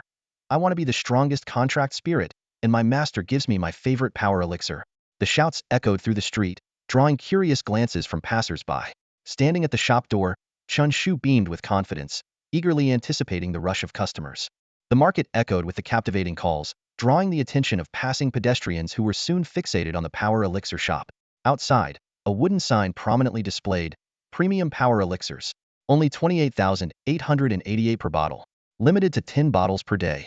Instantly, the crowd surged forward. Is this really premium power elixir? Someone doubted. Chen Shu shouted, absolutely authentic. 10 times your money back if it's fake. Are you going to give me 11 fake bottles then? Another person joked. Chen Shu, unfazed, continued, come on, it's the real deal. Guaranteed by Wang Qian from the Spirit Bureau. He invoked Wang Qian's name again, implying that any fake products could be reported directly to the Spirit Bureau. After all, a shop had more credibility than a street vendor. To Chen Shu's surprise, even though people believed him, there were still no takers. The reason was simple: money. To reach the maximum effect of the premium power elixir, one needed 40 bottles, costing over $1 million. Ordinary people couldn't afford it. Wealthy people, on the other hand, preferred to buy from reputable city stores where authenticity was guaranteed. By the end of the night, Chen Shu had sold only 1 bottle. Damn it, miscalculation, he cursed, realizing he had been too naive. Acting swiftly, Chen Shu pulled out a new wooden sign and wrote, today, I'm making a decision that defies my ancestors. Premium power elixirs, 25,000 per bottle, limited to 5 bottles. Why the limit? Because I'm afraid my ancestors will visit me at night. He nodded in satisfaction, confident that this would attract people. As a small shop, he couldn't compete with century-old establishments, so he planned to cut prices. 5 bottles a day wouldn't flood the market. Once the shop's reputation improved, he could raise prices and increase supply. This was a common business tactic: attract customers with discounts, then increase prices. Late at night, in room 102 of Nanjiang Second High School's dormitory, Chen Pai, what have you been up to lately? You come back exhausted every night. Don't tell me you're, Xie Sunan inquired. Of course, I've been making, Chen Shu paused, money. Su Xingxing advised, it's our senior year. Beast mastery grades are what's important. Chen Shu scoffed, don't talk to me about beast mastery. All I care about now is making money. With that, he quickly washed up and fell asleep. Xie Sunan sighed. Chen Pai is wasting his talent. Su Xingxing agreed. Yeah, at this rate, everyone in class will surpass him within a month. We're the only ones with both talent and hard work. The two shared a knowing smile and prepared to practice their beast mastery. Just then, a sudden aura emanated from the sleeping Chen Shu, transforming him entirely. Huh. Both of them stared in disbelief. Su Xingxing swallowed hard. Old Xie, does it seem like he broke through? Xie Sunan, equally astonished, replied, it seems so. Chen Shu was already a level 7 beast master. Breaking through to level 8 would make him the undisputed top student in the special training class. But he was clearly asleep. Their shock slowly turned into despair. Their motivation to practice vanished. It's disheartening enough when someone better than you works harder, but it's even worse when someone less diligent is still more successful. Old Xie, should we keep practicing? Practice my ass, let's sleep. I want to break through too. Xie Sunan flopped onto his bed, heartbroken by Chen Shu's progress. Su Xingxing, equally dejected, gazed at the moonlight outside the balcony, feeling melancholic. He even considered spending a couple of million to force a breakthrough. The next morning, feeling great, Chen Shu exclaimed, feeling refreshed and energized. What are you two up to? He immediately noticed Xie Sunan and Su Xingxing looking sleep-deprived with dark circles under their eyes. Though they went to bed, they had been too restless to sleep. Some things just get harder to let go the more you think about them. Xie Sunan asked expressionlessly, do you know what happened last night? Chen Shu looked around. What? Did that giant python come back? Su Xingxing sighed and shook his head. Did you break through? Chen Shu checked himself and confirmed he had indeed reached level 8 Beastmaster. He replied matter-of-factly, yeah, I broke through. So what? Aren't you surprised? The two of them stared, feeling another blow to their spirits. Chen Shu curled his lips in disdain. What's the big deal? An 8th level Beastmaster? Isn't that something anyone can achieve? Upon hearing this, Xie Sunan and Su Xingxing sighed deeply, exchanging helpless glances. They thought to themselves that life had become unbearable. They couldn't help but lament that despite their hard work and training every day, they still couldn't match the progress Chen Shu made just by sleeping. Noticing their reaction, Chen Shu earnestly said, I told you, sleeping and even squatting are forms of training. Do you believe me now? The three of them headed to the beast hall together. Along the way, Xie Sunan and Su Xingxing trudged wearily, casting resentful glances at Chen Shu. Their demeanor drew curious and puzzled looks from passers-by. Shen Wushuang approached from the front, about to speak, when someone raised their hand. Dulong, what is it? Shen Wushuang asked. Dulong stood up, his eyes gleaming with confidence. Teacher, today, I want to challenge Chen Shu. He looked provocatively at Chen Shu below and continued. Since the teacher said that the strongest should be the class monitor, I believe that should be me. As soon as he finished speaking, Dulong quickly summoned his earth dragon. The majestic beast immediately drew everyone's attention. Shen Wushuang's lips curled into a faint smile as he turned his gaze to Chen Shu. Chen Shu, what do you say? The special training class should be competitive. Only then can students fully unleash their potential. Chen Shu raised an eyebrow, thinking, someone wants to challenge me right after my breakthrough? It's like walking into the line of fire. He cleared his throat and said, I'm willing to accept, but we should set some standards. We can't have just anyone challenging me, right? He spread his hands and sighed. I need to study too, teacher. Shen Wushuang nodded. Fair enough. How about using a beast orb as the wager? Each student in the special training class receives a high-grade beast orb every month to accelerate their progress. I have no objections. Dulong agreed confidently. Although only a week had passed, his understanding of his skills had significantly improved. At that moment, 3 options suddenly appeared before Chen Shu. Option 1. Refuse the challenge and seriously ask, are you worthy? Reward, moderate amount of beast force. Option 2. Accept the challenge and give the earth dragon a thorough beating. Reward, 5 power flowers. Option 3. Pretend to refuse, then launch a surprise attack, displaying a bandit's audacity. Reward, 1 to the skill rebound force. Chen Shu's eyes flashed with a hint of cunning. He knew his slime was enough to intimidate any opponent. Dulong wanted to challenge him, but Chen Shu paused deliberately to catch his attention. Just as Dulong was about to use a taunt, a yellow figure suddenly appeared above his earth dragon. What the heck? You sneak attack again, Dulong exclaimed. A massive slime, over 10 meters tall, descended instantly. Its eyes were resolute, its expression strained as if it were constipated, seemingly trying to demonstrate its power to the earth dragon. Dulong couldn't react in time, but the earth dragon was more vigilant. It quickly formed a sharp earth spike aimed at the enormous creature above. However, the slime opened its mouth and unleashed a gust of wind, altering its landing point just enough to avoid the attack. Shen Wushuang nodded in approval, impressed by Chen Shu's skillful maneuver. The onlookers were astonished to see that the slime seemed to have grown even larger, its oppressive presence intensifying. An 8th level beast tamer? Shen Wushuang sensed the beast taming power emanating from Chen Shu and realized he had made a breakthrough. Su Xiaoyu and Tang Lai exchanged surprised glances. I remember his beast taming talent was ordinary, Shen Wushuang muttered, finding it incredible that this boy, who had contracted an level spirit, had such strength. Dulong tried to stay calm and shouted to encourage himself and his earth dragon.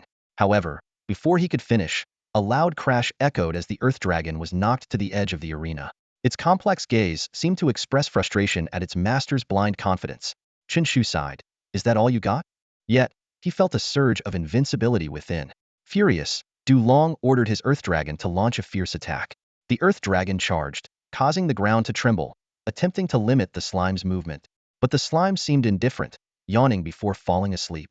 The earth dragon, enraged, slapped its paws at the slime, only to have them shattered, blood splattering. It desperately attacked with every part of its body but couldn't break through the slime's defense, eventually exhausting itself.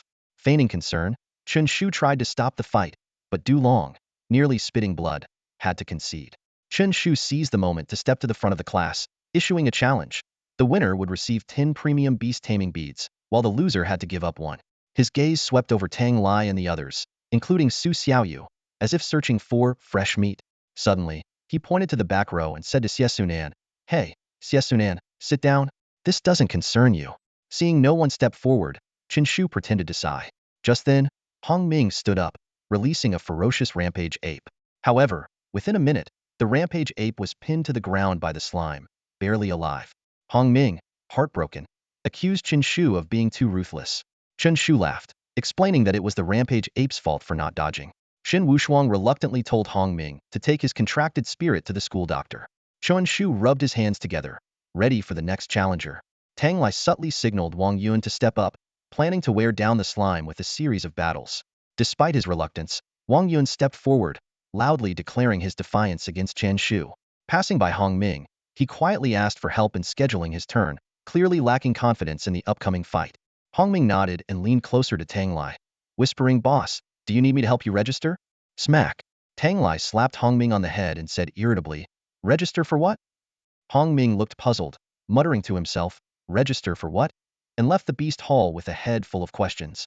"Let's go," Wang Yun commanded, summoning a desert crocodile. As soon as the massive creature appeared, it swung its thick tail and charged at the sleeping slime. Bang! The powerful tail struck the slime, but to everyone's surprise, the impact sent a shockwave back, causing the crocodile pain. It let out a howl, clearly not expecting the slime to have such strong counterforce. Wang Yun frowned, trying various attack methods, but none could penetrate the slime's defense.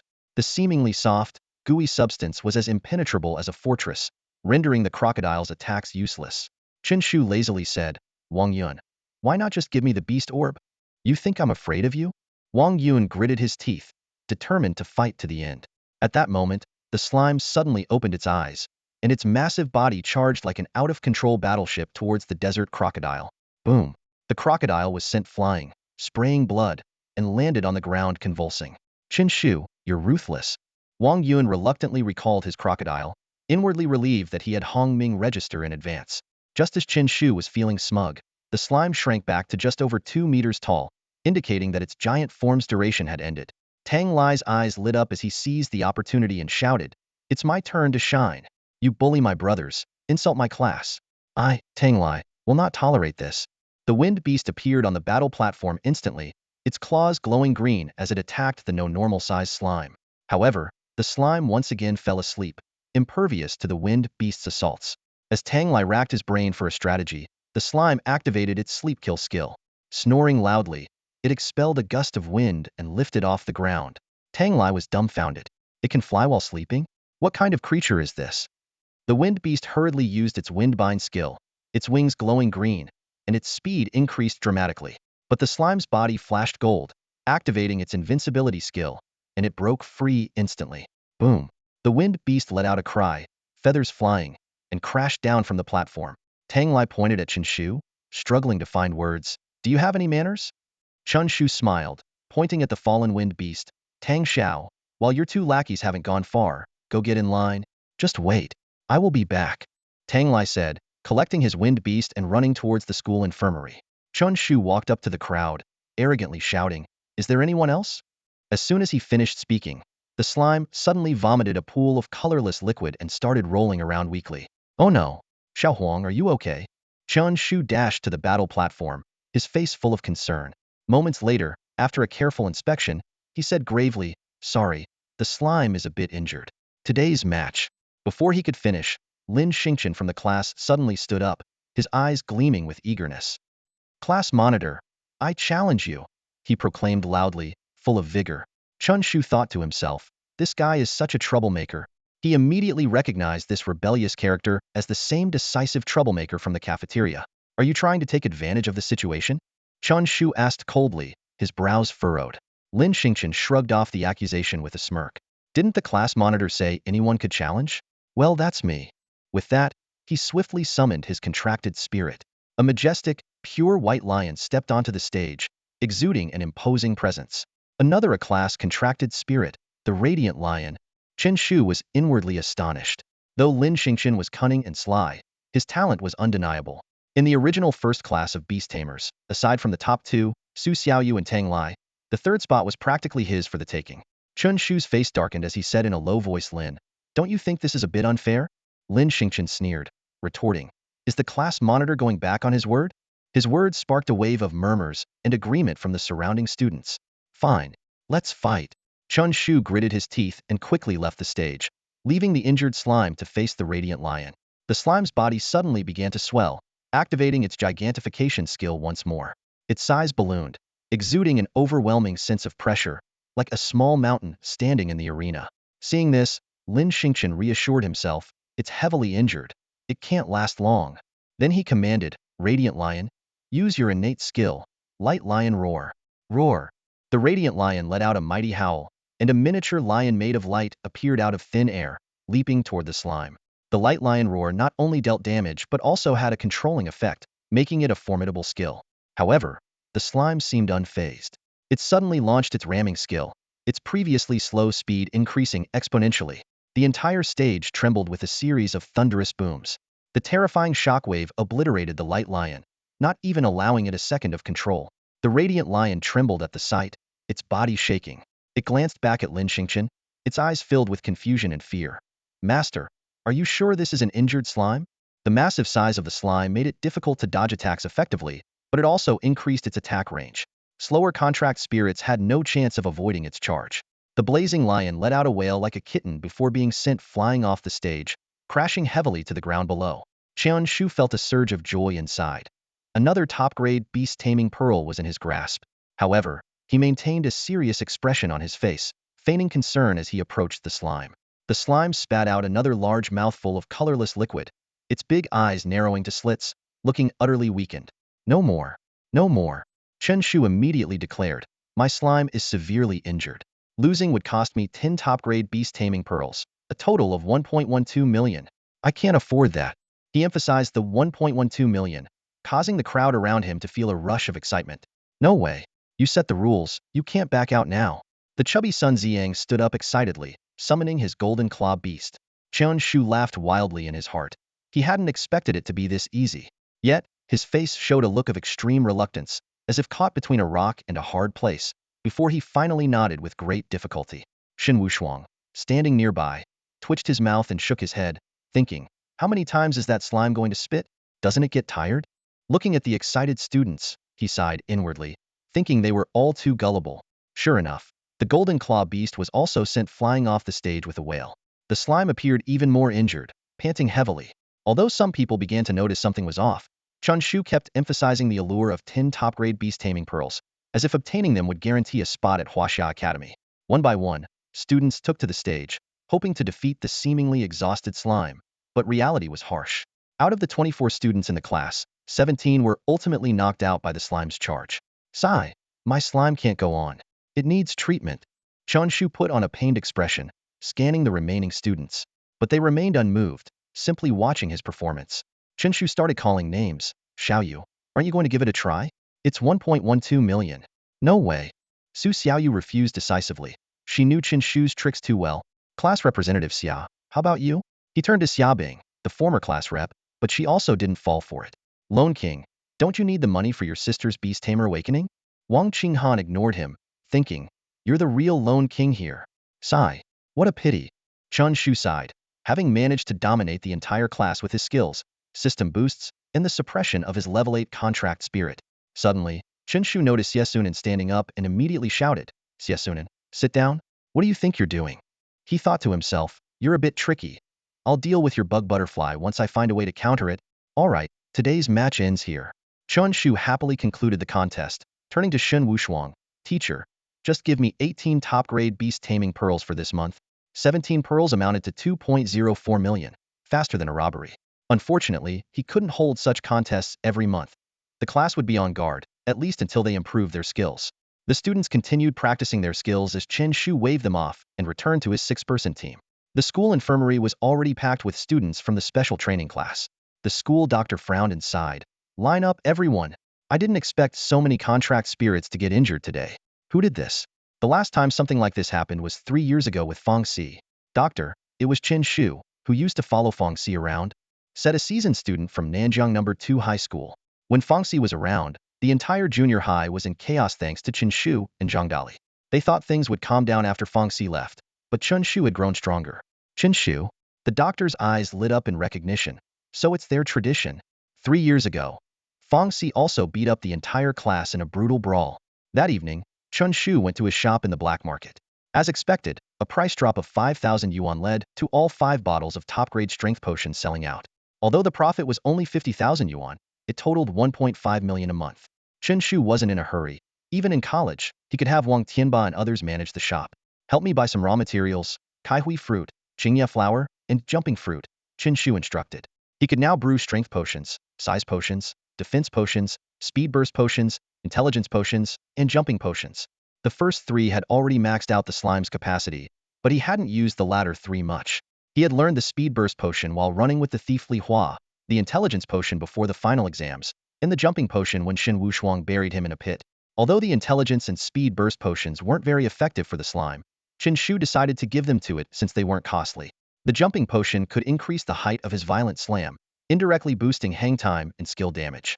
Keep the shop's income for buying more materials, Chen Shu said, trusting Wang Tianba completely. Your monthly wage is 10,000 yuan, and as the manager you get 20,000 yuan. Chen Shu left the shop, leaving the specific arrangements to Wang Tianba. He only needed to brew strength potions at school twice a week. The rest was handled by others. Peaceful days passed slowly. Chen Shu's routine involved provoking people, brewing potions, disciplining troublemakers, and occasionally studying. 3 weeks flew by, and the special training class students became increasingly excited.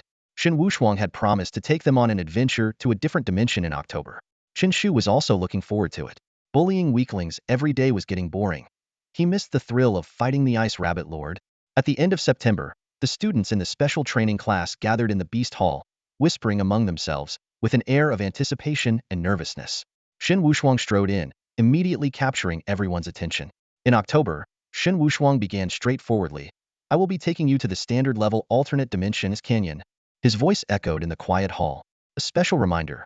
Make sure to prepare all kinds of warm clothing. In the alternate dimension, you'll not only face powerful beasts, but also harsh environments. Shen Wushuang's gaze swept over the crowd and finally landed on the trio in the back: Chen Shu, Xie Sunan, and Su Xingxing. He emphasized, leave all the unnecessary stuff behind. Chen Shu cleared his throat and turned to his companions. Old Xie, little Xing, did you hear that? No need to bring butcher knives or straitjackets. Xie Sunan and Su Xingxing both glared at Chen Shu, their eyes saying, you have no right to lecture us. Dismissed for today. Gather here again the day after tomorrow, Shen Wushuang announced.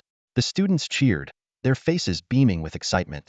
The trio of Chen Shu, Xie Sunan, and Su Xingxing walked out of the Beast Hall, arms around each other's shoulders, ready to discuss their preparations. Have you guys ever been to an alternate dimension? Chen Shu asked. Su Xingxing and Xie Sunan shook their heads simultaneously. No. Chen Shu sighed. You guys really haven't seen the world. He looked at Su Xingxing. You're a rich second generation. Of course, you don't have to go yourself. Then he turned to Xie Sunan. You only take city tasks, planning to hang love's radiance on beasts in the alternate dimension? Have you been there? The two looked at Chen Shu skeptically. Standing tall, Chen Shu began to boast about his glorious deeds. Ask around. Is the Qing'an forest chaotic or not? The bandits of Nanjiang call the shots. He vividly described his legendary experience of urinating on the head of an ice hare lord. Though they were skeptical, Su Xingxing and Xie Sunan thought that if anyone could pull off such ridiculous acts, it would be Chen Shu. Chen Pai, what should we bring then? Xie Sunan asked. Chen Shu, in a veteran's tone, replied, it's simple.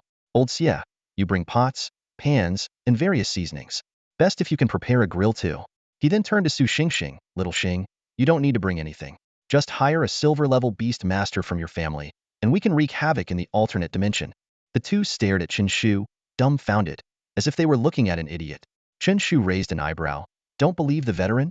Xie Sunan suddenly looked behind Chen Shu. Teacher Shen, what do you think? Chen Shu shivered and quickly turned around, only to see Shen Wushuang standing there expressionless. Don't rush, Shen Wushuang said calmly, patting Chen Shu's shoulder. The black-white python is digging a pit. Just as Chen Shu was about to flee, Shen Wushuang held him in place. Chen Shu grimaced. Teacher, I was wrong. Hiring a silver-level beastmaster, Shen Wushuang couldn't help but scoff. Why not hire a legendary beastmaster and clear out the whole alternate dimension? Chen Shu's eyes twinkled. Actually, I thought about it, but I was worried little Xing's family couldn't afford it. Bang! Shen Wushuang flicked Chen Shu's forehead. Behave yourself in the alternate dimension. Don't get others into trouble, understand? Got it, understood. Chen Shu nodded obediently. Shen Wushuang advised, make sure to prepare warm clothes, tents, sleeping bags, and the like. Chen Shu sighed inwardly. His plan to have Su Xingxing hire a bodyguard was thwarted. The three went home to start packing. Back in his room, Chen Shu was browsing information about Ice Canyon while calling out, "Mom, Dad, I'm home." Ice Canyon, located in the outskirts of Qingyang City, is a standard-level alternate dimension with harsher conditions than Qingyuan Forest. The temperature ranges from 0 to 10 degrees Celsius year-round. Chen Shu thought, "I didn't expect to need winter clothes in the fall. Though the environment is harsh, it's only comparable to a blue star winter." In contrast, the northern Huagua's destruction-level alternate dimension, Extreme Ice Abyss, is genuinely life-threateningly cold.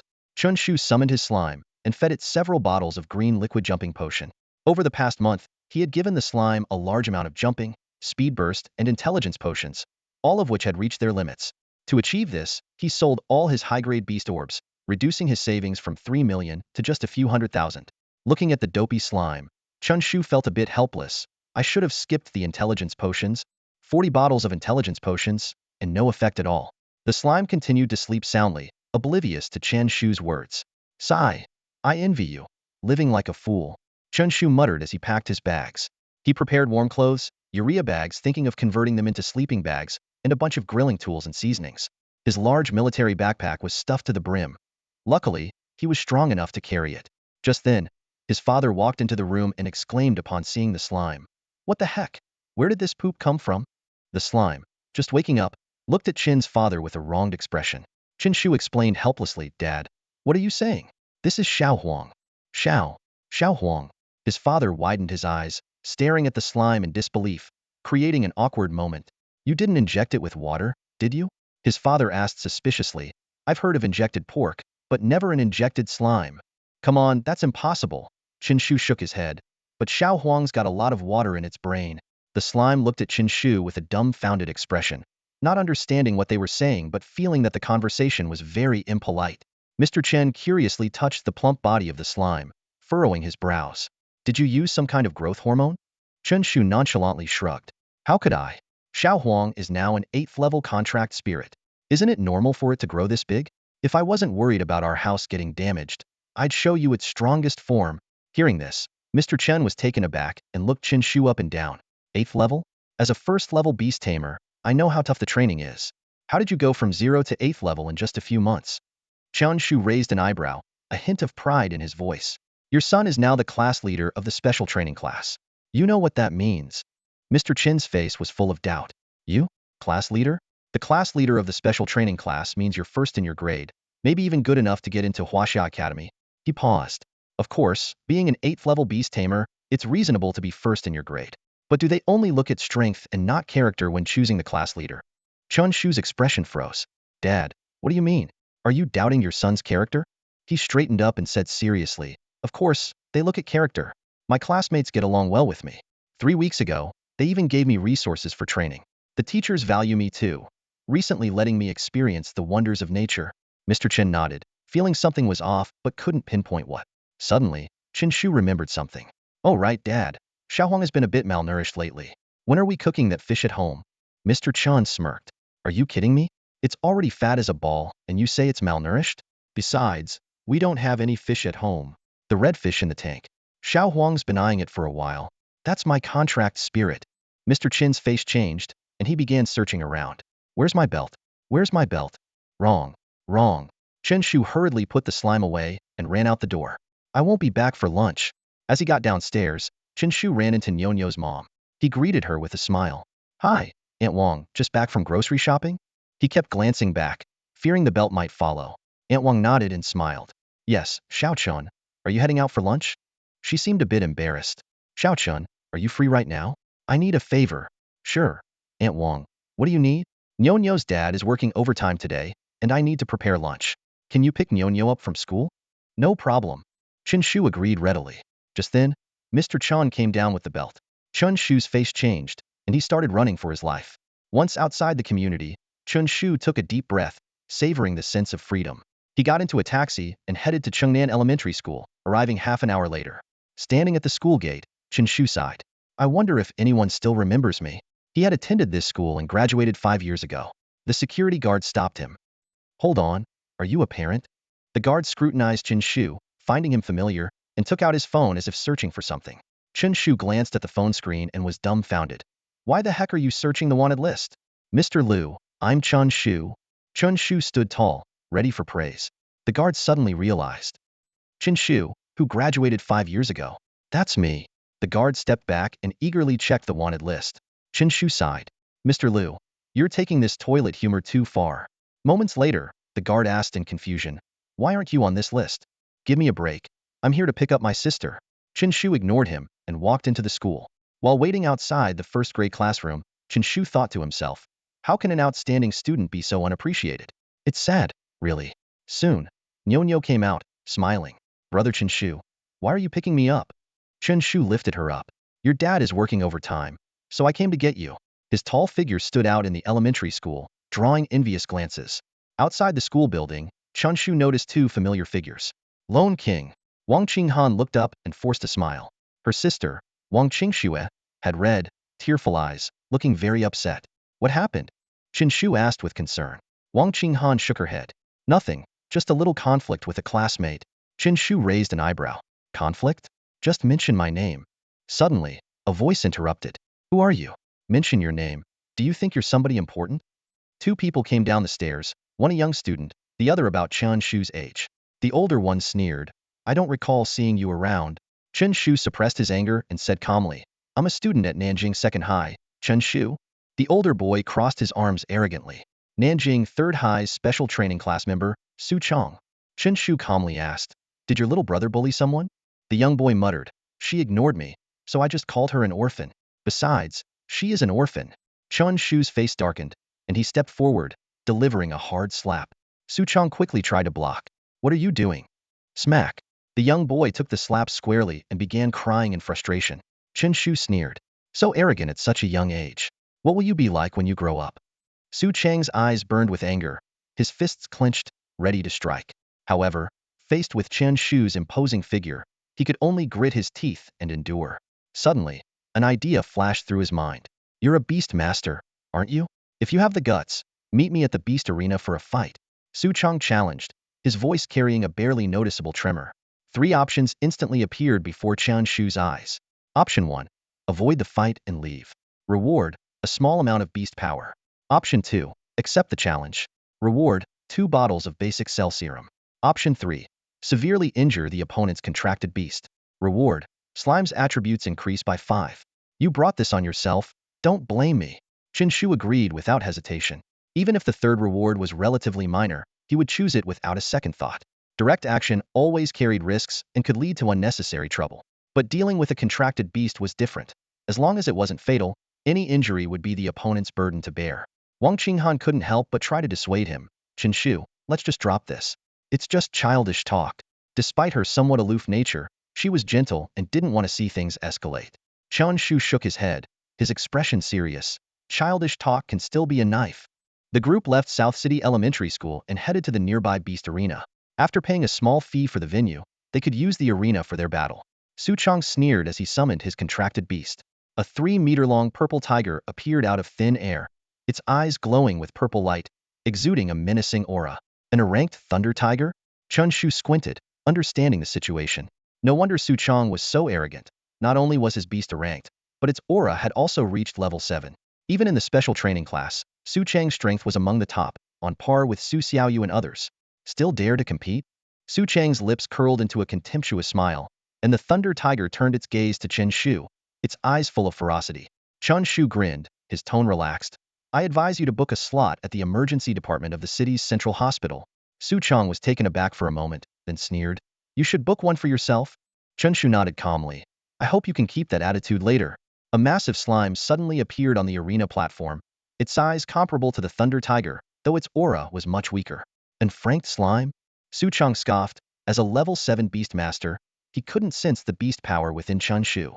Chen Shu said calmly, today, you'll definitely end up in the city's central hospital. Not even Jesus can stop it. Mark my words. The thunder tiger's limbs began to glow with purple light, electricity crackling around it. Compared to other elements, lightning had the highest destructive power. Die! The thunder tiger roared, pouncing toward the slime, intent on tearing it to pieces. Facing the charging thunder tiger, the slime lazily yawned and suddenly expanded. In the blink of an eye, a 15-meter-tall behemoth stood before everyone, making the once fearsome thunder tiger look like a trembling kitten. What the hell? Su Chang's eyes widened, his heart racing. The sight of the slime gave off an indescribable sense of oppression. Sensing its master's anger, the slime glared and launched a sudden charge. Dodge! Suchong shouted, but it was too late. Faced with this mountain, the Thunder Tiger was completely stunned. With a loud crash, the Thunder Tiger was sent flying, blood spurting from its mouth. As expected of an ranked beast, even the blood it spat out was more than that of ordinary beasts. According to the rules of the arena, the Thunder Tiger had already lost. But the slime clearly had no intention of stopping. It leaped high into the air. Oh crap! Suchong shuddered. If that massive thing landed, the Thunder Tiger would be seriously injured. He was about to recall his beast and admit defeat. Chen Shu, seeing through his intention, coldly warned, "If you dare recall it, the next one to be sat on will be you." Su Chang's face stiffened, and he swallowed hard. If that massive thing sat on him, he would be crushed instantly. Although he knew Chen Shu wouldn't actually do it, as it would be akin to murder, Su Chang didn't dare to take the risk. Especially with Chen Shu's menacing tone, he seemed like a desperate man with nothing to lose. With another crash, the slime landed heavily on the Thunder Tiger, its massive body pressing down and grinding. The faint sound of bones cracking could be heard. When dealing with people from the special training class, Chen Shu would hold back, as Xin Wushuang was watching. But now, he had no reason to restrain himself. Seconds ticked by, and sweat began to bead on Su Chang's forehead. His heart ached, but he didn't dare recall the Thunder Tiger, forced to watch helplessly as the slime continued its onslaught. Chen Shu's expression remained calm as he walked over to Su Chang. What do you want?" Su Chang involuntarily took a step back. Without warning, Chen Shu slapped Su Chang's brother hard across the face. "Taking advantage of your brother to do whatever you want?" Chen Shu smiled warmly, looking incredibly sunny.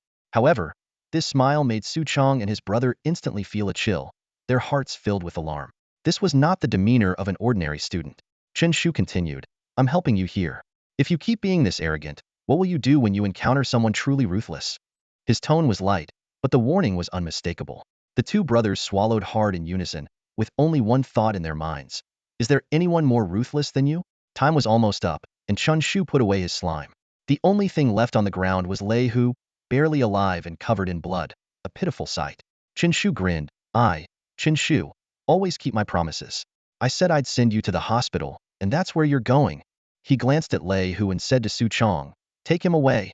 Su Chang, trembling, finally collected the near-dead Lei Hu. Chen Shu's tone softened as he patted the boy's head. "Remember, from now on, Wang Qingxue is in charge of your class, got it?" Yes. Su Chang's younger brother nodded dumbly, mustering the courage to ask, "Are you Chen Shu? I've heard the teacher mention you." Chen Shu raised an eyebrow. "What did the teacher say?" "Not to mess with you. And what else?" "And not to mess with Fong Si." Smack. Chen Shu slapped him again. "And you still didn't listen to the teacher." The boy covered his face, too aggrieved to speak. Chen Shu emphasized one last time. "From now on, Wang Qingxue is like a sister to me, Chen Shu. Understand?" The Su brothers nodded in unison, and only then did Chen Shu and his group leave the beast taming pavilion. Su Chang's Lei Hu was severely injured. Without medical intervention, it would take at least 6 months to recover. This delay would essentially ruin his senior year. Unless they used the hospital's special medicine, which was prohibitively expensive for an average family, they'd have to choose between saving money or Su Chang's future. Wang Qinghan spoke up. "Chen Shu, thank you." She had little time to take care of her younger sister due to her own studies, causing Wang Qingxue to suffer a lot. The harsh words from others were hard even for adults to handle, let alone a 10-year-old child. Sometimes, a careless remark could become a lifelong shadow for someone else. Chen Shu waved it off casually. "No problem. Sister Fong Si asked me to look after you." As it got late, Chen Shu took the three of them out for a meal. 2 days flew by.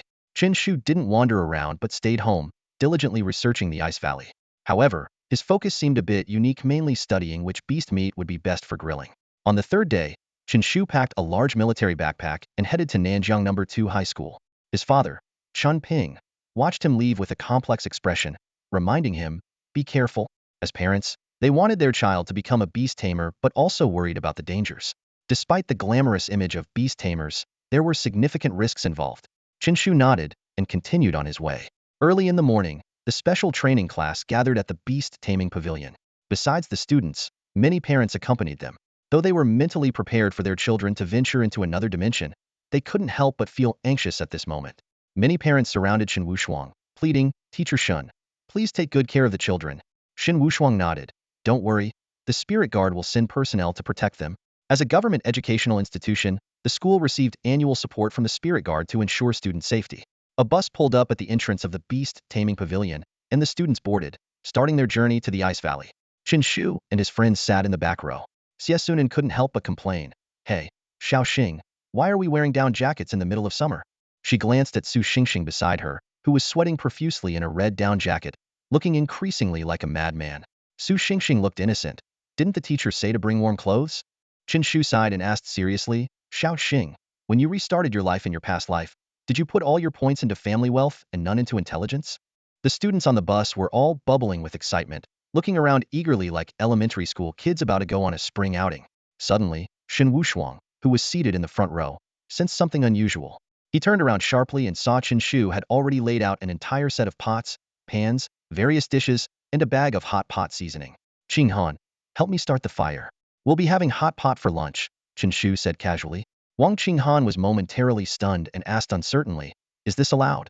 Chen Shu nodded nonchalantly. No problem. I've cooked snail noodles on the bus before. As soon as he finished speaking, a fire elemental spirit appeared instantly, and everyone around felt a wave of heat, causing them to back away. Shen Wushuang's heart skipped a beat, and cold sweat drenched his back. Quick, put away the contracted spirit, he shouted urgently. Wang Qinghan immediately retracted the fire elemental spirit upon hearing this. Shen Wushuang's mouth twitched as he turned to Chen Shu, his tone filled with exasperation. Are you out of your mind? Cooking hot pot on a bus with a contracted spirit? Aren't you afraid it will explode? Chen Shu was taken aback for a moment and explained, Qinghan, you only need to summon a small part of the fire elemental spirit's body. Wang Qinghan looked confused and spread his hands, indicating he didn't know how. That's partial summoning. High school students can't do that. Shen Wushuang said helplessly. It's not hard, Chen Shu said, and suddenly, two big, cute eyes appeared in front of Shen Wushuang. Holy crap! What's that? Shen Wushuang jumped back in fright, and then realized it was a slime's eyes. You can do partial summoning? Shen Wushuang's eyes widened, looking as if he'd seen a ghost. Don't make a fuss. Chen Shu retracted the slime, secretly thinking about the trick Fong Si had taught him, though he hadn't quite mastered it yet. Shen Wushuang finally calmed down but kept casting curious glances at Chen Shu. Just because you can doesn't mean others can. Put all this stuff away. What did you even bring? Chen Shu had no choice but to pack everything up. It seemed that having hot pot was out of the question. Don't summon contracted spirits on the bus, especially fire ones. Look at how hot everyone got, Shen Wushuang sighed, rubbing his temples. And Su Xingxing, can you take off your down jacket first? He felt that these students were the most troublesome he'd ever led. He thought about how he had assured the parents of the students' safety at the school gate. If the bus exploded right after leaving the school, sending all the students spiraling into the sky, the scene would be unimaginable. Shen Wushuang decided not to sit in the front row anymore, but instead sat right next to Chen Shu, keeping a close eye on him the whole way, not daring to take a nap. In the afternoon, the special training class finally arrived safely at Binggu Town in Qingyang City. Like Qingyuan Town, it was a town established outside an alternate dimension, responsible for resource trading and providing supplies for beast tamers. We'll rest in town tonight and set off for the Ice Canyon early tomorrow, Shen Wushuang reminded them again. Make sure you're prepared with warm clothing, sleeping bags, tents, food, and water. After settling into their accommodations, Shen Wushuang allowed everyone to wander around the town but specifically warned Chen Shu and his two friends. Don't blow up Binggu Town. Chen Shu muttered to himself, am I really that reckless? The three left the hotel and sampled the unique fierce beast cuisine of Binggu Town. Although it was already October and autumn had set in, the temperature here was much lower, and passers-by were wearing long-sleeve jackets, clearly influenced by the nearby ice canyon. Let's go accept a mission. Chen Shu was eager, hoping to get a mission involving a Lord-level fierce beast. At the Beast Tamers Association Mission Hall, Chen Shu got straight to the point. Do you have any missions involving Lord-level fierce beasts? Everyone in the hall turned to look, initially thinking some big shot had arrived. But upon seeing three young people, they all showed doubtful expressions. The service staff hesitated and said, we have a mission to hunt a Lord-level frost giant wolf. The three took the mission slip and saw the detailed task. Hunt the black iron-level frost giant wolf lord and submit its intact heart. The difficulty was extremely high. This was a privately issued mission requiring a Fevethizandiuan deposit and offered a reward of 4 million Huaxia currency. The mission's challenges included the frost giant wolf's strong pack mentality, expertise in ice and snow combat, and the lord's violent nature. With one lord already fallen, the remaining lords would be more vigilant. The mission note emphasized not to take it unless absolutely confident in their abilities. It's not an official mission, Chen Shu frowned, meaning they would have to pay the deposit. Xie Sunan shook his head. Too expensive. Let's forget it. The Fevethizandiuan deposit was no small amount, not to mention hunting a black iron level lord. With the three of them, it was impossible unless they could convince Shen Wushuang to help. I'll take the mission. Just as the two were hesitating, Su Xingxing suddenly declared. The service staff reminded again. This mission requires a Fivethazandiyuan deposit. Su Xingxing frowned slightly. If others saw me, they'd think I couldn't afford it. We'll each take one. He swiftly pulled out a bank card. Chen Shu and Xie Sunan were dumbfounded. Is this the aura of a rich second generation? Sorry, each person can only take one mission. The service staff was somewhat surprised by the young man's generosity. Xie Sunan tried to persuade him softly. Xingxing, we just came to see if there were any easy missions and show off a bit. We can't handle this one. Su Xingxing waved it off nonchalantly. It's fine. It's my first mission, so it has to be high-end. 5,000 yuan just for fun. Chen Shu and Xie Sunan exchanged glances, both thinking the same thing. Is this the joy of being wealthy? As the three were about to accept their mission, a mocking voice suddenly echoed. Oh, who do we have here? It's you, kid. In a rush to get reincarnated. Are we? Chen Shu turned around to see a burly man in black, arms crossed and a sneer playing on his lips. Chen Shu was momentarily taken aback, but quickly recognized him. It was Huang Wei, the archenemy of Zhou Shi's beast taming squad. Recalling the lesson they had taught him before, Chen Shu couldn't help but smirk. Brother Weasel, is that you? Haven't seen you in 2 months, and you've let yourself go? Chen Shu said in a deliberately flippant tone. Huang Wei's mouth twitched, a flash of anger in his eyes. You're the weasel, you little punk. Still got that filthy mouth, huh? Feigning humility, Chen Shu casually replied. Just so-so, third in Nanjiang. Huang Wei sneered, a glint of malice in his eyes. Coincidentally, I'm headed to the Ice Canyon too. Zhou Shi can't protect you there. With that, he turned to leave. At that moment, a hand suddenly clamped down on Huang Wei's shoulder. Startled, Huang Wei turned to see a stern-faced man behind him.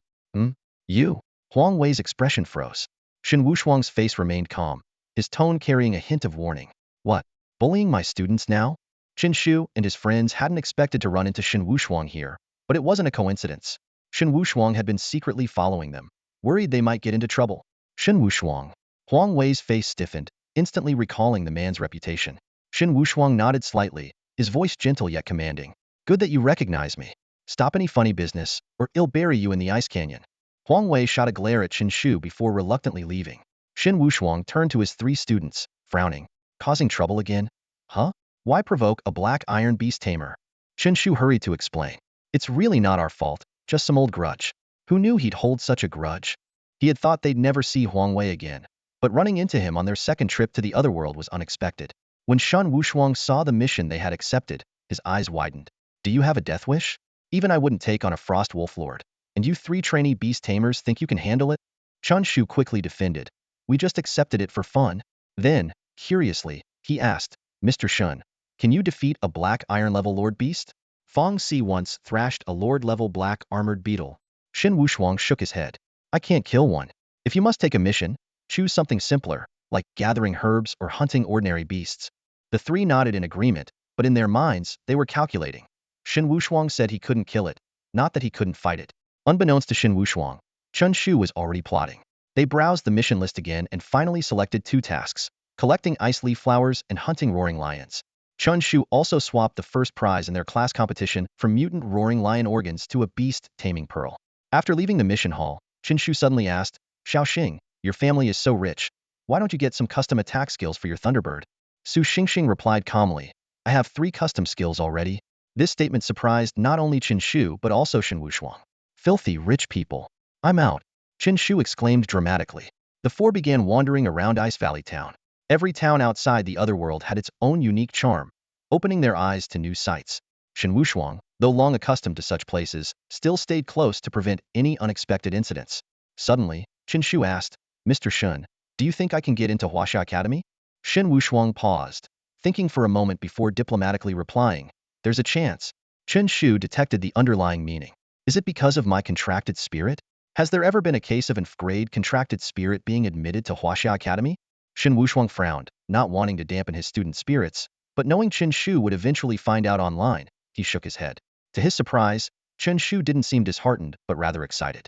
Shen Wushuang asked, why are you so happy? Chen Shu grinned, his eyes sparkling with confidence.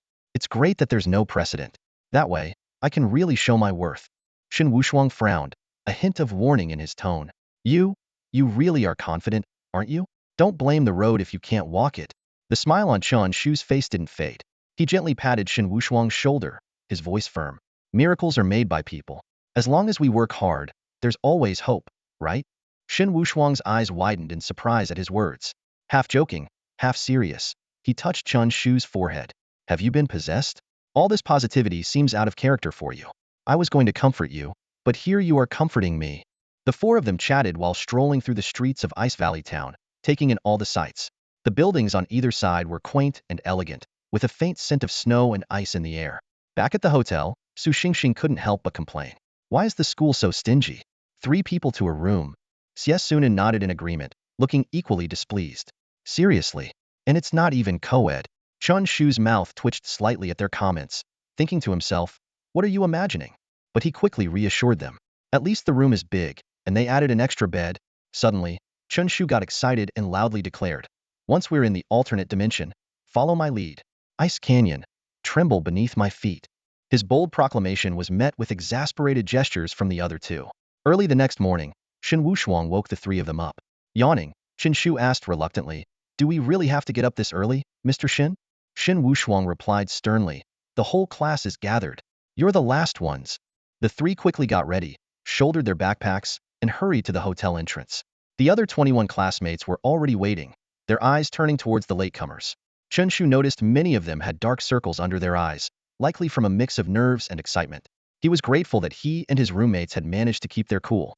With a command from Shen Wushuang, let's go. The class set off towards the back of the town.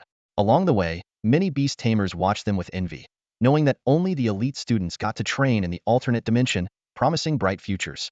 Deep within the town, a towering building loomed in the thick fog.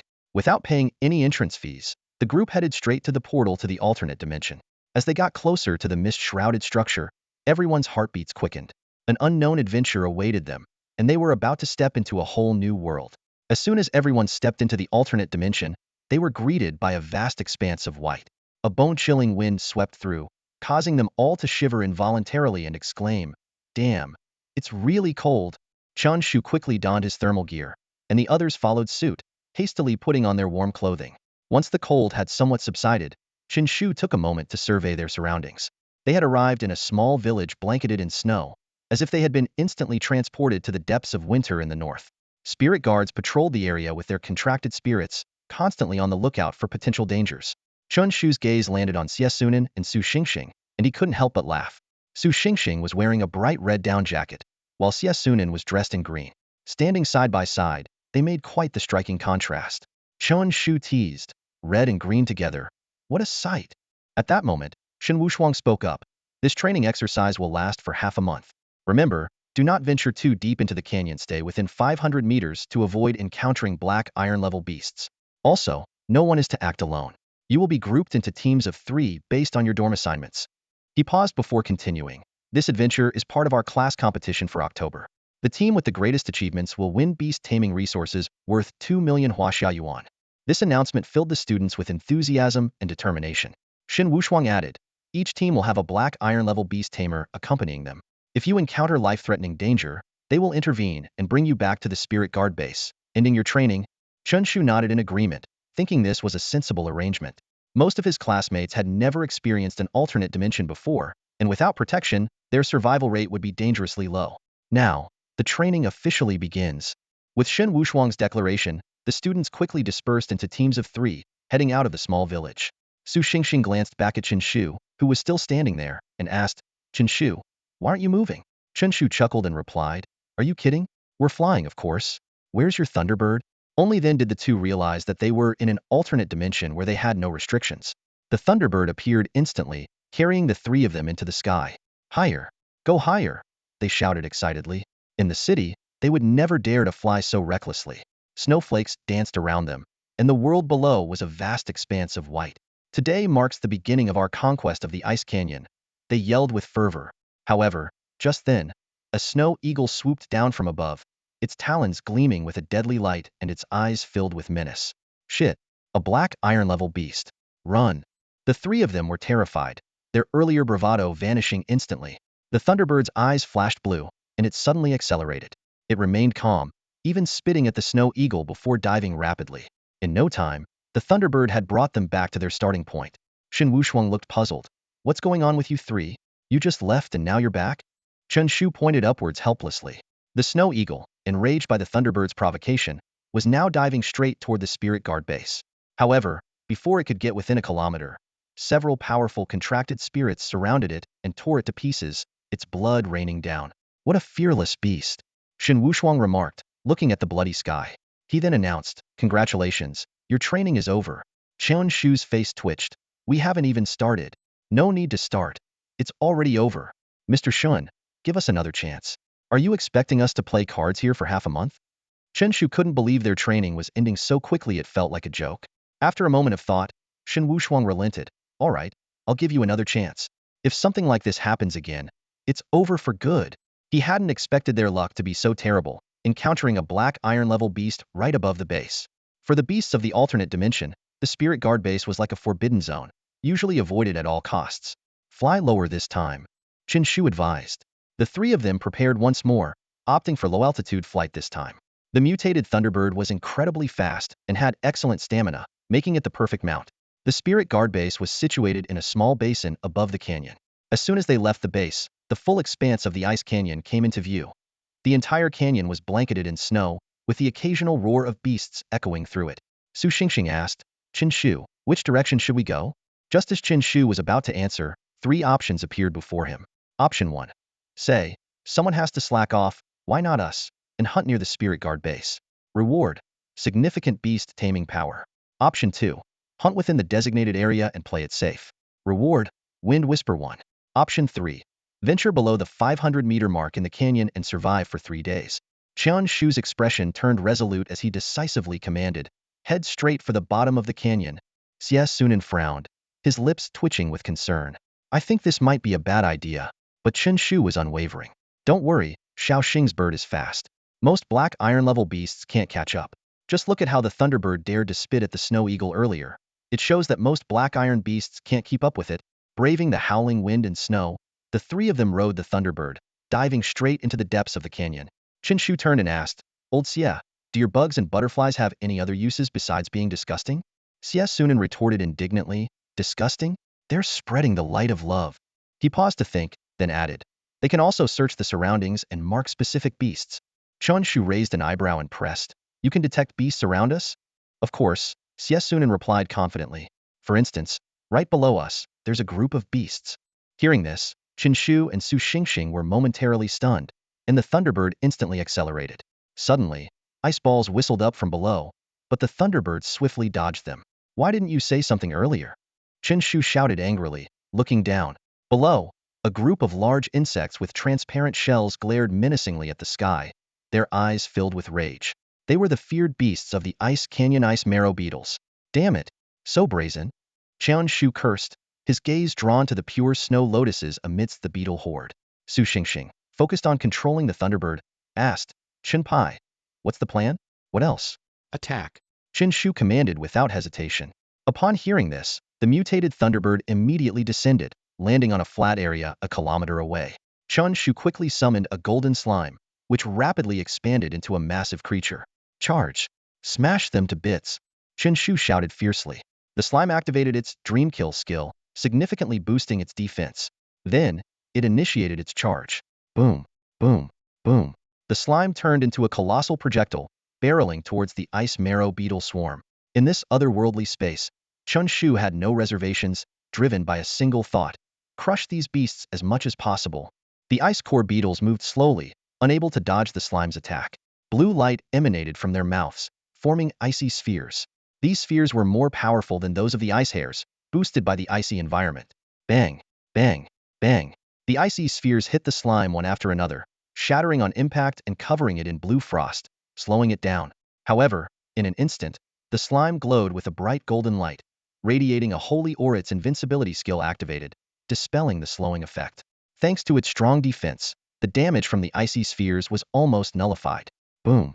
Like a bowling ball, the slime crashed into several ice core beetles, sending them flying.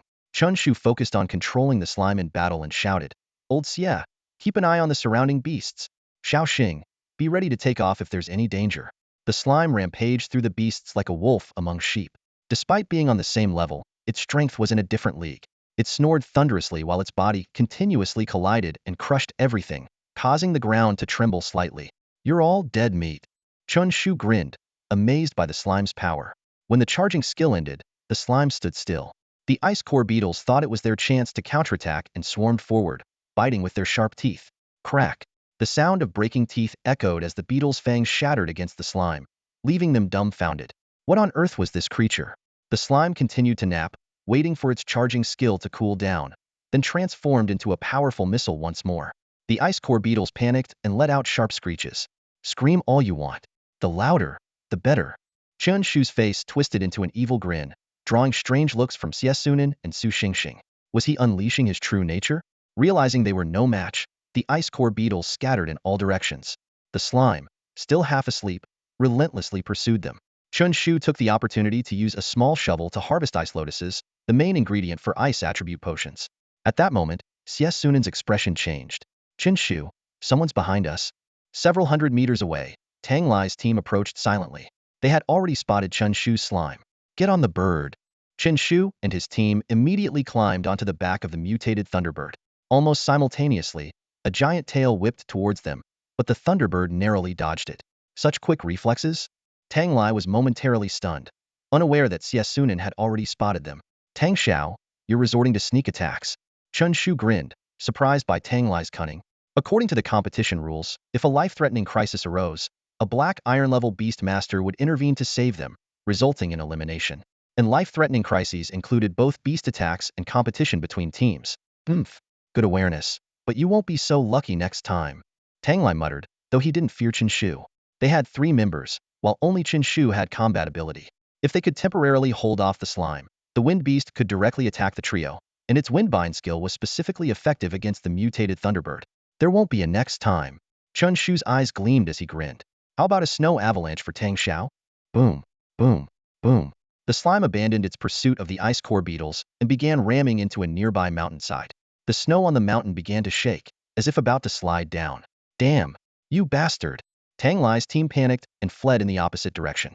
Moments later, the snow on the mountain began to slide, its speed increasing rapidly, triggering avalanches on several nearby peaks. The thunderous collapse echoed, even causing Chen Shu to tremble as he quickly recalled the slime. The world seemed filled with the deafening roar of the avalanche, with more snow falling and sliding down. Chen Shu hadn't anticipated such a massive commotion. In reality, the ice canyon experienced a major avalanche every few years. Chen Shu had merely accelerated the process slightly. High above, Shen Wushuang stood on his powerful ice wand, looking down at the avalanche. Damn, I knew this guy was up to no good. His black and white giant python was just a defensive contract spirit. His true combat strength came from his first contract spirit, the glass ice wand. Looks like more people will be eliminated. Shen Wushuang watched coldly. His duty was to ensure the safety of Chen Shu and his team. But as the instigator, how could he be in any danger? The Thunderbird flew at an incredible speed, carrying the trio away from the danger zone. Wang Yuan was in a panic. What about Tang Xiao? What about him? Use your damn mouth to talk. Tang Lai was equally frantic, shouting for help. His wind beast was different from the Thunderbird. It couldn't carry 3 people. If one person was eliminated, the whole team would be wiped out. In the distance, a 6-member beast master team was on the move. An older man cursed loudly. Damn it. Today isn't supposed to be avalanche day. Which disaster caused it to happen early? Find a cave in the mountain wall. Quick. The beast master team quickly sprang into action. The ice canyon's walls were riddled with caves, most of them beast dens. As long as they could hide in one before the avalanche hit, they would be safe. With the strength of their contract spirits, they could easily break through the snow later. But if they couldn't find a cave, they were in trouble. The avalanche's force would sweep ordinary people away, potentially killing them or leaving them unconscious and unable to summon their contract spirits. Experienced beast masters quickly found nearby caves, but the students in the special training class were at a loss. Staring at the terrifying avalanche, Tang Xiao could only mutter, damn it. The spirit guard army, which had been following the trio, intervened and rescued them. Besides Tang Lai's team, 3 other teams were also eliminated. Chen Shu's avalanche had wiped out half the participants. The trio reached a safe location. Achoo! Chen Shu sneezed. Damn, am I getting weak? Xie Sunan, still hearing the avalanche's roar in his ears, muttered, I think too many people are cursing you. Su Xingxing nodded in agreement. Chen Shu hadn't expected such a massive effect and defended himself. It's the snowflake's fault, not mine. That's all for today. Thank you so much for watching. I hope you guys enjoyed. If you wish to have another part of this recap, please give us at least 1,000 likes. Please don't forget to comment and subscribe to our channel for more content like this. Until next time.